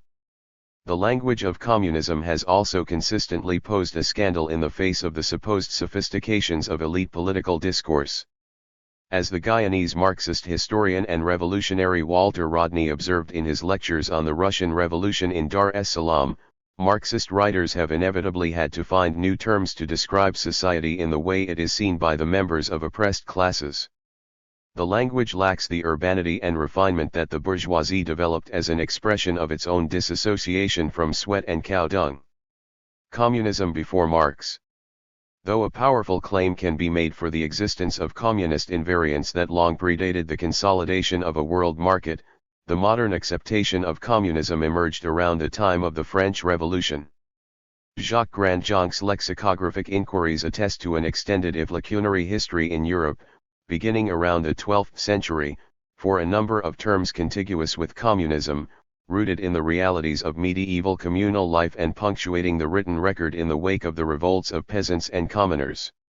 In the history of French usage, as detailed by 18th-century dictionaries, communist would appear to emerge in the Middle Ages as an equivalent for communalis or communarius, an officer of the Communism 413. Commune. Alternatively, it could designate the members of a community of goods, more specifically a communauté de main mort, the kind of tacit community that villagers subjected to the rights of feudal lords over their property would establish in order to retain possession of their lands and goods across generations. This understanding of communists as members or partisans of a community of goods is registered in Latin, Polish and Dutch in the 16th and 17th centuries, in terms like communelli and communicantes, and with reference to the communal doctrines of radical Protestant sects like the Anabaptists, Hutterites, and Waldensians, as well as to the peasant and communal insurgencies against feudal mastery that punctuate this phase of European history. It is in this context that the term komunista appears in a Polish manuscript from 1569, alongside the neologism ekonomista. In the 18th century, the term is used to refer to the inhabitants of rural communes or those with rights of communal usufruct over shared goods, a testament to the affinity between the commons, community, and communism that many contemporary authors continue to mine. It is to the end of the 18th century that we must turn to see the tentative emergence of communism and communist as terms referring to political movements or ideologies oriented towards the abolition of private property and the establishment of communal ownership.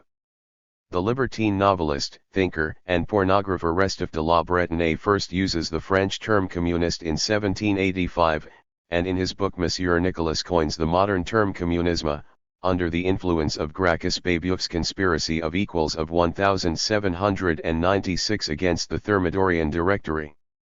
Especially after Philippe Bonarati's 1828 retelling, in his Histoire de la Conspiration pour l'égalité de Babeuf, of its defeated efforts to uphold the radical promise of the French Revolution against the Thermidorian revenge of the propertied classes, Babeuf's conspiracy became a touchstone for the mid-19th century crystallization of a communist workers' movement. The political and intellectual revolutions of the late 18th century appropriated the deep-seated languages of the commune and the community, refunctioning them into wholesale challenges to class rule, state power, clerical authority, and multiple forms of domination. A fragment from the German poet Friedrich Hölderlin, penned in 1790, at the time of his close friendship with Hegel, is entitled The Communism of Spirits. In 1794, the first attested use in German of communismus is inscribed in the interrogation transcripts of an Austrian Jacobin. The repression of the radical, egalitarian wings of the French Revolution and its European avatars meant that the ruptural meaning of communism inaugurated in the 1780s and 1790s was forced underground, only to re-emerge decades later as Neo-Babovist 414. Activists and intellectuals mixed with the surging workers' movement. Before the spectre would rear its head in the late 1830s and 1840s, the utopian and egalitarian challenge to the status quo would be channeled by different discourses and terminologies, ones that Marx and Engels would later term critical utopian socialisms.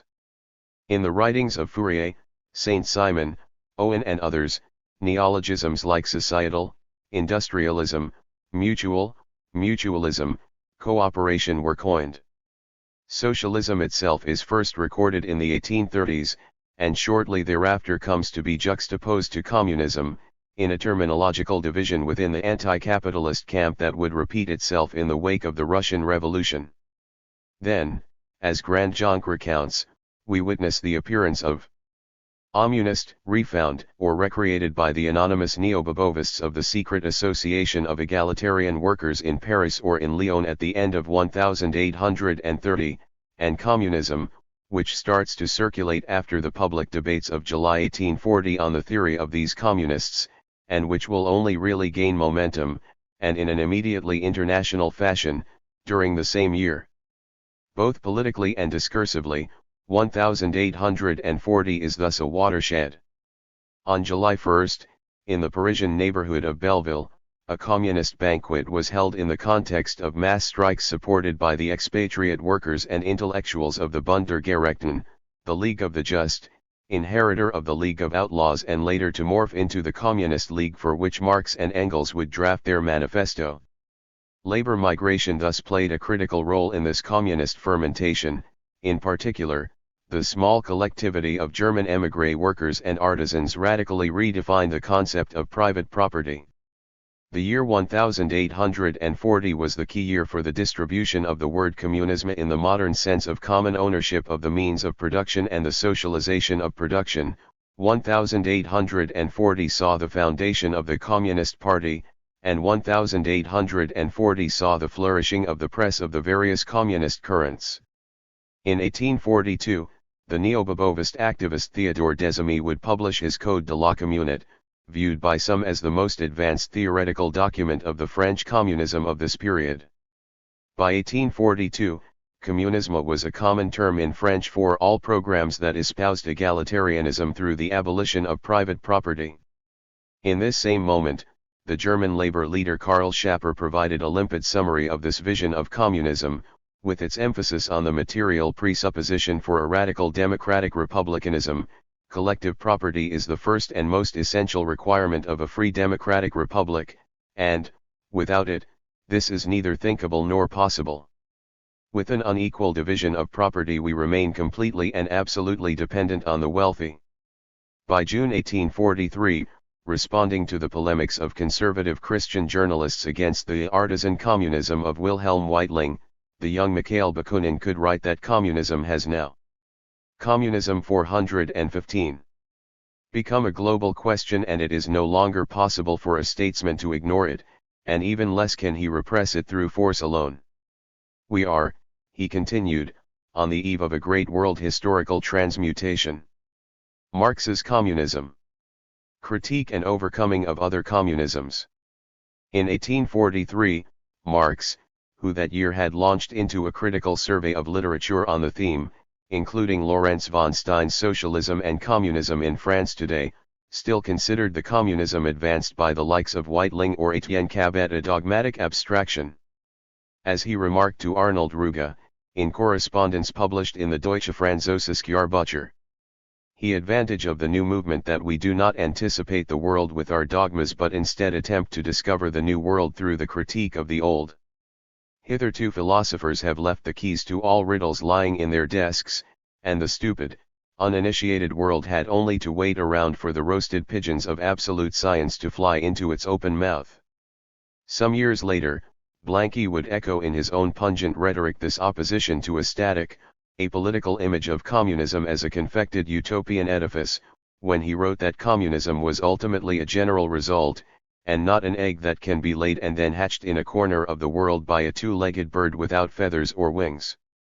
Marx's adoption of the language of communism was largely mediated by his friend, comrade and intellectual accomplice Friedrich Engels, whose conversion to communism came from conversations with Moses Hess, himself deeply impressed by the Communist Manifesto of Baron de Collins, which spoke of a rational people's community.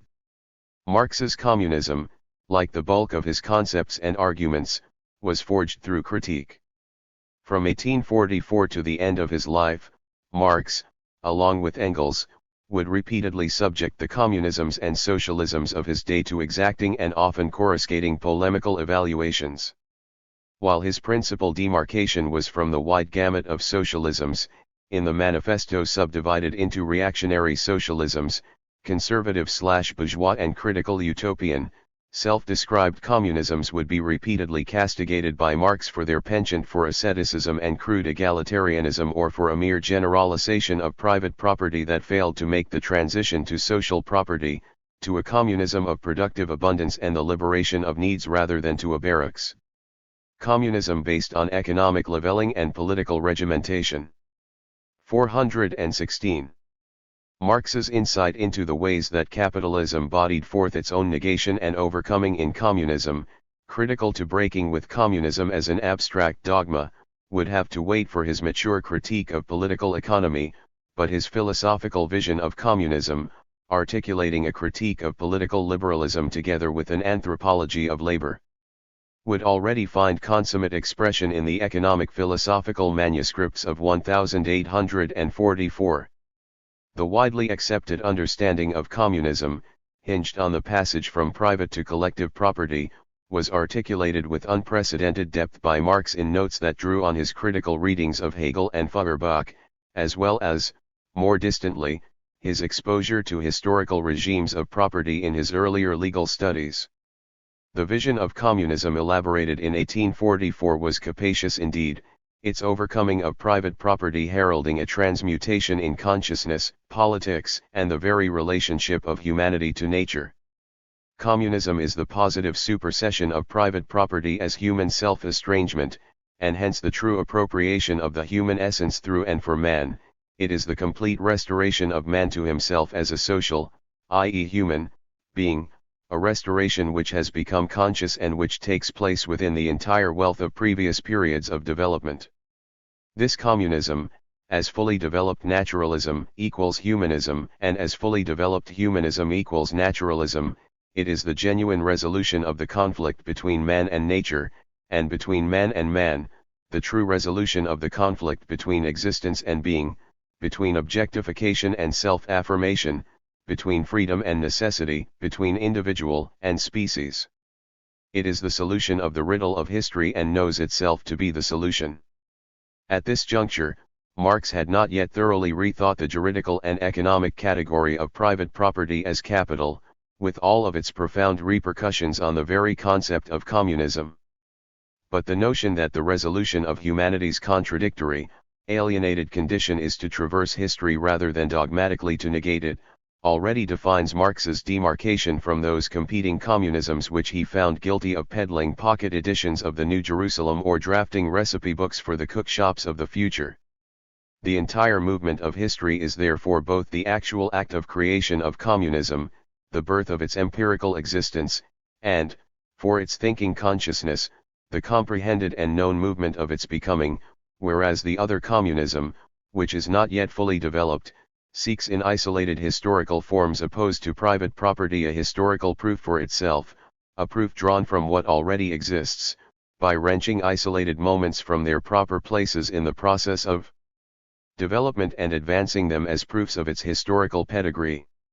Here we can also see how the communist movement, but also the tendencies to communism inhering in capitalism, are first crystallized in the early Marx in terms of a movement in historical ontology itself.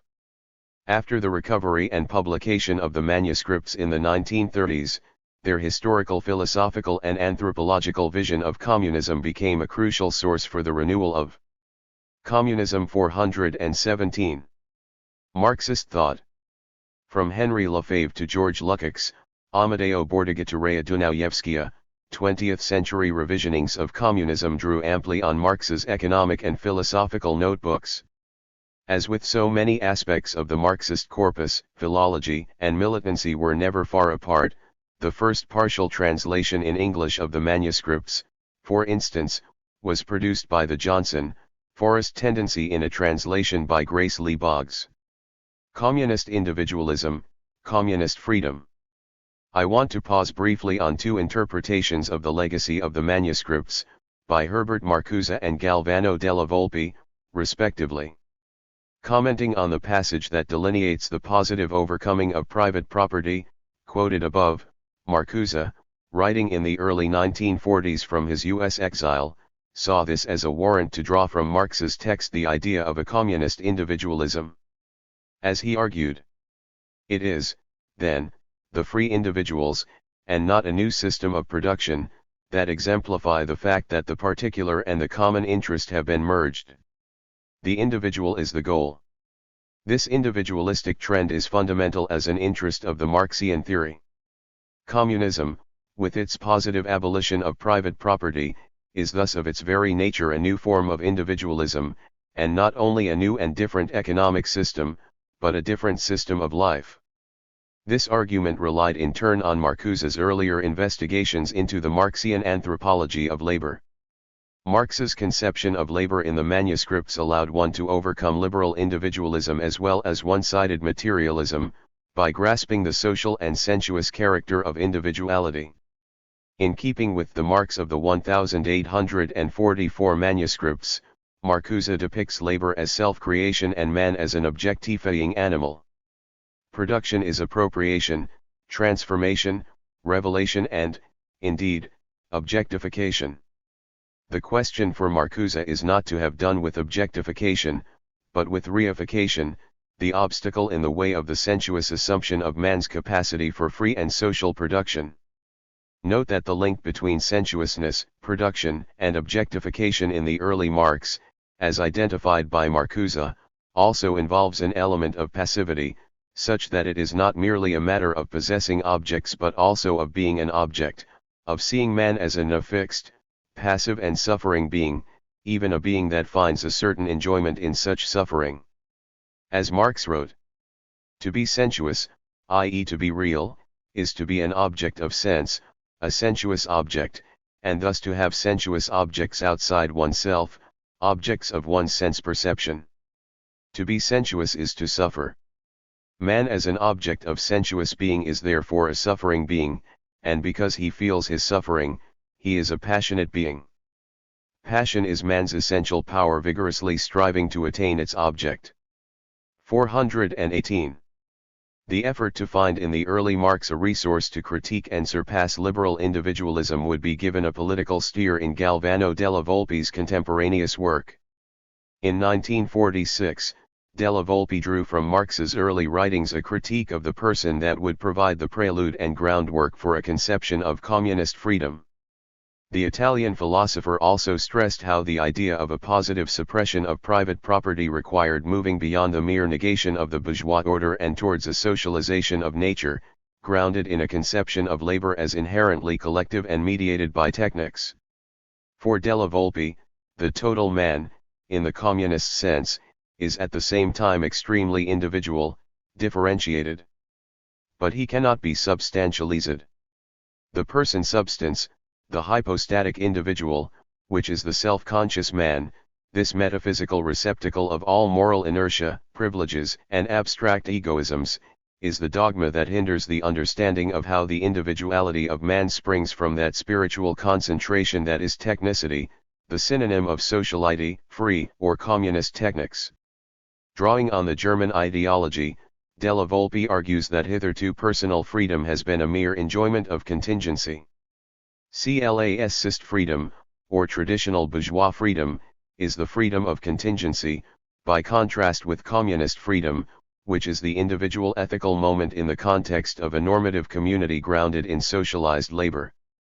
Notwithstanding its suggestiveness, this juxtaposition of a communist libertas major with a liberal libertas minor, this direct contact and contrast between the problem of freedom and the perspective of communism polemically oriented against post-war social liberalism and social democracies, also bears the stamp of its time, not least in Della Volpe's use of the Soviet hero of labor Stakhanov as an emblem of this new freedom. Here, by way of correction, we could turn to an impressive recent effort to recover the centrality of associational freedom in a reading of Capital from which Marx emerges as a radical Republican and an Owenite communist. Rather than seeking communist freedom in a socio-technical anthropology of labor, we have here republicanism in the realm of production, the anticipation of a communist economy managed by deliberation and debate, in a global system of interdependent cooperatives managing all production by nested communal deliberation. Beyond equality and value. After the manuscripts, the more speculative or philosophical dimensions of communism would lose some salience in Marx's work, first as urgent political struggles took precedence, then as the critique of political economy both absorbed and transformed the earlier formulation of the riddle of history. The discursive setting in which Marx and Engels wrote the manifesto was one where Communism 419 had already come to indicate not only a scheme of social reform more ambitious than socialism, in that its institutional aims included some public control of productive resources, but also a political orientation towards the working class. The articulation of this proletarian standpoint was already evident in the December 1847 program of the Communist League, the overthrow of the bourgeoisie, the rule of the proletariat, the abolition of the old bourgeois society based on class distinction and the establishment of a new society without class and without private property, as well as in Engels's 1847 pre-manifesto sketches, the draft of a communist confession of faith and principles of communism. Marx's political re-articulations of communism cleaved closely to the struggles of his time, no more so than in the moment of the Paris Commune, as recorded in his The Civil War in France, where the reality of workers' self-emancipation and self-government, and the challenge of breaking the bourgeois state machine, made themselves intensely and tragically present. Yet it was perhaps in the more prosaic ideological struggles within the social democratic political wing of the German workers' movement that Marx made what was arguably his most enduring contribution to posing the problem of communism. For it was in the 1870s that Marx most clearly defined the problem of communism not just as a critique of the person, but as a critique of equality, one closely linked to the economic, juridical, and political problematic of the transition from capitalism. The parliamentary capitalist or liberal saturation of the concept of equality is so powerful as to pose an enormous danger of capture and neutralization to any emancipatory politics. This risk is perhaps the central theme in Marx's critique of the social democratic followers of Ferdinand Lassalle. It is also a critical concern for Engels who, in the same year as the critique of the Gotha program, and after having himself proposed the substitution of the false idea of a free people's state with Gemeinwesen or commune, tells his correspondent August Bebel. The concept of a socialist society as a realm of equality is a one-sided French concept deriving from the old liberty, equality, fraternity, a concept which was justified in that, in its own time and place, it signified a phase of development, but which, like all the one-sided ideas of earlier socialist schools, ought now to be superseded, since they produce nothing but mental confusion, and more accurate ways of presenting the matter have been discovered. The fundamental thesis that can be gleaned from the critique of the Gotha program is that the equality waved like a banner by the Social Democrats subsumes the image of communism to a conception of work which is in the final analysis immanent not just to the ideology of bourgeois society, but to the functioning and material reproduction of capital, a reproduction itself sustained 420 by a juridical ideology.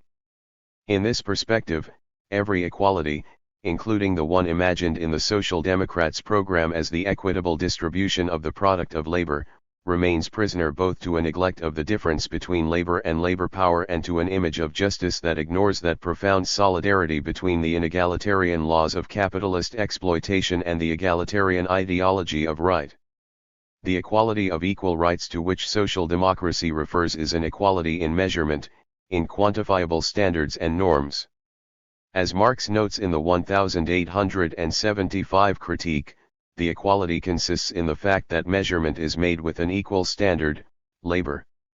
Consequently, this equal right is an unequal right for unequal labor.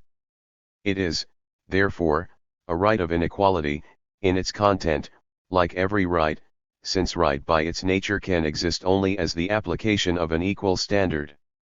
And so, the concept of equality is based on the same principle as the exchange of commodities, and if the commodity is the fundamental cell form of capitalism, then the abolition of capitalism necessarily entails an end to the ideal of equality, as a right that is always at odds with reality.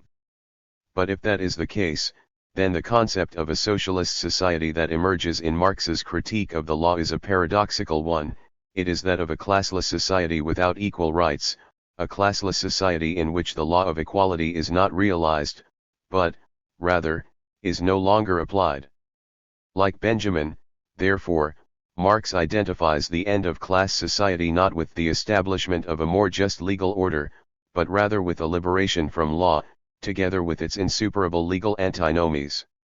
The knot that binds together right, equality, measurement and labor means that every hope that one could ground a non-capitalist measurement directly in right, equality, or labor stands revealed in its falsity, fatally haunted by its immanence to the capitalist mode of production. This is why Marx, and Lenin after him in his 1917 State and Revolution, were compelled to mark their difference from the social democratic mainstream and to think of communism not as the liberation of a fundamental equality but as the invention of a non-dominating way of experiencing and composing inequalities. Beyond measurement, outside of the homogeneous standard of an equal right, these inequalities will perhaps turn out to be no more, and no less, than differences, thereby giving a political inflection to the idea of a differentiated individual already glimpsed by Della Volpe in the manuscripts. If every equality is an equality of measurement, a measurement originating in labor, money, the juridical status of the person or right and law in general, perhaps we will need to cease imagining communism as a politics of equality. This was the view of Althusser, for instance, who, in his posthumously published self-interview, The Black Cows, warns that the demand for egalitarianism is historically an impasse and a trap, and who suggests, with reference both to Marx's marginal notes on the Gotha program and Lenin's gloss on the same, that for unequal rights to cease, right itself must cease, and the real inequality of individuals among themselves must emerge. Communism 421.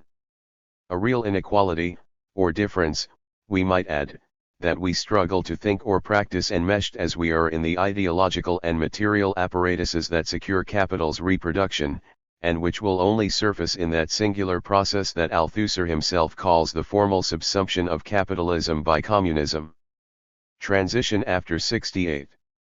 To gauge the vitality of the problem of communism for contemporary Marxist theory, it is worth thinking of the resurgent interest in the communist idea as itself inheriting the political and theoretical transformations crystallized by what shorthand dictates we call 1968, but which could go under the Italian monikers of Disegno Rosso or Maggio Strisciante, the French Les Années Rouges, or the World 60s.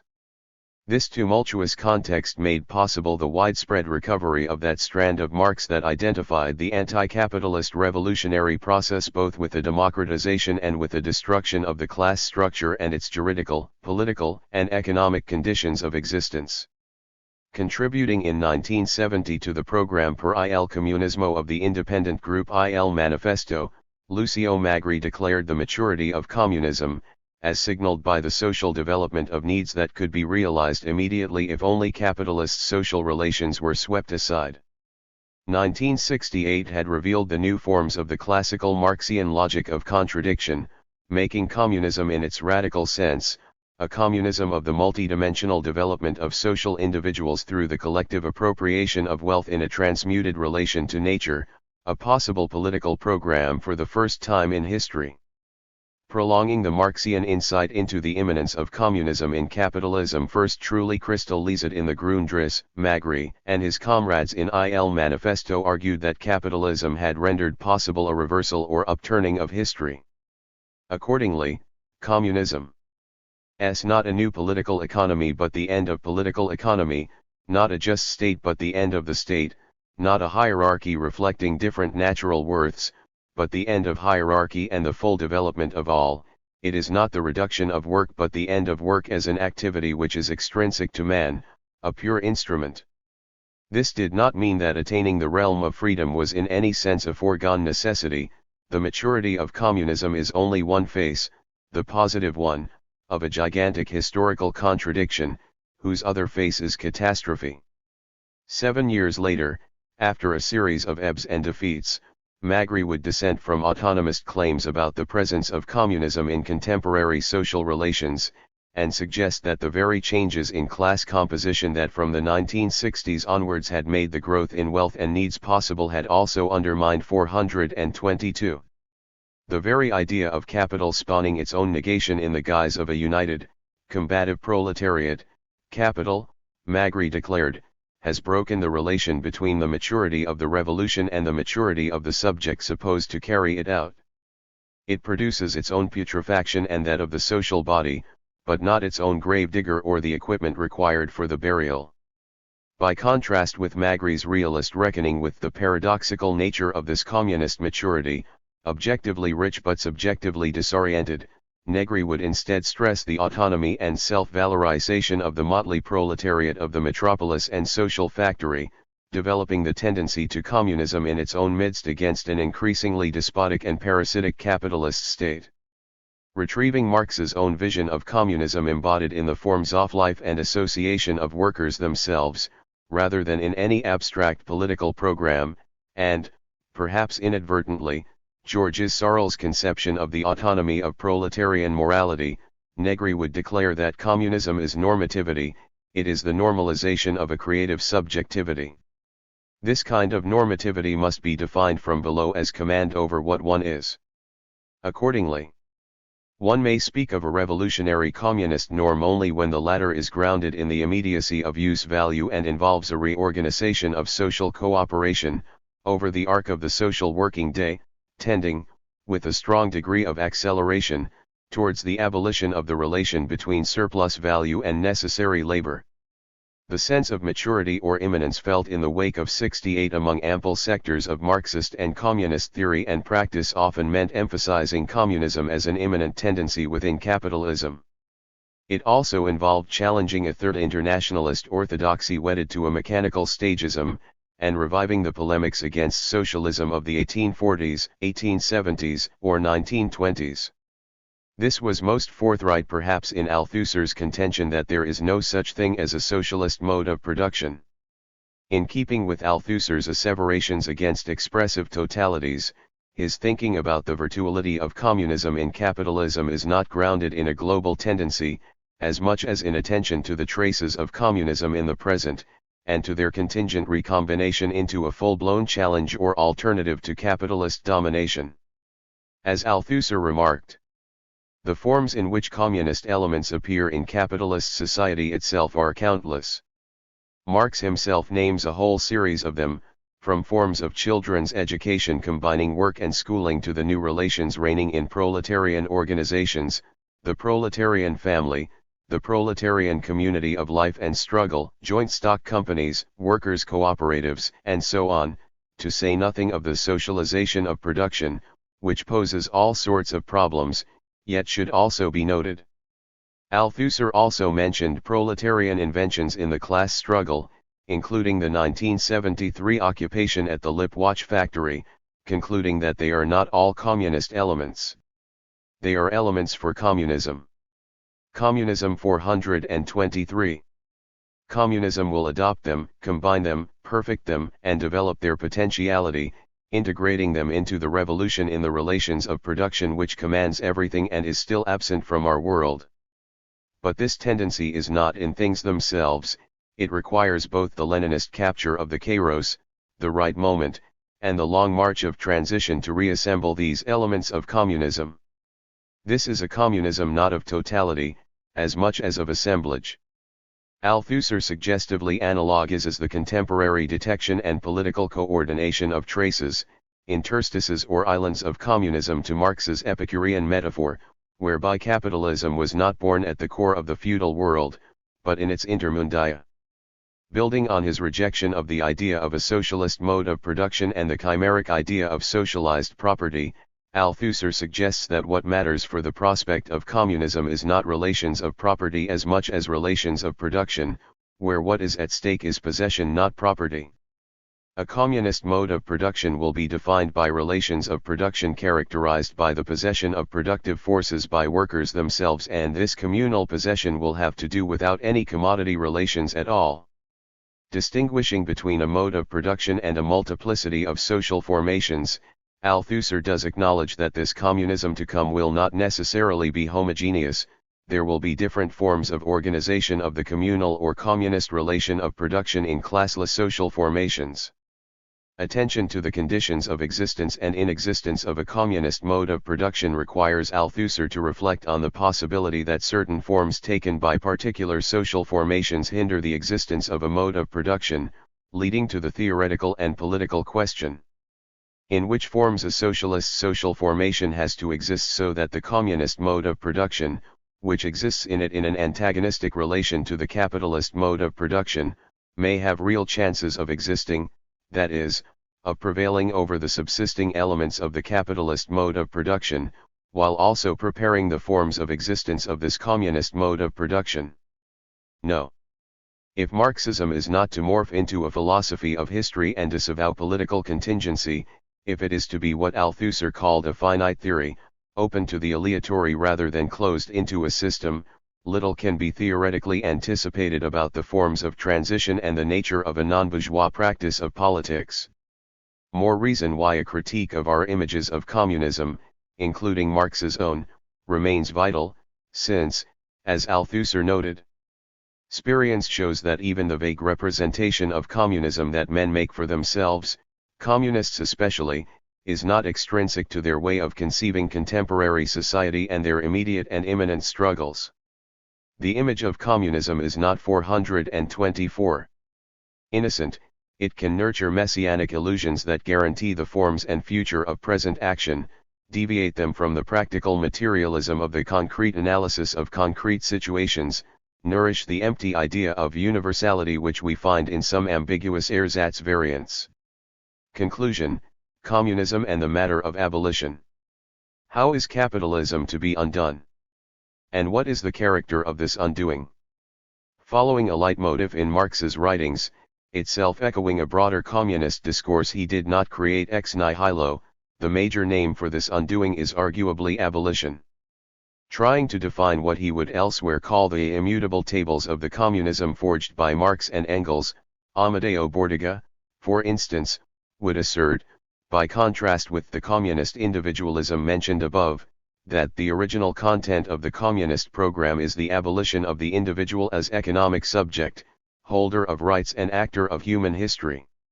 He did this while also warning that abolition could not be conceived as an act of will, something that would of course fly in the face of his demand for a reduction to zero of the individual factor in history. Against any Carly-lean specter of historical heroism, for Bordiga what is called for is a finally impersonal party for an anonymous revolution. This trenchant fidelity to Marxian abolition is of course predicated on demarcating it from any Hegelian sublation or overcoming, terms that translate into English one of Marx's words for abolition, Aufhebung. It is in the latter that some, like Lucien Sévé, have seen fit to identify a communist dynamic that carries a large quotient of conservation, and is never reducible to wholesale destruction. Building on his rejection of Sévé's arguments, which he deems insupportably reformist and philologically ungrounded, Patrick Theoret has provided an imposing audit of the Marxian language of abolition, helpfully itemizing the targets of abolition. Among those which are the object of Aufhebung we find, in the manifesto alone, class antagonism, the spatial scattering of means of production, bourgeois individuality, independence and freedom, the family and the exploitation of children by parents, the role of women as mere instruments of production, prostitution, exploitation, the town-country distinction, etc. Objects of Abschaffung are, inter alia, feudal property, personal property, nationality, eternal truths, religion, inheritance, and bourgeois relations of production. These negations are summed up and crystallized, of course, by the abolition of private property, or, in Marx's mature lexicon, of the capital relation. Against Sévé's insistence that Aufhebung is far more of a supersession, a conserving negation or even extension, a dépassement, than a destructive movement, Theoret points out that in French translations approved by Marx, Communism 425, Aufhebung was rendered most frequently as suppression, abrogation, or abolition, while in the English ones checked by Engels it is rendered by abolish, do away, destroy. And there is of course an ampler galaxy of terms that Marx drew upon, including dissolution, Auflösung, with its prosaic resonances with Lösung, solution, and its messianic ones with Erlösung, redemption. But the language of abolition was of course deeply entangled with that of slavery. Though the use of the slave analogy in Marxism has been the object of black radical critique, it is also worth noting not just Marx's passionate investment in U.S. abolitionist politics, but also how an unorthodox Marxist politics was interwoven, already in the 19th century, with the slaves' cause. After the war, an abolitionist, labor alliance found organizational expression briefly under Marxist auspices. Former abolitionists, Chartists, Owenites, utopian socialists, followers of Proudhon, labor and free love advocates like Andrews and Victoria Woodhull joined the First International, begun with Marx's formation of the IWA in 1864 in London. Despite Marx's criticism of utopian socialism in contrast to his own brand of allegedly scientific socialism, many of these reformers were the first converts to Marxism. Abolitionists such as Richard Hinton, a follower of John Brown who led a black regiment during the Civil War, and William West, who had brought up the plight of wage slaves in the pages of the Liberator before the war, were prominent in the First International, which earned the support of Sumner and Phillips. Andrews translated and Woodhull published Marx's Communist Manifesto in the United States for the first time in her newspaper, Woodhull and Claflin's Weekly. After the suppression of the Commune, the IWA, now headquartered in New York, held a huge demonstration in sympathy that included an all-black Skidmore Guard named after Thomas Skidmore. The nexus of anti-slavery abolitionism and the international workers' movement, of the abolition of racial domination and the abolition of capital, has made itself felt at various junctures, often involving a creative appropriation of mainstream communist discourse and dogma for black people's liberation projects. In 1930s Alabama, African American sharecroppers could mobilize the Communist Party as a vehicle for self-organization.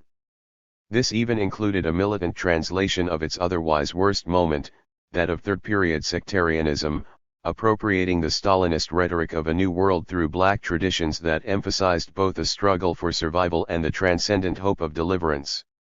In the domain of culture, the spiritual "give me that old-time religion" was adapted, ending "it was good enough for Lenin, and it's good enough for me." As Aimé Césaire wrote in his 1956 letter to Maurice Thorez, bidding farewell to the French Communist Party, "What I want is that Marxism and communism be placed in the service of black peoples, and not black peoples in the service of Marxism and communism," a sentiment that could well be echoed by other subjects, in other domains. As anti-racist protests against police murders and mass incarceration take root in our own day, abolitionist imaginaries have come to the fore, articulated especially 426. Around the horizon of prison abolition, and more recently the abolition of the very institution of the police. There is no straight line or mutual reduction between these contiguous but distinct senses of abolition. A certain abolition of capital may see the persistence of the prison and punishment, a certain kind of decarceration could be compatible with the reproduction of the capital relation.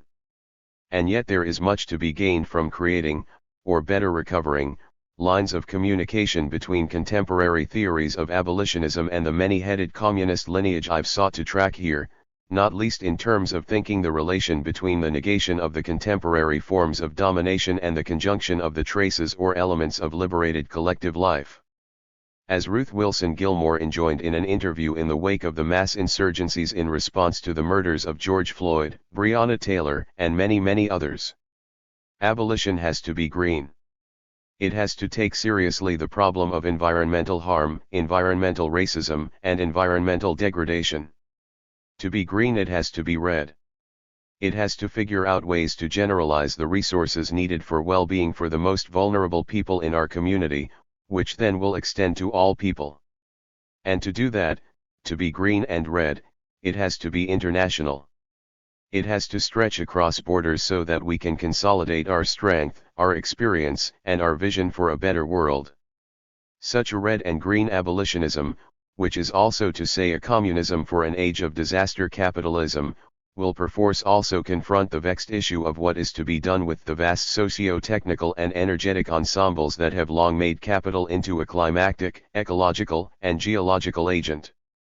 If communism may also be understood, in Jacques Camet's evocative formulation, as the resurrection of dead labor, how much of that dead labor will need to be left in the ground or disactivated, along with all the supervisory and political functions that permit its reproduction and amortization? How can we prize apart the communist use values of machinery integral to and form determined by capital, machinery now encompassing algorithms, logistical and communication systems, and the whole material framework of our social relations, from the place of that machinery in the valorization process? Whether we are evaluating the potentials for reconfiguring or refunctioning capitalist infrastructures in a communist horizon, or delineating the urgency of an ecological war, communism in a warming, pandemic world.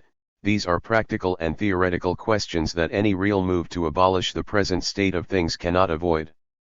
Our every action is a battle cry against imperialism, thundered Che Guevara in his final political statement. Later that year, he lay dead, murdered by Bolivian soldiers advised by the CIA. But his political project did not die with him. Quite the contrary. The global struggle against imperialism was about to reach entirely new heights. In the 1960s and 1970s, imperialism became the most central term in the radical vocabulary, even more so than capitalism. Hundreds of radical movements on every habitable continent identified imperialism as their enemy. Anti-imperialism mobilized millions, united diverse struggles, and theorized not only the possibility, but the necessity, of revolution on a world scale. It was the guiding idea of the most serious global revolutionary upsurge in human history. But in many places today the very notion of imperialism has entered into crisis. Some deny imperialism exists at all. Others say the term is politically suspect, arguing that the struggle against imperialism has justified some of the most monstrous regimes in history, like that of the Khmer Rouge in Cambodia. For many others, especially the newly radicalized, the term has no specific meaning at all, except to signify something bad that must be opposed. While there are many reasons for this stunning reversal, notably the defeat of anti-imperialist movements since the 1970s, a central reason is that Marxist theories of imperialism have run into major limits. Faced with this impasse, quite a few theorists have recently expressed skepticism about the concept, claiming that reality has become far too complicated for inherited models of imperialism. David Harvey, author of 23. Imperialism. Salomo Handesi. Imperialism 431.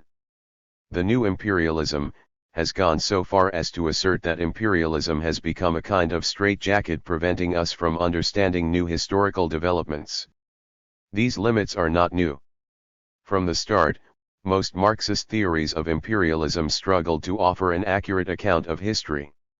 For a time, these limitations were overlooked, not only because the theories did seem to explain some important features of the late 19th and 20th centuries, but because imperialism doubled as a rallying cry that could galvanize millions.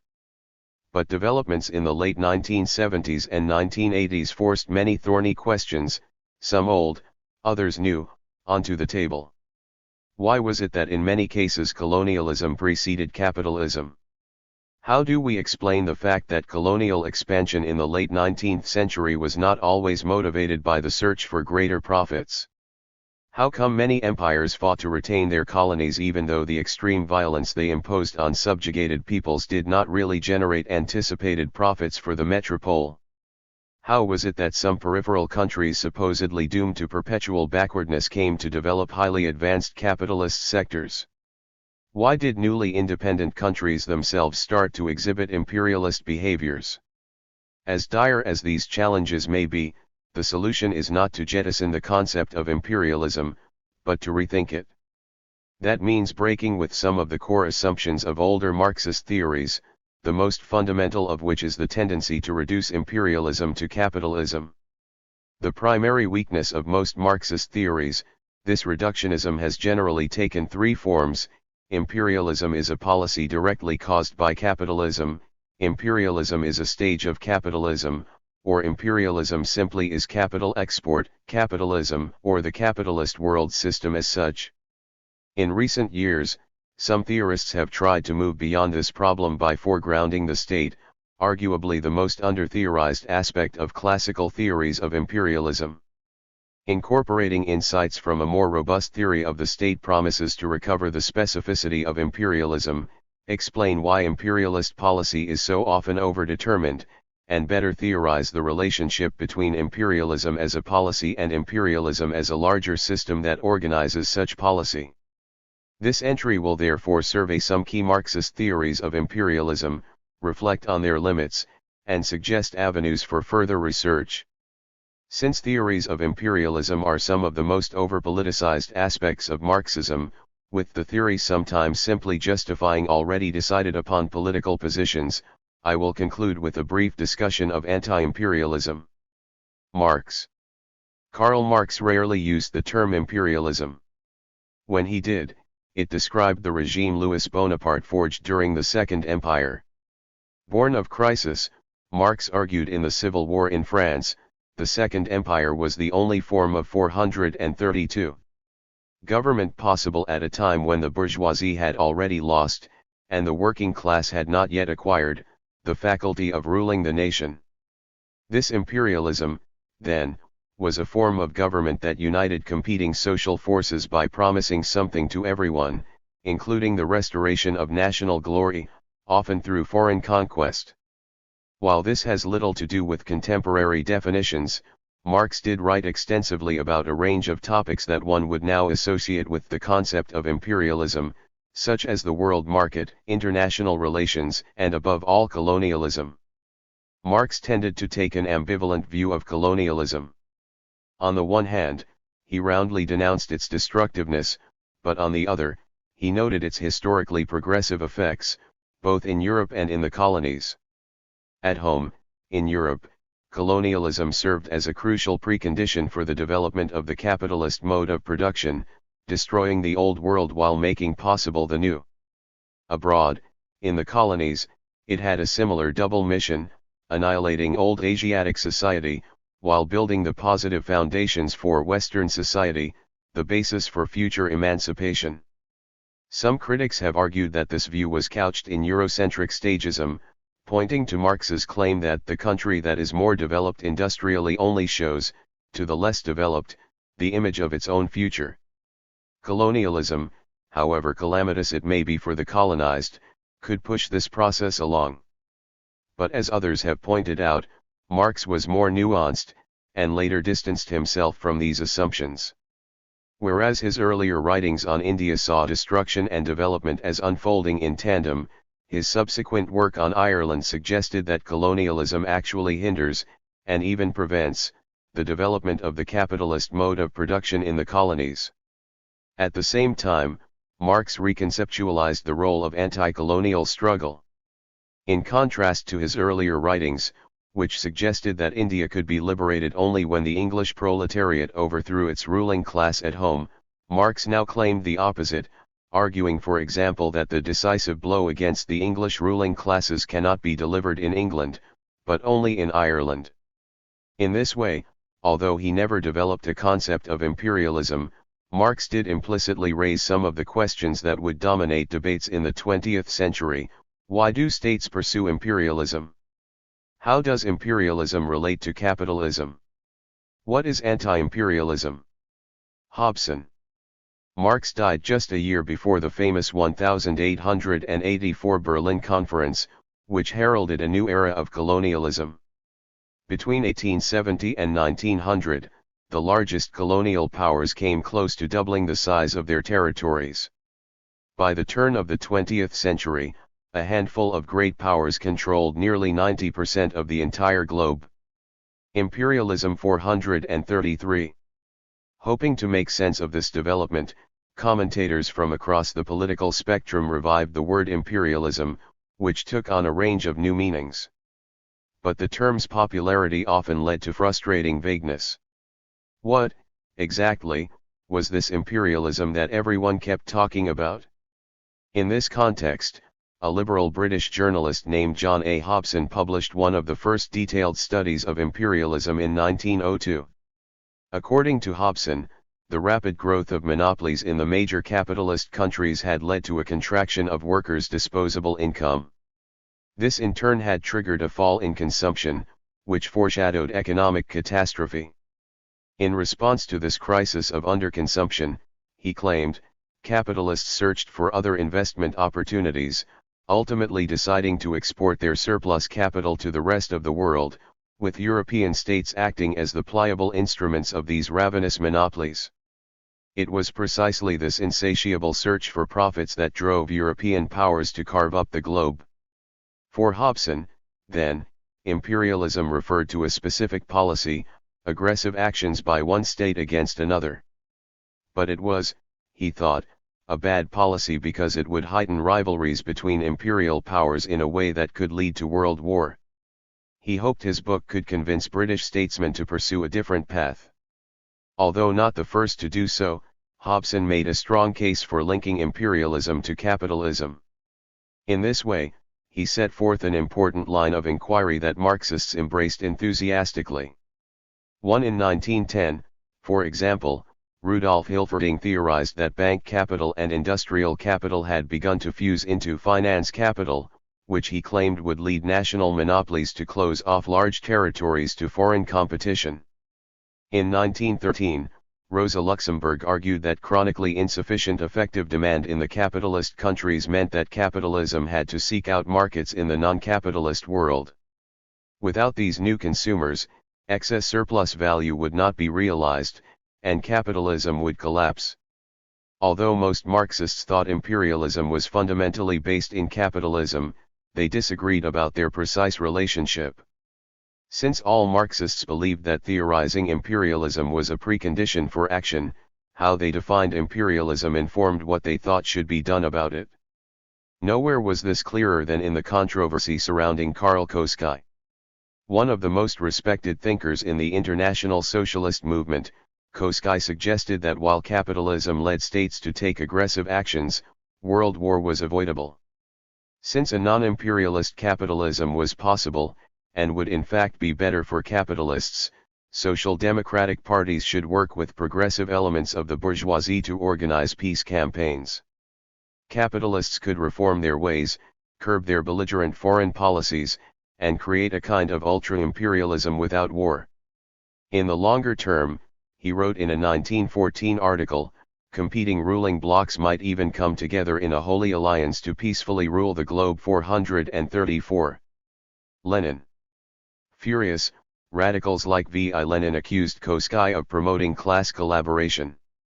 In fact, just a few weeks after his article appeared, war erupted between the empires, and the Second International effectively collapsed as its leading parties supported their governments instead of uniting against war. Lenin argued that proposing the possibility of ultra-imperialism made this betrayal possible. Instead of fighting for world revolution to overthrow imperialism, socialists were encouraged to participate in government to reform capitalism in a more peaceful direction. As Lenin fumed, Koskai's theory is a most reactionary method of consoling the masses with hopes of permanent peace being possible under capitalism, by distracting their attention from the sharp antagonisms and acute problems of the present times, and directing it towards illusory prospects of an imaginary ultra-imperialism of the future. Deception of the masses, that is all there is in Koskai's Marxist theory. To refute Koskai's reformism, Lenin attempted to demonstrate that imperialism was not just one policy among many, but rather the inevitable consequence of capitalist development as such. In his pamphlet Imperialism, the highest stage of capitalism, he drew on both Hobson and Hilferding to argue that capitalism had entered a distinctly new stage since the 1870s, defined by the following features. The concentration of production and capital has developed to such a high stage that it has created monopolies which play a decisive role in economic life, the merging of bank capital with industrial capital, and the creation, on the basis of this finance capital, of a financial oligarchy. The export of capital as distinguished from the export of commodities acquires exceptional importance.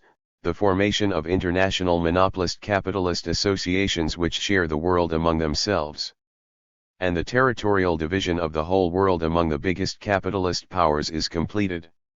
The concentration of capital, the compulsion to export capital, and the pressures that monopolies now exerted on the state, Lenin argued, compelled individual countries to pursue a reckless imperialist policy that would inevitably lead to world war. Imperialism, then, was the necessary product of this stage of capitalism, and therefore one that could only be overcome by destroying capitalism as such. The only way out was revolution. Although Lenin's theory did play an important polemical function, it was not free from errors. Lenin overestimated the importance of monopolies, exaggerated the role of capital export as the main driver of imperialism, and, by his own admission, downplayed other crucial non-economic aspects of imperialism. Moreover, while it is true that the phrase highest stage was a translation error, the theory was also thoroughly stagist, treating capitalist history as a sequence of bounded periods. Lastly, although Lenin placed much greater emphasis on the state than other classical theorists, he treated it as the instrument of capitalist monopolies. In explaining the actions of states, and therefore imperialist policy. Imperialism 435. By looking to the purported needs of capitalism, Lenin ended up in a kind of functionalist economic reductionism. Significantly, Lenin's pamphlet shifted the meaning of the term imperialism from a specific policy to a capitalist stage that made such policy necessary. Imperialism, he declared, is the monopoly stage of capitalism. Although this move was designed to enrich the theory, defining imperialism in this way caused more confusion. What about other factors? Why did imperialist policies differ from country to country? When would this stage of capitalism end? Would countries enter this stage at different times, independently of one another? Lenin's little pamphlet was hastily written, primarily designed to intervene in a political debate, and rooted in a very specific historical conjuncture. It was meant, as its subtitle made clear, to serve as a mere popular outline, rather than an exhaustive theory of imperialism. But Lenin's enormous stature after the Bolshevik Revolution, coupled with the fact that his prediction about growing inter-imperialist rivalry seemed to be coming true, ensured that this text would be codified as not only a general theory of imperialism, necessarily applicable in all contexts, but the orthodox theory of imperialism for the international communist movement for decades to come. The consequences were enormous. Not only were the weaknesses of his model amplified on a grand scale, but subsequent theorists felt constrained to work within its terms, even if historical changes seemed to point beyond them. Dependency. The Second World War generated a new conjuncture marked by decolonization, the Cold War, and the relative decline of inter-imperialist conflict. This in turn sparked a new round of theorizing in the 1950s and 1960s that tried to update some of the classical theories in light of such sweeping changes. One of the assumptions that came in for re-examination was the belief that backwards countries subjected to imperialism were at earlier stages of development, and that they would progressively move through all the intermediate stages to capitalism. As Marx had once predicted, they could come to resemble the dominant social formations of North America and Western Europe. By the 1950s and 1960s, such a view was untenable. Most countries in the global South had clearly taken a different path from those in North America and Western Europe. Even formal political independence, which most Latin American countries had won in the 19th century, had not ushered in the kind of economic development most had expected. A new cohort, beginning with figures like Raúl Prebys and Celso Furtado, and followed by theorists such as André Gunder Frank, Immanuel Wallerstein, Terence Hopkins, and Samir Emin, sought to not only explain why this had happened, but to find solutions to the problem of development. Their efforts would culminate in what came to be known as dependency theory, whose most famous early representative was Frank. The Development 436. Of the wealthy capitalist countries, Frank explained, was not unrelated to the poverty of the poorer countries. The latter, in fact, was a consequence of the former. Backward countries were not undeveloped, that is, languishing in a kind of retarded state, their normal path to capitalist development blocked. Rather, they were actively underdeveloped by the developed capitalist countries. The development of the core and the underdevelopment of the periphery were part of the same global capitalist process. Frank saw a single capitalist world system characterized by an international division of labor between the core and the periphery. In this system, the former forcibly extracted surpluses from the latter, driving the periphery into a state of dependency. Since this was a zero-sum game, in which the metropoles tend to develop and the satellites to underdevelop, the only way forward was for states to delink from the capitalist world system. Dependency theory inaugurated a fundamental shift in perspective. Although earlier theorists always adopted a global view, they were primarily concerned with rivalries between the European powers. By contrast, dependency theorists argued that the primary axis of international conflict now ran between the capitalist powers and the rest of the globe. In the context of decolonization, anti-imperialist internationalism, and post-colonial development, this approach became immensely popular. It allowed many theorists to update Lenin's classical theory for changed conditions. It played an enormous role in anti-imperialist social movements in the global south. And it shaped the thinking of many post-colonial governments, even informing major international projects such as the new international economic order of the mid-1970s. But dependency theory soon came under fire. Some argued that it was based on an idiosyncratic definition of capitalism that had little to do with Marx's critique of political economy. In a scathing assessment, Robert Brenner argued that Frank and Wallerstein effectively reduced capitalism to a trade-based division of labor that took for granted capitalism's inbuilt tendency towards endless accumulation instead of explaining its historical emergence. Others observed a lack of clarity about the relationship between imperialism and capitalism, exacerbated by Frank's generally vague terminology. In some of his work, for example, Frank combined the two terms as capitalism/imperialism, which he defined as the economic exploitation of the underdeveloped periphery to the benefit of the developed metropole. Not only did this definition do little to distinguish it from Frank's concept of capitalism, it failed to distinguish between different kinds of imperialism. U.S. imperialism became another instantiation of the same centuries-old relationship. This imperialism is an expression of the entire capitalist system today. Though differing in technical detail from its forerunners, it remains, especially for the underdeveloped world, essentially the same as all previous forms of capitalism, colonialism, imperialism, the source and systemization of exploitation and underdevelopment. Imperialism 437. Beyond its theoretical limits, one of the many reasons for the decline of dependency theory in the late 1970s and 1980s had to do with changing historical circumstances. Given centuries of dependency, many theorists argued that it would be extremely difficult for capitalist development of the kind seen in the metropoles to take hold in the global south, with Frank himself initially claiming it was simply impossible in the current world system.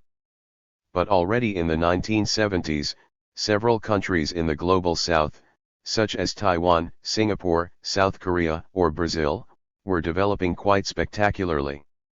In the 21st century, they would be joined by a whole host of capitalist countries outside the conventional metropolitan core, such as India, China, Turkey, or Thailand, to name only a few. Changed conditions increasingly suggested the need for a changed theory. 2.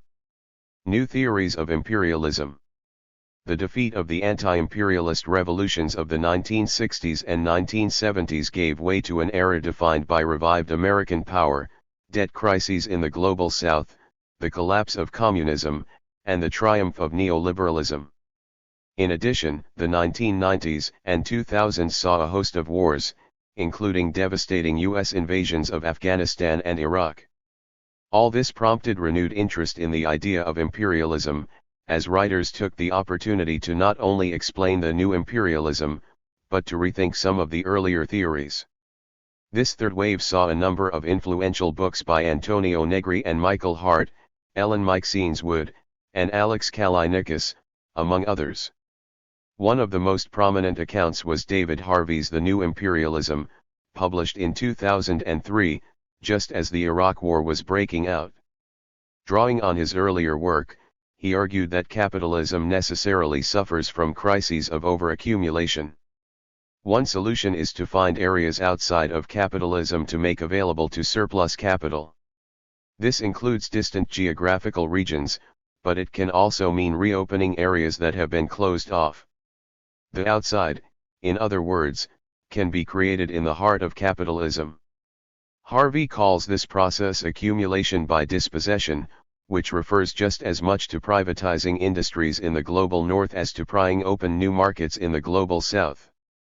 This, for him, is the meaning of contemporary imperialism, a solution to the crisis of the 1970s in which states use massive violence to force open areas for surplus capital.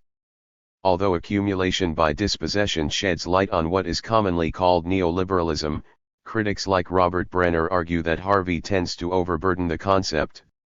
For Harvey, it includes everything from dispossessing peasants in Nigeria to foreclosing on the homes of Americans who could not meet their mortgage payments. What, one might ask, is not accumulation by dispossession? The problem is not only that it is so expansive, but that it includes processes that are in fact quite normal to capitalism. While Harvey is 438. Correct to argue that capital is limited in its ability to create the necessary conditions for its reproduction, and so must at times rely on state power, it is also true that in many cases capitalists can create those conditions on their own. Including these processes within the same concept of accumulation by dispossession undermines its usefulness. As Brenner argues in his review of the New Imperialism, the beating out by agribusinesses of family farms is an all too familiar aspect of capitalist competition. It is hard to fathom why Harvey would want to assimilate this to accumulation by dispossession any more than he would the destruction of family businesses by giant corporations, likewise for the loss by Enron workers of their pensions along with their jobs when the firm went out of business. It deprives accumulation by dispossession of its substance to treat as the same sort of thing as workers' loss of employment through their firm's bankruptcy, which is a standard result of a well-established process of capital accumulation, and the expropriation of peasants from their land, in the English enclosures of the 18th century or through the destruction of the ejidos in contemporary Mexico, which is about creating the conditions for capital accumulation. In so doing, Harvey ends up making imperialism virtually indistinguishable from capitalism. Like many before him, Harvey's account risks reducing imperialism to crisis theory, which is striking since Harvey begins his book by attempting to escape economic reductionism. Drawing on Giovanni Arrighi, he argues at the outset that there exist two logics of power, the territorial logic of state expansion and the capitalist logic of accumulation. Leaving aside the problem of ascribing to the state a single logic, as if it were a monolithic entity with one invariable interest, Harvey never explains the relationship between the two logics, and in the end, the capitalist logic largely instrumentalizes the state logic. In response to a crisis of overaccumulation at home, capitalism, now in the form of accumulation as dispossession, needs state force to pry open new space of accumulation. As in the classical accounts, the state becomes a kind of tool wielded by capitalists to further their singular interest of capital accumulation. Limits of existing theories. Despite their diversity, most Marxist theories of imperialism share the same general weakness, a tendency towards economic reductionism. This generally takes three forms. First, imperialism is sometimes simply equated with capitalism. For some, imperialism is nothing other than foreign investment. For others, any expansion of capital beyond national borders is automatically classified as imperialism. For still others, imperialism is basically the same as the capitalist world system. But if this were true, why even use the word imperialism? After all, the concept of capital already implies its global expansion in search of self-valorization. Capital, in other words, always tries to move wherever it can to find a higher rate of profit. Businesses might move to other countries for the same reason that imperialism 439. A firm might move some of its operations from one town to another in the same country. Calling normal processes of capitalism imperialist is not only redundant, it effaces the specificity of imperialism. Second, imperialism is reduced to a stage of capitalism. Setting aside the general problem with all stagism, that is, the tendency to homogenize entire periods into expressive totalities, effectively foreclosing any real analysis of unevenness, the major drawback of this approach is that it cannot explain the history of imperialism. Since the Second World War, the old empires have collapsed, formal colonial rule has largely come to an end, the nation-state has become hegemonic, the Cold War came and went, major capitalist powers continue to cooperate with one another, transnational corporations stretch across the globe, new financial institutions exercise great power, and capitalism itself has been restructured. Although imperialism as a stage beginning in the late 19th century is over, imperialism as a policy continues to exist, albeit in very different forms. The fateful coupling of the two has therefore made it very difficult to explain how and why imperialism has changed over the last century and a half. Third, while some theorists distinguish imperialism from capitalism, they see the former as immediately caused by the latter. State intervention abroad, for example, is said to happen at the behest of capital. While some states certainly pursued imperialist actions out of economic imperatives, they also did so for other reasons, such as winning national glory, securing military outposts, diverting internal social discontent, spreading a civilizing mission, or preventing colonies from falling into the hands of rivals. For example, in the late 19th century Otto von Bismarck intended to use colonies as bargaining chips in future negotiations over European affairs. At the same time, the renewed emphasis on empire in France was driven not simply by economic motivations, but also by France's humiliating defeat in the Franco-Prussian War. And while the British terrorized the globe for resources, markets, and investment opportunities, they also sought to control certain territories not for their intrinsic economic value, but because they helped to strategically secure the route to India, their prize colony. The problem with reductionist theories that claim imperialism exists to realize capitalist interests is that they not only fail to take into account the many other factors propelling imperialist policy, they cannot explain why these competing factors sometimes undermine the interests of capital. Historical examples of the non-correspondence between imperialism and capitalism have been far too common to be explained away as mere anomalies but need to be directly addressed. A way forward. A number of contemporary theorists, such as Leo Panich and Sam Jindal, John Milios and Dimitris P. Sotiropoulos, and Spyros Sakalaropoulos and Panagiotis Sotiris, suggest that one way to move beyond this impasse is to re-theorize the 440 least developed aspect of theories of imperialism, the state. State theory can nuance theories of imperialism in at least three ways. First, centering the state restores the specificity of imperialism. Instead of conflating it with capitalism, imperialism should be seen as an extension of state power. For something to be called imperialism, the state has to be involved. When a European firm invests in a West African country, that is not imperialism, but simply capitalism. But if that country tries to block this foreign investment, prompting the foreign state to intervene, that is imperialism. Imperialism, then, is an act of aggression by one state against another, which can include sanctions, adjusting monetary policy, orchestrating coups, military invasion, and outright annexation. This approach can also help account for the diversity of imperialisms.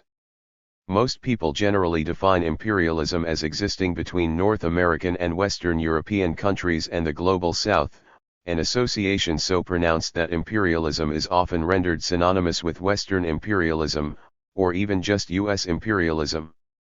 Although there are obvious reasons to foreground these relations, limiting imperialism exclusively to Western domination has the unintended effect of obscuring other kinds of asymmetrical relations. The unpalatable truth is that history is rife with imperialist conflicts between countries that were themselves subjected to imperialist domination.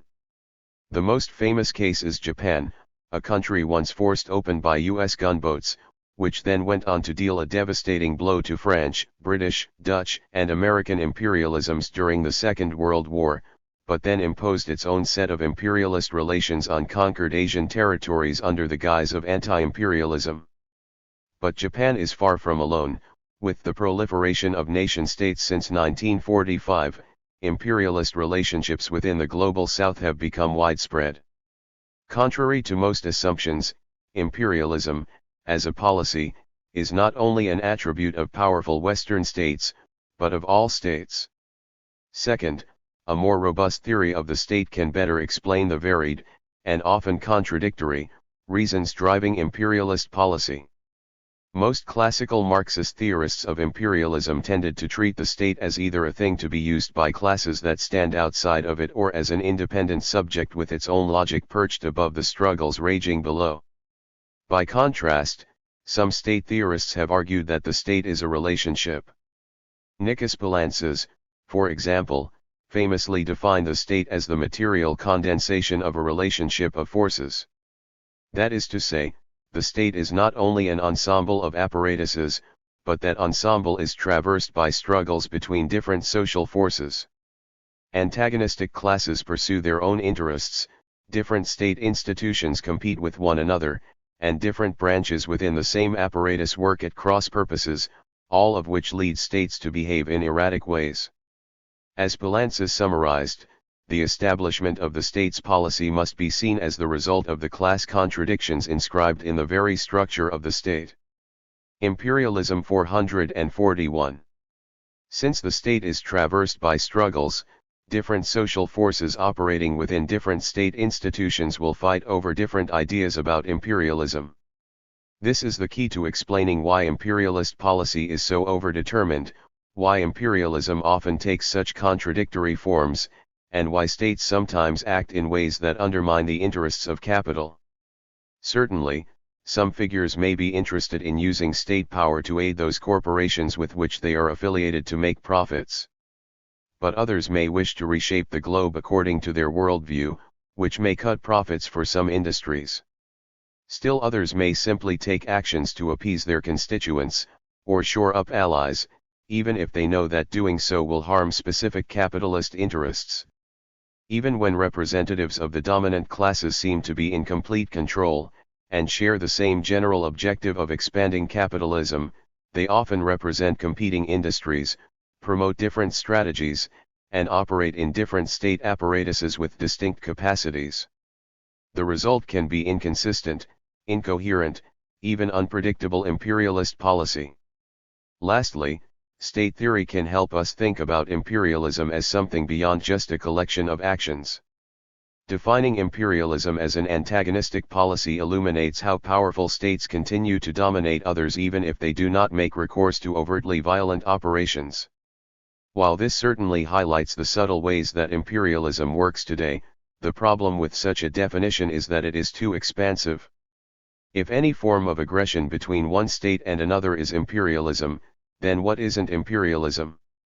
For that reason, it is important to build a definition that connects these individual acts of aggression to some larger system.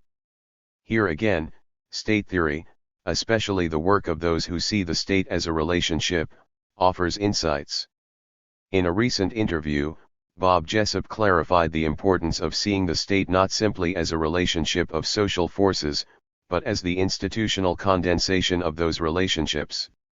It is not just a changing balance of forces that is at stake because this is conditioned by the prevailing institutional matrix or ensemble.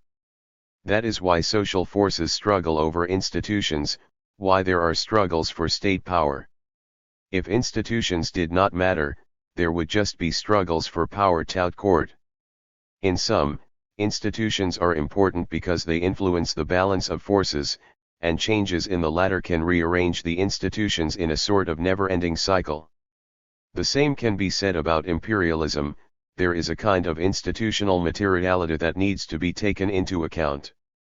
Following the lead of state theorists, we can say that if the state is the material condensation of a relationship between social forces, then imperialism is the material condensation of the international relations of force between states. Imperialism, then, is not simply definable in terms of individual actions by one state against another, but rather constitutes the terrain on which such acts are made possible.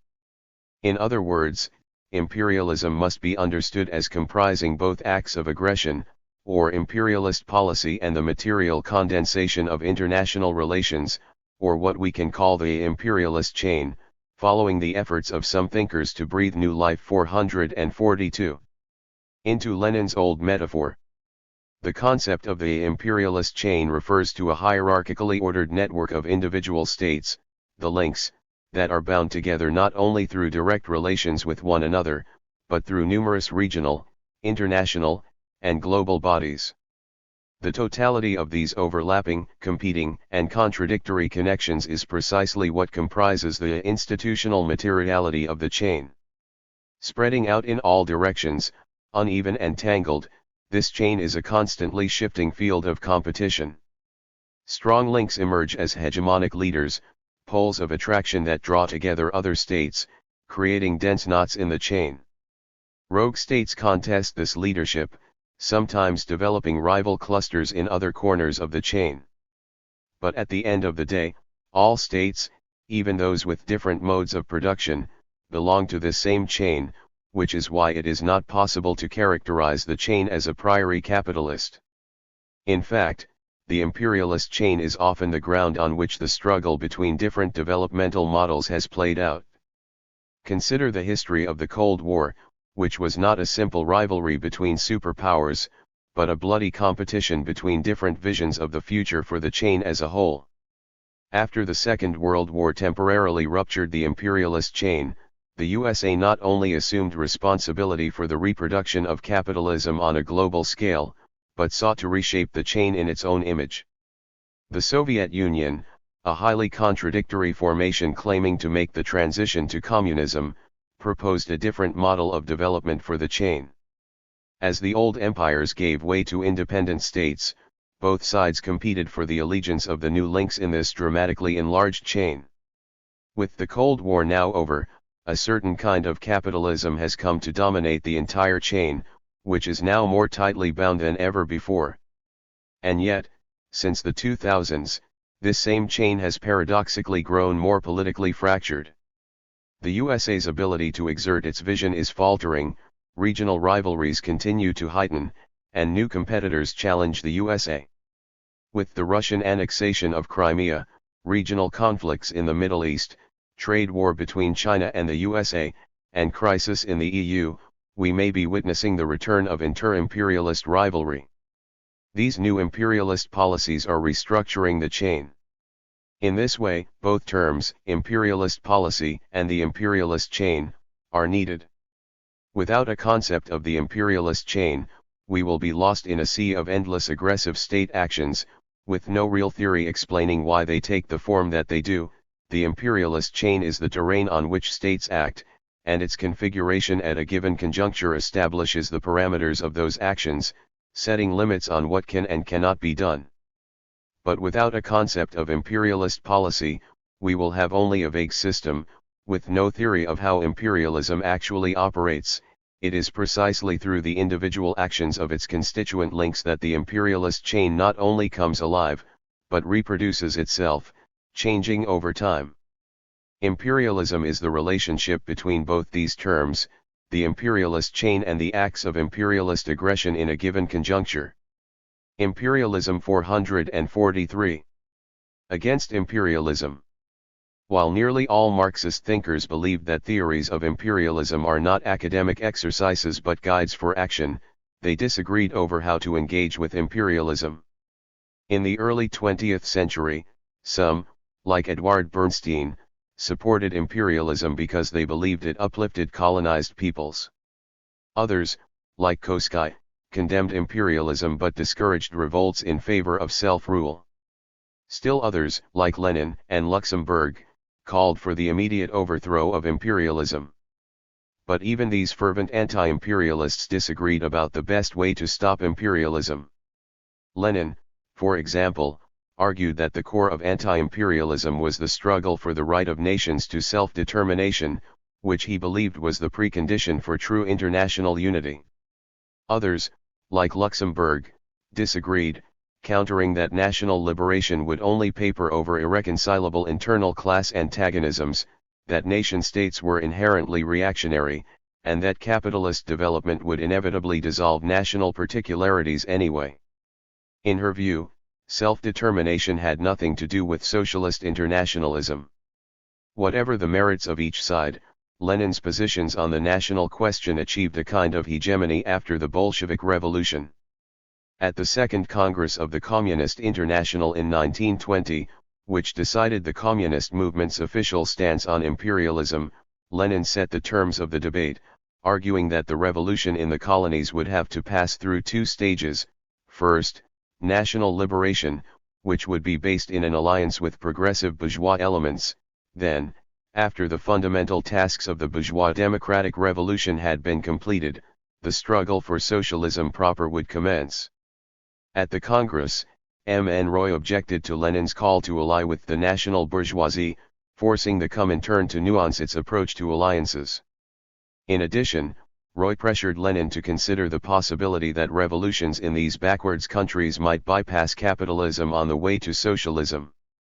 As Lenin explained in his report to the Comintern, the Communist International should advance the proposition, with the appropriate theoretical grounding, that the backwards countries, aided by the proletariat of the advanced countries, can go over to the Soviet system and, through certain stages of development, to communism, without having to pass through the capitalist stage. Significantly, both Lenin and Roy assumed this path would only be possible if the communist revolution met imminent success in the West. Barring that outcome, the revolution in the colonies and semi-colonies would likely still have to pass through two stages, with Roy himself stating that the revolution in the colonies will not be a communist revolution in its first stages. Although subsequent thinkers, especially Leon Trotsky and Mao Zedong, would introduce important changes to this strategy, the Leninist problematic 444. Fusing anti-imperialism with the right of nations to self-determination remained hegemonic among most Marxists. The assumption was that nations exist, they oppress one another, oppressed nations have the right to define their political future, and it is the duty of all anti-imperialists, especially those living in imperialist countries, to do whatever possible to lend a hand. After the Second World War, with the old empires collapsing one after the other, the right to self-determination came to mean primarily the struggle to win independent nation-states. Oppressed nations would overthrow imperial rule, establish strong nation-states to construct socialism at home, and collaborate internationally to build world socialism. What this meant concretely was an internationalism of nation-states. To be sure, some Marxists dissented from this view. Some argued that national liberation was not a genuine movement of the working class, but of the peasants led by a tiny petty bourgeoisie. Others observed that the leadership of many of these movements paid little attention to democracy, which almost guaranteed that the states created by anti-imperialist struggle would become dictatorships of one kind or another. Still others were unsure how these movements would possibly create socialism given their relative underdevelopment. While some of these criticisms had merit, those who issued them were generally either uninvolved in anti-imperialist organizing, or found themselves on the margins, which meant their positions were often ignored. But in the 1970s and early 1980s, the limits of this Leninist problematic became clear for all to see. Some newly independent states became dictatorships. Others failed to achieve economic independence, finding themselves crushed by debt crises. Still others went so far as to align with the USA, as when China, once considered a leader of global anti-imperialist struggle, supported U.S. foreign policy, backed the coup in Chile, and undermined national liberation movements in Africa.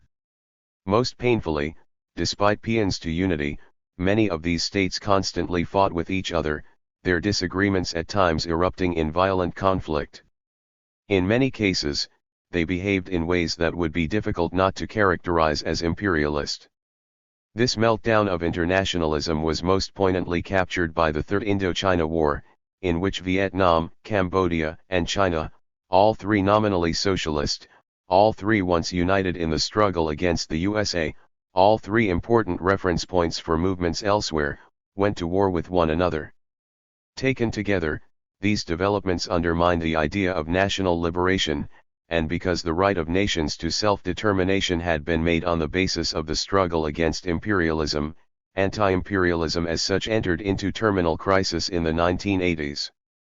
Although struggles continue to rage across the globe, anti-imperialism has not yet fully recovered.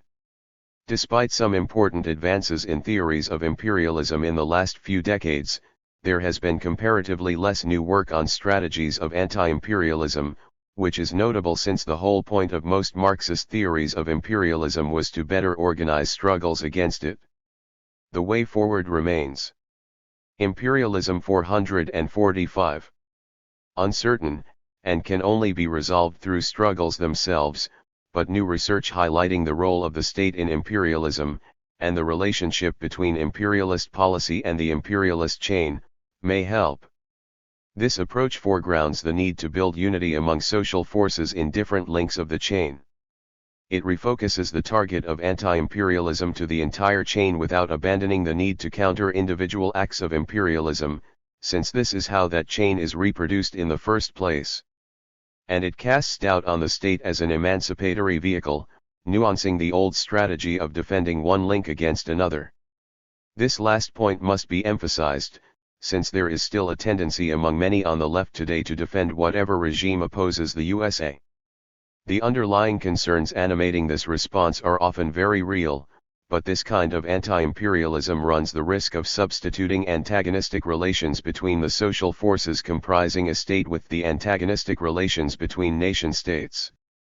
With classes homogenized, and internal struggle downplayed, or even erased, the subject of liberation becomes the nation-state itself. At its extreme, this kind of thinking can lead to supporting authoritarian states that destroy the domestic left and repress workers' self-activity because they are said to be embarking on an autonomous, anti-imperialist path of development in the face of Western imperialist depredations. There are enormous differences between, say, US and Iranian imperialism, but for those who call themselves Marxists, the objective would have to be the abolition of both, not the defense of one against the other. While anti-imperialism cannot be reduced to selectively countering the actions of one especially despised state while remaining silent about the other states comprising the chain, one should be careful not to bend the stick too far the other way. On the other side, some sit back with arms crossed, refusing to assist any struggle in the global south because they fail to meet unattainable criteria abstractly established in North America or Western Europe. Here, too, the underlying concerns are real. After watching so many movements morph into oppressive states that have nothing to do with socialism, some are rightfully leery. While such circumspection is welcome, this approach, which overlooks the fundamental unevenness of the imperialist chain, risks devolving into either quietism, that is, simply waiting for the chain to collapse on its own, or into a kind of Eurocentrism in which anti-imperialist work is limited to the imperialist metropole in which one lives. Though important, it's not enough to organize in one's own country, that work has to be coordinated with movements in other links of the chain. This is the real meaning of internationalism. Anti-imperialism, then, means organizing sustained opposition to all acts of imperialism in a way that makes possible the internationalist struggle to overthrow the imperialist chain of states as such. Part 4. Philosophical Dimensions. 24. Totality 1. Chris O'Kane. Despite the ambiguous and incomplete status of Marx's conception of totality, a theory of totality has been central to a number of approaches to Marxism. These Marxist approaches share a double-faceted conception of totality as a critique of the insufficiency of approaches, such as liberalism, political economy, idealism, or positivism, but also certain variants of Marxism, that fail to grasp history and/or society as an interconnected whole, a theory that grasps history and/or capitalist society as an interconnected whole from an emancipatory perspective. Yet these approaches diverge in their interpretations of Marx and in their ensuing conceptions of totality. Moreover, although the crisis of Marxism in the academy coincided with criticisms of totality and a retreat from theories of the whole, there has been a return to the theories of totality in recent years. This chapter outlines the development of Marxist conceptions of totality from Marx to the contemporary revival of totality. Part 1 provides a brief outline of Marx's relationship with Hegel, his ambiguous conception of totality in the critique of political economy and the gaps that remained in his work. Part 2 turns to the development of the classical Marxist conception of totality by Engels and its elaboration by Karl Koski, Eduard Bernstein, V. I. Lenin, Rosa Luxemburg, and Anton Pannekoek. Part 3 turns to the Western Hegelian Marxist conception of totality. Here it is shown that, in contrast to the scientific historical determinism and economism of classical Marxism, Western Hegelian Marxism developed a conception of historical and capitalist totality premised on the dominating and mystifying properties of alienated 452. Human praxis viewed from the perspective of its emancipatory overcoming. Part 4 moves to Althusserlian Marxism. This section focuses on Althusser's critique of the Marxist humanist notion of totality. It then assays Althusser's notion of totality as a decentered structure in dominance. Part 5 provides an overview of the critical Marxist critique of traditional Marxism and its conception of negative totality by focusing on the work of Benjamin, Adorno, and Horkheimer. Part 6 provides an overview of the criticism and retreat from totality following the crisis of the workers' movement and the crisis of Marxism in the academe. Here it is shown that such a retreat also led to the development of systematic accounts of moments of the totality of capitalist society, value, the state, domestic labor and gendered subjugation, imperialism and racial subjugation, and nature, that had been neglected or excluded in the classical Marxist, Western Hegelian Marxist, Althusserlian, and critical Marxist conceptions of totality. Part 7 outlines the return to theories of totality that draws on these systematic accounts in recent theories by Jason W. Moore, John Milios, Nancy Fraser, and Werner Bonefeld that likewise attempt to grasp the multifaceted problems of today from an emancipatory perspective. The conclusion summarizes and points to the further development of the Marxist conceptions of totality. 1. Marx and totality. Eugen von Bohm-Bawerk famously characterized the critique of political economy as a torso. For the purpose of this chapter it is more apt to think of Marx's extant work as a heart or, to invert Deleuze and Guattari, an organ without a body. This is because in Marxist approaches to totality, the critique of political economy is essential to understanding what powers the historical and social body.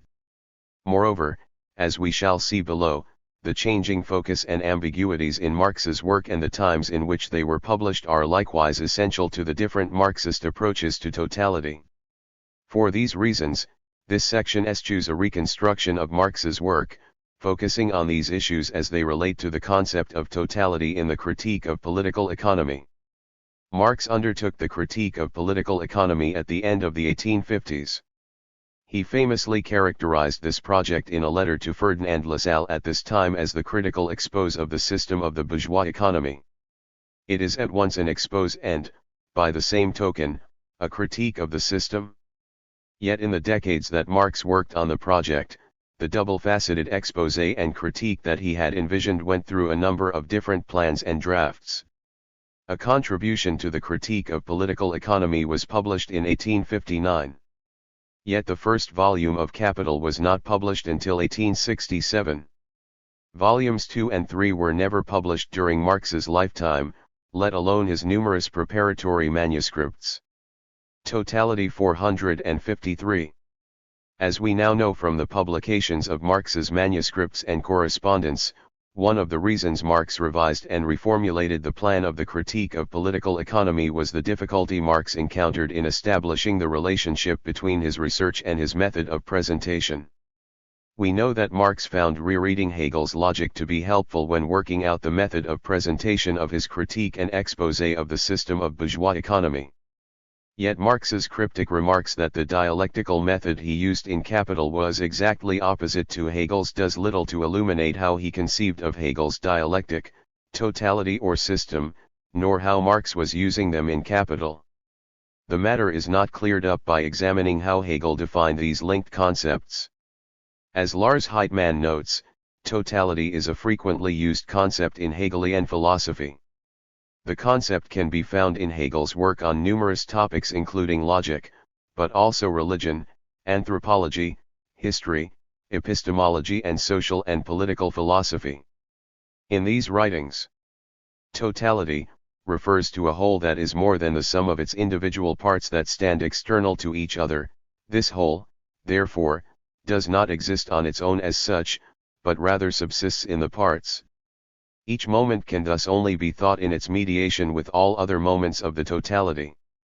At the same time, each individual moment is always already determined as self-contradictory, it is always itself and not itself, both immediate and mediated at the same time.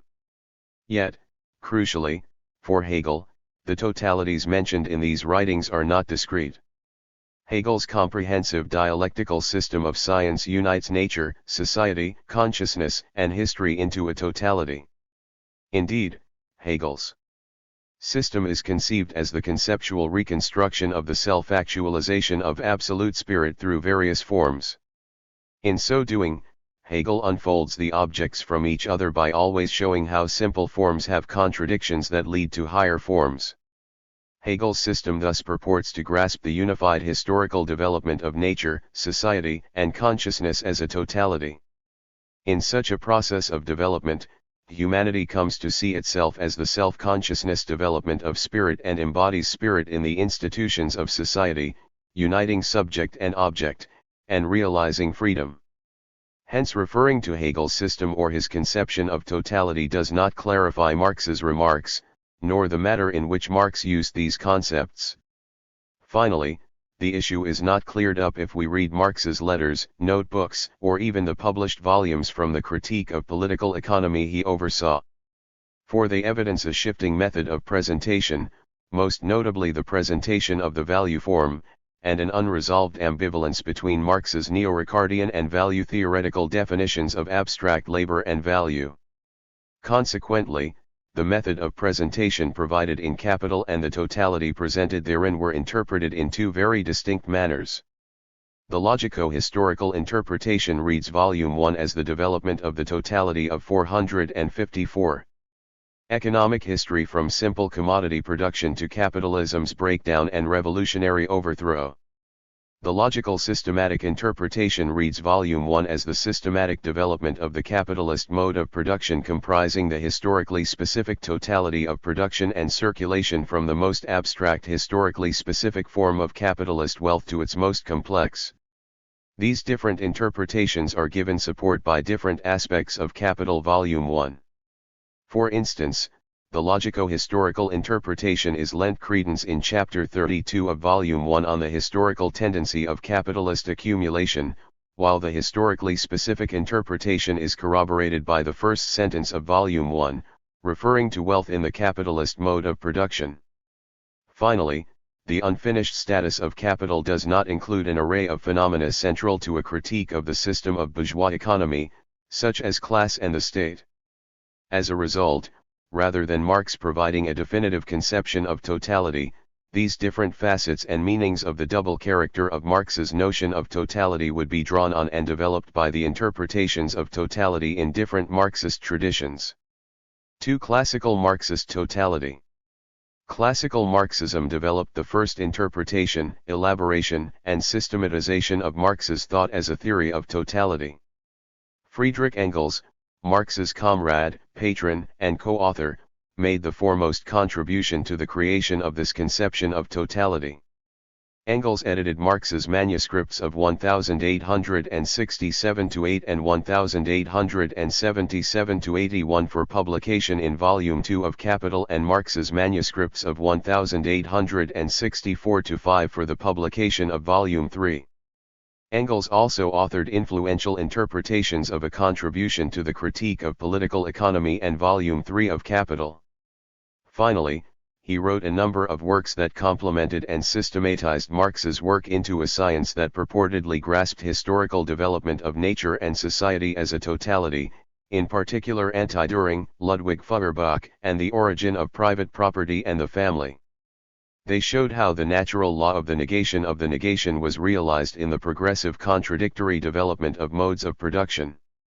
This process of development would culminate in classless society, in which nature was consciously subordinated, realizing freedom. Engels' classical Marxist conception of totality was so influential in the Marxism of the Second and Third Internationals that the ambiguities in his own efforts at supplementation and systematization, especially over the relationship between the state and revolutionary tactics, served as the respective basis for the reformist and revolutionary strands of classical Marxism. Engels' account of historical development also served as a basis for the theories of finance capitalism, imperialism, state monopoly capitalism and late capitalism that broke with but extended his progressive account of historical development. For this totality 455. Reason, in a somewhat qualified manner classical Marxism has been referred to as Engelsism. Yet Engels and the classical Marxists who followed him saw themselves as Marxists and referred to their approach to totality as the materialist conception of history, historical materialism or scientific socialism, which they held had been developed by Marx. In Engels' interpretation, later formalized by Kautsky and popularized by Lenin, Marx was the genius who continued and consummated the three main ideological currents of the 19th century, as represented by the three most advanced countries of mankind, classical German philosophy, classical English political economy, and French socialism combined with French revolutionary doctrines in general. Marx was said to have built on German philosophy by turning Hegel's idealist system of the historical development of social and natural totality on its head, rendering it materialist. Marx's revelation of the secret of capitalist production through surplus value was also said to have consummated English political economy, providing a scientific explanation for the exploitation of the proletariat by the capitalist class. Finally, with these discoveries socialism became a science, consummating French socialism. Consequently, in Lenin's later popular formalization, such a totality of Marx's views were said to constitute modern materialism and modern scientific socialism. However, just as Engels had developed this classical Marxist conception of the totality of Marx's views, it was Engels who developed these views into a systematic totality. In what is probably the most influential work in classical Marxism, Anti-Dühring, Engels synthesized his interpretation of the critique of political economy with an account of nature, society, and consciousness to create the classical Marxist account of the materialist conception of history as a science of the historical development of totality. In Engels' account, dialectics is the science of the general laws of motion and development of nature, human society, and thought. The core law of development is the law of negation of the negation, which is unconsciously operative in nature and history and until it has been recognized, also in our heads. Accordingly, historical materialism was held to grasp the inner law of the progressive development of the natural and social world as a totality. According to Engels, Marx briefly outlined the principal features of such an account of totality in the preface to the A Contribution to the Critique of Political Economy, resulting in the famous classical Marxist stagist conception of natural laws of historical development. In this conception of totality, the material economic base consisted in the forces and relations of production, which determined the superstructure. A mode of production delineated the configuration of the base and the superstructure 456. Yet these modes of production were not discrete. Rather, the evolutionary general laws of motion of the negation were expressed in the contradictory development of the productive forces and the relations of production, which proceeded from lower to higher stages of modes of production. Hence, although history as a whole was characterized by the development of the productive forces, a certain stage of development in each mode of production, the material productive forces of society come into conflict with the existing relations of production, or, this merely expresses the same thing in legal terms, with the property relations within the framework of which they have operated hitherto.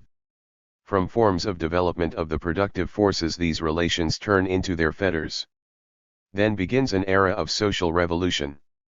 The changes in the economic foundation lead sooner or later to the transformation of the whole immense superstructure.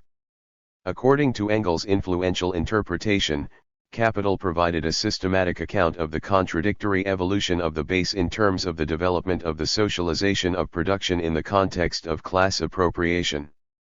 In Engels' view, Marx's method of presentation in Volume 1 thus proceeded from the early primitive stages of simple commodity production, through the rise of capitalism, to its inevitable revolutionary succession by socialism. Marx himself had shown why such a revolution was inevitable in Chapter 32 of Volume 1. The contradiction between socialized production in the factory and private appropriation by the capitalist class would develop to the point where capitalist appropriation became a fetter on planned and socialized production. The productive forces would be developed to the point where they could produce a society of generalized abundance. Yet the majority of the population would be immiserated. Hence the negation of the capitalist mode of production would be realized in the expropriation of the expropriators and the unleashing of the productive forces under socialism. Yet Marx himself had not provided guidance on how this process of expropriation would happen in regard to political power and political strategy, nor what such a socialist society would look like. Engels himself addressed these lacunae. In his historical account of the development of private property, the family, and the state, Engels offered an influential trans-historical definition of the latter. In all modes of production, the state was a semi-autonomous but neutral power manifesting class contradictions but nonetheless above society, and could thus be used by any class to achieve its own political objectives. Hence socialism necessitated taking state power. For Engels, it was only on this basis that the anarchy of production as the expression of blind historical development could be replaced by the conscious planning of society as a whole. Consequently, humanity would for the first time becomes the real, conscious lord of nature, realizing freedom, and with it the development of historical totality. The paramount questions for classical Marxism were thus, how should the state be used to advance the development of socialism? And what sort of tactics? Totality 457. And party should enact this development? Engels himself advanced two strategies. He argued that the state would wither away following the revolutionary seizure of power and the dictatorship of the proletariat. But he also argued that he and Marx had been wrong to think that the revolution was imminent or that it would be the work of a small minority party, when it should be led by a broad party that strives to establish socialism through state reforms. These two strands of Engels' thought were taken up in the debate over reform and revolution. Karl Kosky, the socialist pope, close associate of Engels and lead theoretician of the largest workers' party in the world, argued that the demise of capitalism was not imminent and so the conditions for revolution were not yet ripe. Since the state was a neutral instrument, the SPD, as a big tent workers' party, should participate in the electoral process to enact progressive reforms until conditions were indeed ripe. Edward Bernstein, another leading theoretician of the SPD, made a more controversial case for reformism. Bernstein argued that Marx's theory of immiseration had been disproved as non-scientific, capitalism had not collapsed, and the living standards of the working class had improved. Using Engels' comments in favor of reformism as justification, Bernstein argued that reformism, and more specifically electoralism and even government by coalition, was the only road to socialism. Left opponents of the dominant social democratic position, including V.I. Lenin, Rosa Luxemburg, and Anton Pannekoek, argued for revolution, drawing on and developing non-reformist classical Marxist accounts of historical evolution and Engels' comments on the revolutionary seizure of state power. Lenin advocated for a small revolutionary model of the party and for a revolutionary seizure of state power along the lines Engels had sketched in The Origin of the Family, Private Property, and the State. Lenin's imperialism, the highest stage of capitalism, argued that capitalism's final crisis had been staved off by Western countries engaging in imperialism, at the behest of monopoly and finance capital, sustaining profit rates on the basis of new sources of super-exploitation, raw materials, and markets. Nonetheless, this period of imperialist expansion had culminated in the First World War between imperial powers, and would culminate in revolution, spreading from the immiserated workers of the undeveloped countries to those in the developed world. Luxemburg's The Accumulation of Capital had previously provided a theory of imperialism on the basis of her underconsumptionist reading of Capital. Luxemburg argued that non-capitalist markets were a necessary component of capitalist profits. This was because exploitation entailed that proletarian workers were not paid enough to ensure a profitable demand for commodities. Imperialist expansion to non-capitalist markets ensured such a demand. However, This process of expansion also transformed non-capitalist markets into capitalist markets, setting the seeds for the breakdown of capitalism.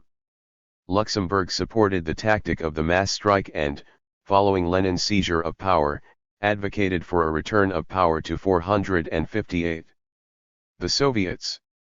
Pannekoek was a persistent believer in spontaneity, workers' councils, and the inevitability of the final crisis. Yet these newer stages of capitalism did not lead to its revolutionary collapse. Following the failure of the German Revolution, the death of Luxembourg and Lenin, the failure of world revolution and the rise of fascism and Stalinism, classical Marxists developed new theories of state monopoly capitalism and then late capitalism, which diagnosed how the productive forces had continued to develop even while the state and imperialism counteracted capitalism's collapse. These theories point to the modified persistence of the classical Marxist notion of totality, which we will return to below. In the meantime, such a historical trajectory and the legacy of reformism also help contextualize the emergence of the Western Hegelian Marxist notion of totality. 3. Western Hegelian Marxism. Western Hegelian Marxism is an imprecise term that draws on two imprecise and anachronistic categories that are nonetheless central to the reception of Marxism, Western Marxism and Hegelian Marxism. Despite the overlap between Eastern and Western Marxism, the persistence of Eastern Marxists in the West and important differences between thinkers in this tradition, the term Western Marxism was popularized by Merleau-Ponty and then taken up by an array of thinkers and historians as a way of designating an approach to Marx distinct from the classical Marxism of the Eastern Bloc.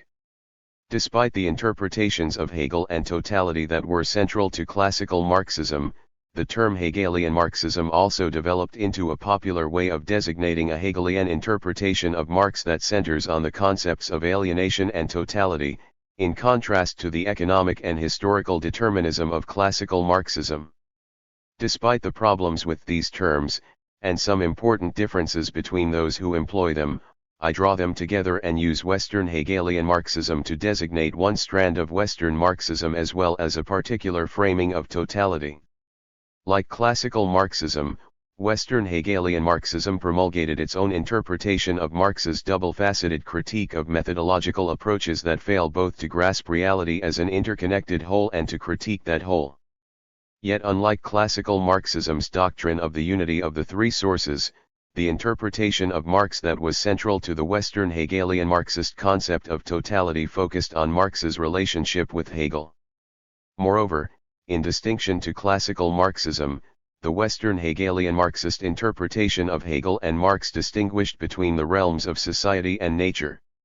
Western Hegelian Marxism was accordingly critical of classical Marxism's scientific understanding of nature, history, and society, particularly its reformist interpretations. For Western Hegelian Marxism, totality did not include nature, nor the natural laws. Totality 459. Of historical development. Moreover, the dynamic of capitalism's emergence and overcoming was not conceived in terms of the contradictory development of the productive forces and the relations of production, nor the economic determinism of base and superstructure. Rather, in the Western Hegelian Marxist theory of totality, history and capitalist society were grasped as an interconnected whole in terms of the historical development of the alienated separation of subject and object. Capitalist society was seen as a totality insofar as the spheres of the economy, state, bureaucracy, culture, and everyday life were separated from the subjects that created them, dominating them and mystifying this process, thereby leading to alienated subjectivity. Emancipation was conceived as the overcoming of the separation of subject and objective via proletarian seizure and rule of these objects, overcoming alienation. Karl Korsch's 1922 Marxism and Philosophy and George Lukács' 1923 essay collection History and Class Consciousness provided the seminal Western Hegelian Marxist formulations of totality.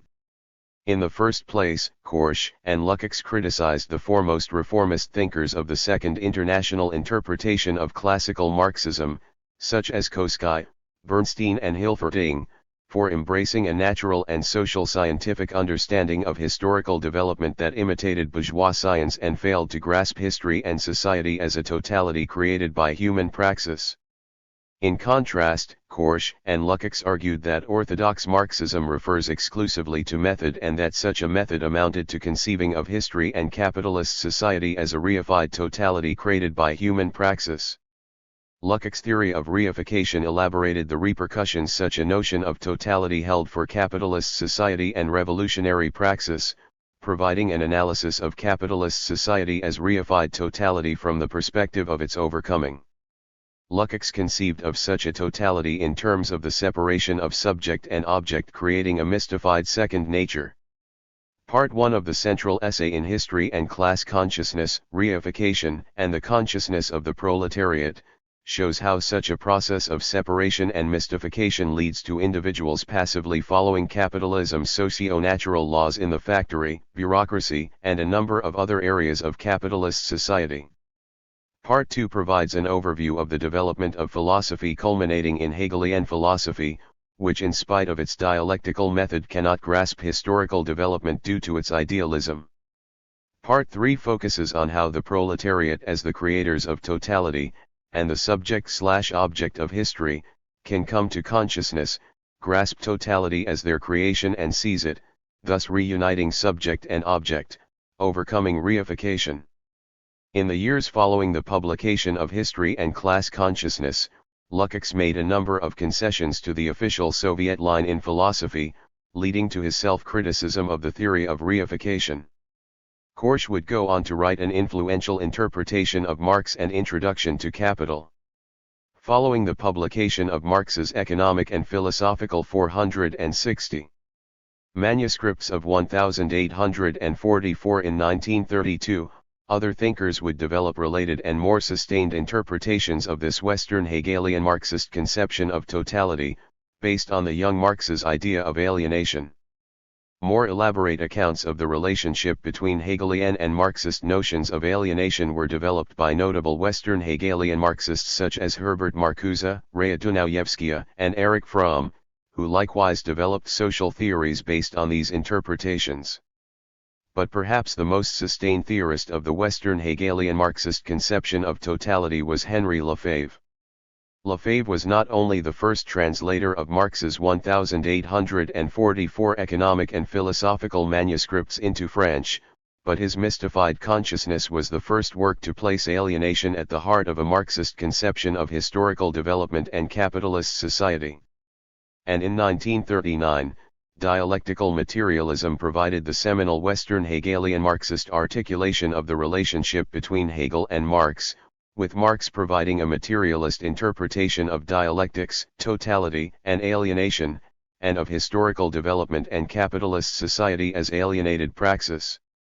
The multiple volumes of Critique of Everyday Life represent a decades-long attempt to grasp how the alienated totality pervaded quotidian existence, while Lefebvre's work on space attempted to grasp how it was shaped by alienation. Lefebvre's 4-volume work on the state and his writings on autogestion likewise thematized alienation and emancipation in multiple registers. While these works responded to criticisms of totality's reductionism by developing the notion of levels of totality and the interpenetration of the economy, state, and space by neo-capitalism, Lefebvre's analysis of all these phenomena was firmly rooted in conceiving them as instances of alienation bolstering oppressive and mystifying realms of capitalist society that were nonetheless resisted by qualitative humane activities. His notions of revolution and autogestion pointed to the overcoming of this alienated reality, reuniting subject and object. 4. Althusserian Marxism. Louis Althusser developed a structuralist conception of totality opposed to the Western Hegelian Marxist position. 3. Althusser's theory of totality took up motifs from classical Marxism, synthesizing them with Spinoza and an array of structuralist contemporary approaches to the human and social sciences. Mirroring the classical Marxist interpretation of Marx's double-faceted critique of political economy, Althusser distinguished between ideology and science. Althusser referred to an array of approaches to understanding history and totality. 461. Society as ideological because they were unable to grasp reality as a complex and evolving whole. Marxist humanism was exemplary of such a fall into ideology. Marxist humanism's essentialist notion of human nature and alienation formed the basis of its notion of expressive totality. Such an essentialist standpoint failed to grasp the creation of subjectivity by a historically contingent process of interpellation. Rather than a theory that grasped the creation of a complex whole, Marxist humanism thus possessed a monocausal essentialist theory. Finally, Marxist humanism failed to grasp the epistemological break that occurred between the early humanist and the late scientific Marx. In contrast to the Western Hegelian Marxism of Marxist humanism, Althusser developed a scientific interpretation of capital premised on a Spinozist notion of structural causality. For Althusser, social formations are structures of structures integrated or articulated into a meaningful whole, yet each individual structure has a distinct existence in its own right. Consequently, by contrast with expressive totality, social structures within a social formation are inscribed within a hierarchy of determinations that assigns them a place and a function, yet each possesses its own relative autonomy and mode of determination nonetheless. Nonetheless, such a totality of instances is articulated on the basis of a determinate mode of production. It is within this context that Althusser recast the classical Marxist notion of base and superstructure. Rather than the economistic notion of the base determining the superstructure, Althusser's notion of structural causality holds that the superstructure possesses relative autonomy, but it is determined by the base in the last instance, although this last instance may never come. In a sophisticated rethinking of classical Marxism, the contradiction between the forces and relations of production, as animated by the class struggle, remains the motor of history. 5. Marxist critical theory. The foremost thinkers who developed the conception of negative totality are usually grouped within Western Marxism. In the most influential accounts of Western Marxism, by Perry Anderson and Martin J. Adorno and Horkheimer, are used to mark the totalizing dead end of this tradition in order to advocate for a less totalizing approach. Such a categorization makes for a neat developmental narrative that reflects the context in which J. and Anderson's books were written. However, it fails to recognize the distinct critical Marxist approach to totality that takes issue with classical and Western Hegelian Marxism and offers its own account of historical development and capitalist society as a negative totality. This critique of classical and Western Hegelian Marxism is modeled on the critical theoretical interpretation of Marx's double-faceted critique of political 462. Economy. Classical and Western Hegelian Marxism are said to share presuppositions akin to those of classical political economy, German idealism, and positivism. Like these other approaches, classical and Western Hegelian Marxism fail to grasp the mutual mediation of the parts and the whole, leading to a foreshortened understanding of totality that does not grasp its negativity. As a result, the classical and Western Hegelian Marxist approaches to totality cannot account for the regressive trajectory of historical development, nor for the perpetuation of capitalist society. Walter Benjamin's theses on the concept of history and Horkheimer and Adorno's 1944 dialectic of enlightenment exemplify the conception of historical development as a negative totality.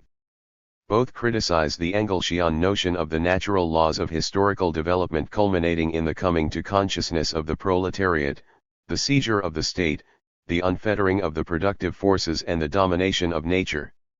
Adorno's later work criticized Lukács' theory of reification and the notion of alienation along similar lines. These epiphenomenal theories could not account for the maiming of subjectivity, and their notion of emancipation via object unity would perpetuate the domination of nature. By contrast, Benjamin, Adorno, and Horkheimer argued that universal history should be construed as a permanent catastrophe premised on the domination of external and internal nature that Adorno in particular, contra Engels, argued characterized human civilization up to the present. For Adorno, then, mid-20th century Western social democracy did not represent working class gains, the Keynesian compromise or the Golden Age. Adorno noted that Keynesian fiscal and monetary policies had counteracted capitalism's crisis tendencies and raised standards of living. However, this had not led to the progressive realization of freedom. Late capitalism had not overcome social domination, class antagonism, or misery, all of which continued to persist. Rather, Keynesianism had led to total integration and to the subsumption of the state, household, and subjectivity to the reproduction of capital by virtue of the internal relation between these spheres and their forms of negative universality. Such a negative totality represented an inversion of classical Marxism's predictions about the development of the productive forces under socialist planning, in which material production, distribution, consumption are administered in common. Their borders, which once separated from inside the total process of externally separated spheres, and thereby respected that which was qualitatively different, are melting away. Everything is one. The totality of the process of mediation, in truth that of the exchange principle, which confronts individuals within class relations as a kind of doom, cultivating forms of thought identical to the exchange principle, crippling autonomy and rendering individuals, as character masks and personifications of economic categories, reliant on their own unfreedom. Totality 463. In this tradition, emancipation would thus not consist in the seizure of totality via the revolutionary seizure of the state, the centralized planning of production and the conscious domination of nature, nor in subject-object unity. Instead, emancipation would entail the abolition of capitalist totality and the non-dominative relation between outer and inner nature. 6. The crisis of totality and theories of moments. From the late 1960s through to the 1980s, the concept of totality became the object of criticism. The new social movements, alongside emerging post-structuralist, postmodern and system theories, called into question and criticized the classical and Western Hegelian Marxist models of totality premised on an essentialist humanism or on the perceived conflation of oppression with the exploitation of white male industrial workers. Those working in the tradition of Adorno and Horkheimer, such as J. and Habermas, likewise portrayed the approach to negative totality advanced by the authors of the Dialectic of Enlightenment as a social and political dead end. These criticisms were part of the crisis of Marxism in the academy. While this crisis led to a retreat from theories of totality, the period also witnessed the systematic development of moments of totality, often inspired by the new social movements, that had been minimized or excluded by the aforementioned theories of totality. 6.1 Marx's theory of value. The Marxist approaches to totality we have discussed were not greatly concerned with detailed scholastic investigations of Marx's theory of value. Certainly, the neo-Ricardian interpretation of Marx's labor theory of value popularized by Engels was central to classical Marxism's account of historical development. Western Hegelian Marxism and critical Marxism also drew on the theory of fetishism as a theory of alienation, reification or social domination. Yet the development of these theories of totality had not been influenced by any of the pioneering scholastic studies of Marx's theory of value, and indeed these studies had been marginal to the development of Marxism. Starting in the 1960s, scholarly investigations and debates over Marx's theory of value began to proliferate, first between neo-Ricardian and Sraffian economists over the validity of the neo-Ricardian interpretation of Marx's labor theory of value as an economic theory of price determination, then over the question as to whether or not Marx's theory was neo-Ricardian or even a labor theory of value. The neo-Ricardian interpretations essentially defended, formalized, and further developed the classical Marxist interpretation of the labor theory of value. In this interpretation, Marx's theory of value 464 was a substantialist theory that had improved on Ricardo's embodied theory of value by developing the category surplus value, thus providing a scientific explanation of exploitation and class struggle. Value was created in production, wages paid to workers were less than the value they created and capitalists appropriated the remaining surplus value as profit. Contra Sraffian economists, the transformation problem could be solved, and such a labor theory of value could explain price formation. Ultimately, Marx provided a substantialist account of abstract labor, which held that value was created in the sphere of production.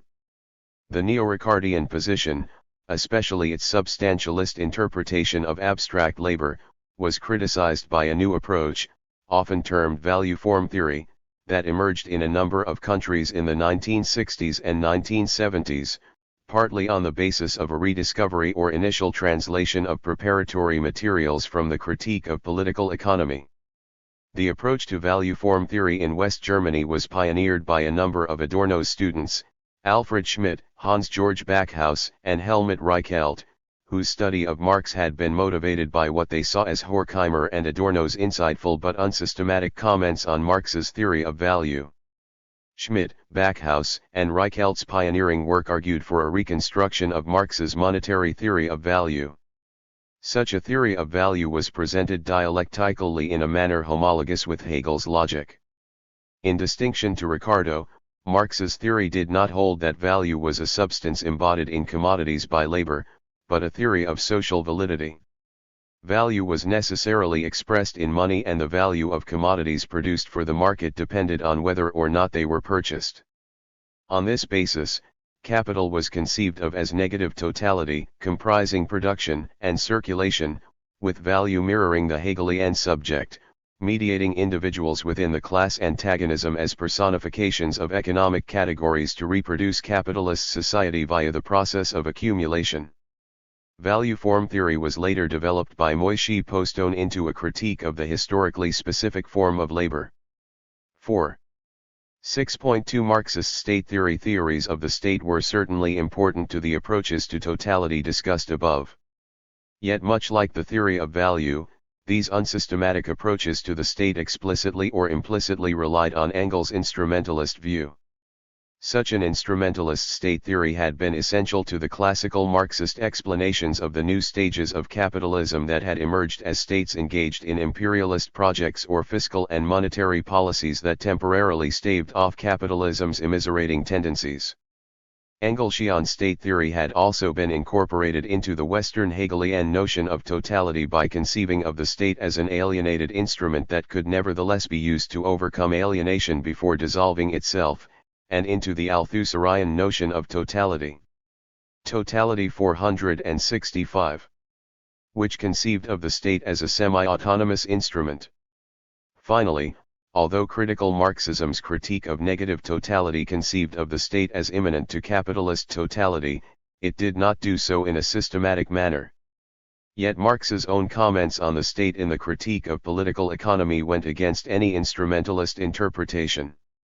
So too did the political economic reality of the late 1960s and 1970s, in which states were unable to counteract anti-imperialist independence movements and crisis tendencies.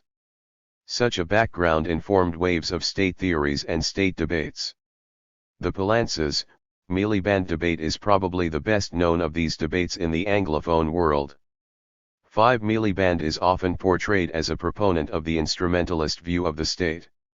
However, it is more accurate to say that he developed a more sophisticated classical Marxist theory that conceived of the state as a neutral institution within the context of a broader theory of the monopolization of the institutions of capitalist political economy by the ruling class.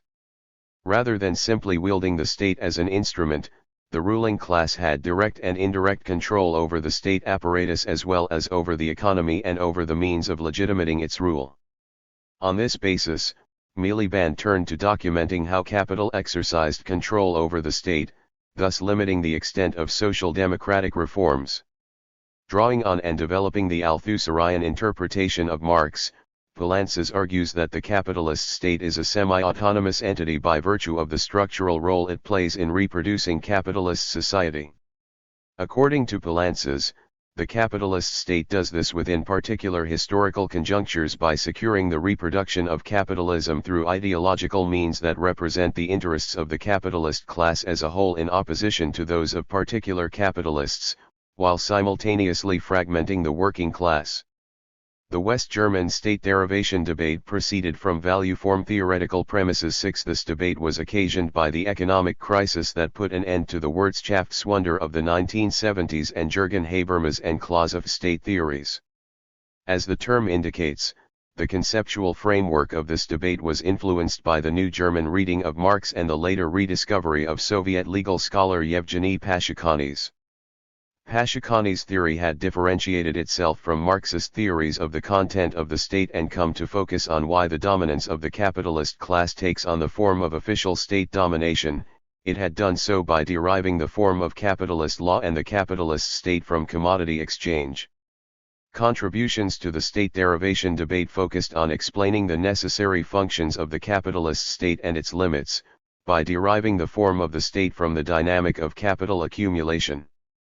The ensuing world market debate, which featured many of the same participants, revolved around the issue of grounding a form-analytic conception of the state in the concrete context of the world market. 7. The CSE state debate integrated insights from the Palantzas, Miliband debate, the state derivation debate and 466. The world market debate in an effort to answer the question of how to conceive the capitalist state within the context of the crisis of Keynesianism and the rise of monetarism in the UK. At the same time, participants in this debate sought to address the shortcomings of earlier debates in two ways, by developing a theory of capital and the state as forms of class struggle or by refining and integrating this theory into a Palantzasian framework. Following the electoral victories of the New Right, participants in the CSE developed accounts of the restructuring and recomposition of the British state in the context of post-Fordism that built on their contributions to the original CSE state debate. 8. 6.3 Domestic labor and the subjugation of gender. Engels, Kollontai, and a number of other classical Marxists had written about women and the family. However, these theories treated women and the family as part of the superstructure, determined by the historical development of the class struggle and the productive forces. And despite Hegel's focus on the family, Western Hegelian Marxists had almost entirely neglected these topics. Althusser conceived of the family as a site of reproduction and interpellation. Horkheimer and Adorno critiqued the family as a site of socialization integral to the negative totality of capitalist society. Yet it was not until the rise of the feminist movement in the 1960s that Marxist feminists began to develop systematic theories of household production, domestic labor, and the oppression of women. Participants in the domestic labor debate took up these issues by developing accounts of the role that domestic labor played in capital accumulation and reproduction. Some of the participants argued that domestic labor was productive labor and created surplus value. Others argued that domestic labor was non-productive but nevertheless essential to understanding capitalist accumulation and reproduction. While the former position was popularized by the work of Dalla Costa and James, the latter was systematized by Vogel. Drawing on Marx's comments in Capital, Vogel argued that non-productive labor that contributed to the maintenance of current and future generations of labor power was reproductive labor. Vogel then proceeded to provide an account of how reproductive labor contributed to the reproduction of class and capitalist society. She developed a concept of domestic labor specific to capitalism without fixed gender assignment. Later work by Roswitha-Scholz went against Vogel, providing historical and value-theoretical accounts of the creation and subjugation of gender, the family, and the gendered private sphere. Where Federici argued that these identities and institutions were created as part of the process of primitive accumulation, Scholz's value dissociation theory posited that feminized identity. Totality 467.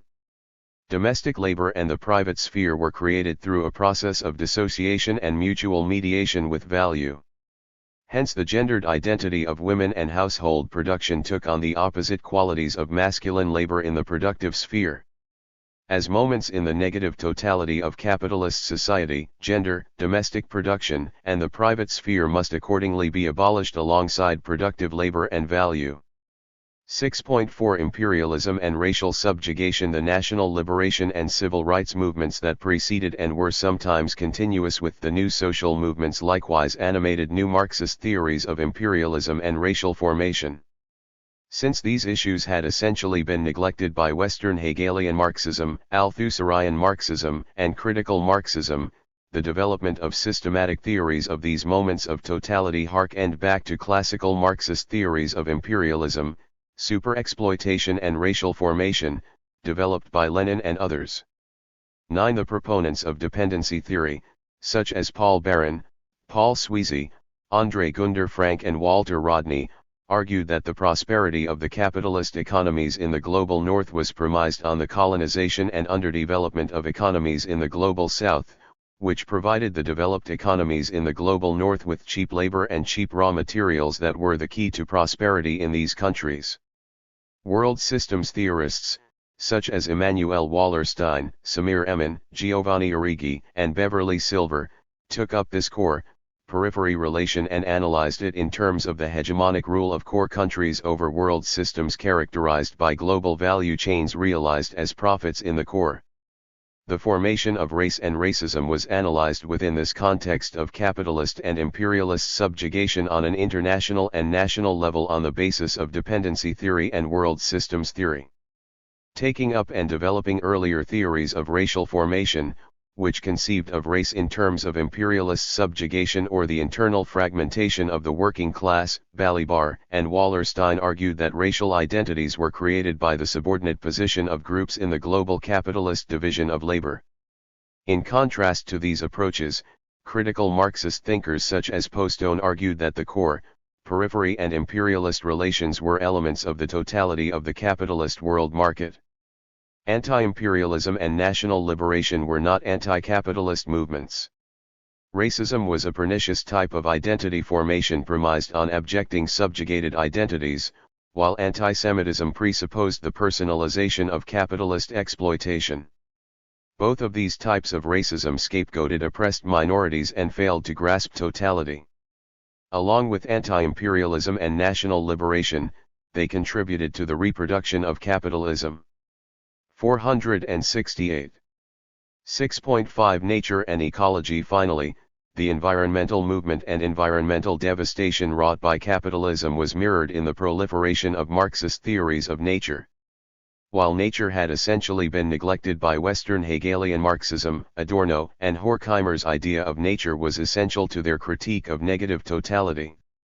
However, the wave of theories that developed in this period returned to and sought to develop a Marxist concept of nature on the basis of Marx's comments on nature in his critique of political economy, with a special focus on its ecological dimension. This philological approach was pioneered by Schmidt, who also first drew attention to Marx's concept of metabolism. However, in distinction to the ecological approaches to Marx's conception of nature, Schmidt was interested in providing a more thorough grounding for Adorno and Horkheimer's idea of nature in a Marxist conception of nature that distinguished itself from classical Marxism. In contrast to Engels, Schmidt argued that Marx's idea of the metabolism with nature held that the whole of nature is socially mediated and, inversely, society is mediated through nature as a component of total reality. This is because Marx states that by acting on the external world and changing it, humanity at the same time changes his own nature. Consequently, contra Engels and classical Marxism, in a wrongly organized society, the control of nature, however highly developed, remains at the same time an utter subjection to nature. The ensuing work on Marx's theory of nature followed Schmidt's method from an ecological perspective. James O'Connor developed an ecological crisis theory on the basis of what he termed the second contradiction of capital. Mirroring some of the arguments in the domestic labor debate, and drawing on capital, O'Connor argued that capitalist production treats nature as a free gift, realized in profits, but also in the destruction and crises of nature. Foster drew together Marx's theory of alienation and the notion of metabolic rift to develop his influential approach to eco-Marxism. He argued that capitalism separates humanity from nature, while accumulation leads to ecological depletion and crisis.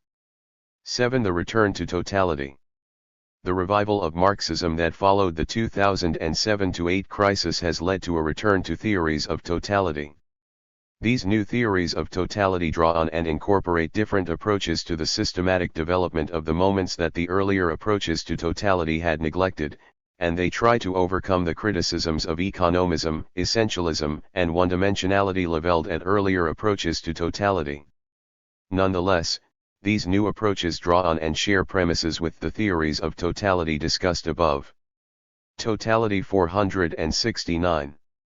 The approach Jason W. Moore has developed incorporates the classical Marxist notion of capitalism as a historical totality into his account of the historical emergence and impending decline of capitalism as a world ecological system.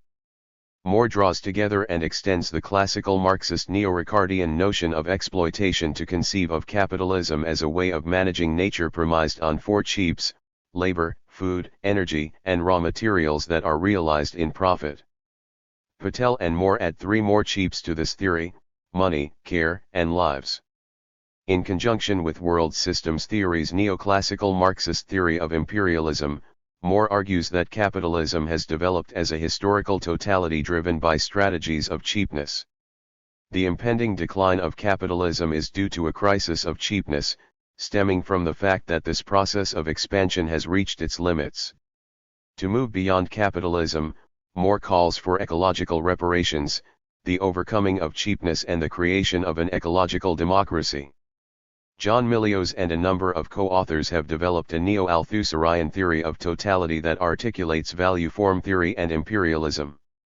Following the Althusserian conception of the primacy of class struggle, Milios contends that the capitalist mode of production is constituted by two contradictions. The principal contradiction is the contradiction of the relations of production, which divides society into two fundamental classes, the capitalist and working classes. Yet in the CMP, these agents of production embody other secondary power relations because certain relations of production presuppose the existence of specific legal, political, and ideological relations, the so-called superstructure. Therefore, while these secondary contradictions are not the pure expressions of the principal contradiction, they actually constitute its condition of existence, just as the principal contradiction constitutes their condition of existence. Thus, rather than a one-way determinism, for Milios, the relationship between these contradictions is reciprocal, for, while in the last instance the relations of production ultimately determine the general form of the superstructure, these secondary determinations also possesses relative autonomy and act on the base. Consequently, the CMP is not exclusively an economic relation. It applies at all levels of society. It also includes the core of political and ideological relations of power, that is the particular structure of the capitalist state. Adapting Lenin, the CMP also manifests itself in a global imperialist chain. Multiple capitals and states vie for accumulation and expansion, encapsulating a complex internally contradictory global class struggle. Overcoming capitalism thus consists in breaking the chain via the conquest of state power. Nancy Fraser's systematic crisis critique of capitalism as an institutionalized social order sets out to overcome the economism of classical Marxism and the essentialism of Western Hegelian Marxism. Drawing on Vogel, Federici, Habermas, of, O'Connor, Bellamy Foster, Moore and 470.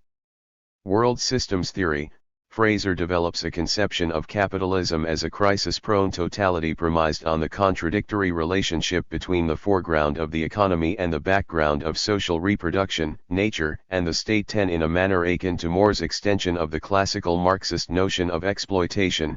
Fraser argues that these foreground, background conditions are contradictory and crisis-prone because the capitalist economy treats the background conditions as free gifts that are realized in profit. This consequently undermines social reproduction, nature, and/or the state, leading to crises. Fraser advocates for a new idea of socialism in which the foreground, background relationship of these domains constitutive of capitalism is overcome and, mirroring Hegel and Western Hegelian Marxism, in which the norms in these domains take on a relationship of equality that is expressed in a democratic market socialist state. In contrast to the economism of classical Marxism and the woolly humanism of Western Hegelian Marxism, Bonefeld draws on the work of Horkheimer, Adorno, Backhaus, Reichelt, Postone, Johannes Agnoli, Simon Clark, and others to develop a critique of negative totality as a critique of economic and social objectivity. Bonefeld conceives of such a historically specific totality as dependent on primitive accumulation. The ensuing class dynamic of antagonistic reproduction that issues from these conditions thus constitutes and reproduces the perverted and autonomous social whole in which the supersensible real abstractions of value subsist through the sensuous practice of class struggle. The capitalist state, which is separate from yet integral to the economy, perpetuates class relations by facilitating the economy as a politically ordered freedom. My own recent work has sought further to develop this notion of negative totality, drawing on Schmidt and Adorno's notion of domination of nature, Horkheimer and Adorno's account of maimed subjectivity and Kirsten Monroe's critique of reproductive labor to provide an account of how these moments of society are mediated by and mediate accumulation and reproduction, thus incorporating early critical theory and the new reading of Marx into a new interpretation of the negative totality of capitalist society. In this approach, in contrast to the anti-imperialist, nationalist, and state-centric approaches of the other new theories, emancipation is conceived as the abolition of negative totality. Conclusion. Rather than providing a definitive Marxist approach to totality, this chapter has shown how a variety of approaches to totality have sought to extend and complete Marx's critique of political economy as a double-faceted critique of approaches that fail to grasp history and society as a totality and the system of bourgeois society as a whole from the perspective of its emancipatory overcoming. Following the crisis of Marxism and of theories of totality, I have also outlined the return to totality 471. Theories of totality in the wake of the 2007-8 crisis that have drawn on systematic theories of the moments of totality, value, the state, domestic labor and the subjugation of women, imperialism and racial subjugation, nature and ecology, that were neglected or under-systemized in earlier approaches. Barring the emancipatory transformation of capitalist totality, we can expect that the development of Marxist theories that seek to grasp capitalism as totality from the perspective of its emancipatory transformation will continue to flourish. As the logic of contradiction, dialectics has a long prehistory before Marx, one as long as the history of philosophy itself. But the adventure of the dialectic, as Maurice Merleau-Ponty put it, did not start again until the late modern period, when Immanuel Kant rediscovered the problem of the dialectic in the Critique of Pure Reason. This rediscovery had massive implications for the rest of the history of philosophy and constitutes the essential prehistory of Marxist dialectics. Kant's rediscovery also shapes the contemporary reception of Marx's dialectic, since the debate between Kant and Hegel on the limits and scope of dialectical reason has never ended. In appropriating Hegel's dialectic for the critique of political economy, the status of dialectics in Marxism has been ambiguous, oscillating between efforts to circumscribe dialectics to a particular field of knowledge production and affirmations of dialectics as a universal science of being and thinking. What one might call the main tension between Kant and Hegel, or the tension between critique or system, runs throughout the conceptual history of Marxist dialectics. Kant's rehabilitation of dialectics. In his 1763 work, an essay to introduce the concept of negative magnitudes into philosophy, Kant argues that nature exhibits real oppositions that go. 25. Dialectics. Harrison Fluss. Dialectics 475. Beyond the formal ones that only exist in thought. Real oppositions are a law of reality that Newtonian physics accepts in the mathematical concept of negative magnitudes. As Kant states, anticipating Hegel's discussion of magnitude in the science of logic, negative magnitudes are not negations of magnitudes, but something truly positive in themselves, only opposed to the other. But Kant's discussion of real opposition was limited to natural science and did not rise to the level of general thought determinations for reality itself. In other words, the dialectic for Kant could not be a universal science of being, or any kind of ontology. In his critical period, Kant elaborates what he means by dialectical thinking in the discussion of the transcendental dialectic in the Critique of Pure Reason. Here, dialectical thinking is at once necessary for human reason, and yet illusory. The illusion of dialectical thinking arises when concepts go beyond the limits of possible experience, and hence thinking arrives at what Kant refers to as the antinomies, that the universe can be understood as infinite or finite, or that human freedom can be thought of as determined or as irreducible to the laws of nature. These positions have equal weight, because they are not bounded by empirical intuitions. For instance, concepts such as totality can only be grasped as something postulated, i.e. as a regulative ideal.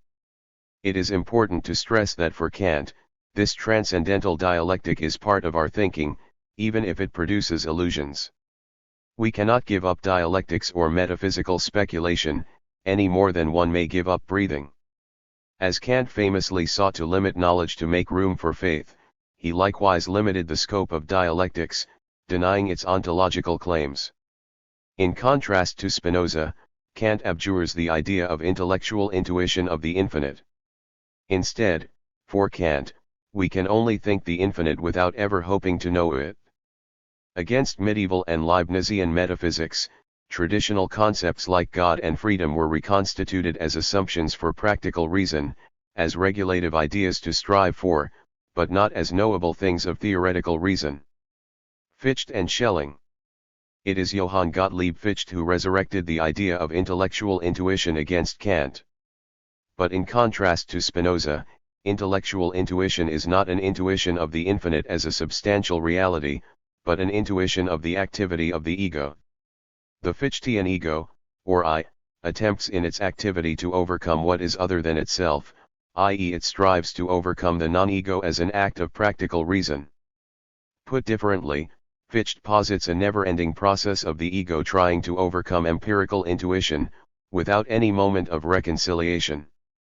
The truth for Fichte must be proved through activity, or through the movement of the concept overcoming what is external to itself. The immediacy of experience is thus negated and overcome in favor of a mediating process.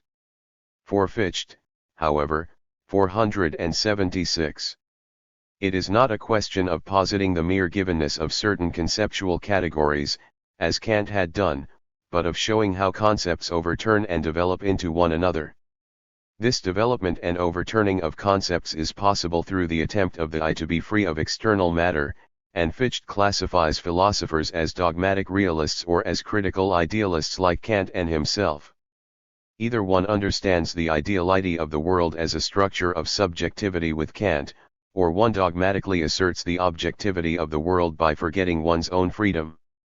Friedrich Schelling went on to challenge his mentor Fichte, accusing him of privileging subjective concepts over objective intuitions. Put otherwise, this meant Schelling challenged the Fichtean ego's domination over nature. In their correspondence, Fichte accused Schelling of returning to a dogmatic realism against a proper idealism. By giving equal weight to a philosophy of nature, Schelling was breaking from Fichte's subjectivism, and hence returning to Spinozism. Fichte initially wished to paper over these differences with Schelling, declaring to the latter, "I do not want to make you, but solely Spinoza, into my opponent." But Schelling made it clear that the differences between them were too real to ignore. "Your view that you have annihilated nature with your system is not unintelligible, though for the greater part of it, on the contrary, you do not get beyond nature." For Schelling, it made no difference to grasp the absolute from the side of the idea or the side of nature, or what Spinoza previously had discovered as the parallel attributes of mind and extension. Relative to these two, the absolute was a point of indifference, with the subjective and the objective sides functioning like negative and positive poles of a magnet. In one of his final letters to his old mentor, Schelling located Fichte's main problem as follows: "You believe you have fulfilled the whole demand of speculation through the latter, and here is one chief point on which we differ. Hegel's dialectic." According to Hegel, insofar as Schelling accepted the rigid distinction between the understanding and reason proper, he remained within the confines of Kant and Fichte's critical philosophies. Schelling had inherited from Fichte the dialectical overcoming of conceptual moments into larger wholes, but he also inherited Fichte's inability to resolve the contradiction between thinking and reality. Further, when it came to the absolute itself, Schelling did not see it as resulting from a dialectical process of thinking, but as something intuited in an undialectical leap from the finite into the infinite. The Dialectics 477. standpoint of reason in Schelling annihilates the position of the understanding, as the absolute cannot be understood via proofs or other mediating principles. Instead, reason for Schelling is entirely free of proofs. To know reality, then, is not a question of discursive reason, and art replaces philosophy as the real organon for intuiting the absolute. The dialectical reason of the philosopher is incapable of knowing the absolute, unlike the savant or artistic genius who knows through immediate intuition. The meaning of negation in Hegel has a different meaning than a simple break from what is finite. Dialectical negativity now means a movement of negation, preservation, and elevation towards a higher determinate whole. What Hegel means by the German phrase Aufhebung, or sublation, is not to simply to cancel something, but to overcome what is merely contingent about a thing in favor of what is necessary and essential. Put differently, to sublate something does not just mean to erase, but to deepen. The main programmatic thesis of Hegel's genophenomenology, that the truth is the whole, grasps totality not as something immediate or abstract, as in Schelling's intellectual intuition, but as the result of a process of human cognition and history. This human activity, or the structures of consciousness, history, and culture that humans traverse to know the absolute, is what Hegel calls spirit, or mind. The labor of spirit, or what Hegel refers to in the phenomenology as the tremendous power of the negative, replaces the aristocratic intuition of the absolute with what the late Schelling will call a plebeian form of philosophizing, that knowledge of the absolute is inseparable from the mundane activities of human beings laboring, struggling, and thinking. This contrast to Schelling helps shed more light on the nature of the Hegelian dialectic in the phenomenology. It also helps to illuminate famous, but equally obscure, passages. For instance, when Hegel argues that it is not enough to comprehend truth as substance but that it must be grasped as subject as well, he is not simply negating Schellingian substance in favor of a Fichtean subject. He is arguing that the absolute in Schelling's system is undifferentiated and barren, precisely because it is assumed like a shot from a pistol instead of something that is proven in a system. Schelling's romantic Spinozism thus degenerates into a kind of Parmenideanism, where the absolute is the metaphysical night where all difference is obliterated and all cows are black. If the absolute lacks a systematic structure, if we do not appreciate this motor of negation and development as inherent to the whole itself, then the whole can only be dogmatically assumed, but not grasped scientifically. The absolute is a syllogism, and the autobiography of God that Hegel can be seen to write is an extended proof of his existence. Philosophy as described in Plato's Symposium is a love of wisdom but is not itself knowledge of wisdom. If this is what philosophy means in its strict sense, then Hegel cannot be strictly speaking a philosopher. In Hegel's system, the absolute is cognized as the essential moment in a system of knowledge. Wisdom is not 478. Only possible, but something already achieved. We thus transition from philosophy to science, i.e. from the love of wisdom to actual wisdom. In Reason and Revolution, Marcuse makes the point that the preface to the Phenomenology is one of the greatest philosophical undertakings of all times, constituting no less an attempt than to reinstate philosophy as the highest form of human knowledge, as the science. Within the context of Hegel's metaphysical logic, he defines the dialectic as the immanent self-activity of the object of thought going beyond itself, but this activity remains within the scope of the original determination itself. The dialectic of the science of logic shows how the absolute idea differentiates and realizes itself as a concrete reality, through what Hegel calls the tremendous power of the negative.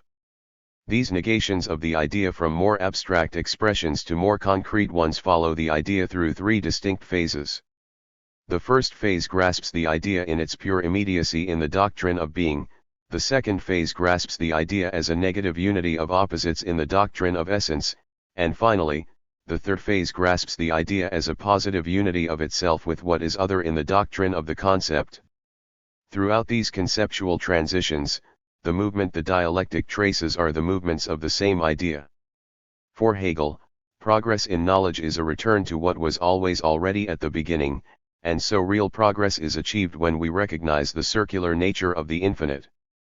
At the end of the science of logic, the idea recognizes itself as complete, or as able to integrate within itself all the essential moments and categories of thinking. The idea does not undergo any more mediation or negation at the very end of its development, but instead releases itself into nature, i.e. the totality of finite matter in motion. Or, as the Lectures on Logic puts it, the difference between God and the world exists only for the consciousness which makes such a distinction. Since there is no absolute or real difference between the idea and the world in Hegel, we can also say that the idea at the end of the logic reveals itself to be nature. This is what Lenin called the tendency of absolute idealism to transform itself into dialectical materialism, since, as he puts it, the idea stretches its hand towards nature,